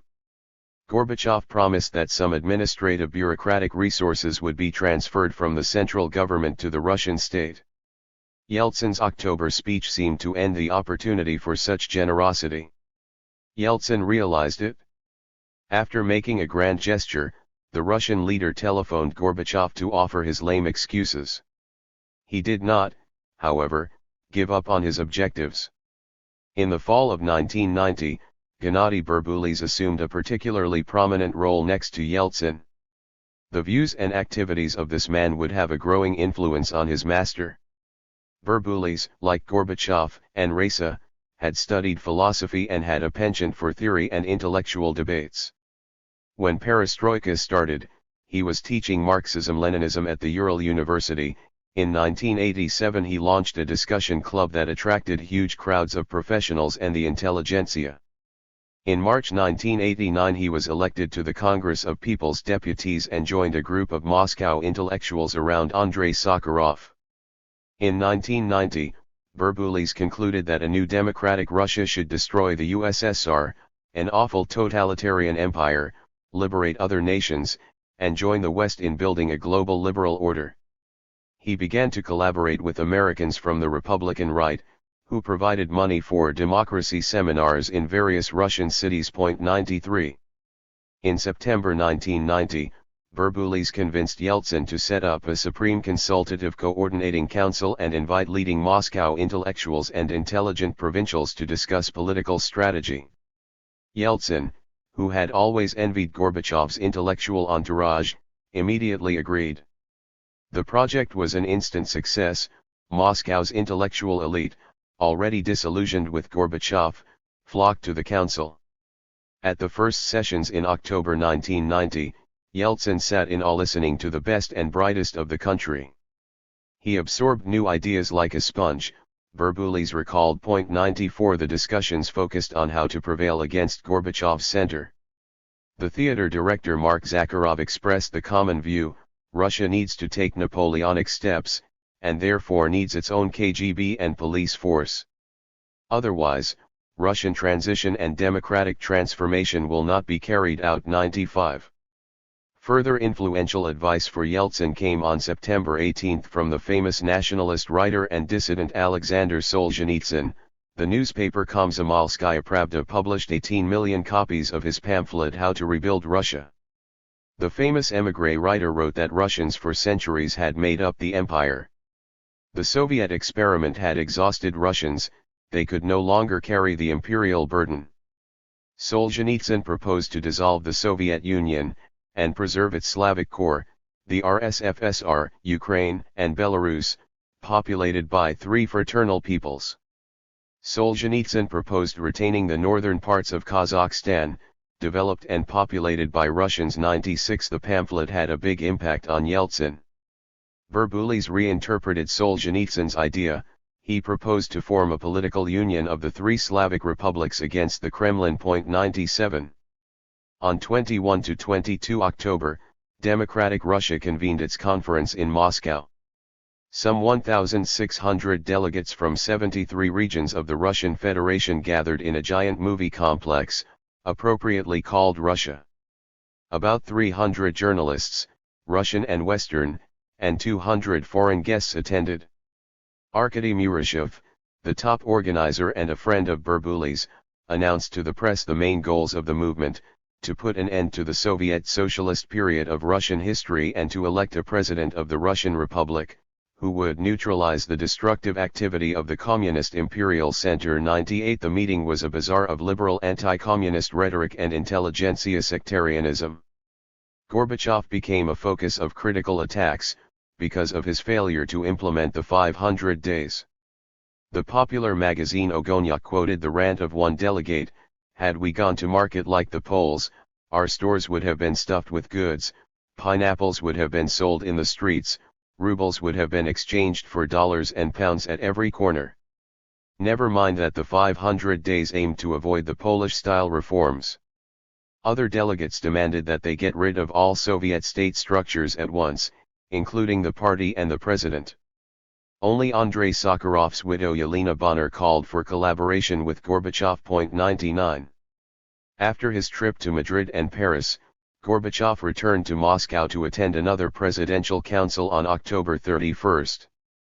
Some in his entourage believed that democratic Russia and Yeltsin were acting according to the Bolshevik scenario of 1917. The country has become ungovernable. Even Shevardnadze and Yakovlev called for a strong executive power. The head of the KGB said, "I assert that even today the party remains the only force in the country that can make things happen." Yazov fulminated against young popular TV journalists, who mocked the armed forces, and suggested that they throw this scum out. Lukyanov summed up an authoritarian vision of implementing economic reforms. The party power should be resurrected. The party organizations in the army, the KGB, the police, and courts must be preserved. The Supreme Soviet of the USSR was the last political redoubt on which Gorbachev could rely. People had grown tired of anarchy and crime, and would back the president's strong armed policies. The intelligentsia, aside from the democratic extremists, would support him as well, out of fear of a civil war. Lukyanov rejected any coalition with Yeltsin. The opposition, he said, only wanted to seize economic resources and was not ready to govern. Contradicting himself, Lukyanov compared the Russian Democrats to Solidarity in Poland. First, they would make Gorbachev a figurehead president like General Jaruzelski, then they would get rid of him. Gorbachev agreed. We immediately saw through their scheme. Encouraged by Gorbachev's support, Lukyanov came up with an idea, to set up a small staff with dictatorial powers. It would coordinate all processes. Its analytical center would outdo the opposition, by thinking 5, 6 steps ahead. 100. Everyone waited for Gorbachev's reaction. He pretended not to understand the essence of this proposal. A few minutes later, he said, "Comrades, do not wait for instructions. I am tired of hearing from you, do this, do that. Act. You have your powers, the laws." He turned to the KGB chief, Kryukov, "Who is preventing you from acting? I will correct you if necessary. But do go ahead." This was a startling remark. The president had instructed the KGB chief to improvise as he saw fit. 101. At the meeting of the Presidential Council on November 5, Shevardnadze proposed considering an option to bring the opposition to power. It was a bizarre idea, and Gorbachev dismissed it. 102. Then Lukyanov reported about preparations for Revolution Day on November 7. This was the most important state celebration, including a military parade and people's rally on Red Square. Everybody remembered the disastrous experience on May Day. This time it could be much worse. Moscow newspapers and journals lambasted the Bolshevik October coup and ridiculed Gorbachev's rhetoric of the socialist choice. Radical groups threatened to build barricades, to block the column of tanks from coming to Red Square. The CNN images of Beijing in June 1989, when an unknown man halted the armored column of tanks, could happen on the streets of Moscow. The commanders of the Moscow military district and the KGB officials told Lukyanov that there was no way to prevent anti-Soviet, anti-communist rallies. Lukyanov reported that the officials in Moscow City Council, elected from Democratic Russia, refused to take any responsibility for possible disorder and advised that the festivities be cancelled. Gorbachev listened and then exploded. There must be no demonstrations against the October Revolution, against the power of the Soviets. He accused Lukyanov of pandering to the Democrats. Lukyanov replied that the danger of violent confrontation was real. A movement of soldiers' mothers was planning a rally to demand the recall of their sons from the zones of ethnic conflict in South Caucasus and Central Asia. The populist demagogues Telman Glyan and Nikolai Ivanov planned a rally on Red Square. 103. Gorbachev also vented his anger at the Minister of the Interior, Vadim Bakitin. 2 years ago, Gorbachev had selected this party official from Kuzbas to run the notoriously corrupt police forces. Bakitin had become a darling of the Moscow media. He spoke against corruption, improved conditions in prisons, and fired police informants. Now Gorbachev asked him to use the police to guarantee order in Moscow's streets. Bakatin refused. "You may be sorry on the day after. There will be a melee and some corpses. Remember May Day." 104 The Soviet leader accused Bakatin of cowardice and disobedience, but did nothing. 105 Shevardnadze was despondent about these exchanges. He saw Gorbachev drifting towards the use of force and a dictatorial regime. 106 On November 7, 1990, the celebrations of the Bolshevik Revolution came and went without the much-feared confrontation. At the last moment, Gorbachev suggested that Yeltsin join him atop Lenin's mausoleum for the festivities, and Yeltsin agreed. The Soviet leader spoke again about the ideals of October, berated extremist forces, and referred to the unique role of the Russians in achieving political stability and the success of perestroika. The military parade went ahead without accidents. Then Gorbachev and Yeltsin walked across Red Square to join the popular rally. Smiling affably, they led the people's procession. In front of the mausoleum, Gorbachev, Yeltsin, and others laid wreaths to commemorate the founder of the Soviet state and returned to the viewing podium. For a moment, the protagonists had buried their hatchets. 107 Only one glitch marred the choreographed event. A locksmith from Leningrad, inflamed by radical propaganda, came to Red Square with a gun. He wanted to assassinate Gorbachev, to clear the road for national elections of a new democratic leader of the USSR. The man joined the people's procession and, at a distance of 50 meters from the mausoleum, aimed the gun at Gorbachev's head. A police sergeant, who happened to be nearby, managed to pull the gun down, averting what could have been the assassination of the Soviet leader. The hapless assassin was arrested by the KGB and ended up in a psychiatric ward. The sergeant was awarded a medal and a ticket to a concert. 108 After this, counter-demonstrations went on peacefully. The rally of Democratic Russia was held next to the party headquarters. The British ambassador saw the rally as the usual intellectuals all saying the usual worthy things and doing nothing. In the second half of the day, when everybody had left the mausoleum and the stalls for guests, a big opposition procession entered and passed through Red Square. Yeltsin joined in, and the crowd welcomed him enthusiastically. Yeltsin! Yeltsin! 109 The Russians were divided, as they had never been since the time of the Revolution and Civil War. Yet nobody wanted violence. The next day, Gorbachev met with James Baker and assured him that the celebration of the Leninist Revolution had demonstrated the support of the silent majority for law and order. 110 He was being naive. Separatist processes in the Soviet Union continued. In Kiev, a group of demonstrators with blue-yellow flags, symbolizing the independent Ukraine of 1918, and anti-communist slogans, stood out from the official proceedings. In Minsk, the National Front of Belarusia clashed with the police. In Moldova, the National Front decided to secede from the USSR and join Romania, which led to the revolt of the Russian minority in the republic. Georgia, the Baltic republics, and Armenia cancelled their celebrations altogether. In Azerbaijan and Tajikistan, there was a regime of martial law. In Lithuania and Estonia, the Soviet military marched in the Republican capitals, Vilnius and Tallinn.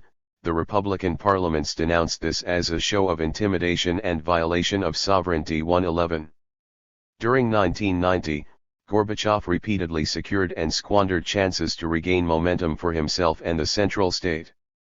There seemed to exist a window of opportunity, however fleeting, to launch systemic market reform, while still retaining state controls and developing new regulators.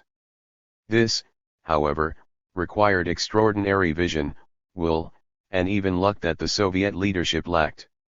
The ignorance of Soviet, and Russian, elites about the dire economic state of affairs, populist chaos, and lack of any tangible Western support made the window shut soon after it had opened.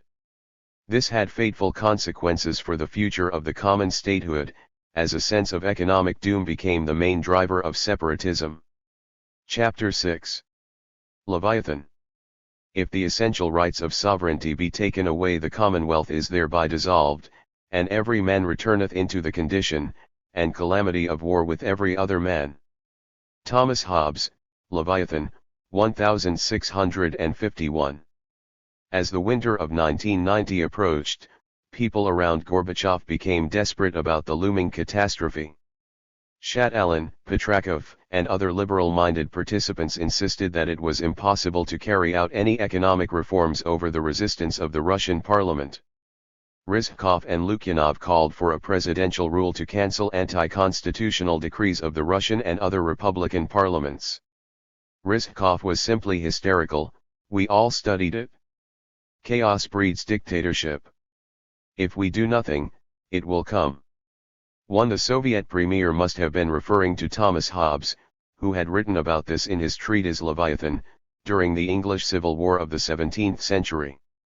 The Hobbesian idea, however, cut both ways.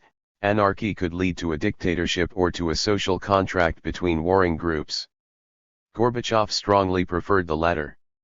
At the end of 1990, the Western media was filled with headlines about Gorbachev's turn to the right to consolidate his alliance with entrenched elites, the state apparatus, the military-industrial complex, the military, the KGB, and the party hardliners. The evidence for what was taking place at the time, however, was specious and mostly based on hearsay.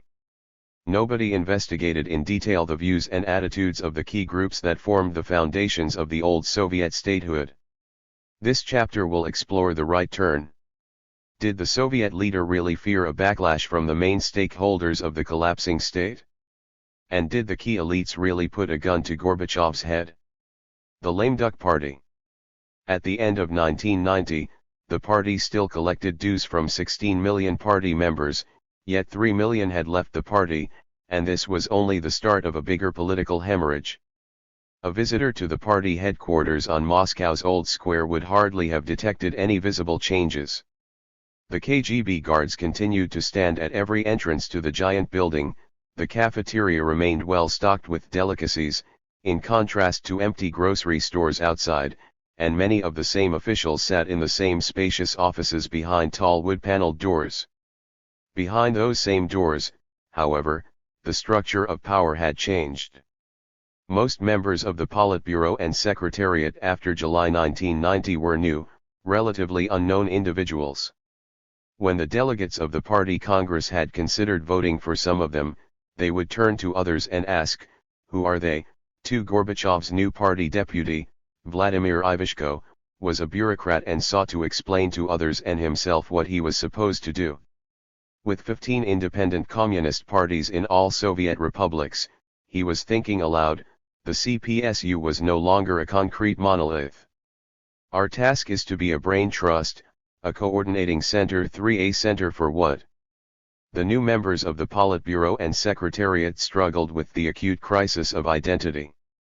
Ivashko, who had previously been head of the Ukrainian Communist Party, agreed that the CPSU had to change.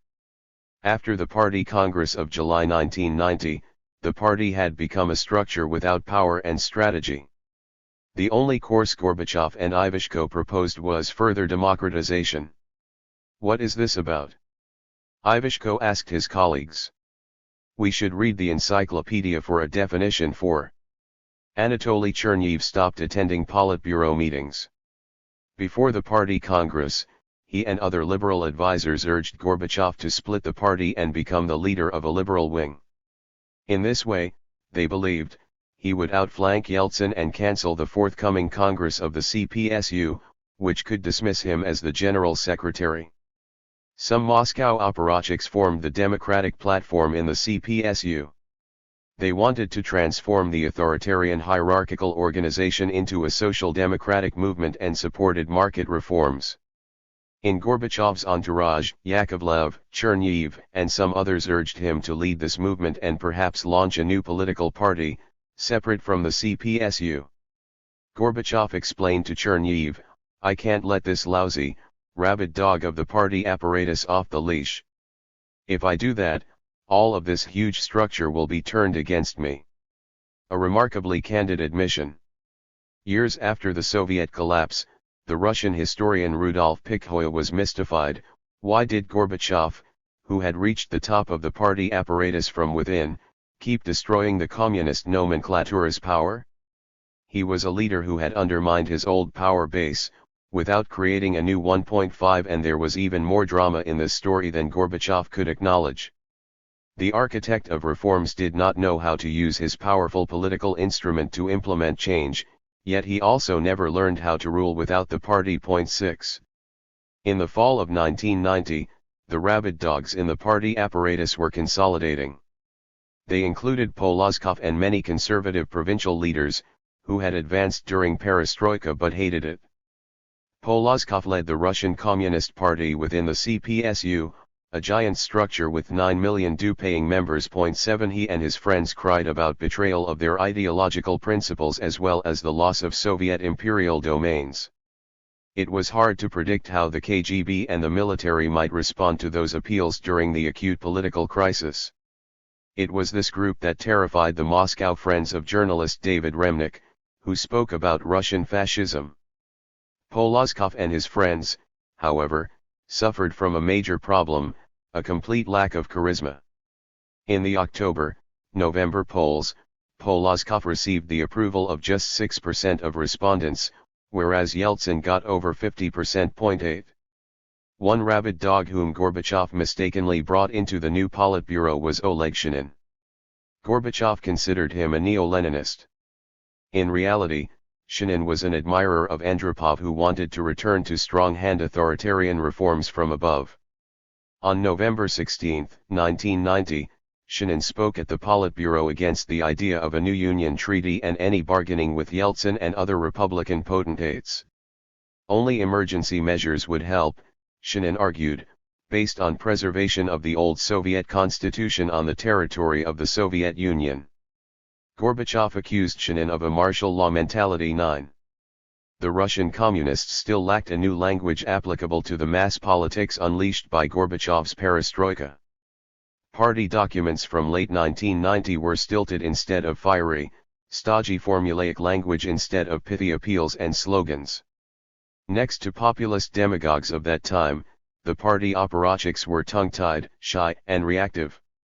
Polozkov bemoaned the absence of good party spokesmen on television and the shortage of skillful writers in the party's service in newspapers. Sovetskaya Rossiya, the newspaper that had published Nina Andreeva's infamous manifesto in 1988, experimented with a new language of Russian conservative nationalism. The time for it would come, however, only after the Soviet Union collapsed. Under the old system, party apparatchiks had lived on fixed salaries and could not officially amass private wealth and property. They clung to the state-provided privileges, including supplies of quality food and gated vacation sites. In contrast, people from the new political elite could accumulate personal wealth. Gorbachev's reforms allowed for the creation of a new banking industry, offshore schemes, and various cooperative enterprises. This provided unprecedented opportunities for personal gain. 10 At first, the party elites were rather slow to realize these opportunities.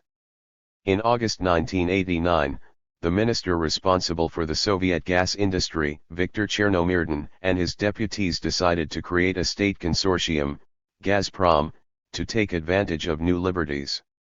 The members of the Politburo were genuinely surprised. They asked Chernomyrdin, "Why do you need such a headache?" The party potentates still could not imagine why somebody would want to leave the Soviet nomenclatura and take full initiative and responsibility for a huge enterprise, including its possible losses. 11 After the fall of Eastern European communist regimes, however, this psychology began to change. Party officials, including the top ones in Moscow and Leningrad, began to join the process of corporation building. The list of new Soviet joint stock conglomerates, formed by the entrepreneurial local party bosses together with state managers and entrepreneurs, began to lengthen. 12. Nikolai Khrushchev, the chief party administrator for economic affairs, saw the future coming. He managed all party property whose value was estimated at 300 million rubles or more. Gorbachev recalled Khrushchev as a man of integrity, quite intelligent, cautious yet capable of initiative. He could be fully trusted. During 1990, Khrushchev realized that to pay the salaries of party apparatchiks, particularly Republican, regional, and local, he had to practice capitalism. He channeled party money, including the dues of 16 million party members, into the emerging new corporations, associations, commercial banks, and other enterprises. He also began to commercialize party assets including office buildings, educational institutions, hospitals, posh resort facilities, publishing companies, thousands of automobiles, construction companies, and so on. With the help of the KGB and Soviet embassies, Khrushchev established joint ventures with Western businessmen and politicians. Inside the country, the Party Inc. that Khrushchev headed funded and assisted the first crop of millionaire entrepreneurs and commercial bankers, who came from the ranks of the Komsomol apparatchiks. All this was done in order to transform the receding power of the party into money. 13. In the fall of 1990, in the Soviet independent media, scholars and journalists began discussing nomenklatura privatization. Viktor Yushchenko in his essay in Novy Mir wrote about the party of cats, probably meaning fat cats. Those were officials from the party apparatus, as well as their junior associates from the Komsomol and Soviet trade unions, who used the crisis as an opportunity for privatizing property. The media wrote about new commercial banks, joint enterprises, and consortiums that mushroomed and used the initial capital borrowed liberally from the party budget. The party owned most publishing houses. Suddenly, there was an association formed by those enterprises and paper manufacturers. It began to export paper to Western countries at a price of $800 to $1,000 per ton. The party of cats, concluded Yushchenko, was not interested in violent conflict. Instead, they demand from the democratic camp a tacit social contract: you will allow us to retreat safely and with full pockets, and we will not jail you and shoot at you.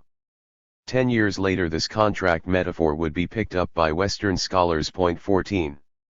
Leon Anikov, who worked in the party's central apparatus, wrote in his memoirs, "Every professional understood that the failure to revamp the CPSU inevitably led to the disintegration of the USSR, because the party was the rod in the system."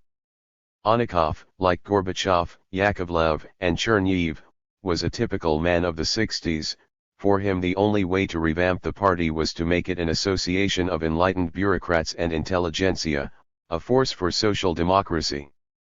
He was not cynical enough to imagine that a communist nomenklatura could be transformed into the ruling class and the main stakeholder of state capitalism, something that was afoot in China at the time. 15. Yet the Liberal Party apparatchik made a good point about the Soviet state.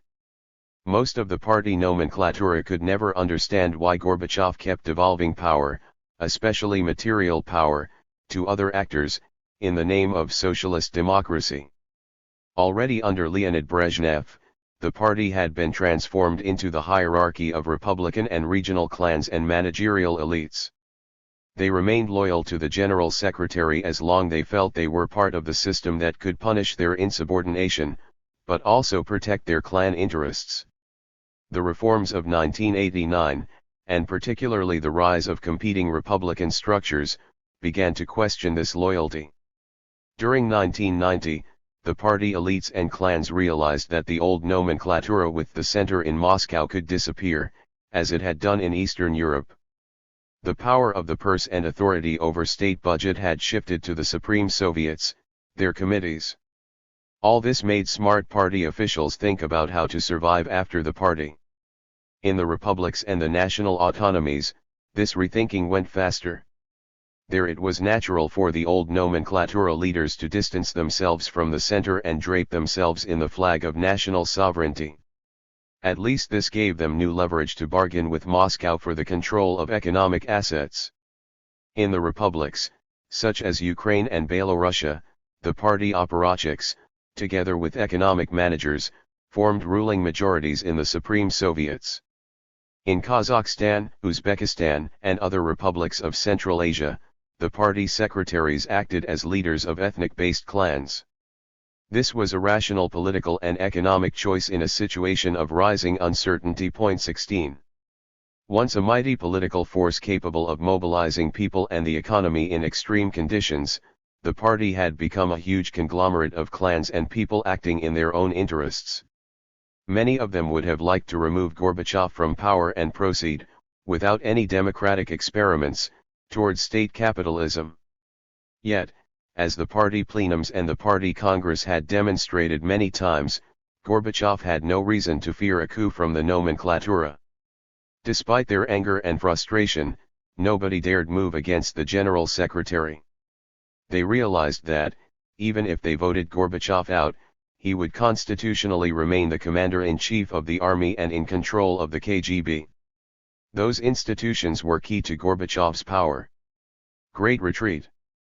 At the end of 1990, the Soviet army was still the largest in the world.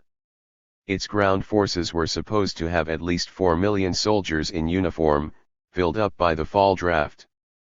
The army had up to 64,000 tanks, 76,500 armored personnel carriers, APCs, 12,200 military aircraft and helicopters, far more than the NATO forces. 17. At the same time, the revolutions in Eastern Europe and the unification of Germany had destroyed the legal and political grounds for deployment of the Soviet military outside Soviet borders. And this meant the biggest retreat of the army since 1941-42. Some 650,000 Soviet troops, including 50,000 officers, tens of thousands of tanks, APCs, artillery pieces, aircraft, and helicopters, hundreds of thousands of items of materiel and equipment had to be withdrawn from Central and Eastern Europe across thousands of miles back to the homeland. This withdrawal essentially meant the structural and logistical end of the Soviet army as it had existed for decades. The enormity and chaos of those withdrawals are still to be fully assessed by historians. 18. On top of those huge blows, the army had to deal with the severe and expensive reductions, that is, destruction of its armaments, proposed in the Treaty on Conventional Armed Forces in Europe, CFE, between NATO and the Warsaw Pact. Gorbachev and Shevardnadze planned to sign this treaty in November 1990 as one of the pillars in the construction of the common European home. The Great Soviet Retreat from Europe elicited a range of feelings in Moscow.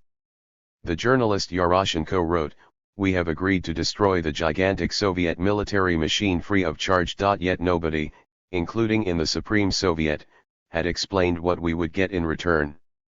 Trust. Credits. Assistance. The end of the Kokam sanctions. The harsh reality is, tanks, missiles, and atomic submarines are all we have." Yaroshenko overheard a conversation in a Moscow bus.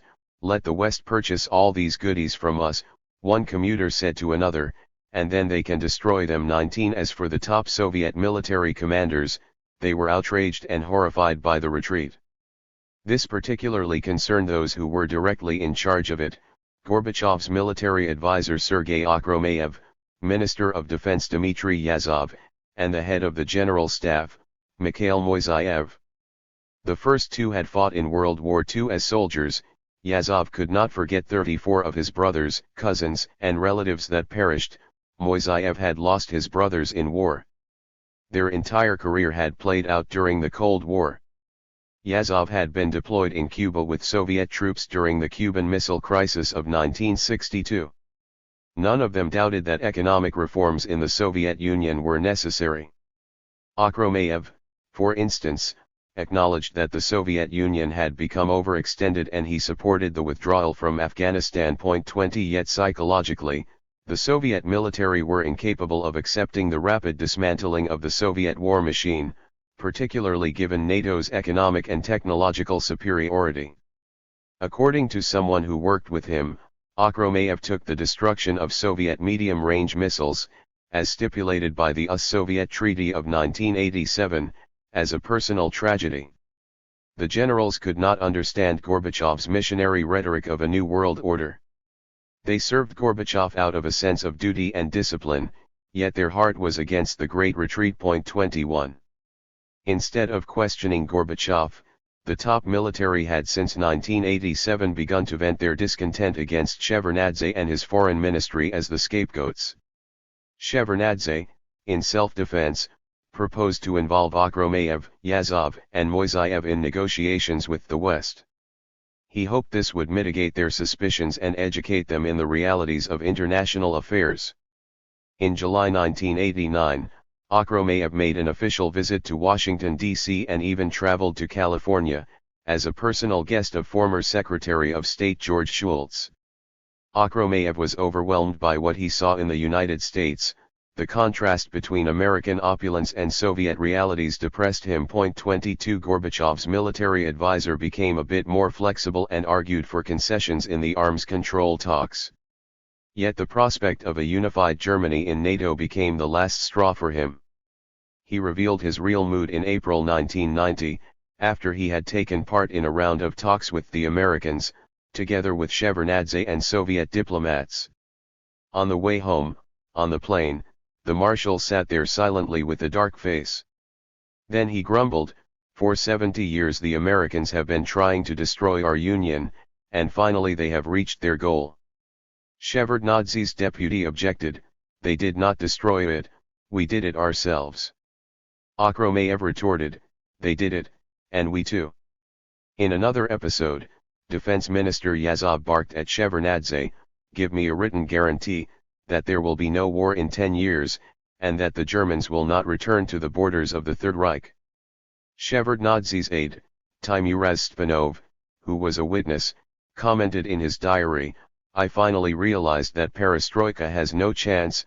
Gorbachev, Shevardnadze, all of us, we have no chance." 23. During the summer of 1990, Yazov and his chief of the general staff acted behind Shevardnadze's back. Yazov ordered the shipment of 21,000 of the USSR's newest tanks and APCs, as well as 20,000 artillery pieces, from East Germany and Eastern Europe to Central Asia outside the CFE Treaty's geographical scope. Rows of tanks, with expensive electronics and optical devices, were left in the desert, surrounded by barbed wire with a few guards protecting them. The leaders of Central Asian republics were not even consulted. This was an act of despair, rather than a well-calculated move. 24 U.S. Space Intelligence spotted the redeployments, and James Baker complained to Shevardnadze. The Soviet foreign minister's word and honor were at stake. 25 On October 20, 1990, Shevardnadze sent Gorbachev a bitter letter about what had happened. "The Soviet Union," he wrote, "still stood on both feet and avoided bankruptcy only thanks to the financial assistance and credits from Germany and our partners who are interested in seeing in the Soviet Union a stable partner, a unitary state. In our situation we can be toppled not by tanks or aircraft, but rather by the simple refusal to finance us." 26 Gorbachev refused to confront the military, so Shevardnadze did so himself. "You can write down anything you want in the draft treaty," he said emotionally to Moisaev, "but then there would be the failure of the CFE, Soviet diplomacy, and the European peace process. Would Soviet security win out as a result? The Pentagon hawks," Shevardnadze concluded, "would applaud Comrade Moisaev." 27. Yazov and Moisaev held their ground.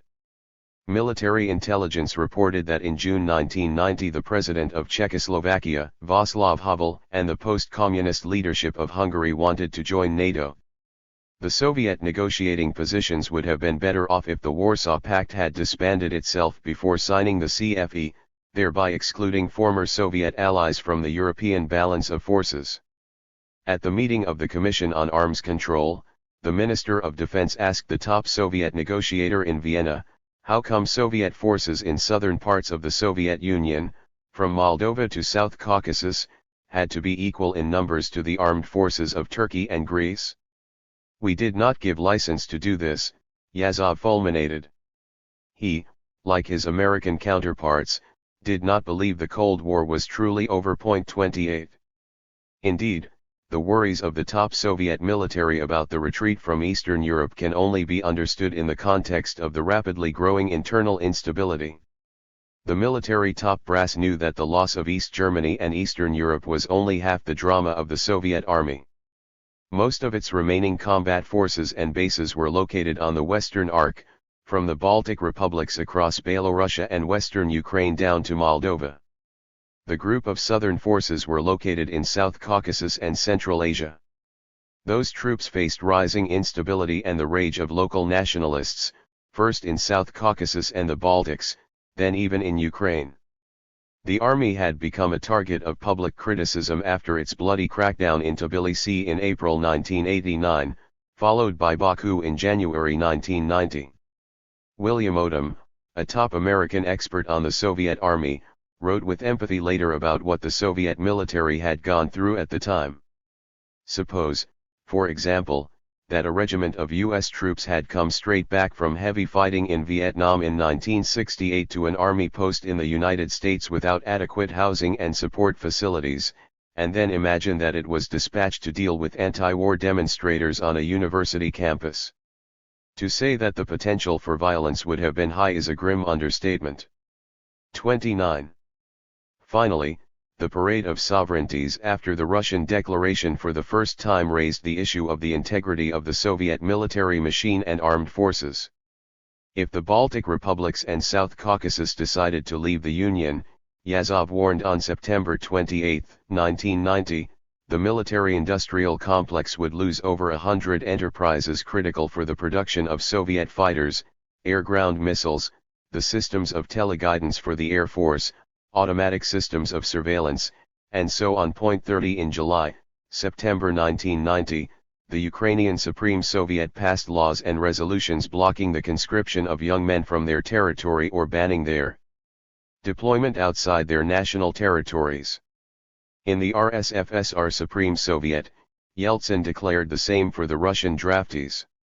This meant the partition of the army along Republican lines. It also undermined the Soviet military draft system. By October 1990, 400,000 draftees did not show up. The draft completely failed in the Baltic republics, South Caucasus, and Moldova, but the numbers also fell significantly in Ukraine and the Russian Federation. 31. At the end of October, Gorbachev held a series of meetings with the top military brass. Everyone who spoke there concluded that the Soviet army was in crisis, and its root was the failure of a central authority. Participants complained loudly about the impotence of Gorbachev and Rizhkov. Colonel General Vladislav Akolov, commander of Soviet airborne forces and the youngest general in the army, spoke for many. Nobody carries out the decrees of the president. He also referred to use of the military in ethnic conflicts. We have to pay with the lives of soldiers for the ambitions of the Führers. In January 1990, Akolov had led his airborne divisions to clear Baku from the ragtag Popular Front militants and demonstrations. He was disgusted to see that the political leadership, including Gorbachev, were distancing themselves from the troops at a time when the Moscow media and opposition were accusing them of excessive violence against unarmed civilians. In the Caucasus, the Baltics, Moldova, and West Ukraine, Akolov continued, people treated the army as Russian occupants. If the president did not act, Akolov concluded, the military will be forced to introduce martial rule on their own, to protect servicemen and military warehouses. This was a remarkable provocation that was bound to catch Gorbachev's attention. 32. The military parade on November 7, 1990 did not improve the morale of the Soviet military. The officers who commanded tank formations felt for the first time they were not welcome in the Soviet capital. After the parade was over, one of its participants recalled, there was only one feeling, great fatigue, as if we did not celebrate, but accomplished some big, dirty, and disgraceful work. 33 On November 13, Gorbachev met with a group of over 1,000 Soviet military officers, elected to the Supreme Soviets and other public positions. The discussion was so fraught that its complete record was not published. The military obeyed their commander-in-chief, yet he was clearly losing their respect. 34 1 week later, Yazov was in Paris accompanying Gorbachev at the Conference on Security and Cooperation in Europe. The Soviet leader was among 35 leaders who signed the Paris Charter for a New Europe, and also the CFE Treaty. During the ceremony, the Soviet diplomat who had negotiated the treaty overheard the marshal, who stood close by, muttering to himself, "This treaty means we have lost World War III without a shot being fired." 35. The watchdog. At the end of 1990, the KGB was a formidable organization, with 480,000 officers, a secrecy-clad vertical structure, and strict military discipline. The KGB had functioned for decades as the party's arm with the sword. Like the party, the KGB penetrated all structures of the Soviet state, society, and economy. In Moscow alone, the KGB had between 65,000 and 89,000 officers. There were also secret agents and informants on the KGB payroll whose names and positions remained classified. The committee had its own troops, was in control of borders and customs, provided secure communications and controls for the party and the state, ensured the safety of strategic nuclear weapons, and more. 36. In February 1990, the U.S. Deputy National Security Advisor, Robert Gates, accompanied James Baker to Moscow and met with the head of the KGB, Vladimir Kryukov, in his Lubyanka office. Gates was struck by Kryukov's comments on the end of the party's monopoly on political power.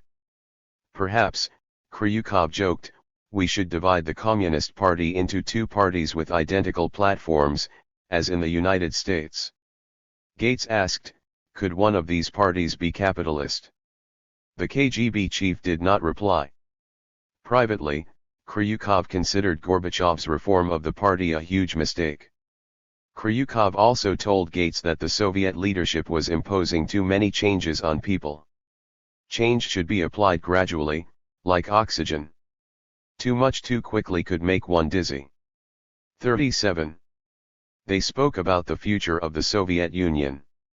Gates remarked that many regions had not joined the USSR voluntarily, but rather through force of arms. Now these regions were demanding independence. Kryukov responded that during the American Civil War the Confederacy had been forced back into the Union. Besides, all of the Soviet republics belong to one economic space, no republic can leave tomorrow without feeling the negative effect. This was exactly what Gorbachev had argued. 38. Kryukov agreed with Gates that political changes had outrun economic developments. In any case, he affirmed, the Soviet Union had no choice but to undergo fundamental changes.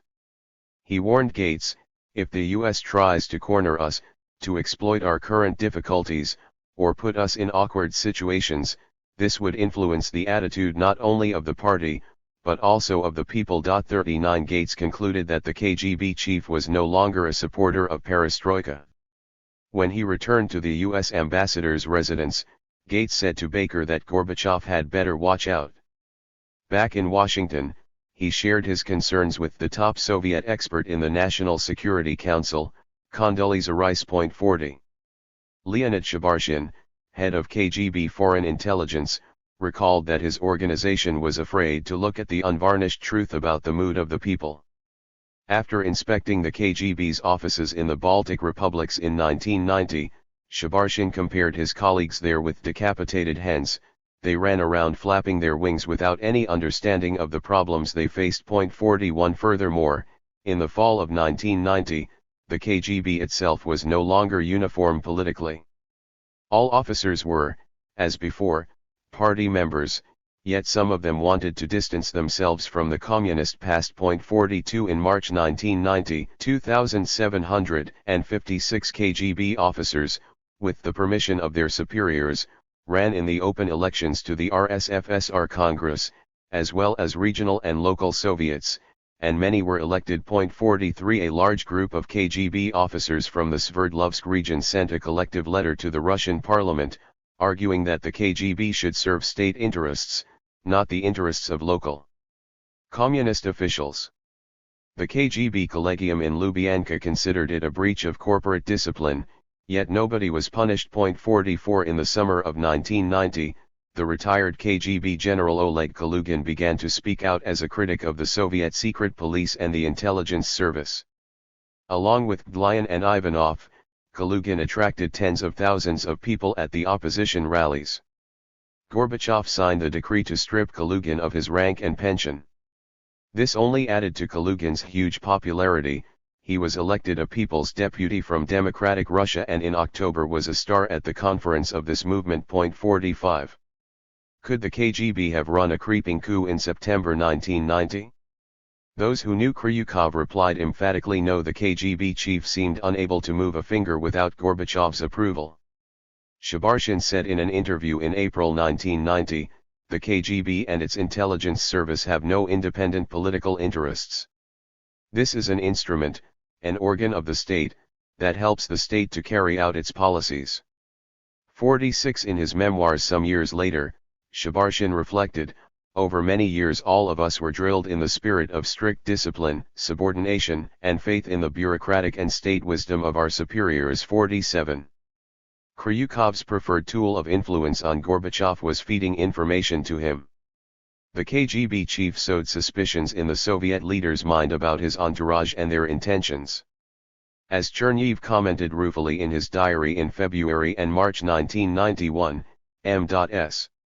Gorbachev has a weakness for the secrets the KGB reports to him, in particular when it concerned his main rival Yeltsin and his American partners. 48. Gorbachev liked to receive KGB intercepts of Western reports and intelligence.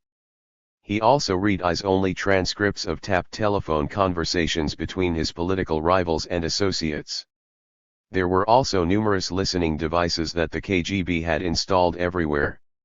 Kryukov worked in cahoots with Gorbachev's chief of staff, Valery Boldin. The more Gorbachev feared the rising power of Yeltsin and democratic Russia, the more he relied on the warped exclusive information that Boldin and the KGB supplied him. This information was gained through proslushka, the clandestine wiretapping of offices and possibly even personal conversations between the opposition leaders.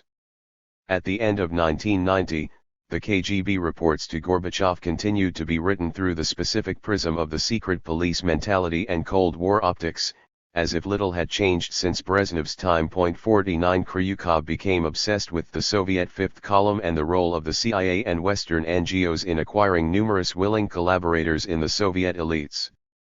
According to the KGB chief, certain circles in the United States and the U.S. Special Services targeted the people in Moscow who called themselves Democrats and grouped themselves around Yeltsin, as well as the broader intellectual elite in the Soviet capital. Kryukov became convinced that Shevardnadze, Cherniev, and particularly Alexander Yakovlev were American agents of influence. He also wrote that the IMF, located in Washington, actively promoted in the Soviet Union its views of economic reforms. 50. The KGB was quick to spot ardent westernization and pro-Americanization that was sweeping through the Soviet elites, particularly as a result of the post-wall shock of 1989. At the same time, in the new political atmosphere, the KGB could do nothing to those agents of influence and their purported American sponsors. In the fall of 1990, Gennady Berbulis, Yeltsin's advisor, met Kryukov and requested special permission to bring his American guests to Sverdlovsk, which was still a closed city. Kryukov signed the paperwork without any objections. 51. On December 11, 1990, Kryukov appeared on state television to announce that unnamed destructive forces, which were amply fed morally and materially from abroad, were active and determined to undermine our society and state, and liquidate Soviet power. The KGB chief ascribed consumer shortages to the activities of the opposition, as well as organized crime. Many of the difficulties we experience in improving our economy, he added, have also been created by the activities of a number of our foreign partners, which in essence are close to economic sabotage. He quickly denied that the KGB wanted to return to the old times of police surveillance, informants, and a crackdown on freedoms. This speech sent shivers down the spines of many, including Western diplomats, but it was apparently approved by Gorbachev. 52. The KGB still evoked visceral fear in Soviet society, but not so for Gorbachev. The Soviet leader regarded the KGB as an essential and even natural part of his office and lifestyle. The KGB provided his personal security, information, communications, and even his household staff. The KGB 9th Directorate officials accompanied Gorbachev, along with his armored limousine, on all his trips around the country and especially abroad, at great cost to the state budget. One could say that the Soviet president worked in a bubble created and maintained by the KGB for his exclusive needs and comfort. And this seemed to suit him well. The complex under stress. In the demonology of democratic Russia, anti-Soviet nationalists and others who denounced the totalitarian state, considered the military-industrial complex, MIC, like the party apparatus and the KGB to be a reactionary, secret, and sinister force. In parliamentary debates, radical Democrats and populists publicized fantastic, exaggerated numbers of MIC budgets. They could not believe that with such low expenditures the Soviet Union could compete with the United States, whose defense budget was $300 billion. In a political paradox of late Soviet history, hundreds of thousands of MIC engineers, technicians, and scientists took part in rallies, demanding the dismantling of the military-industrial complex that employed them. Eventually, about 300,000 young and highly qualified MIC employees started working for cooperatives, in lucrative operations such as exporting subsidized materials and importing personal computers. 53. The MIC was facing a sharp decline in state investments and sales. In 1989, the Soviet Union's defense budget was cut from 77.3 billion to 71 billion rubles, and the estimate for 1991 was a further decline to 66.5 billion rubles. Taking into account inflation, this was a sharp cut. The R&D expenditures shrank to 31 billion rubles in 1990, with a projected 22 billion rubles for 1991. The program of the 500 days demanded reductions in defense expenditure. The leaders of the MIC did not know where to obtain the money for conversion and transition. Who would build the new production capacities? What to do with the old industrial parts that kept churning out weaponry that was no longer needed? And what to do with the stockpiles of unusable but lethal weapons, above all nuclear weapons? The costs of maintaining those stockpiles were immense, the costs of their destruction would be even bigger.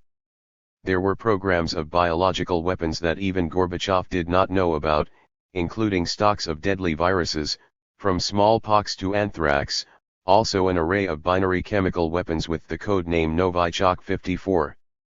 Many captains of MIC corporations genuinely wanted to leave the Cold War behind and start joint ventures with their Western partners.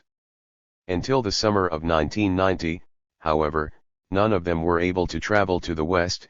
Any Western partnership could be considered state treason. Gorbachev's romance with the market economy broke this taboo. In August, with his authorization, a group of high-level MIC leaders and directors were allowed to fly to Boston, the first trip to the West in their life, to talk to American businessmen about potential projects for cooperation. In September, some of them met with the delegation of American businessmen in Moscow. The U.S. Secretary of Commerce Robert Mosbacher reported to Bush that the Soviets talked about our coming in to convert some military plants and even talked about specific opportunities. If this is pursued, I should think it would make their movement towards peacefully joining the family of Western nations close to irreversible. 55. With the assistance of the Academy of Sciences, some defense industrialists reached out to foreign investors. On September 28, 1990, Gorbachev convened a special conference of top people from the MIC, to discuss a program for its conversion to new market conditions. All had years of experience in running huge state conglomerates employing tens of thousands, often hundreds of thousands of people. They all belonged to the party supreme nomenclatura. For years the main coordinating bodies for those officials were the defense sector of the CCCPSU and the Military Industrial Commission in the Council of Ministers. Now they came to lay out their problems and grievances. They wanted to learn what the party and the state could do to help them survive the traumatic transition to a market economy. None of them knew what to expect in the near future. The 5-year plan, proposed by Rizhkov's government, envisaged the production of 2.5 times fewer tanks, and half the amount of missiles and military aircraft than before. Instead, the government wanted the MiC to increase its production of equipment for agriculture by 2.4 times as much, for medicine by 2.5 times as much, and by 1.8 for consumer-oriented state industries, and twice the amount for electronics. 56. The discussion in Gorbachev's Kremlin office predictably revealed a sharp division between liberals and conservatives. The young economist Yuri Yaremenko, a specialist in Chinese economic reforms, urged the MiC leaders to accelerate conversion to the production of civilian goods. Its cadres and resources should reinvent the Soviet economy. This was what Gorbachev wanted. 57. The solution looked promising, yet it could hardly be implemented anytime soon. Yevgeny Velikov, vice president of the Academy of Sciences, advocated partnerships between MiC enterprises and American corporations. He urged Gorbachev to remove the secrecy rules requiring the highest authorization for senior officials from the MiC to travel abroad and reach business deals. 58. The solution was based on the premise that the Americans would agree to such a revolutionary cooperation with their former enemy and rival. Some directors of MiC corporations reported to Gorbachev on the market ventures and Western partnerships they had already begun to explore. The director of a big plant of military electronics said he was preparing to begin the mass production of video recorders. Another manager planned to use military satellites to provide telephone connectivity to the entire country. The minister responsible for the shipbuilding industry established business ties with a certain Rappaport, a Swiss-based investment banker who was promising to find money for the renovation of naval shipyards on the Black Sea. More striking ventures began to take place. Officials from a Soviet radioisotope plant, obviously with clearance from above, had approached the U.S. Ministry of Energy with an offer to sell 5 kilograms of Soviet-made plutonium-238, the fuel for atomic weapons, at a cost of $1,200 per gram. The offer was for a spot sale, with 10 kilograms to be delivered later in the year, and 20 more kilograms in 1991. The Soviet plutonium cost significantly less than the type manufactured in the United States. The surprised Americans deliberated whether they should agree to this unprecedented bargain. 59. On the conservative flank at the September conference stood Oleg Baklanov, head of the Military Industrial Commission, and the KGB's Kryukov. Baklanov doubted that rapid conversion of the MiC was possible, and voiced his concern that, without state funds, the most valuable sectors of the Soviet economy would simply fall apart, and the most skilled workers would end up selling and buying in cooperatives. The real solution, Baklanov believed, would be to restore financial stability in the country. That was a thinly disguised call for a dictatorship. 60. Kryukov dismissed cooperation with the United States. He warned that Americans wanted to destroy the Soviet MiC and use financial incentives to siphon off Soviet secrets. The Soviet Union would remain a superpower only as long as it had its independent R&D base that would allow it to retain its competitive edge. 61. Yevgeny Primakov, a world-savvy academician and Gorbachev's favorite aide, proposed another solution to the MiC problems. 62. Primakov also did not trust the seemingly good intentions of the United States, yet he urged MiC leaders to learn from their Cold War counterparts and expand the global export of arms. Instead of cutting the production of armaments, Soviet arms manufacturers should find markets for them. Why have we become so scared of the ant? Others will fill the arms market, if we leave. We cannot work with white gloves. 63. Primakov was referring to the spring scandal with the cooperative ant, the target of populist politics and media attacks. At a conference with Gorbachev in September, the top MiC managers agreed that Western investors could not replace the budgetary allocations. Western markets remained closed for the products of Soviet military labs and industries. The speakers, one after another, asked Gorbachev to suspend the budget cuts on R&D and other arms-related programs. Furthermore, the industries needed a clear long-term perspective. Gorbachev, however, closed the conference by telling leaders of the MiC to search for their own solutions. Many in the audience left the Kremlin confused and disappointed. On November 12, 1990, a U.S. delegation came to Leningrad and Moscow to meet with MIC leaders. The event was organized by IMEMA, the leading think tank of the Academy of Sciences, and the Non-Governmental Council on Economic Priorities, CEP, in the United States. There were no big names from the U.S. arms corporations. The group consisted mostly of university economists, political scientists, and a few business executives. The most visible figures were the governor of Ohio, Richard Celeste, and former CIA director, William Colby. In contrast, the Soviet side was high-profile. Alexander Yakovlev, Velikov, Baklanov, and a number of directors and managers of MIC enterprises. The economists Shatalin and Yaremenko also attended. Baklanov played the good host and said to the Americans, "We are open to letting your specialists study our military industry." 64. The Soviet hosts showed the Americans their most advanced and top-secret MIC facilities. In Leningrad, they made a tour of Lomo, the largest manufacturer of optics for the military and civilian economy. This company impressed their American guests as being in a league with only 5 other companies in the world, including Bosch and Lam. In Moscow, the Americans visited Almaz, a conglomerate with 73,000 workers and 7,000 engineers, which built advanced air defense systems. Its director, the academic Boris Baumkin, wanted to specialize in radios and television, tape recorders, and other civilian electronic products. They also paid a visit to the Energia machine building plant, which produced proton rockets that orbited space satellites. Its director wanted to produce ecological and robotic equipment for radioactive cleanup and cancer treatment, water purification, lasers, and radiology. Meanwhile, the director complained that the government's program of conversion made them produce bikes, sleds, and frying pans instead. 65. The Soviet directors were remarkably candid with their American guests. They admitted that they had little expertise in international trade, joint ventures, and marketing, but were desperate to get credits and earn hard currency. They asked the Americans for advice on how to do it. The director of Lomo complained that Gorbachev's policies left his enterprise to its own devices. Without American assistance, he said, the defense industries would fall apart, and this would be dangerous given that we have nuclear weapons. 66 American academics were shocked to find directors of Soviet military plants to be more enthusiastic about market forces than they were.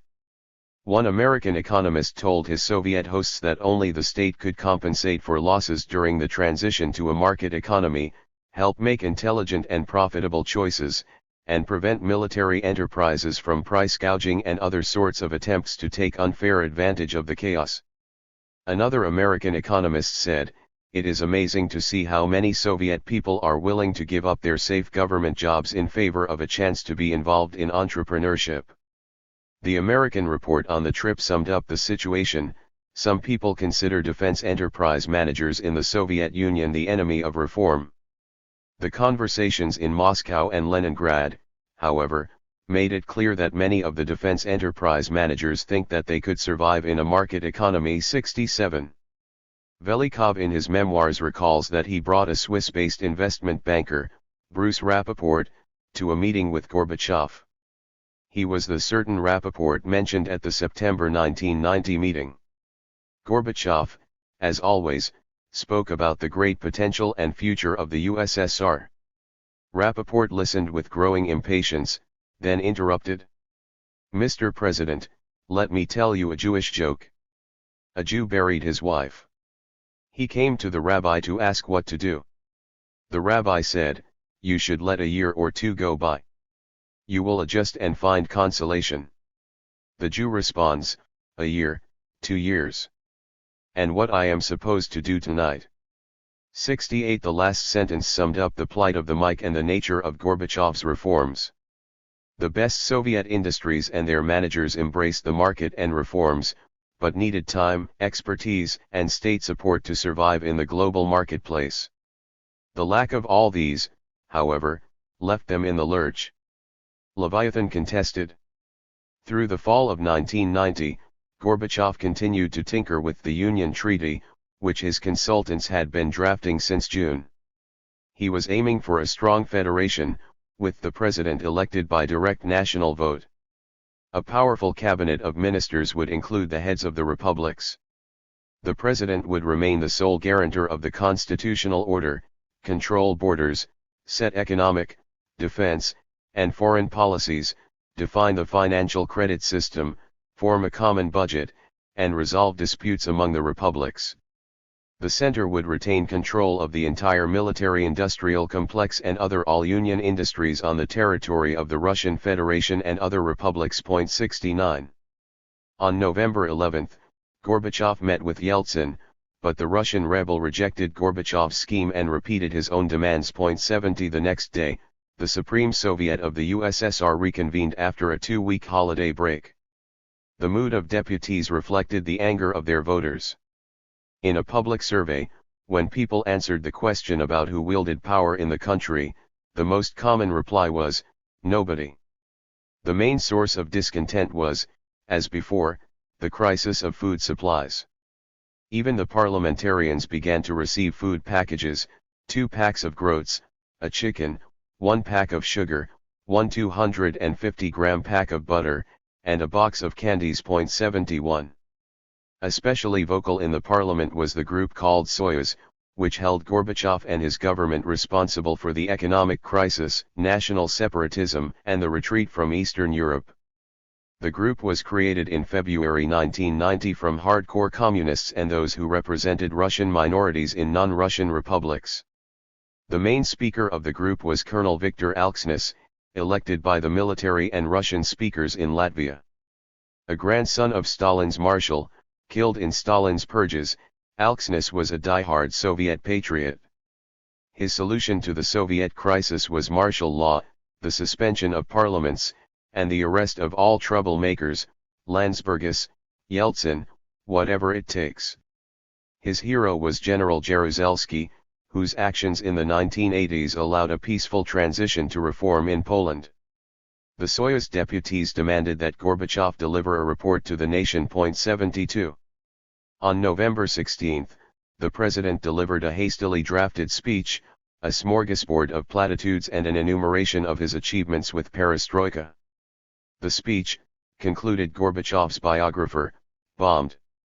Alksnis rose from his seat to warn Gorbachev that he had only 30 days to correct his course, otherwise, the Congress would revoke his presidential rights. 73. Later that day, the Politburo pressured Gorbachev as well. Shinin, Baklanov, Polozkov, and the heads of the Moscow and Leningrad party organizations demanded an immediate introduction of presidential rule and the purge of liberals in the media. 74. Gorbachev confessed to Shukhnazarov that for him the last word came in the form of a plea by a deputy, an elderly lady, at the Supreme Soviet: "We are praying for you. Please give birth to a decision on what needs to be done." 75. The Soviet president worked through the night to draft another address to the Soviet parliament, this time concise and consisting of 8 points.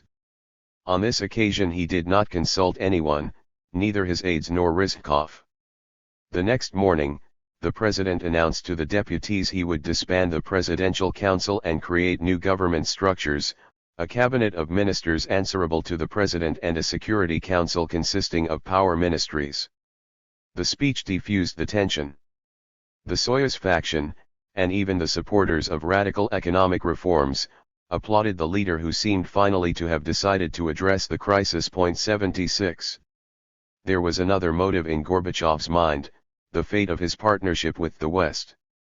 The enraged Supreme Soviet could kill ratification of the treaties that Gorbachev and Shevardnadze had negotiated. 77. On November 18, with a new sense of confidence, Gorbachev arrived in Italy to receive a prestigious Fianchi Prize, and then proceeded to Paris to attend the Conference on Security and Cooperation in Europe and append his signature to the Charter of Paris for a New Europe and the CFE Treaty. He was a central figure at the conference. Bush, Mitterrand, Kohl, Thatcher, and other Western leaders deferred to him. It was a perfect moment for Gorbachev to reach an understanding with Bush on the necessity of a crackdown against Yeltsin's unilateral separatism. The American president badly needed Soviet support for a resolution in the United Nations Security Council permitting the use of force in Iraq. Bush explicitly said he would back Gorbachev's steps to restore the constitutional order. "We understand what you want to achieve, preserve the order and unity, which are necessary for the republics." Bush openly dismissed Yeltsin's pretensions. The only exception, Bush added, was the use of force against the Baltic republics. On this issue, American public opinion would not allow him to support Gorbachev. 78. Instead, Gorbachev took a defensive stand. He probably feared that the Bush administration would proceed to act unilaterally, without the USSR, against Iraq, and Gorbachev would lose a key ally for his scheme of Soviet integration into a new Europe. Meeting with Bush, one-on-one, Gorbachev invoked the image of the New Deal to explain his domestic predicament. Just like Franklin Roosevelt, he had to respond to people's fears to avoid chaos and violence. Therefore, to some extent, sometimes, we have to use measures resembling author's italics harsh administrative measures, so that we do not allow unfolding processes to turn to chaos. The New Union Treaty, he told Bush, was the only means of solving the crisis. 79. Chernihiv was struck once again by the phenomenon of the two Gorbachevs. One was a world figure with a striking vision, the other was a lame duck domestic politician, out of ammunition and unable to use his enormous executive powers. 80. When Gorbachev returned to Moscow, he vowed to Shukh Nazarbayev that he would never rule by decree. "Nobody, including the Supreme Soviet, and the forthcoming Congress of People's Deputies," he declared, "can force me into dictatorship. I would rather resign." This is a firm conviction, a lifelong principle. 81. Still, he decided not to travel to the West again for a while. He even cancelled his trip to Oslo on December 10, to receive the Nobel Prize. Instead, a senior Soviet diplomat accepted the honor on his behalf. 82. While Gorbachev was building a common European home, Yeltsin and Berbulis worked to build an alliance of the Russian Federation with other republics against the Kremlin. On November 19, the Russian leader arrived in Kiev, to sign the Treaty of Mutual Recognition and Cooperation between the Russian Federation and the Ukrainian SSR. This was a cornerstone of the strategy, advocated by Yeltsin, to build a new union from below, on the basis of horizontal economic and political ties between the three Slavic republics and Kazakhstan. Gorbachev knew about Yeltsin's mission, but he did not intervene. The Ukrainian Republic was still firmly under the control of the party nomenklatura, and the calls for full independence came only from western Ukraine and some members of the Rukh. 83. Yeltsin came to tell them that, after the 300-year attachment of Ukraine to the Russian Empire and the totalitarian regime in Moscow, Ukraine was now free to choose its own path.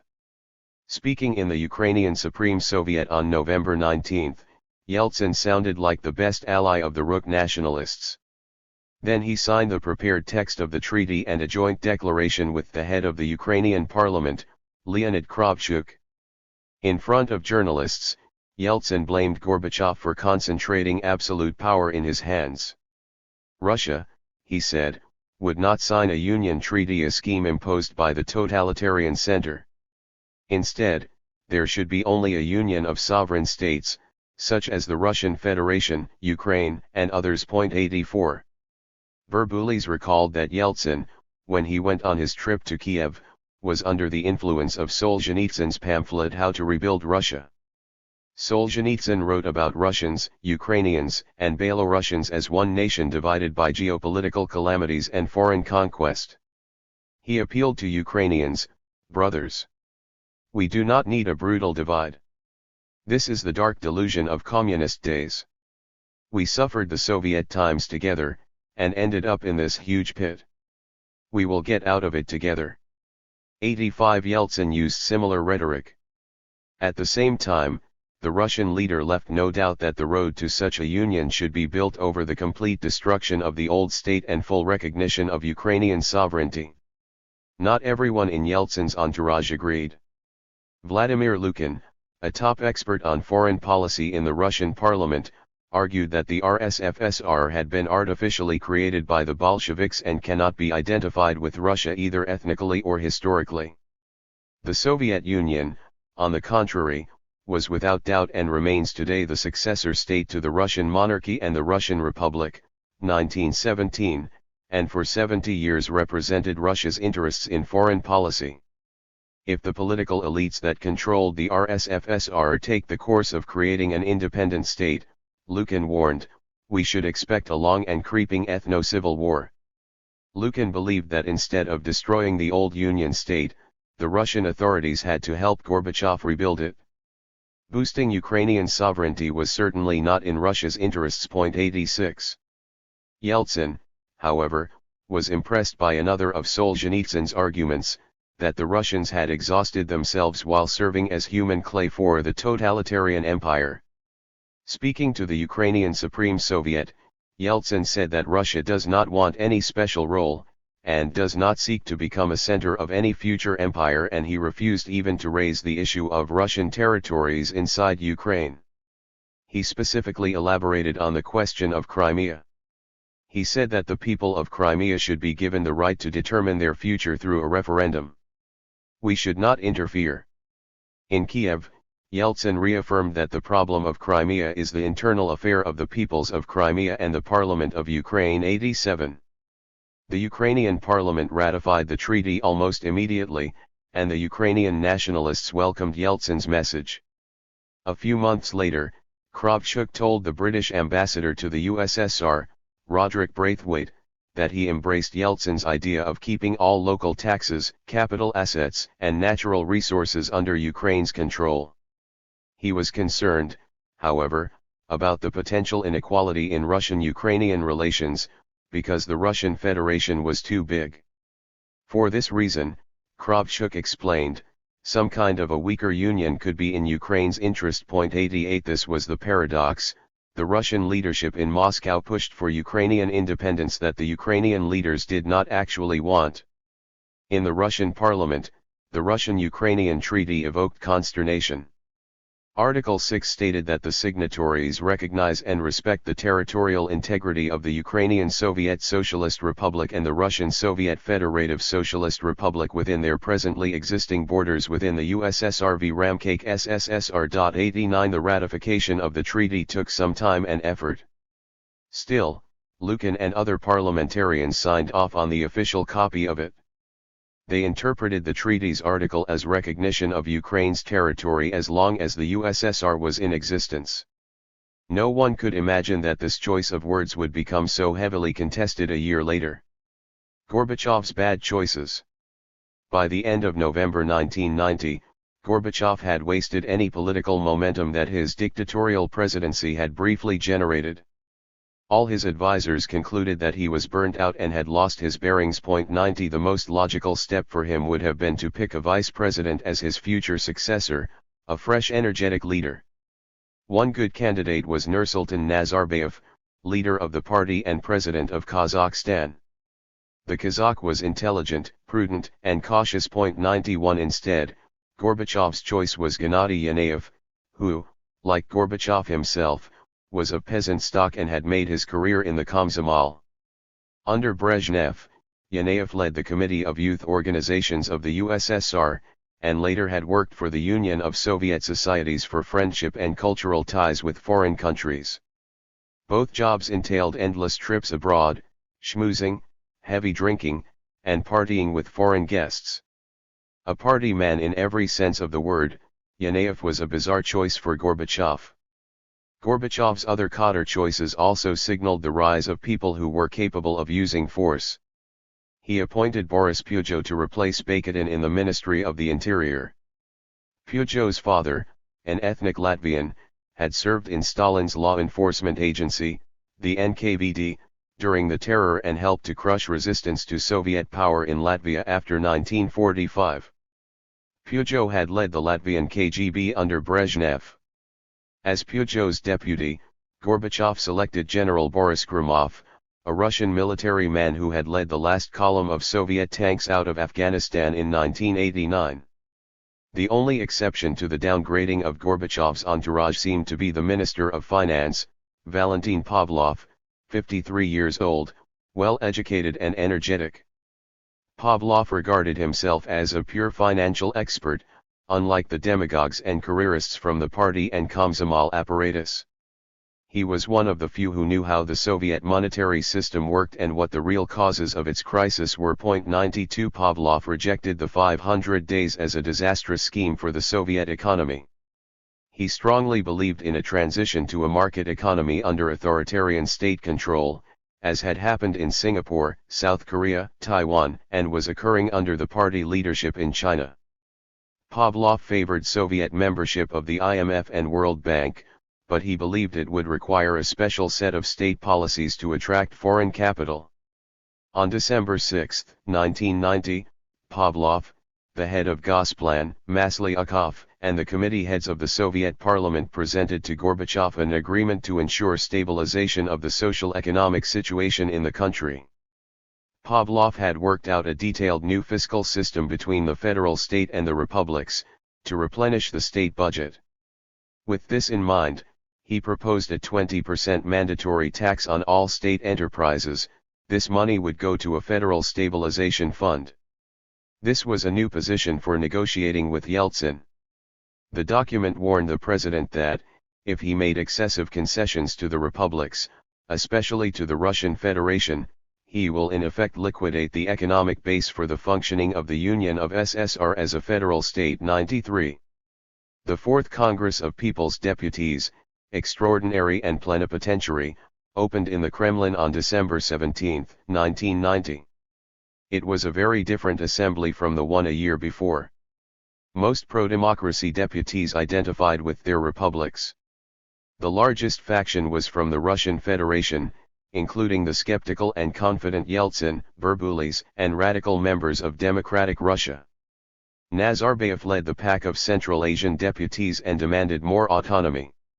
The Baltic deputies boycotted the Congress, just like the representatives from Georgia, Armenia, Azerbaijan, and Moldova.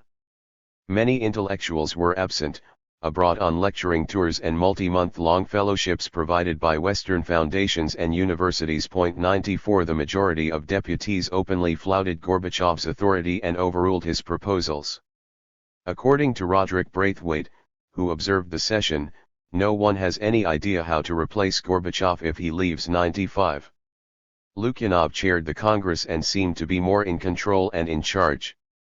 Unexpectedly, he gave the floor for a procedural question to the deputy from Chechnya, Sazia Umaletova, a hardline Leninist and bleeding heart Soviet patriot.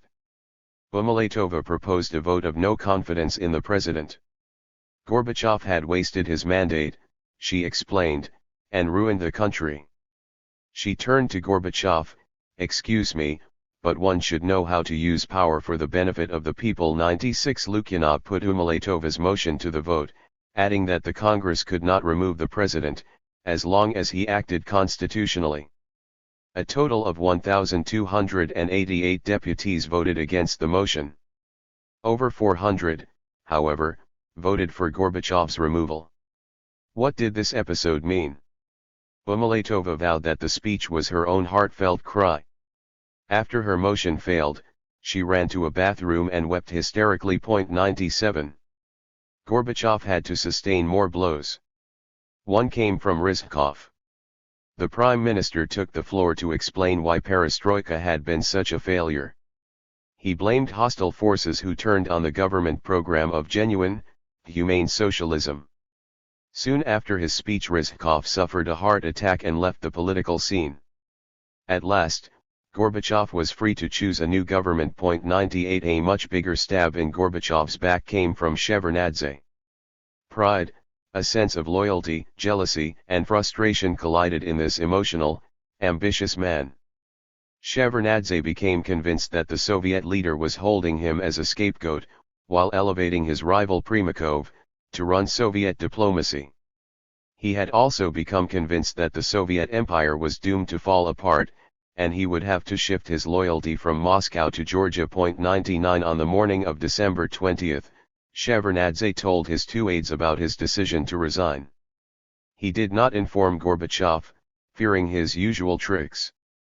A few hours later, Shevardnadze was at the podium in Congress. He began to speak calmly, then he raised the issue of attacks on his personal dignity, and his emotion waxed. Dictatorship is coming. I do not know which kind, who will be a dictator. I am resigning. Do not react now, do not curse me. Let it be my contribution, my protest against the advancing dictatorship. He ended with a declaration that the future belongs to democracy and freedom. Then he exited the hall, leaving the audience in suspense. Western observers and journalists rushed out to report the sensational news. Alksnis and his associates gloated. Pro-democracy deputies spoke about the danger of dictatorship and urged Shevardnadze to reconsider. 100. Gorbachev sat with a poker face.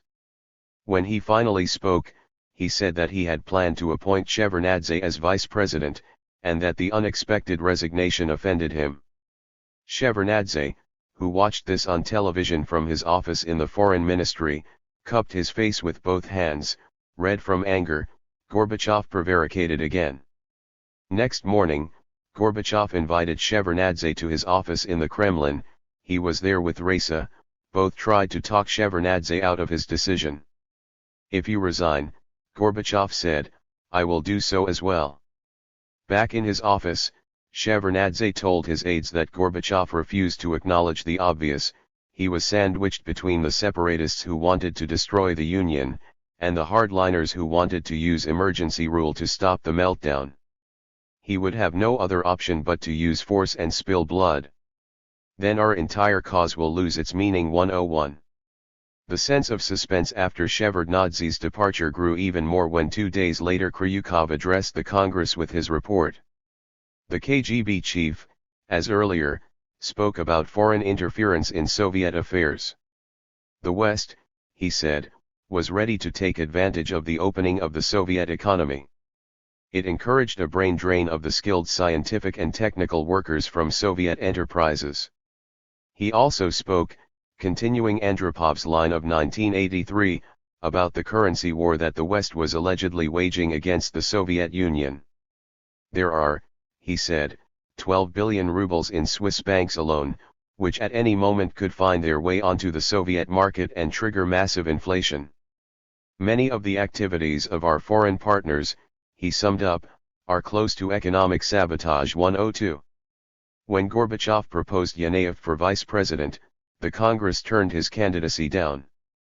It was not clear who felt more humiliated, Gorbachev or the deputies who thought Yanayev was an inept buffoon. During the break, a group of intellectuals tried to dissuade the president. Yanayev, they said, was not a good man for reforms. Gorbachev asked, what are your facts? 103. Yanayev was elected by a tiny margin in the second round. Chernev recorded in his diary, the Congress is turning into a mob. This institution should be disbanded as soon as possible. Gorbachev's closest aide decided to postpone his own decision to resign. He pitted Gorbachev. 104. The huge question that Congress could not properly discuss, even less agree upon, was the Union Treaty. After resisting it for over a year, Gorbachev finally put this pivotal issue on the table. Many believed it was too late. Gorbachev also pulled another rabbit out of his hat. In his address, he called for a nationwide referendum on the question of whether a reformed union should be preserved. The Congress voted in favor, leaving the question of timing to the leadership. For the Soviet Union, the year ended with the specter of discord between the different parties of the fading and crumbling state. The Western diplomats and journalists, who took their cues from their liberal friends in Moscow, were almost certain that blood would soon be spilled, and that the Soviet military would be involved. Would there be a new Commonwealth? Or only growing chaos and possibly bloodshed? No one knew the answer. Yet even at this point very few expected that the Soviet Union would not survive 1991. Part 2. Decline and Downfall. 1991. Chapter 7. Standoff. But what save foulest defeat can await that man, who wills, and yet wills not? Thomas Carlyle about Louis XVI, Indiana, 17891. Yeltsin and Gorbachev will not be reconciled until they meet each other in prison. A Soviet joke. Blood in the Baltics. On the morning of December 20, 1990, Condoleezza Rice, special advisor to George Bush, was still in bed when a call from the Situation Room in the White House woke her up. Rice was part of a small contingency group at the NSC that discussed the future of Gorbachev and the Soviet Union. Brent Scowcroft had set up this group in the fall of 1989, because he became convinced, either Gorbachev was going to stop this perestroika or somebody would stop him. The leader of the group was Robert Gates, a veteran analyst at the CIA. The biggest contingency on the group's agenda was the prospect of a violent collapse of the Soviet Union. The committee examined other dangers. What if Soviet nuclear weapons fell into dangerous hands? What if the US government learned of plans for a coup against Gorbachev? What if Soviet troops in Germany refused to go home? Now Rice was asked to explain Shevardnadzi's resignation. That was the scariest moment, she recalled. I was surprised, I was very worried. Rice called Scowcroft and warned him, something really awful was about to happen in the Soviet Union. 2 days before Shevardnadze resigned, Rice and CIA experts concurred that a creeping crackdown was taking place in the Soviet Union. The problem between Gorbachev's government and the separatist republics was likely to get much worse in the coming weeks. What should the US government do? Until then the White House had discouraged meetings with Republican leaders. But how should the US government respond if some separatist leaders demanded recognition by the United Nations or other international organizations? The republics in question were not only the Baltics, but the Russian Federation and Ukraine. 3. Bush, Scowcroft, and Baker were genuinely puzzled by the Russian support of Yeltsin. Gates, the CIA's Fritz Ermarth, and the U.S. ambassador in Moscow, Jack Matlock, had been telling them, Yeltsin stood a great chance of becoming the future president of Russia. 4 In the 1950s, Scowcroft had studied at West Point and read books about Soviet and Russian history. They had taught him that Russia, because of its insecurity, geography, and economic backwardness, was destined to be ruled by an authoritarian regime. The emergence of Yeltsin and a bunch of Russian intellectuals, calling for democracy, human rights, and the dissolution of the Union, did not fit this matrix. Scowcroft wrote to Bush, the absurdity of the situation in the Soviet Union is perhaps best captured by the prospect of Russia once thought to be synonymous with the Soviet state seeking autonomy from the Kremlin under Yeltsin's leadership. Scowcroft viewed Yeltsin as a creature of chaos produced by Gorbachev's style of governance, an ambitious opportunist of the first order, and his credentials as a Democrat are suspect at best. Jim Baker agreed. Shevardnadze had told him that Yeltsin was a demagogue and possibly a dangerous nationalist. 5. Rice spent December 20 in the Situation Room of the White House, reading cables and periodically briefing the leadership. Nobody knew what to expect. It was a black day for us, Baker recalled. 6 Yet nothing happened the next day, nor the day after. And a week later the Soviet ambassador in Washington, Alexander Besesmertnik, arrived with Gorbachev's letter to Bush. The Soviet leader explained that Shevardnadze's resignation was the result of a nervous breakdown. You can be absolutely firmly assured, the letter went, our policy course will remain unchanged in terms of substance, as in form. This goes for the European process. This goes for all arms control and security issues. This goes for the Persian Gulf. Gorbachev wanted Bush to confirm the date for the next summit in Moscow, scheduled for 11 to 13 February 1991. Besesmertnik would soon become the next foreign minister. The American leaders, who called him Sasha and knew he was loyal to Shevardnadze's way of thinking, were reassured. 7. Vytautas Landsbergis, the Lithuanian pro-independence leader, was one of the first to understand the potential of the Russian chaos and split. Suddenly, he saw the possibility that the Soviet Union might collapse from within. 8 The Lithuanian exit could become a fuse for such an implosion. This fuse blew unexpectedly, in early January 1991. The Lithuanian government of moderate nationalists decided to raise prices on basic food commodities. An angry mob, mostly Russian speakers, protested in the streets and even tried to storm the Lithuanian parliament. The government resigned. In the political vacuum, the pro-Moscow communists and the Russian minority leaders decided to invite the Soviet army to introduce presidential rule in Lithuania. The two camps were set for a confrontation. On January 10, Marshal Yazov ordered General Varenikov to return to Vilnius. And Kryukov instructed the KGB Colonel Mikhail Golubatov to fly to Vilnius with Alpha, a small well-trained group of KGB commandos. The next day, the Lithuanian communists proclaimed the Committee of National Salvation and appealed to the Soviet military for support. 9. The Alpha commander later asserted that initially his KGB superiors had ordered him to take control of the Lithuanian television center and announce the appeal of the National Salvation Committee to establish presidential rule.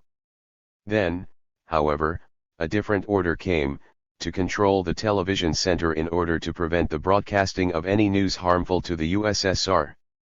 This made little sense. Golubatov later called this a stupendous act of betrayal by the country's leadership. He meant not only Gorbachev, but his KGB bosses as well. Alpha acted in coordination with the military and the riot police, OMON, from the Ministry of the Interior. At night, the Pskov Airborne Division, supported by tanks and APCs, tried to move towards the television tower, surrounded by a hostile crowd of young Lithuanians. In the skirmish 14 Lithuanians lost their lives. Inside the television center an Alpha officer was shot dead, almost certainly by friendly fire. 10. The question of Gorbachev's complicity came up immediately and never went away. Many Lithuanians held the Soviet leader responsible for the bloodshed. If so, what had the Soviet leader wanted to achieve? This was the period when the United States and its allies were preparing to launch a war in the Gulf. Had Moscow wanted to crush the Baltic independence movements, this was the perfect time to do so. Those accusing Gorbachev denied that local forces could have acted independently, and ignored the chaos of the nighttime confrontations.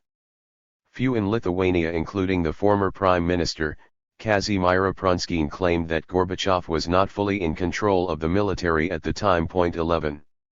Oleg Shinin in the CPSU Secretariat openly pushed for presidential rule in Lithuania and later asserted that Gorbachev had let people down. The Soviet leader refused to sign the prepared documents that recognized the National Salvation Committee. Kryukov later claimed that Gorbachev had instructed him, Yazov, and Boris Pujo to prepare for the use of force, but he then reconsidered. Cherniev, when he learned about the fatalities in Vilnius, thought the same. Shevardnadze was convinced that the Soviet leader had contributed to what happened by his prevarications. 12. At a later date, Shevardnadze told his aides about a secret meeting in late October 1990 when Gorbachev, responding to frantic appeals by the communist leaders in Lithuania to protect them from the nationalists, had not excluded the use of force. On January 3, 1991, Gorbachev met Shevardnadze in the Kremlin, during which he asked him one last time to return to the government following his earlier resignation. The Soviet leader looked depressed, on the brink of resignation himself. "I am also ready to leave," he suddenly said. "I even envy you, believe me." Perhaps he was referring to the pressures on him to resort to force in the Baltics. 13. In his memoirs, Gorbachev asserted he had authorized Kryukov, Yazov, and Pujo to act only if the situation in Vilnius should get out of control and there are direct clashes between Sigutti's supporters and the communists. Had things gone the way the Soviet leader claimed, the Soviet military could have reacted to local resistance with lethal firepower, just as they had done in Baku in January 1990. Sigutti's leaders feared this scenario and therefore urged their followers to adhere to nonviolence.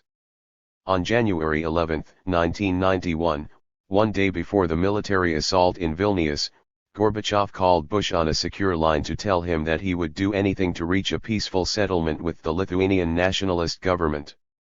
"People are demanding I introduce presidential rule," Gorbachev said to Bush. "You know what my style is in such matters. It is much like your style. I will do all I can to reach a political solution." Gorbachev added that in Lithuania not everything is within our control. 14. The Soviet leader found himself in the worst possible situation. He had broken the pledge he gave to Bush. Landsbergis and Sigutti's activists enjoyed world attention and sympathy. The Western media seemed to have forgotten how they had lionized Gorbachev. Journalists came out with the same old Cold War images. Lithuania was compared to Hungary of 1956 and Czechoslovakia of 1968. The Chinese tanks of Tiananmen Square in 1989 also loomed in the background. Gorbachev's perestroika was declared kaput. His procrastinations over constitutional issues became part of a sinister plan. One liberal observer from the Washington Post bemoaned how Gorbachev could tarnish his Nobel Peace Prize, lose the respect and trust of the West by sending tanks against unarmed people. 15. The leaders of democratic Russia brought out tens of thousands of Muscovites to protest the violence in Lithuania. The largest rally on Maine Square near the Kremlin consisted of between 100,000 and 200,000 people. Cherniev wrote down what he heard on the radio: Gorbachev is the greatest liar of our times, Gorbachev and his clique, Gorbachev is worse than Hitler. Galina Starovoitova in her interview with the BBC said, Gorbachev has become a dictator. He still has not let a big bloodshed occur. Yet he is the person who is profoundly alien to an idea of democracy. 16. The editor of Moscow News, Yegor Yakovlev, published an issue of his newspaper in a funereal frame with a screeching title, Bloody Sunday.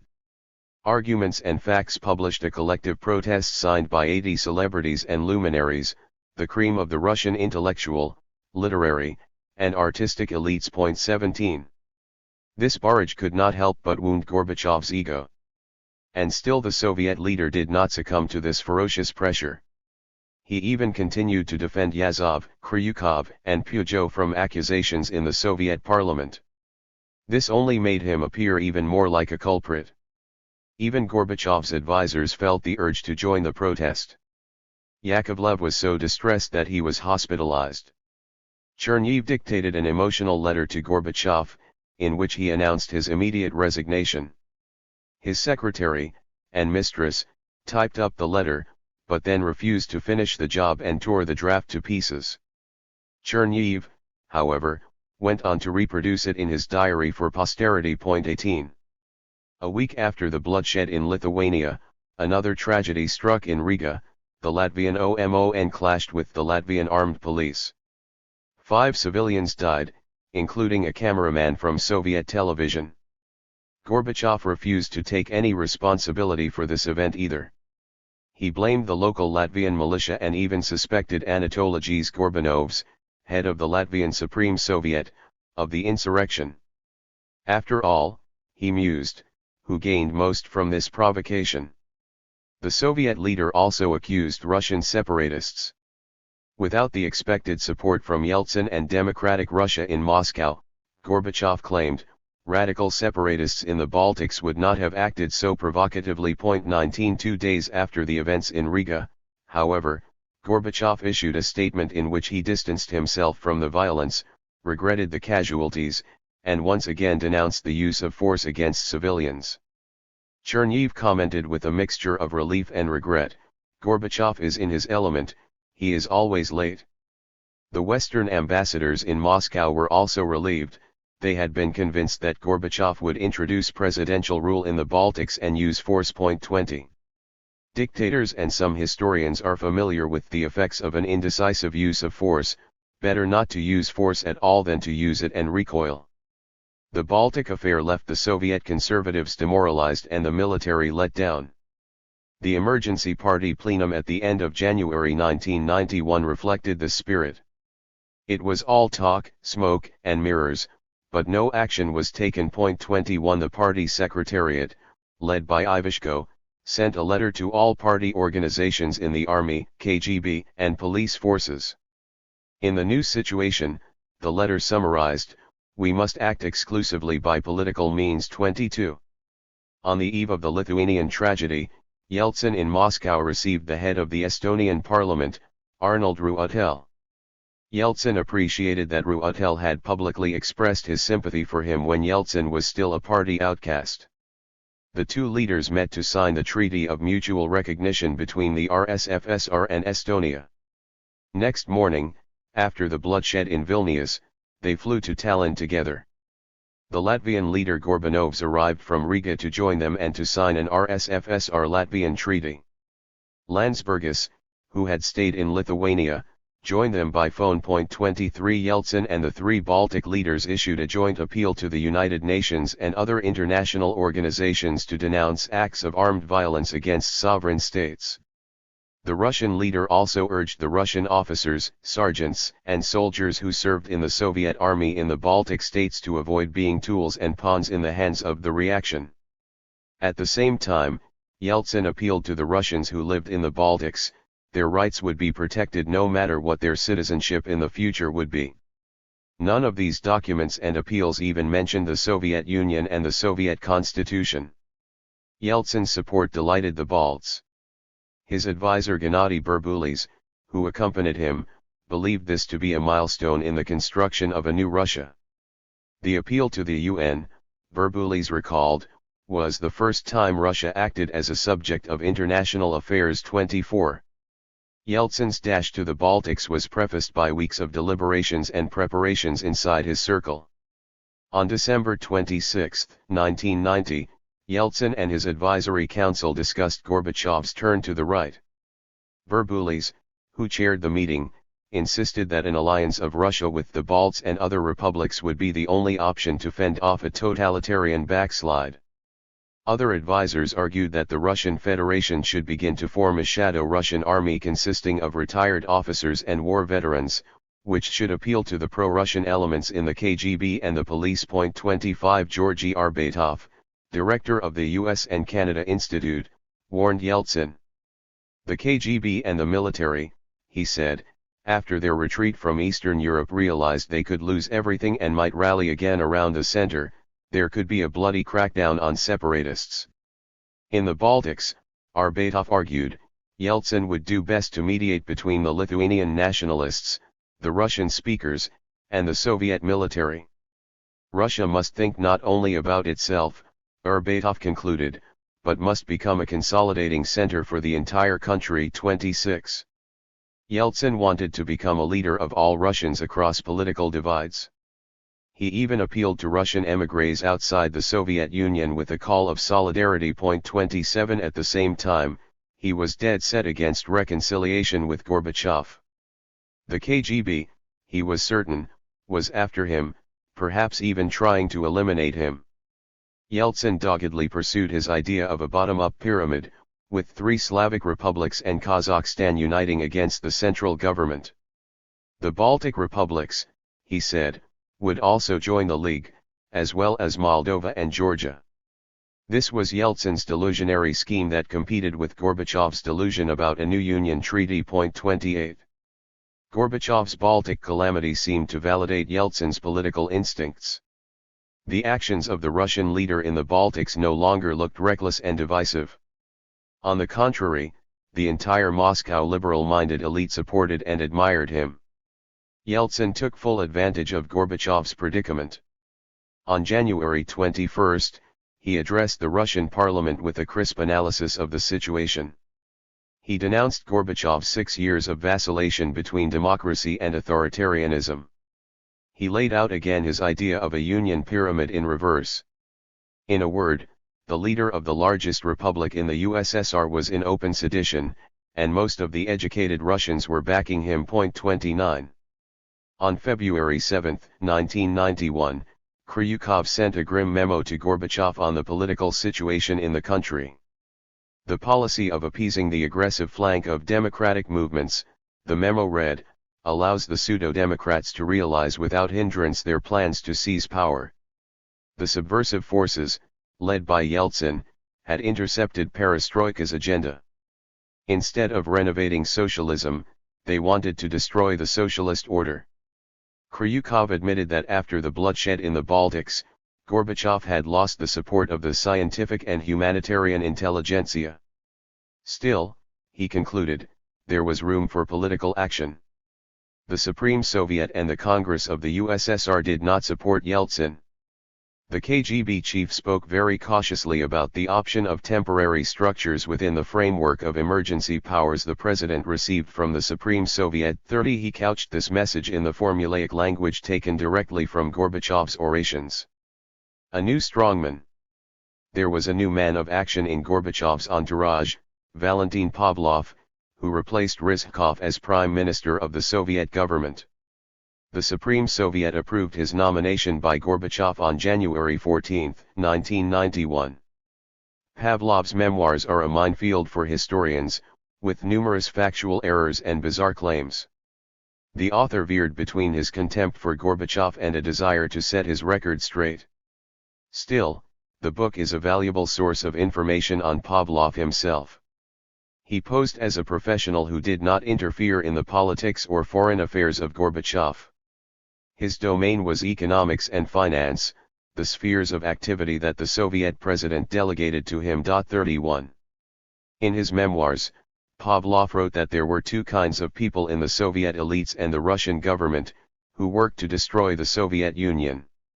Some, such as Gorbachev and Rizhkov, undermine the state and its economy out of ignorance and because of their short-term interests. Others were determined gravediggers of the USSR, such as Yeltsin, Popov, Sobchak, and many in democratic Russia. The Demo-Russians and the forces that stood behind them wanted great upheavals, Pavlov concluded. This was a quote from the speech of Prime Minister Peter Stolypin in the State Duma in June 1907, when he had announced to the radical deputies, "You want great upheavals, but we want a great Russia."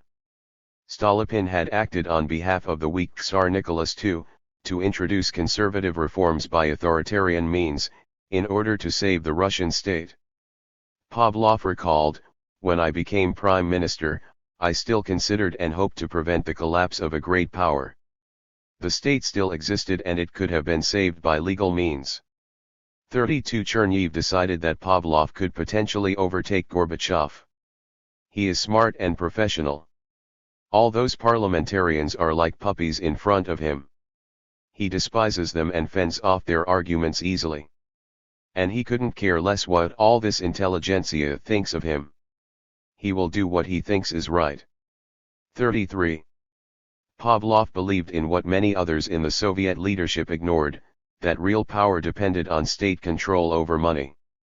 As long as its central fiscal and monetary system existed, the Soviet Union could survive. 34 Pavlov had realized already in the fall of 1989 that the central government was delegating control over money to irresponsible political forces.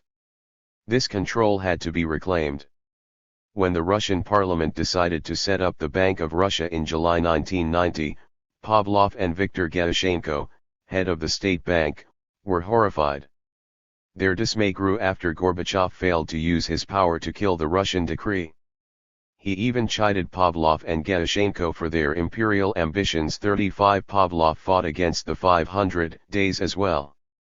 The radical economists proposed to destroy the supermonopoly of the state bank and replace it with a confederation of republican banks.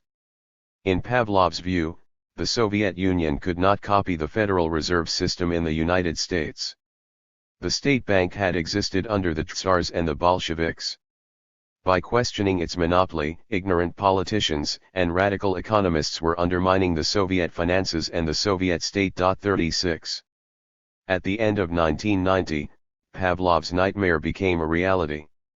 On December 2, the Russian parliament boosted the status of the Bank of Russia and decreed that it should take over all branches of the State Bank of the USSR on the Republican territory. Gerashenko in the State Bank ignored the decree, yet the Russian separatists began to give out licenses to commercial banks under Russian jurisdiction, which enabled them to execute credit and currency functions.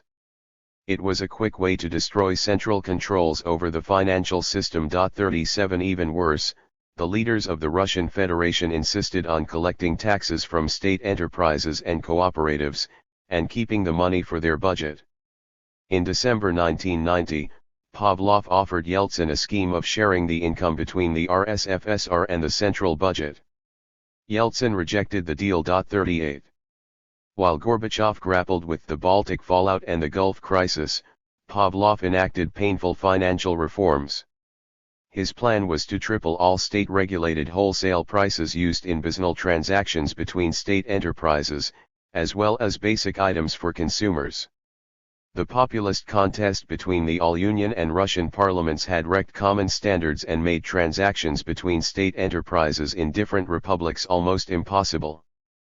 Pavlov knew that fixed prices would have to be replaced by market-driven ones. Yet he also believed in maintaining state controls.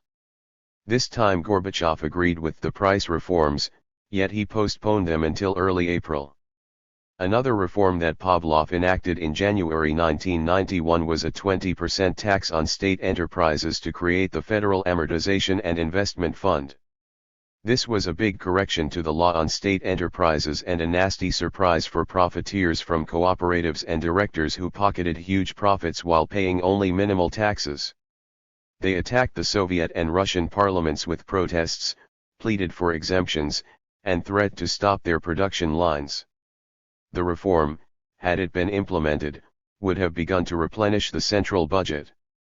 The implementation, however, required strong administrative leverage, above all undisrupted tax collection on the territories of the republics, especially the Russian Federation. 39. The last of Pavlov's reforms caused the most uproar. On the evening of January 22, 1991, Soviet people learned from a television announcement that 50-ruble and 100-ruble bills, the largest in circulation, were no longer valid. Those bills had to be exchanged within 3 days in the branches of the state bank with new banknotes of the same value, up to a maximum of 10,000 rubles. Pavlov had been preparing this reform since 1989, but Gorbachev and Rizhkov had delayed it. 40 This time, Pavlov took full responsibility for the unpopular step. He asserted that the reform could have soaked up 30 billion rubles from the shadow entrepreneurs and currency speculators. Western and domestic critics called Pavlov's reform crude and ineffective. It did, however, help the government win some time by reducing the cash supply and delaying the financial meltdown. 41. Like Kryukov in the KGB, Pavlov saw a great danger for the Soviet state coming from a collusion between Russian government officials and foreign interests. In his memoir, Pavlov paid special attention to 2 cases. In the first, Gennady Filshin, deputy prime minister of the Russian Federation and a key ally of Yeltsin, worked out a scheme that could, he claimed, fill the shelves in Russian stores. He struck a deal with a couple of British businessmen. They would get a loan of $7.7 billion from the Russian government via the state bank. This money, Filshin's partners promised, would be used to purchase deficit consumer goods on Western markets. The KGB leaked the scam out. It caused a scandal and hearings in the Russian parliament. Filshin had to resign, but he refused to admit he was part of a speculative scheme. Democratic Russia, as well as Yeltsin's entourage, sided with Filshin. 42. In the second case, on February 13, 1991, Pavlov publicly accused Western banks of a conspiracy to flood the Soviet Union with rubles, thus inducing the collapse of Gorbachev and his government. The exchange of the bank notes, he claimed, helped foil this plot in the nick of time. He also warned Soviet enterprises not to deal with foreign businessmen who used joint ventures with naive and inexperienced Soviet partners for the purpose of profiteering and shady dealings. Western diplomats and media were aghast. For the British ambassador, this was a remarkable display of ignorance, fatuity, irresponsibility, and xenophobia by the Prime Minister of the second most powerful country in the world. Had the Soviet Union been run normally, he concluded, Gorbachev would have sacked Pavlov. 43. Pavlov apparently acted on the information he received from Kryukov. He was by no means alone in putting conspiratorial spin on the demise of Soviet finances and politics. On the opposite side of the political divide, Yeltsin and some of his advisors competed with Pavlov in conspiratorial thinking. In December 1990, at Yeltsin's advisory council, the economist Nikolai Shmolyov reported that Gorbachev had ordered the KGB to sell 20 billion rubles in new banknotes to Western banks at a market rate. Some had suggested, he added, that the amount was in fact 60 billion rubles. Yeltsin apparently believed this fable. 44. In his memoirs, Pavlov defended his actions. His main fear was not the profiteering activities of foreign actors. Rather, he concluded that the greatest danger came from unscrupulous or inexperienced people in the Russian government, eager to open up to the global market, hungry for quick bucks, and capable of wrecking the existing financial system in a matter of months. Pavlov wrote his memoirs several years after the Soviet financial system had collapsed, and after the most horrendous and blatant financial schemes had been carried out with total impunity, filling the pockets of a few Russians and foreign investors. Referendums. At the end of January, Gorbachev and Lukyanov decided that the all-national referendum on the need for a union treaty would take place on March 17, 1991.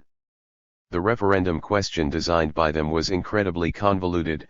Do you consider necessary the existence of the Union of Soviet Socialist Republics as a renewed federation of equal sovereign republics in which the rights and freedoms of all persons of all nationalities will be fully guaranteed? Provided the majority would vote yes, the next step would be to sign the Union Treaty and change the constitution. In his memoirs, Gorbachev recalled that the referendum formula had emerged from long discussions with my aides 45 Shukhnazarov and Cherniv had long thought that Gorbachev's Union Treaty was a quixotic project, and a referendum would change nothing. At best, there could be something similar to the European Economic Community or the British Commonwealth. Cherniv also knew, even without the polls, that the majority of Muscovites were becoming livid with Gorbachev and the Soviet government. The referendum can become a detonator for a catastrophic explosion. 46 Many conservatives were also deeply skeptical about the referendum. At a Politburo meeting on January 30, Islam Karamuov, the party boss and president of Uzbekistan, said preparation for the referendum will help to stoke up passions. An Uzbek proverb said, "Do not step on the tail of the sleeping lion." 47 Kryukov did not like the idea for the same reason. In his memoirs, the KGB chief argued that the March referendum was a provocation that could only benefit the enemies of the USSR. There was no need to do it, Kryukov recalled. For the masses this was not an issue. 48. In Yeltsin's camp, Gorbachev's referendum was viewed as a conspiracy against a young Russian democratic state. Yeltsin and Berbulis resented that Gorbachev was treating numerous autonomous regions within the RSFSR as sovereign and equal subjects of a future union. This meant that he wanted to play off the leaders of those regions against Yeltsin and the RSFSR legislature. Instead of having to deal with one Russia that threatened his power, the Soviet leader wanted to be able to bargain with 16 units of the Russian Federation. 49 As the referendum approached, Yeltsin and his entourage noticed that the leaders of Ukraine and Belarus were in no hurry to sign a pact with him against the center. As the future would reveal, the Ukrainians liked the prospect of an unequal alliance with Yeltsin's Russia even less than the idea of a center presided over by Gorbachev. 50. Yeltsin's main project was, as before, the Russian presidency. There was, however, a legal obstacle. There was no post of president in the RSFSR constitution and only its Congress of People's Deputies could amend it. Yeltsin and his supporters consistently fell short of the two-thirds required majority. Many deputies, party stalwarts, and others, were worried by the danger of having two presidents in the one country. Berbulis and Starovwatova thought of another option, to have a referendum and obtain a yes from the Russian people. But such an enterprise across many time zones could cost up to 300 million rubles. Gorbachev's referendum solved this problem. A Russian referendum could be a rider and so cost nothing.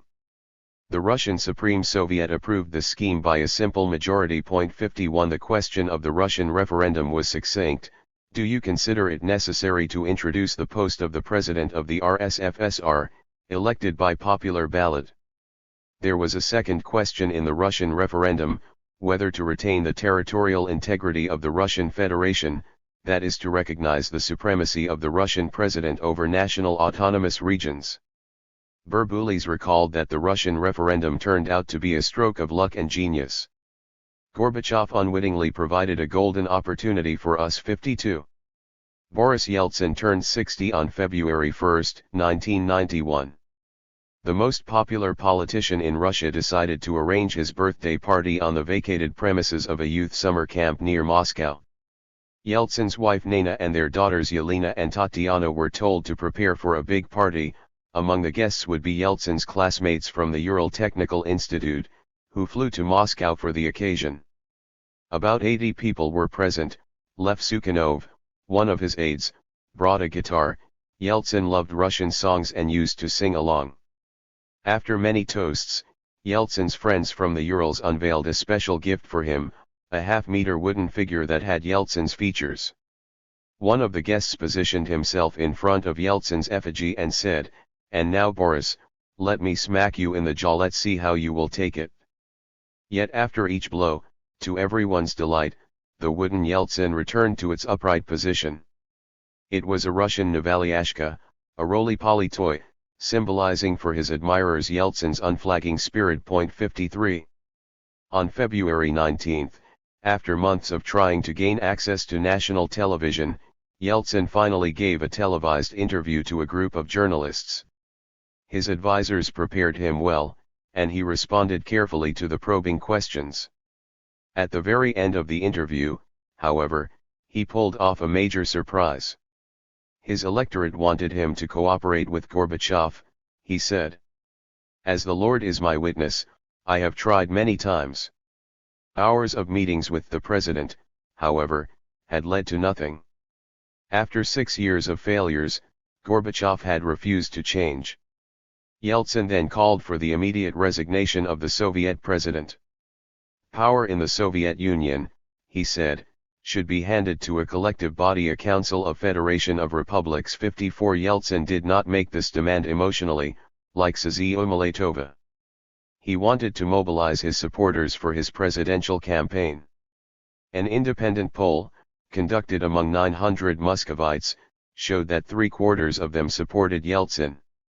When asked about the future of the Soviet Union, fewer than 20% backed it, and almost 49% were in favor of Yeltsin's Union of Sovereign Republics. Even more shockingly, almost 28% agreed with the option in the questionnaire that said, the USSR should not exist. 55. Gorbachev watched Yeltsin on television and convinced himself that his nemesis was drunk. Yeltsin's hands were trembling, Gorbachev recalled years later. "I could see that he did not control himself and could only read the prepared text with difficulty." The Soviet leader thought the referendum would be a crushing blow to Yeltsin's plans for separatism. At the end of February, Gorbachev left for Minsk, his first domestic trip in several months. There the Soviet leader unleashed an attack on the Democrats, whom he blamed for destructive neo-Bolshevism. 56. Upon returning to Moscow, he told the Politburo and the Secretariat to mobilize the entire party for the referendum. If the party sustains this battle, the victory will help it to get back on its feet. The head of the Russian Communist Party, Ivan Polozkov, said, "Finally, Mikhail Sergeyevich, you have merged with the conservatives." The time had come for presidential rule, to take over the USSR's ineffective parliamentary structures. 57. On March 2, Gorbachev celebrated his 60th birthday. He received greetings from the leading functionaries in a party secretariat room in the Old Square and gave a brief speech on the role of the Communist Party in his life and in perestroika. His chief of staff Valery Boldin recalled that the atmosphere was almost morose. Not even the most virtuoso sycophant would have proposed a toast to him as a great, wise man. 58. Then the Soviet leader dashed to the Kremlin, to receive birthday greetings from members of the former Presidential Council, the cabinet, and personal advisors. Lukyanov made a moving speech. Yazov presented Gorbachev with a saber. The Minister of the Interior, Boris Pujo, gave him a handgun in a leather case with an inscription, accompanied by an ammunition clip. The KGB's Kryukov also gave Gorbachev a present, but nobody could remember what exactly it was. Cherniev and Shukhnazarov read their address to the leader. History, they said, would remember Gorbachev as a great leader, who did what nobody else dared, to tear this continent, the Soviet Union, off its rivets, which seemed to lock it forever. Gorbachev did it for the honor and benefit of the country, driven by conscience and a sense of shame. The text of greetings included a quote from Abraham Lincoln: "If the end brings me out all right, what's said against me won't amount to anything. If the end brings me out wrong, 10 angels swearing I was right would make no difference." 59. Yeltsin's call for Gorbachev's resignation on national television split the Russian assembly. The majority sharply disagreed with the radical Democrats who wanted to use Russia as a battering ram to destroy the Soviet government. On February 21, the top 6 officials there, including the leaders of both chambers, turned against Yeltsin. They expected an extraordinary session of the RSFSR Congress, to be convened in a few weeks, to bring Yeltsin down. Kosbolotov, the only one of Yeltsin's deputies who remained loyal to him, concluded, "Bad business. The majority is upset with Yeltsin. There will be a tough struggle ahead." 60. A big groundswell of support for Yeltsin came from Russian industrial cities and provinces. The most resonant was a strike declared by the miners' committees of Kuzbas. A member of Yeltsin's advisory council, Vyacheslav Golikov, triggered this strike. Journalists called him the Soviet Walensa, after the leader of Polish Solidarity, and he acted accordingly. This time the miners, however, did not demand soap, detergents, and better living conditions. They wanted to get rid of Gorbachev. Golikov and the other organizers were surprised by what happened next. 200,000 miners joined the strike, refusing to return to work. It was the second major industrial action that had rocked the economy of the USSR, and it would last for a month. 61. In democratic Russia, fears of a creeping coup ran strong. Intellectual leaders of the movements debated, should intellectuals follow the Polish example of 1980 and lead the workers to a political revolution? Or would that be too dangerous? Yeltsin was inclined to take the risk. On March 9, at a big rally of Democratic Russia in the House of Cinema in Moscow, he called again for Gorbachev's resignation and concluded it was time to save democracy and create a powerful organized party. Millions of people heard the speech on the radio. 62. 5 days later, the Russian leader met with his advisory council. Popov, the head of Moscow City Council, took the floor. He did not believe that Russian solidarity was a good option. 1991 would be the year of catastrophe equal to a war or the Great Depression. Soviet national income would fall by 10 or 20%, he said. Angry and unemployed masses would yearn for an authoritarian leader, he claimed. In America they had found Roosevelt, in Germany Hitler. Popov agreed with Yeltsin that Gorbachev was tricky and unreliable. At the same time, calling for his resignation would only push him into the arms of party hardliners. Those people hated Gorbachev, but they would use him, the army, and the KGB to set up a dictatorship. Then they would get rid of him. The Soviet junta would not last long, Popov continued, perhaps a year and a half. They would not be able to obtain Western credits or solve any economic problems. Yet, in the short term, the crackdown would also be a huge blow to Russian democracy. Yeltsin and other opposition leaders would be arrested and perhaps eliminated. All of us may perish, Popov prophesied. Who are the supporters of perestroika? A small circle, 200, 300, 400 people maximum. When they are gone, what would happen to the country? The best tactic, Popov concluded, would be to offer Gorbachev a partnership. 63. Yavlinsky, who returned to Yeltsin's entourage, backed Popov's grim economic and social forecast. The economic realities of the Soviet Union were such, he said, that sovereign republics remained just decorations. They would perish if they seceded, including the Russian Federation. Yavlinsky regretted that in 1990 everybody had gotten carried away by democratic games. Now everyone became prisoners of decorative structures, such as republican parliaments. The Soviet Union, he said, was an airplane, in which Yeltsin and his allies in other republics remained passengers, the central government still sat in the cockpit, ran the economy, and controlled money and credit. The only prudent course now, he concluded, would be to help the people in the cockpit to stay in control. Otherwise, the Russian Federation would explode, just like the Soviet Union.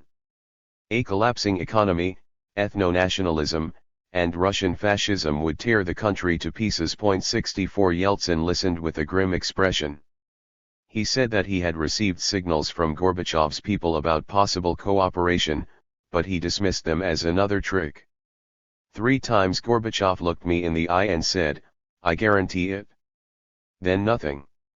If the conservatives tried to oust him at the Russian Congress, Yeltsin said, he would not surrender, but would disband the Congress instead. 65. 2 days before the March referendums, Yeltsin met with a group of American economists from Stanford University, who had come to Moscow to help with Russian economic reforms. To clarify his vision to the Americans, Yeltsin said, "We will have here something like the early United States."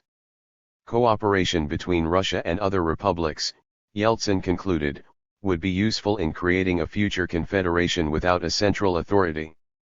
Economic reforms, he continued, will be in Russia and not in the USSR, since Gorbachev was clearly incapable and unwilling to part with the communist legacy.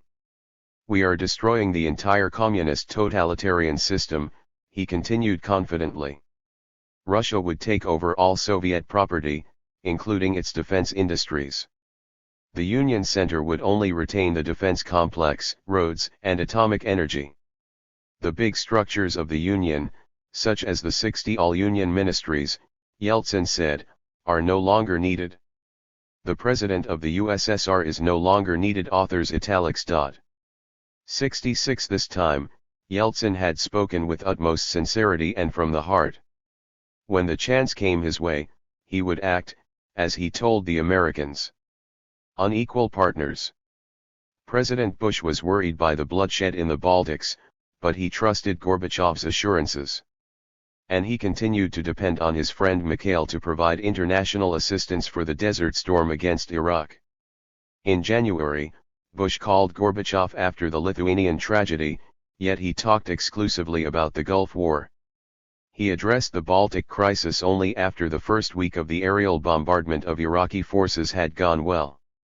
Still, he did send a letter to Gorbachev with a strong warning: in case of more violence against the Balts, Bush would have to cancel all economic assistance and impose sanctions on the USSR. To drive this point home, Bush postponed the summit in Moscow. On January 24, the American ambassador Jack Matlock delivered this letter in person to Gorbachev. 67. The Soviet leader read the letter and asked Matlock, "Tell me, Jack, how do you read the situation here?" Taken by surprise, the U.S. ambassador said that he personally believed Gorbachev did not want violence, but neither did the Balts. Those who exerted pressure on Gorbachev to use force were working against him and his reforms. Gorbachev listened without interrupting. "Try to help your president understand," he then continued, "that we are on the brink of a civil war. As president, my main task is to prevent it." He said emphatically that he was not hostage to anyone and assured Matlock that he would abide by all previous understandings, even despite American sanctions. "Tell my friend George Bush, whatever pressure is put on me regarding the Persian Gulf War, the German question, or the ratification of the Conventional Arms Treaty, I'll keep to our agreements." The American ambassador was impressed by Gorbachev's resolve and reported the good news to his superiors in Washington. 68. The Soviet leader continued hoping that bloodshed in the Gulf could be averted. For him it would be a blow to the vision of a peaceful global order that he and Bush had vowed to build together. Yevgeny Primakov flew to Baghdad in a last-minute attempt to convince Saddam Hussein to withdraw his forces from Kuwait, before the US-led coalition began the war on the ground. On February 22, shortly before the launch of US ground troops, Bush dismissed Gorbachev's peace initiative. The administration wanted a full military victory and political reconstruction of the Middle East. While the US president argued why the war was needed, the Soviet leader attempted to interrupt him. He shouted, "George!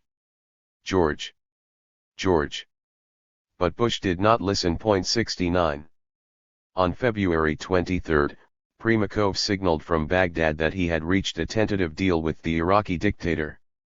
Gorbachev spent all day making calls to G7 and Middle Eastern leaders, John Major, Giulio Andreotti, Mitterrand, Kohl, Kaifu, Egypt's Hosni Mubarak, Syria's Assad, Iran's Rafsanjani. He then called Bush, who was greatly irritated by Gorbachev's peacemaking at America's expense, but patiently argued back that Saddam was just trying to drive a wedge between the US and the Soviet Union. The relationship between the two leaders is too important and it is not going to fall apart over Iraq.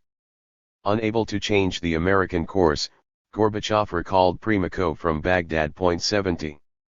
The war turned out to be a huge success for Bush. The massive air campaign in January, February destroyed much of Iraq's Soviet-made weaponry. Then 250,000 US troops, assisted by the British and French military, swept through Kuwait. CNN beamed across the world scenes of Turkey shooting of Iraqi military and administrative objects. 71. On February 28, Bush declared victory. The BBC reported that the Western Allies had lost 148 soldiers in battle, and 145 more from other causes. The number of Iraqi soldiers killed by aerial bombardment and the ground war was estimated at between 60,000 and 200,000. The American media at the time, mindful of the Vietnam syndrome, downplayed human casualties and focused on destroyed Iraqi equipment and burning oil wells. Nobody knows, the BBC wrote, how many civilians died in the war, but estimates for civilian deaths as a direct result of the war range from 100,000 to 200,00072. In contrast to the 14 civilians in Lithuania, the West largely ignored these huge numbers of casualties. The outcome of the Gulf War left Gorbachev humiliated and diminished. Cherniv recorded his boss's complaints, "In Washington, nostalgia has grown for the old times and old methods. Apparently, they have a plan to end the euphoria about Gorbachev." The US preparations for war in the Gulf and the bloody clash with nationalists in Lithuania and Latvia were part of the same American plot. The American advisors, he said, swarm around the opposition, above all Yeltsin. 73. Apparently, Gorbachev relied on KGB reports, yet even Cherniv concluded that the war had buried the New World Order of Gorbachev's dreams. When he spoke with his boss, both agreed that the Soviet Union had to accept the position of junior partner of the United States or perish. 74. Unbeknownst to the Kremlin, Western European leaders at the same time were imploring Bush to treat Gorbachev with respect. Bush promised to do so. After the war was over, he said, "We would work together for a peaceful Middle East and a constructive and cooperative relationship with the Soviet Union." 75. In the White House, the taste of victory replaced the tension. Condoleezza Rice informed Brent Scowcroft of her decision to resign from the NSC and return to teaching at Stanford University. "I told him, we unified Germany, Eastern Europe is liberated, the Soviet Union is about to collapse, and I don't have the energy for it." 76. Before leaving, Rice helped Scowcroft write another piece of Soviet analysis for Bush. It concluded that neither Gorbachev nor Yeltsin nor anyone have six satisfactory answers to any one of the problems that have befallen the Soviet Union, let alone a coherent program that addresses all of them. The developments in Moscow, the memo continued, revealed the immaturity of the Soviet Union's political culture demonstrated by the destabilizing and irresponsible behavior of parliamentary institutions, as well as mutual attacks between Yeltsin and Gorbachev. The memo struck a decidedly pessimist note regarding the chances of Moscow-based Democrats and liberal forces. Those who posed as such were a scattered crowd unable to seize or hold onto power. They were similar to members of the liberal provisional government that had lost to Lenin and the Bolsheviks in 1917.77. Scowcroft liked the memo. Even if things went terribly wrong in the Soviet Union, he thought, the United States could not do much about it. History will not blame us if the Soviet Union does not find a path to democracy, but we will most assuredly be held to account if democracy fails to take root in East Central Europe. A coup against Gorbachev was not an immediate danger. The current mess would produce only sporadic and inconclusive acts of violence. Bush read the memo and sent it back to Scowcroft with the note, "Finished. Burn or file." 78. From that moment on, the main debate in the White House was on how fast the Soviet Union's dissolution would proceed and what the American leadership could do to minimize the risks. On March 10, the Soviet leader received a belated birthday greeting from the White House. Bush sent a warm personal letter. The U.S. leader reminisced about the relaxed time he and Gorbachev had had at Camp David in June 1990. "I often think about the problems you face at home, and I hope you will tell Jim Baker if there's anything you'd like me to know on a private basis." And he added, "As you know, I consider myself lucky to be your friend." 79. This letter indicated the end of the hiatus in US-Soviet relations, caused by the Gulf War and the Baltic bloodshed. On March 14, Baker flew to Moscow to lobby for Soviet ratification of arms control treaties. The Secretary of State decided to stage a dinner at the ambassador's residence in Spaso House for Gorbachev's entourage, but also for all Republican and parliamentary leaders. It was a way to get around the thorny problem of meeting Yeltsin separately, which Baker did not want to do. He and Matlock also planned a separate meeting in Spaso House with the leaders of the three Baltic states. 80. This was an awkward gesture and came at a very sensitive moment on the eve of the March referendum. When Gorbachev learned about the American plans from the KGB report, he was furious. He ordered all members of his entourage to boycott the dinner. Cherniv was appalled by the American impudence of inviting all members of the opposition to the U.S. residency. He wrote in his diary, "Perhaps we have two different mentalities and ethics, and this is normal for Americans. Or this is deliberate crudeness by the victors over Hussein, when they no longer need Gorbachev or participation of the Soviet Union in the European process." 81. The Americans were surprised by Gorbachev's childish behavior. Fortunately, Yeltsin brushed off the invitation. He wanted a real meeting with Baker. At the dinner, some Republican leaders openly snubbed Gorbachev. The Georgian leader Zviad Gamsakhurdia announced that his republic would boycott the referendum. The leaders of Armenia stated they would hold their own referendum in September to declare full independence.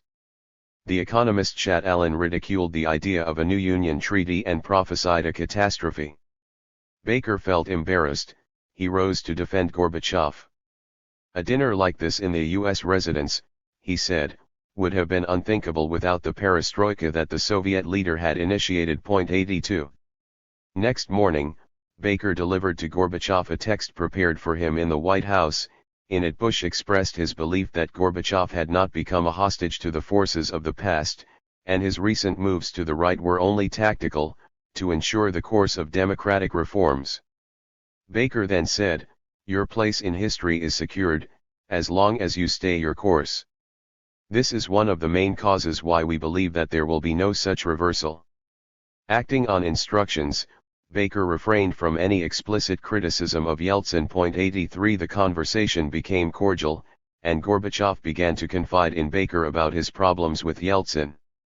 Baker in turn resumed his role of American advisor on Soviet politics and economic reforms. "When you win the referendum next Sunday," he said, "you should announce this victory, and then show more flexibility, to make a step towards the republics.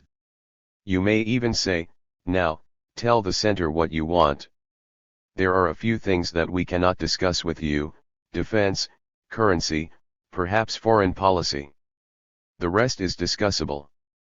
This tactical move, Baker said, would change the situation, placing the ball in the Republic's court.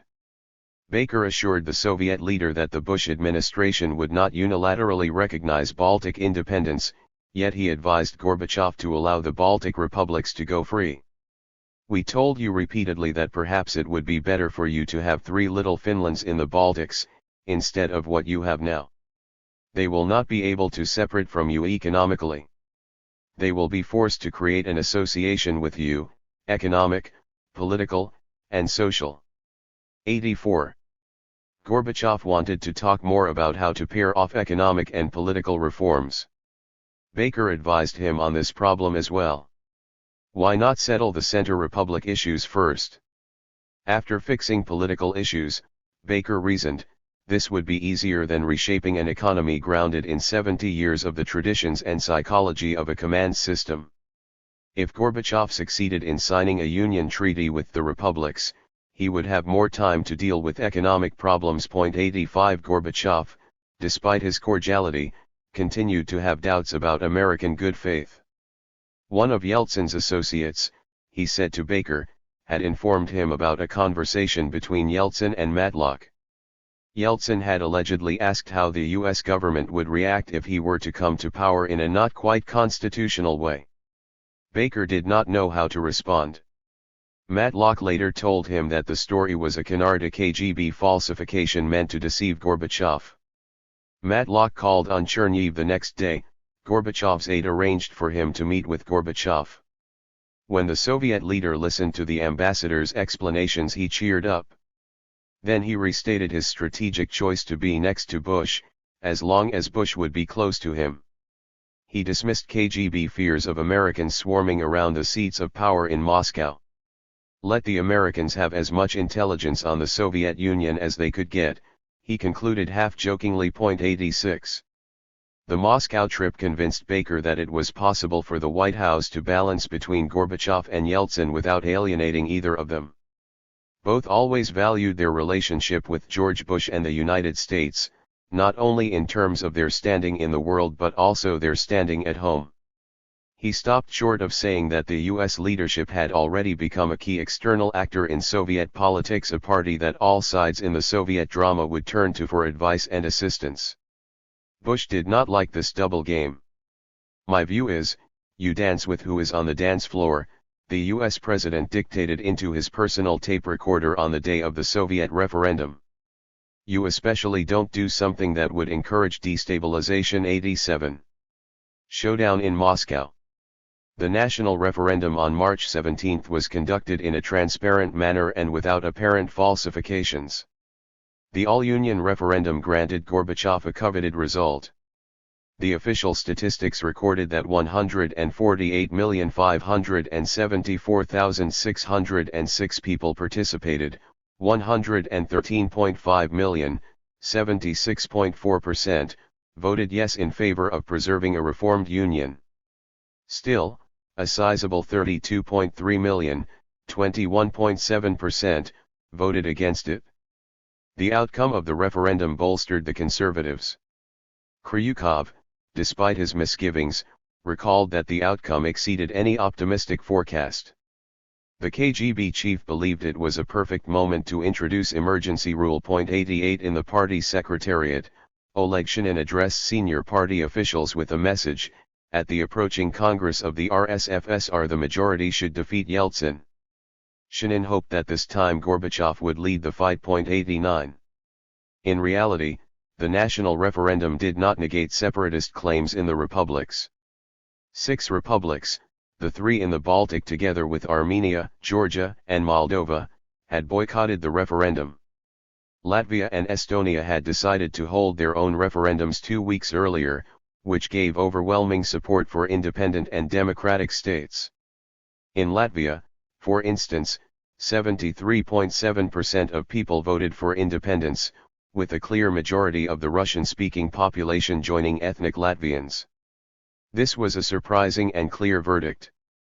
Russians in Latvia and Estonia might be alienated by Baltic nationalism, but they felt even more anger and alienation towards the Soviet leadership and its failed reforms. The nationalist-minded among them rooted for Yeltsin's Russia, not for Gorbachev's reformed Union. And many shared the aspirations of the Poles and the Balts to return to Europe. 90. Almost all the participating republics conducted the referendum in their own way. In Kazakhstan and Ukraine, the very question was altered and was even more ambiguous than the one proposed by Gorbachev.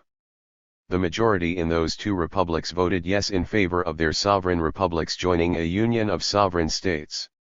In other words, they could proceed with full independence, but then join some kind of a commonwealth without a federal government. Ukraine's Supreme Soviet added another question to the national question, asking the population to vote on its July 1990 Declaration of Sovereignty. The majority of Ukraine's voters approved the declaration. They supported the anti-constitutional move that Gorbachev's referendum was supposed to counter. And 3 western regions in Ukraine held their own local referendum, in which people voted for secession from the USSR. The Ukrainian leadership, wrote the British ambassador during an official visit to Kiev on March 20, was boosted by the referendum results. The majority in the Republic had voted for the Republic's sovereignty. Kravchuk and others radiate the feeling of confidence in themselves and in their ideas of a future Ukraine. 91. This avalanche of referendums buried Gorbachev's grand design almost entirely. Most crucially, Yeltsin and his supporters got what they wanted. The idea of the Russian presidency received the support of 56,860,344 out of 79.7 million voters, 3/4 of the total. Some 21 million voted against the proposal. In Moscow and Leningrad, the support was 77.85% and 78.53% respectively, while only 50% of the same voters supported Gorbachev's Union Treaty. In 84 autonomous regions of the Russian Federation, Yeltsin's project won by a solid majority. This outcome affirmed his policy of preventing national separatism within the Russian Federation. Only 3 autonomous regions, among them the Tatar Autonomous Republic, renamed Tatarstan, held their own referendums and did not participate in the Russian 1.92 for Yeltsin and Democratic Russia. As one retrospective assessment went, the referendum campaign was a rehearsal for the presidential campaign 93. The thrust of this campaign was against Gorbachev. Voting down Gorbachev's Union, as Democratic Russia leaflets read, would mean support for our fatherland, the toil and blood of our ancestors, our nation, faith, and for our future. 94. Gorbachev did not introduce emergency measures after the referendum, as Moscow intellectuals had feared. Instead, he talked to economists. He wanted to check once again if there was a chance to launch a program of coherent economic reform. The economists issued all kinds of warnings, but they were nothing new. This discussion reminded Gorbachev of what Baker had said 2 days before. President Reagan used to say that we need an economist without one arm. Too many economists like to use 2 arms to say, on one hand, on the other hand. 95.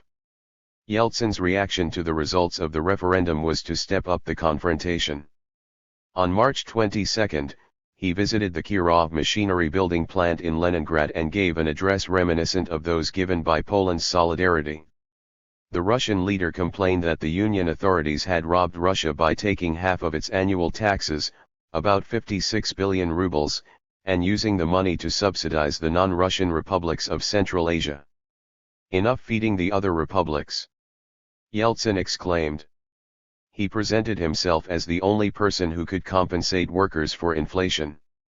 Hundreds of industrial workers, angry at empty store shelves and fired up by Yeltsin's inflammatory rhetoric, began to chant, "Gorbachev, resign." 96. In Moscow, Democratic Russia's Yuri Afanasyev took the lead. The referendums boosted his optimism. The process of fundamental change is now inexorably underway, he said to the British ambassador. He had just received a major grant from the National Endowment for Democracy, an influential American think tank in Washington, D.C., and used this cash to pay for political advertising. Even the party publishing houses, he said, took dollars to print the opposition's leaflets. Some of the electoral propaganda was flown to Russian provinces by sympathetic Aeroflot crews. 97. Afanasyev overcame the reluctance of Popov and obtained from the City Council of Moscow permission to hold a giant rally in support of Yeltsin. Yeltsin's rally at the Kirov plant infuriated Gorbachev. He proposed broadcasting it on state television, so that everyone could see what this demagogue was saying. People would realize that Yeltsin was destroying the country. Gorbachev's advisors objected. After this broadcast, they argued, Gorbachev's authority would be reduced to zero, everybody would begin to wipe their feet on the president. Chernihiv registered an unbridled and irrational hatred of Gorbachev by the masses of common Russians, a phenomenon he had trouble understanding. Gorbachev's aides also noticed that in Moscow and Leningrad respectively, 46% and 43% of those voting in the referendum voiced their opposition to Gorbachev's new union. Shukhnazarov feared that Yeltsin might lead a national strike, which would finish off the economy and the state. Gradually, Gorbachev calmed down. He also decided not to go to the Congress of the Russian Federation to confront Yeltsin.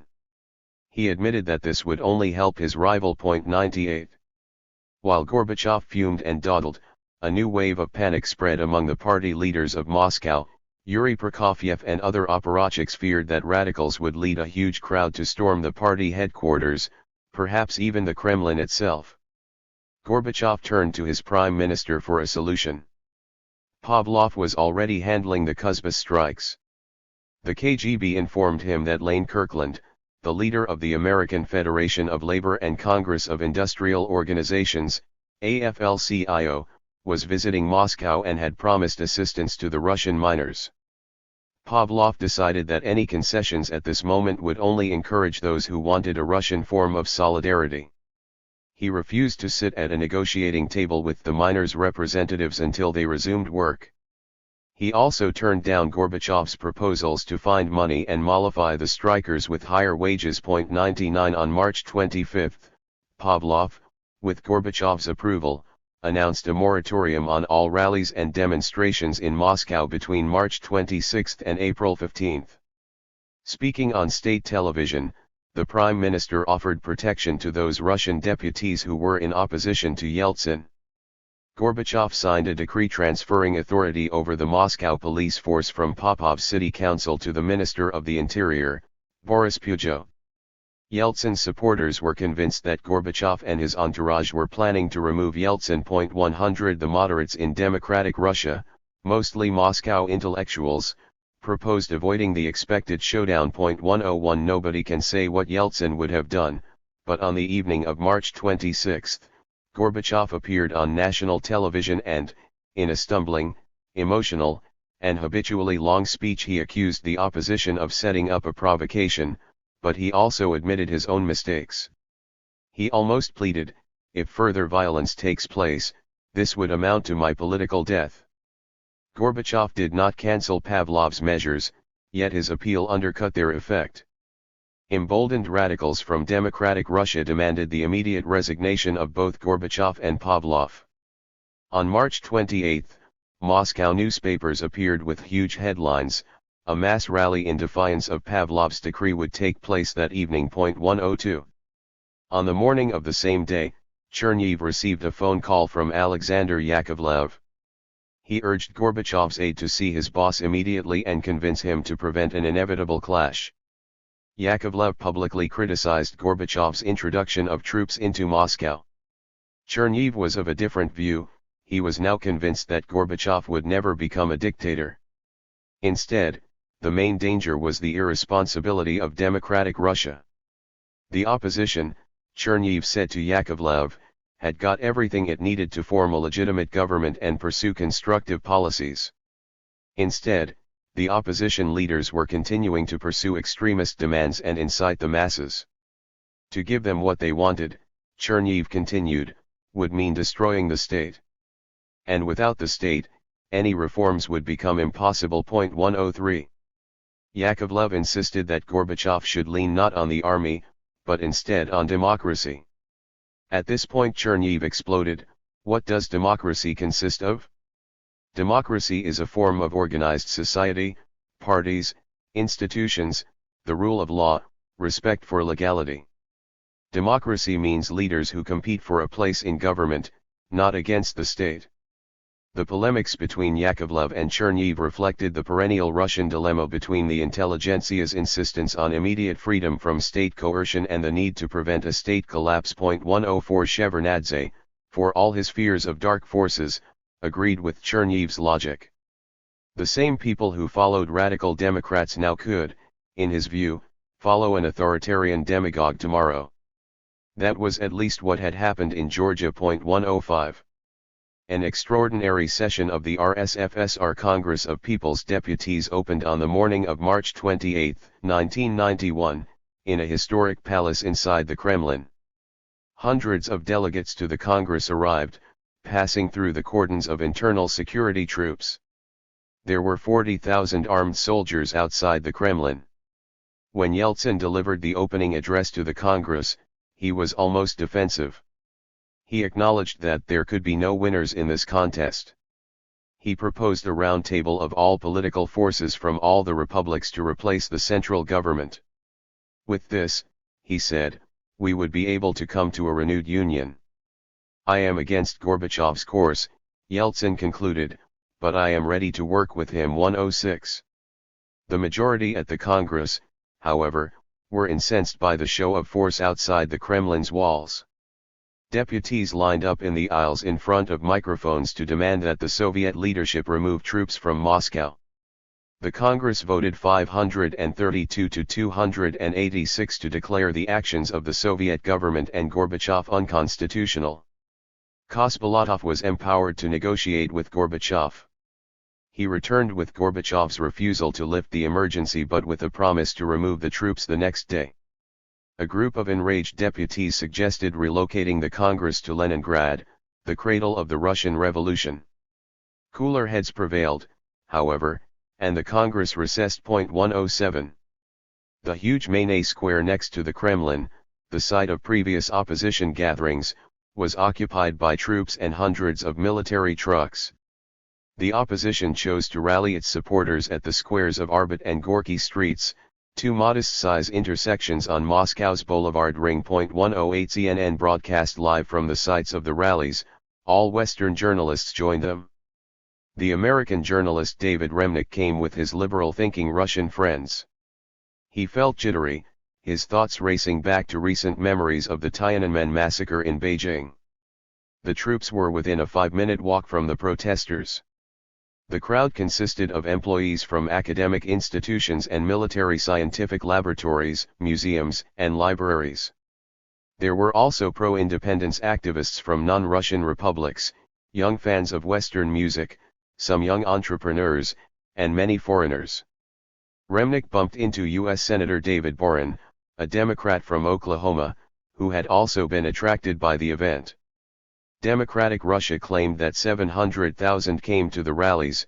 The real number was more likely 120,000 to 150,000.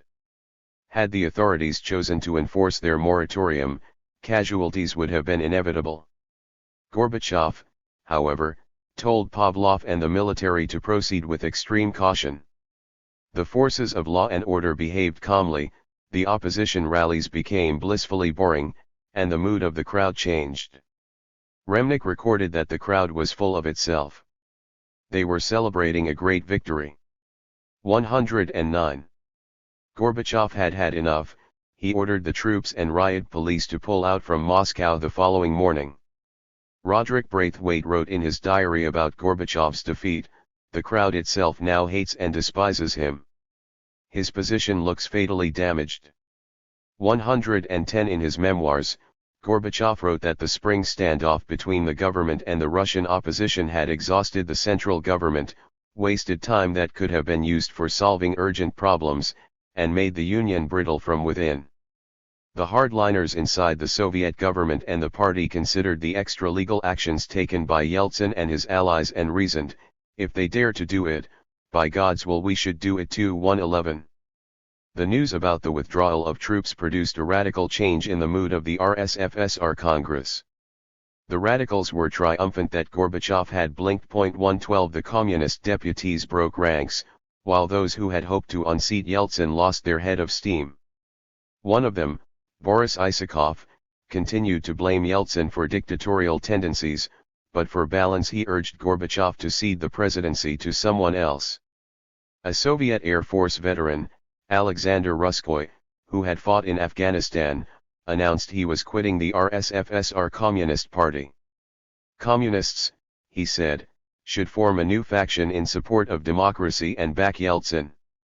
Even Polozkov had to vow that the Russian communists had never plotted against Yeltsin. In the audience, the former Politburo member Vitaly Voronikov watched what was happening in utter disgust. He tendered his resignation from the Russian parliament, unwilling to participate in such a travesty. 113. As the Russian communist opposition melted away, the Congress accorded to Yeltsin additional powers to fix the Russian economy. Nobody understood how he would do this, but the program written by Yeltsin's advisors appeared to be coherent. Most crucially, over two-thirds of the Congress's deputies, including many Russian communists, voted to change the constitution of the RSFSR to institute the post of president. The date of presidential elections was set for 12 June 1991. 114. This was almost a political miracle. Yeltsin, only a few weeks before a possible casualty of conservatives, was now empowered by the Russian Supreme Constitutional Assembly and had a unique opportunity to become an executive leader, elected by the popular vote of the Russian people. This meant that Gorbachev, his cabinet of ministers, the Congress of People's Deputies of the USSR, and Lukyanov's Supreme Soviet found themselves in the position of the King and the National Assembly in France in 1789, outdated and supplanted. In contrast to France, however, this revolutionary development would mean the dissolution of the state and the breakup of the country. Such was the effect of the March 17 referendums and Gorbachev's zigzags. Chapter 8. Devolution. The surrender of powers to local authorities by a central government. The definition of devolution in the Merriam-Webster Dictionary. 9+1. After a month of indecision after the referendum, Gorbachev finally made up his mind and instructed Shukhnazarov to prepare materials for a meeting on April 23, 1991 behind closed doors, with the leaders of 9 republics, to discuss the key questions of crisis management. The president sent a laconic personal invitation to Yeltsin, to discuss urgent issues of political, economic, and social nature in a narrow circle. The meeting was planned outside the bustle of Moscow, at the dacha in Novoagaryovo. 1.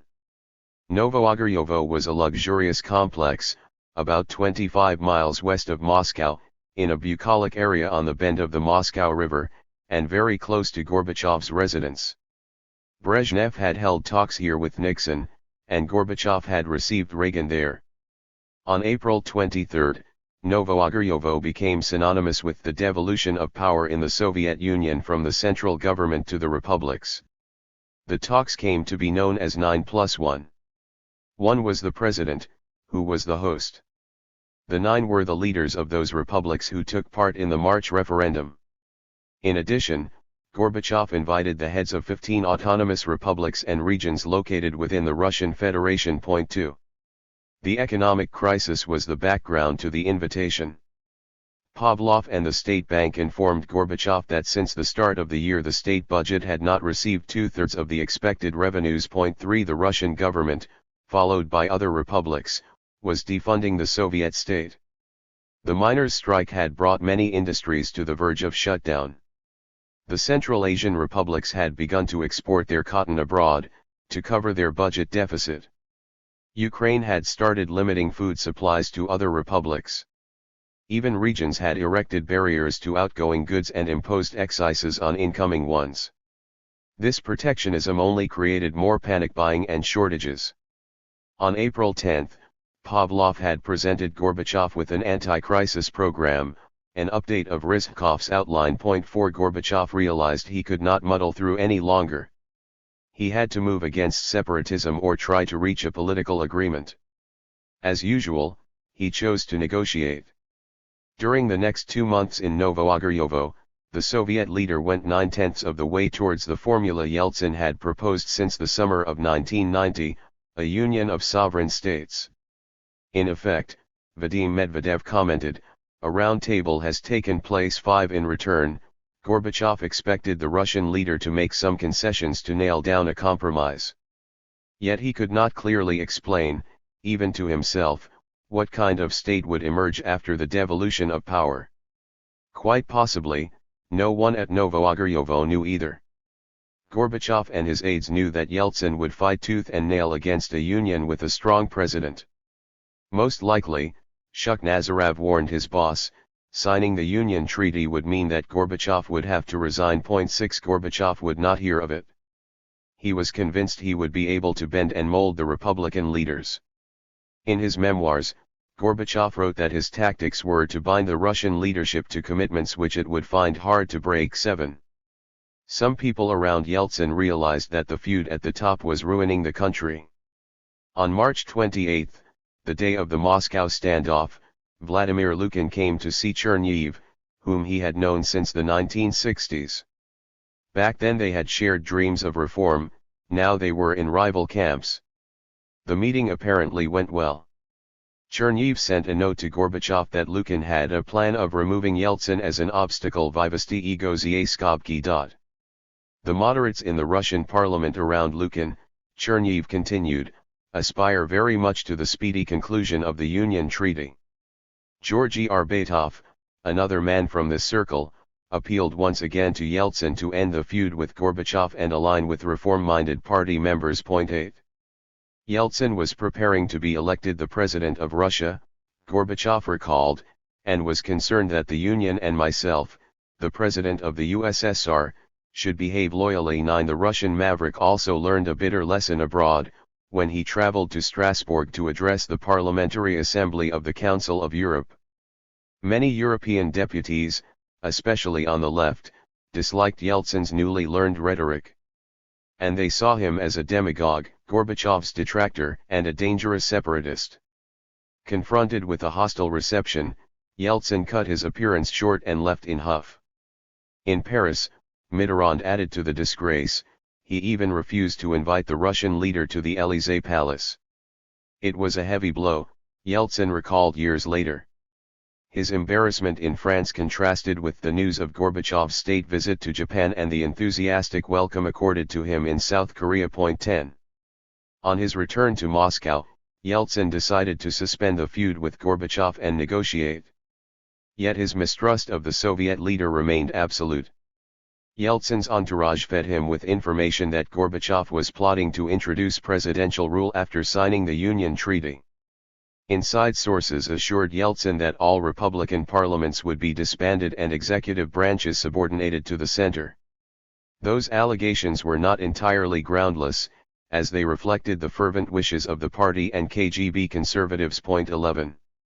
Yeltsin was also annoyed by what he viewed as Gorbachev's continuing attempts to play the leaders of national autonomous regions inside the RSFSR off against him. The opportunities for this were legion. In the Caucasus, Chechnya, and Dagestan there were ethnic enclaves with a strong secessionist potential. Another major enclave, deep in the Russian heartland on the Volga, was Tatarstan. In early 1991, Mintimur Shamiev, the communist head of the Tatar Autonomous Region, vigorously played an ethno-national card.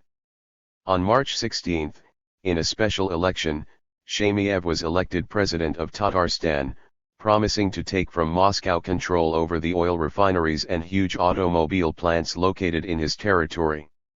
Only a few months before, Yeltsin had promised the autonomists in Tatarstan, Bashkiria, and other ethnic enclaves inside the Russian Federation as much sovereignty as they could digest. Now, the ambitions of Tatarstan's leader threatened the very integrity of his Russia. 12. On the morning of April 23, Gorbachev was very tense. We knew about Yeltsin's explosive character, recalled Shukhnazarov, and did not know with certainty if his team had agreed to a rapprochement. We had to be prepared for any eventualities. When the car with the Russian leader appeared at the gates of Novoagaryovo, the tension eased. The meeting of the leaders began behind closed doors, without any advisors. When a break came, Gorbachev appeared with a bright face. He told his aides to type up the text of a joint statement that had been agreed at the meeting. The document decried attempts to reach political goals by inciting civil disobedience, strikes, and appeals to overthrow the existing legally elected bodies of state power. Shukhnazarov, who prepared the draft statement, noticed that Gorbachev had made fundamental concessions. Instead of the Soviet Union, the document curtly referred to a union. The news agency TASS and state television broke the news to the country and the world. Over lunch, Yeltsin and Gorbachev raised their champagne glasses and toasted each other's health. 13. Yeltsin was the first to realize how much Gorbachev had conceded. The system of the Union Treaty has been shifted upside down. Yet he remained suspicious. Why had Gorbachev made such dramatic concessions so easily? Was it a devious scheme to prolong the agony of the totalitarian center? 14. A historian from Yeltsin's camp later wrote that the Novoagaryovo agreement proved to be a very strong political choice for Gorbachev. The Soviet leader, he claimed, was protecting himself against party hardliners at the CPSU plenum that opened the following day. 15. Was there a real need for such concessions and at such a political cost? The party conservatives had nowhere to go. The most energetic among them, Oleg Shinin and Leningrad's party secretary Boris Gadaspov, looked forward to the next party plenum to read their general secretary the Riot Act, yet again.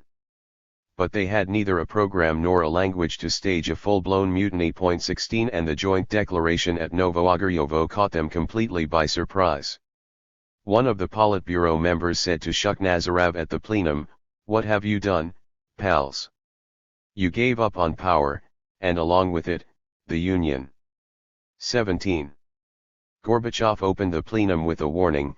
He wanted to avoid an open conflict between the hardliners and the democratic extremists. Such a clash would mean the end of a peaceful constitutional process, descent into anarchy and rebellion, and ultimately a true dictatorship. The conservative critics unleashed the expected verbal barrage. The party secretaries, all Gorbachev's protégés, sat impassively while one speaker after another hurled insults at him. Then it was Gorbachev's turn to surprise everyone. He announced that he was ready to resign as general secretary. This was a Tsar-like gesture that disarmed the hardliners. As if by magic, the angry party stalwarts turned into pliant and loyal subjects. Kazakhstan's Nazarbayev, a Politburo member as well a participant in the Novoagaryovo talks, played a crucial intermediary role. Gorbachev agreed to stay on. 18. A few days after the Novoagaryovo statement, Shukhnazarov told the British ambassador Roderick Braithwaite that everything now depended on Yeltsin's behavior. He could still drive Gorbachev into a corner. The conservatives, Shukhnazarov warned, were still not finished. It would have been better if Gorbachev had split the party. Braithwaite wrote, "Surprisingly, Shukhnazarov does not at all rule out an army takeover, the first person in such a position that I have heard talk this way." A few hours later, the British ambassador met with the leader of the Russian Communist Party, Ivan Polozkov, who was both defensive and bragging. He boasted that Yeltsin would not win the presidential elections. Even if Yeltsin is elected, he has no program, and will be out in a year or so. Braithwaite informed London about an unsteady truce in Moscow. He decided to postpone writing Gorbachev's epitaph. 19. With the Novoagaryovo meeting, Gorbachev had scored a tactical success, but the new format of talks only encouraged Republican separatism. Ruslan Khasbulatov recalled that Gorbachev made a psychological mistake. His concessions had confirmed to his Republican partners that he was a weak and indecisive leader. The urge to gain power is the strongest factor that drives political elites, Khasbulatov concluded. Gorbachev was a bizarre political animal, who misunderstood power. 20 Studies and observations by leading scholars have confirmed Khasbulatov's judgment.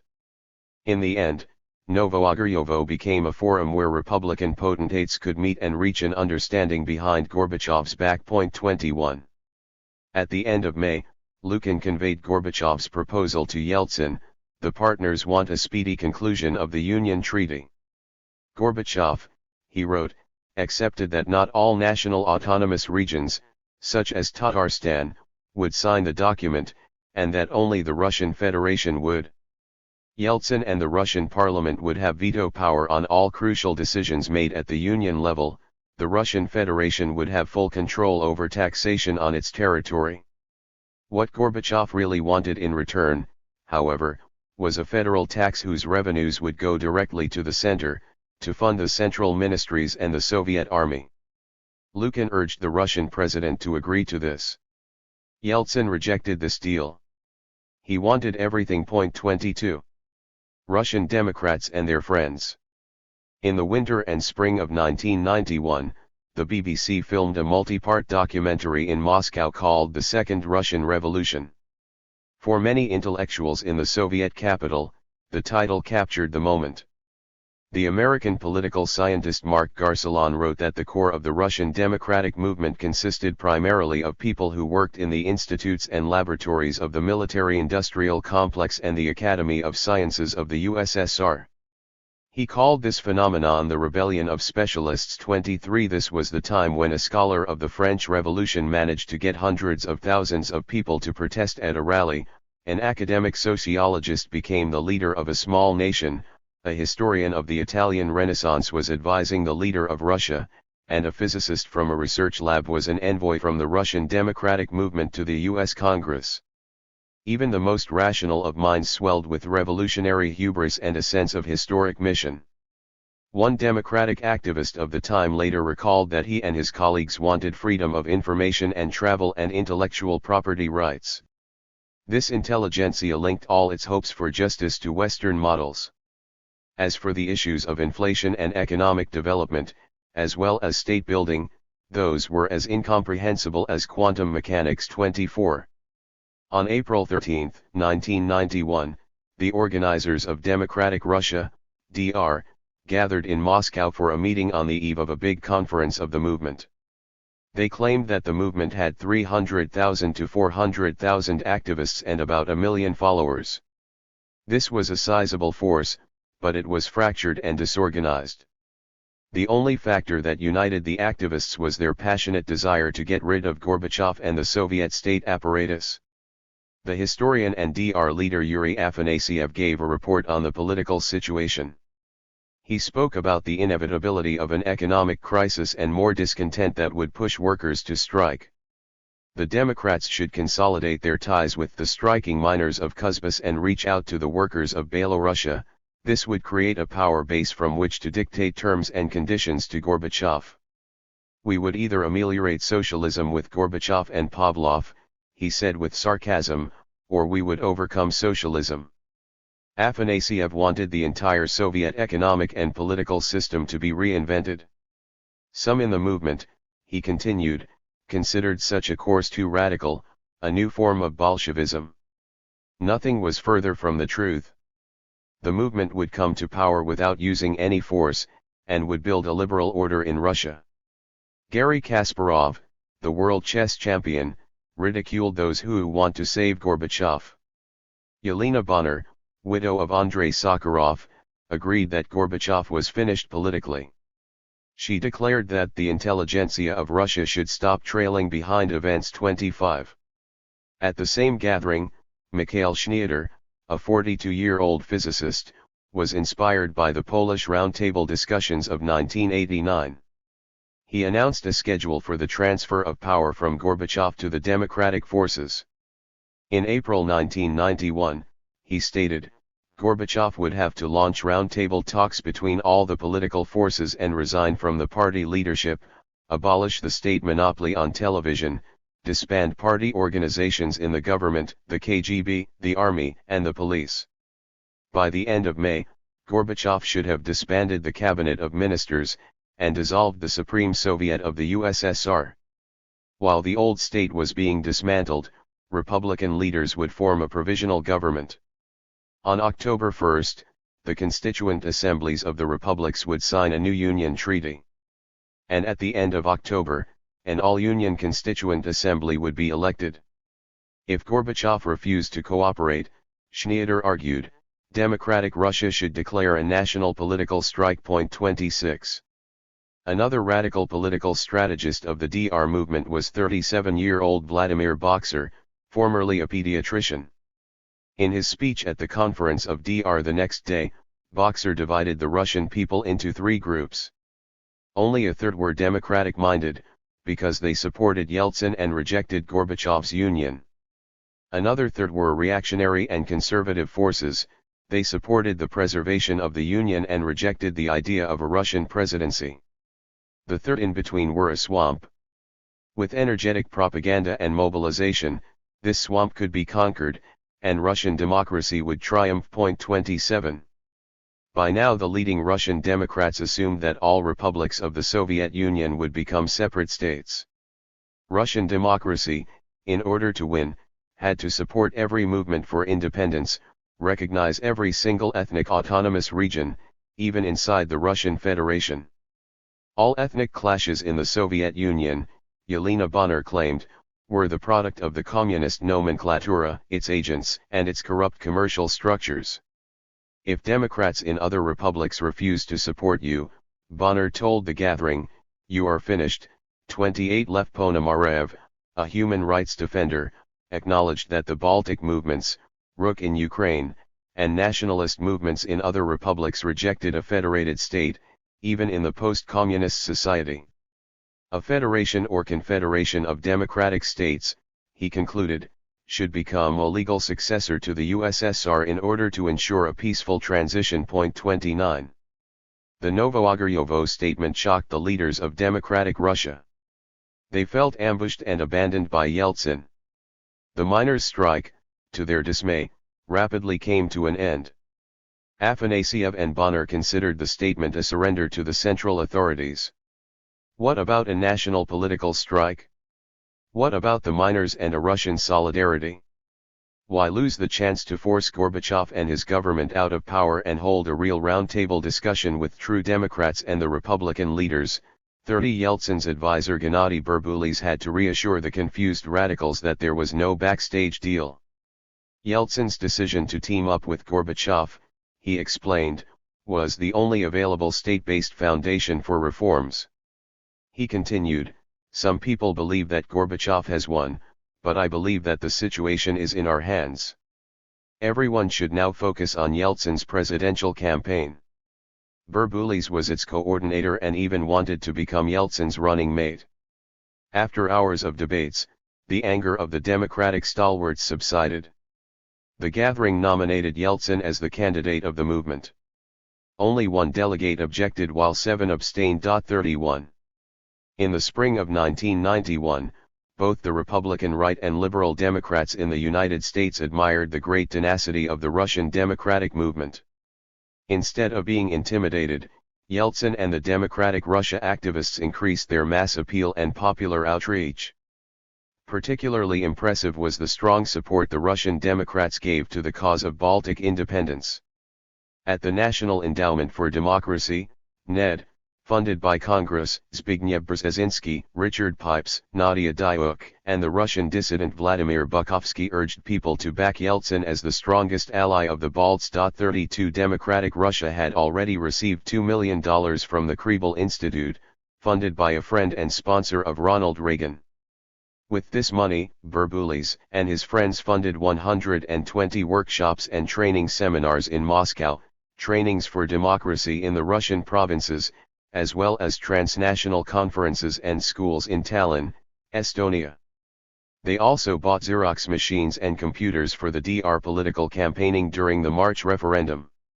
They would use them for Yeltsin's presidential campaign as well. The KGB was informed but could do nothing. The recipients of American grants had immunity as people's deputies. There was no law banning Soviet parliamentarians from receiving foreign assistance. 33. Another friend of Russian democracy was the National Democratic Institute, ND, the organization affiliated with the Democratic Party, but acting as its nonpartisan and non-governmental arm. A young Fulbright scholar from Stanford University, Michael McFaul, was in Moscow at the time to conduct interviews for a book about the Russian democratic movement. He had volunteered to work for the ND.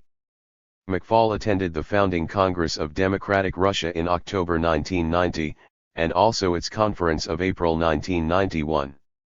He befriended Vladimir Boxer and Mikhail Schneider, as well as Oleg Rumyantsev, a brilliant young Russian parliamentarian who was involved in writing a democratic constitution for the RSFSR.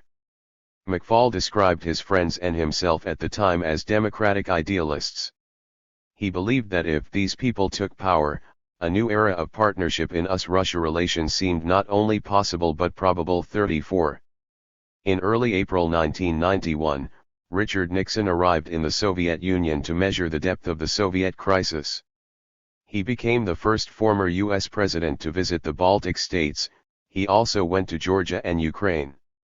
In Moscow, Nixon met with Shevardnadze, Primakov, and Kryukov.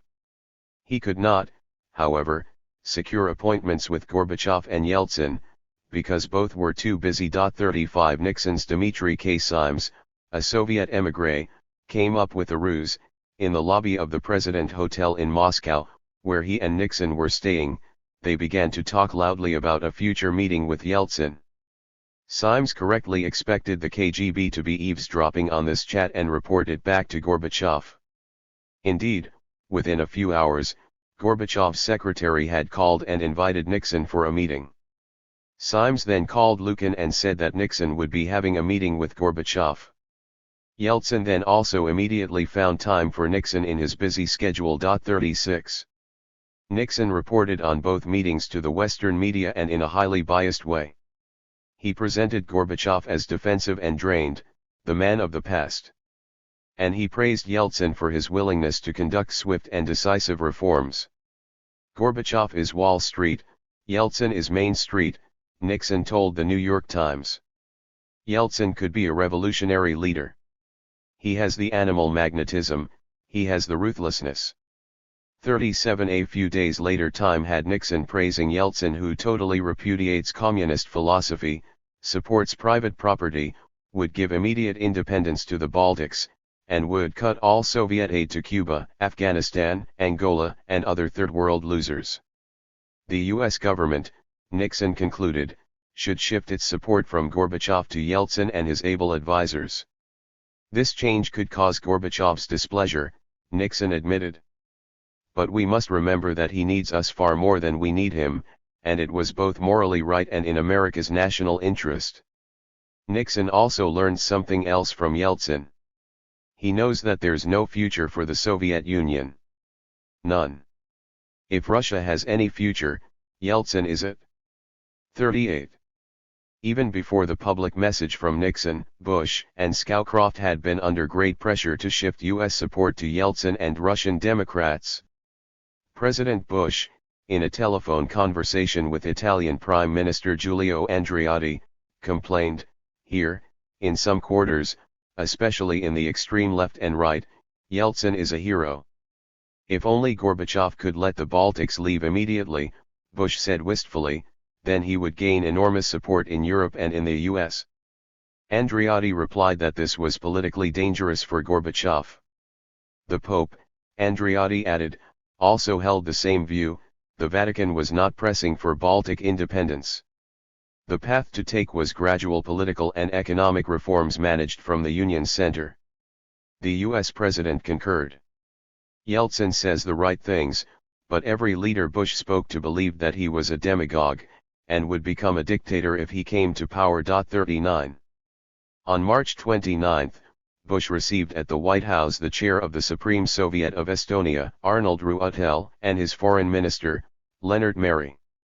Ruutel thanked the U.S. president for the role he had played in stopping violence in the Baltics in January. He wanted Bush to exert more pressure, however, to force Gorbachev to begin talks on the Baltic exit from the Soviet Union. Despite all the warnings of his aides, Bush could not conceal from his guests that he cared much more about Gorbachev's delicate position than the Balts. Suddenly, he asked, "But will Gorbachev survive? If you had to bet $10, would you bet he'll survive?" "The best way to help Gorbachev survive," answered Ruutel, "would be if the West pressed him to let the Baltics go. This would strengthen Russian democracy and would help Gorbachev reassert his power." Meri explained that Gorbachev had become the hostage of 7,000 generals who want to become marshals, and also of the KGB that always was in full command of the country, and was the main power behind Gorbachev even under Andropov. By acting jointly, the West, the Baltics, and the Russian Democrats could free Gorbachev from the yoke of the KGB and the military. This seemed to be a novel idea for Bush. Upon more reflection, however, The US president kept to his former course. Gradual change managed from the Union's center was the only path for the USSR. Instead of pushing Gorbachev and risking a right-wing coup, Bush would still prefer to have the Balts slow down their march toward independence. 40. On the eve of the Novoagoryovo meeting, Scowcroft had asked the CIA and other experts for an update: what could trigger Gorbachev's departure or removal? What were the possible scenarios of succession? Fritz Ermarth, the top CIA Soviet hand, decided this was a good moment to share with the White House everything that was on his mind. In a memo entitled "The Soviet Cauldron," he wrote, "Economic crisis, independence aspirations, and anti-communist forces are breaking down the Soviet empire and system of governance. The centrally planned Soviet economy has broken down irretrievably, and no longer represents a coherent system. The party was breaking up as well. Gorbachev's credibility, because of his political meandering and policy failures, has sunk to near zero."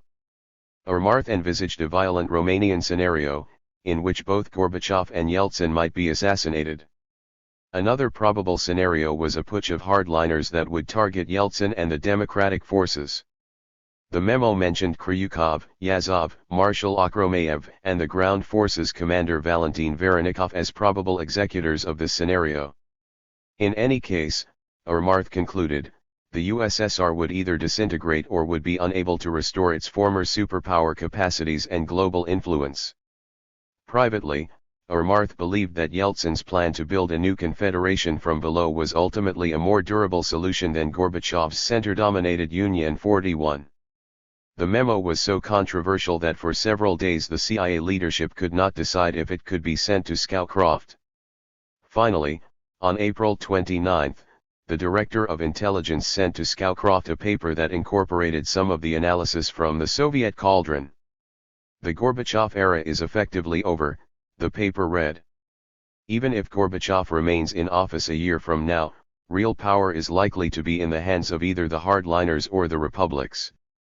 If Gorbachev is forced out in the near term, it most likely would be by hardliners who would rule through a weak frontman or some sort of National Salvation Committee." 42. Scowcroft found the document excessively pessimistic. He still refused to admit that the Russians could destroy their own state so irrationally. Moreover, the Gorbachev-Yeltsin agreement, Gorbachev's victory at the CPSU plenum, and the end of the workers' strikes made the bleak scenarios less plausible. The CIA experts must have underestimated Gorbachev's ability to muddle through, just like he had done before. Bush agreed with this viewpoint. 43. Yeltsin's presidency. The Russian presidential campaign was a remarkably hasty affair. It officially started in mid-May, when the candidates were registered, and it lasted for less than a month. On May 21, yet another extraordinary RSFSR Congress of People's Deputies convened at considerable cost in the Kremlin. During 4 days of sessions, the Russian deputies approved the elections rules and limited the tenure of the presidency to 2 5-year terms. The Congress also approved Yeltsin and 5 other candidates for the presidential race. 44. The most prominent of Yeltsin's rivals was Nikolai Ryzhkov, the former head of the Soviet government. The media dubbed him a weeping Bolshevik, playing on his emotional nature. His decision to join the race after a recent heart attack, however, evoked respect. His running mate, General Boris Gromov, had led the last Soviet troops out of Afghanistan and later became a deputy minister of the Interior. Another contender in the election was General Albert Makashev, commander of the Ural Military District, who was fiercely critical of Gorbachev's withdrawal from Eastern Europe. He was the embodiment of everything Moscow liberals feared and hated, an undisguised anti-Semite and admirer of Stalin. He rejected the 500 Days program and opposed privatization of land and real estate. The former Minister of the Interior Vadim Bakatin appealed to reform-minded communists. Finally, Aman Tulayev ran as a spokesman for the workers and miners of Kuzbas. None of these candidates could compete with Yeltsin in celebrity status and breadth of appeal. Each, however, chipped away at the potential majority he could receive. Ryzhkov and Bakatin posed as the centrists who wanted change, but also stability. They spoke about transition to a market economy, but they appealed to those who feared shock therapy, land speculation, and other market changes. On the populist fringes, Makashev and Tulayev spoke to the disgruntled military and deeply discontented workers, as well as the lower classes. Finally, all of them rooted for the preservation of the Soviet Union, albeit with changes and reforms. This was a challenge to Yeltsin's emphasis on Russia's separatism. A nasty surprise for Yeltsin's camp was the appearance in the race of 45-year-old Vladimir Zhirinovsky.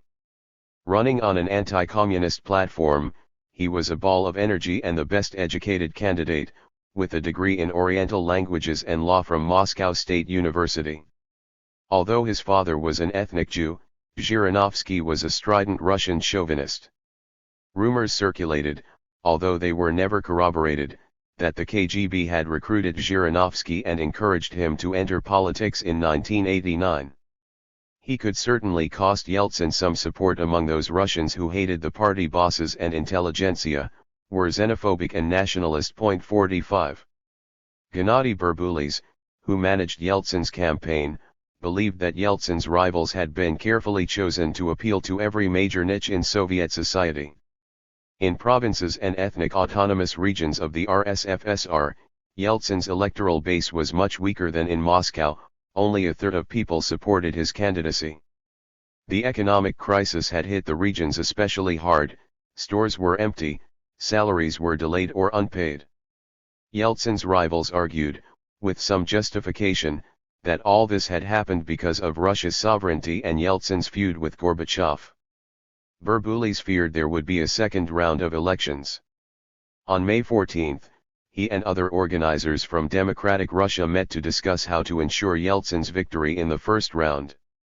Berbulis suggested that the best way would be for Yeltsin to run as an incumbent, the leader so preoccupied with the economic situation that he stays out of the campaign to concentrate on practical issues. His election team and emissaries of Democratic Russia to the regions would instead fight against other presidential candidates on Yeltsin's behalf. 46. Democratic Russia's activists did an impressive amount of work. They turned the blitz nature of the campaign to Yeltsin's advantage. Theirs was the first presidential campaign in Russian history to import some Western electoral techniques, such as public polls, advertising, and communications. Fortunately, there was no need for fundraising. The Russian Congress voted to fund the campaign from the state budget, with funds divided equally among all qualified contenders. The electoral law also allowed each presidential candidate the state funds to hire a staff of up to 100 people. Some of them had been trained in workshops funded by the Kribel Institute. Yeltsin also enjoyed the support of many Soviet celebrities, nationally known journalists, scientists, scholars, artists, and movie actors. The celebrated filmmaker Alexander Sokurov even shot a film about Yeltsin. The Center for the Study of Public Opinion, the Russian analog of Gallup, which was led by the sociologists Tatiana Zaslavskaya and Yuri Levada, supplied Yeltsin's team with targeted sociological data. Galina Starovwatova advised Yeltsin on national autonomous regions and minorities. 47. Democratic Russia supplied thousands of volunteers for Yeltsin's grassroots campaign. Most of them were from the rebellious scientific technical intelligentsia described earlier. The tail end of Yeltsin's campaign consisted of hundreds of thousands of individuals who were his groupies, the followers of his revolutionary charisma. For them, Yeltsin filled the painful vacuum of authority that had been created by Gorbachev's style of governance and the collapse of the old order. He also instilled in them new hope, quasi-religious veneration, and trust. The DR's polls revealed that 20% of voters supported Yeltsin even if they disagreed with his specific program. Western observers concluded that many Russians simply supported Yeltsin because he was one of them. He drank, liked Russian steam baths, and jumped into icy water. This mass unreflecting support for Yeltsin came in myriad forms and ways. Aeroflot crews flew bundles of Yeltsin's campaign leaflets gratis to cities across the Russian Federation. Unpaid volunteers and pensioners dropped these leaflets into people's mailboxes and agitated among potential voters. Provincial librarians and teachers, as well as industrial workers, cheered at local pro-Yeltsin electoral rallies. 48. For a long time, Yeltsin could not decide whom to choose as his running mate. Verbulis, who wanted to become the Russian vice president, looked and spoke like an out-of-touch intellectual. Yeltsin's speechwriters from Sverdlovsk suggested instead the military pilot and General Alexander Ruskoy, who had recently given Yeltsin a majority at the Russian Congress. 42-year-old Ruskoy had fought in Afghanistan, his plane was shot down, but he survived. Yeltsin agreed on the spot.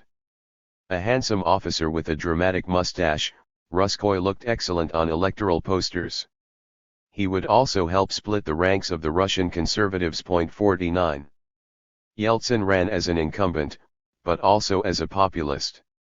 He did not talk about painful and inevitable reforms. Instead, he declared tax breaks for state enterprises, plants, and mines.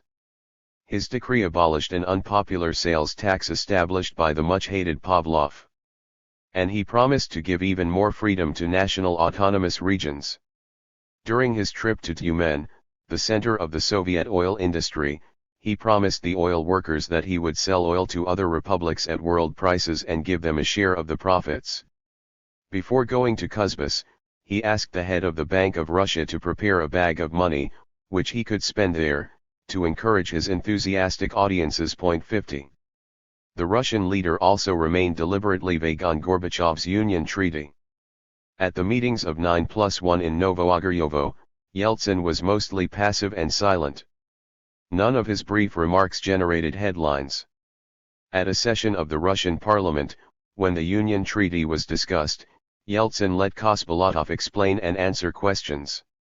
At the same time, at the electoral rallies in Kuzbas, at steel plants and oil enterprises, he urged workers to vote on the spot to transfer the jurisdiction of their enterprises from the center to the Russian Federation.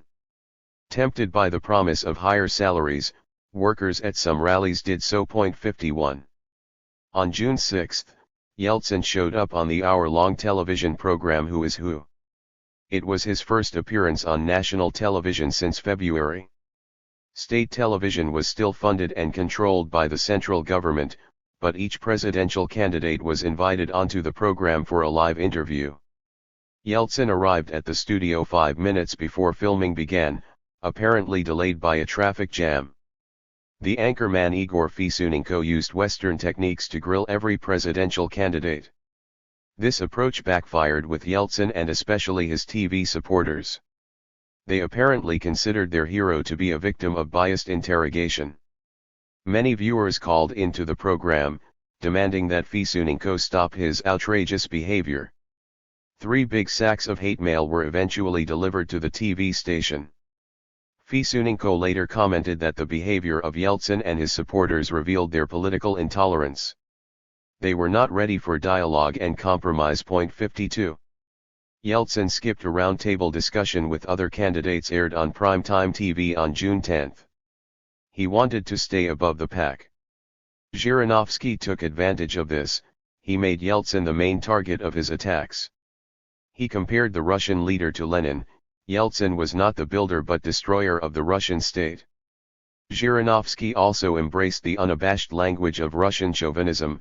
Russia for him was the whole country within the boundaries of the USSR, from western Ukraine to Kamchatka, from Murmansk on the White Sea to the border with Afghanistan.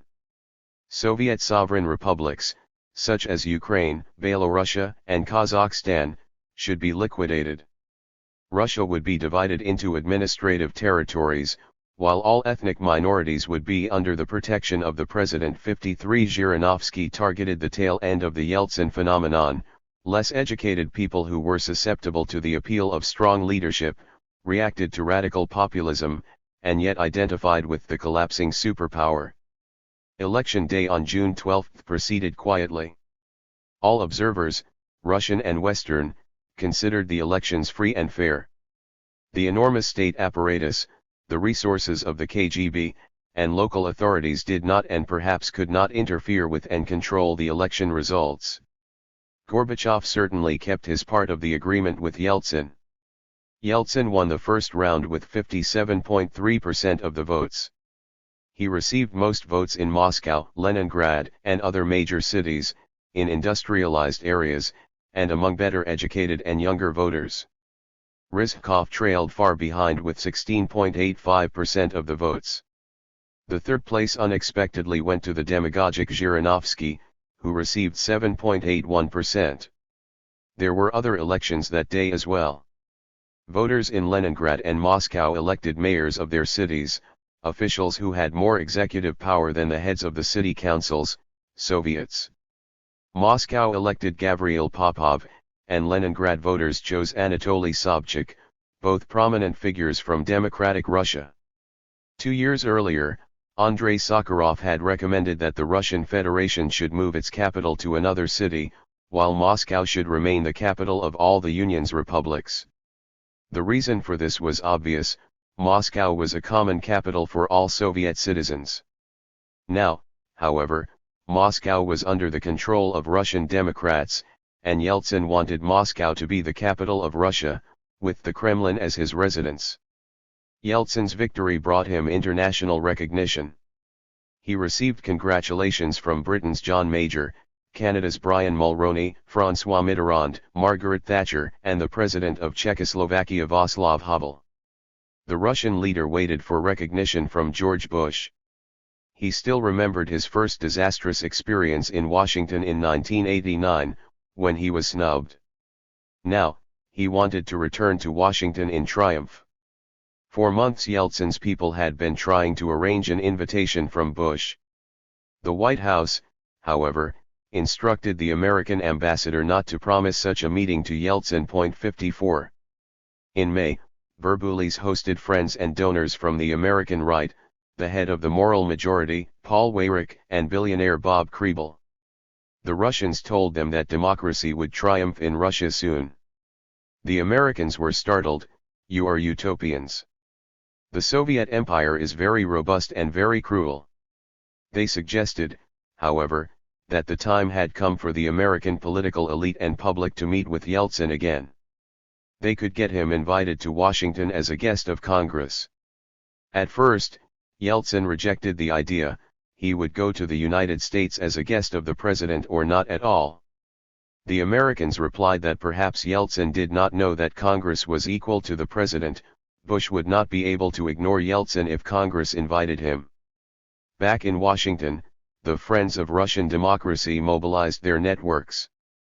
The Republican legislators, including the Senate Majority Leader George Mitchell along with Bob Dole, Strom Thurmond, and Jesse Helms, invited Yeltsin to speak to Congress. Andrei Kozyrev, the young foreign minister of the Russian Federation and Yeltsin's trusted man, arranged a meeting with the AFL-CIO leader Lane Kirkland, Dick Cheney from the Pentagon, and the Secretary of Commerce, Robert Mosbacher. Alan Weinstein, a friend of Richard Nixon and the founder of a Center for the Promotion of Democracy Abroad, invited Yeltsin to a ceremony to award him a prize for spreading democracy in Russia. 55 Even before the election results were officially released in Moscow, the White House announced that Bush would receive Yeltsin during his official visit to the United States.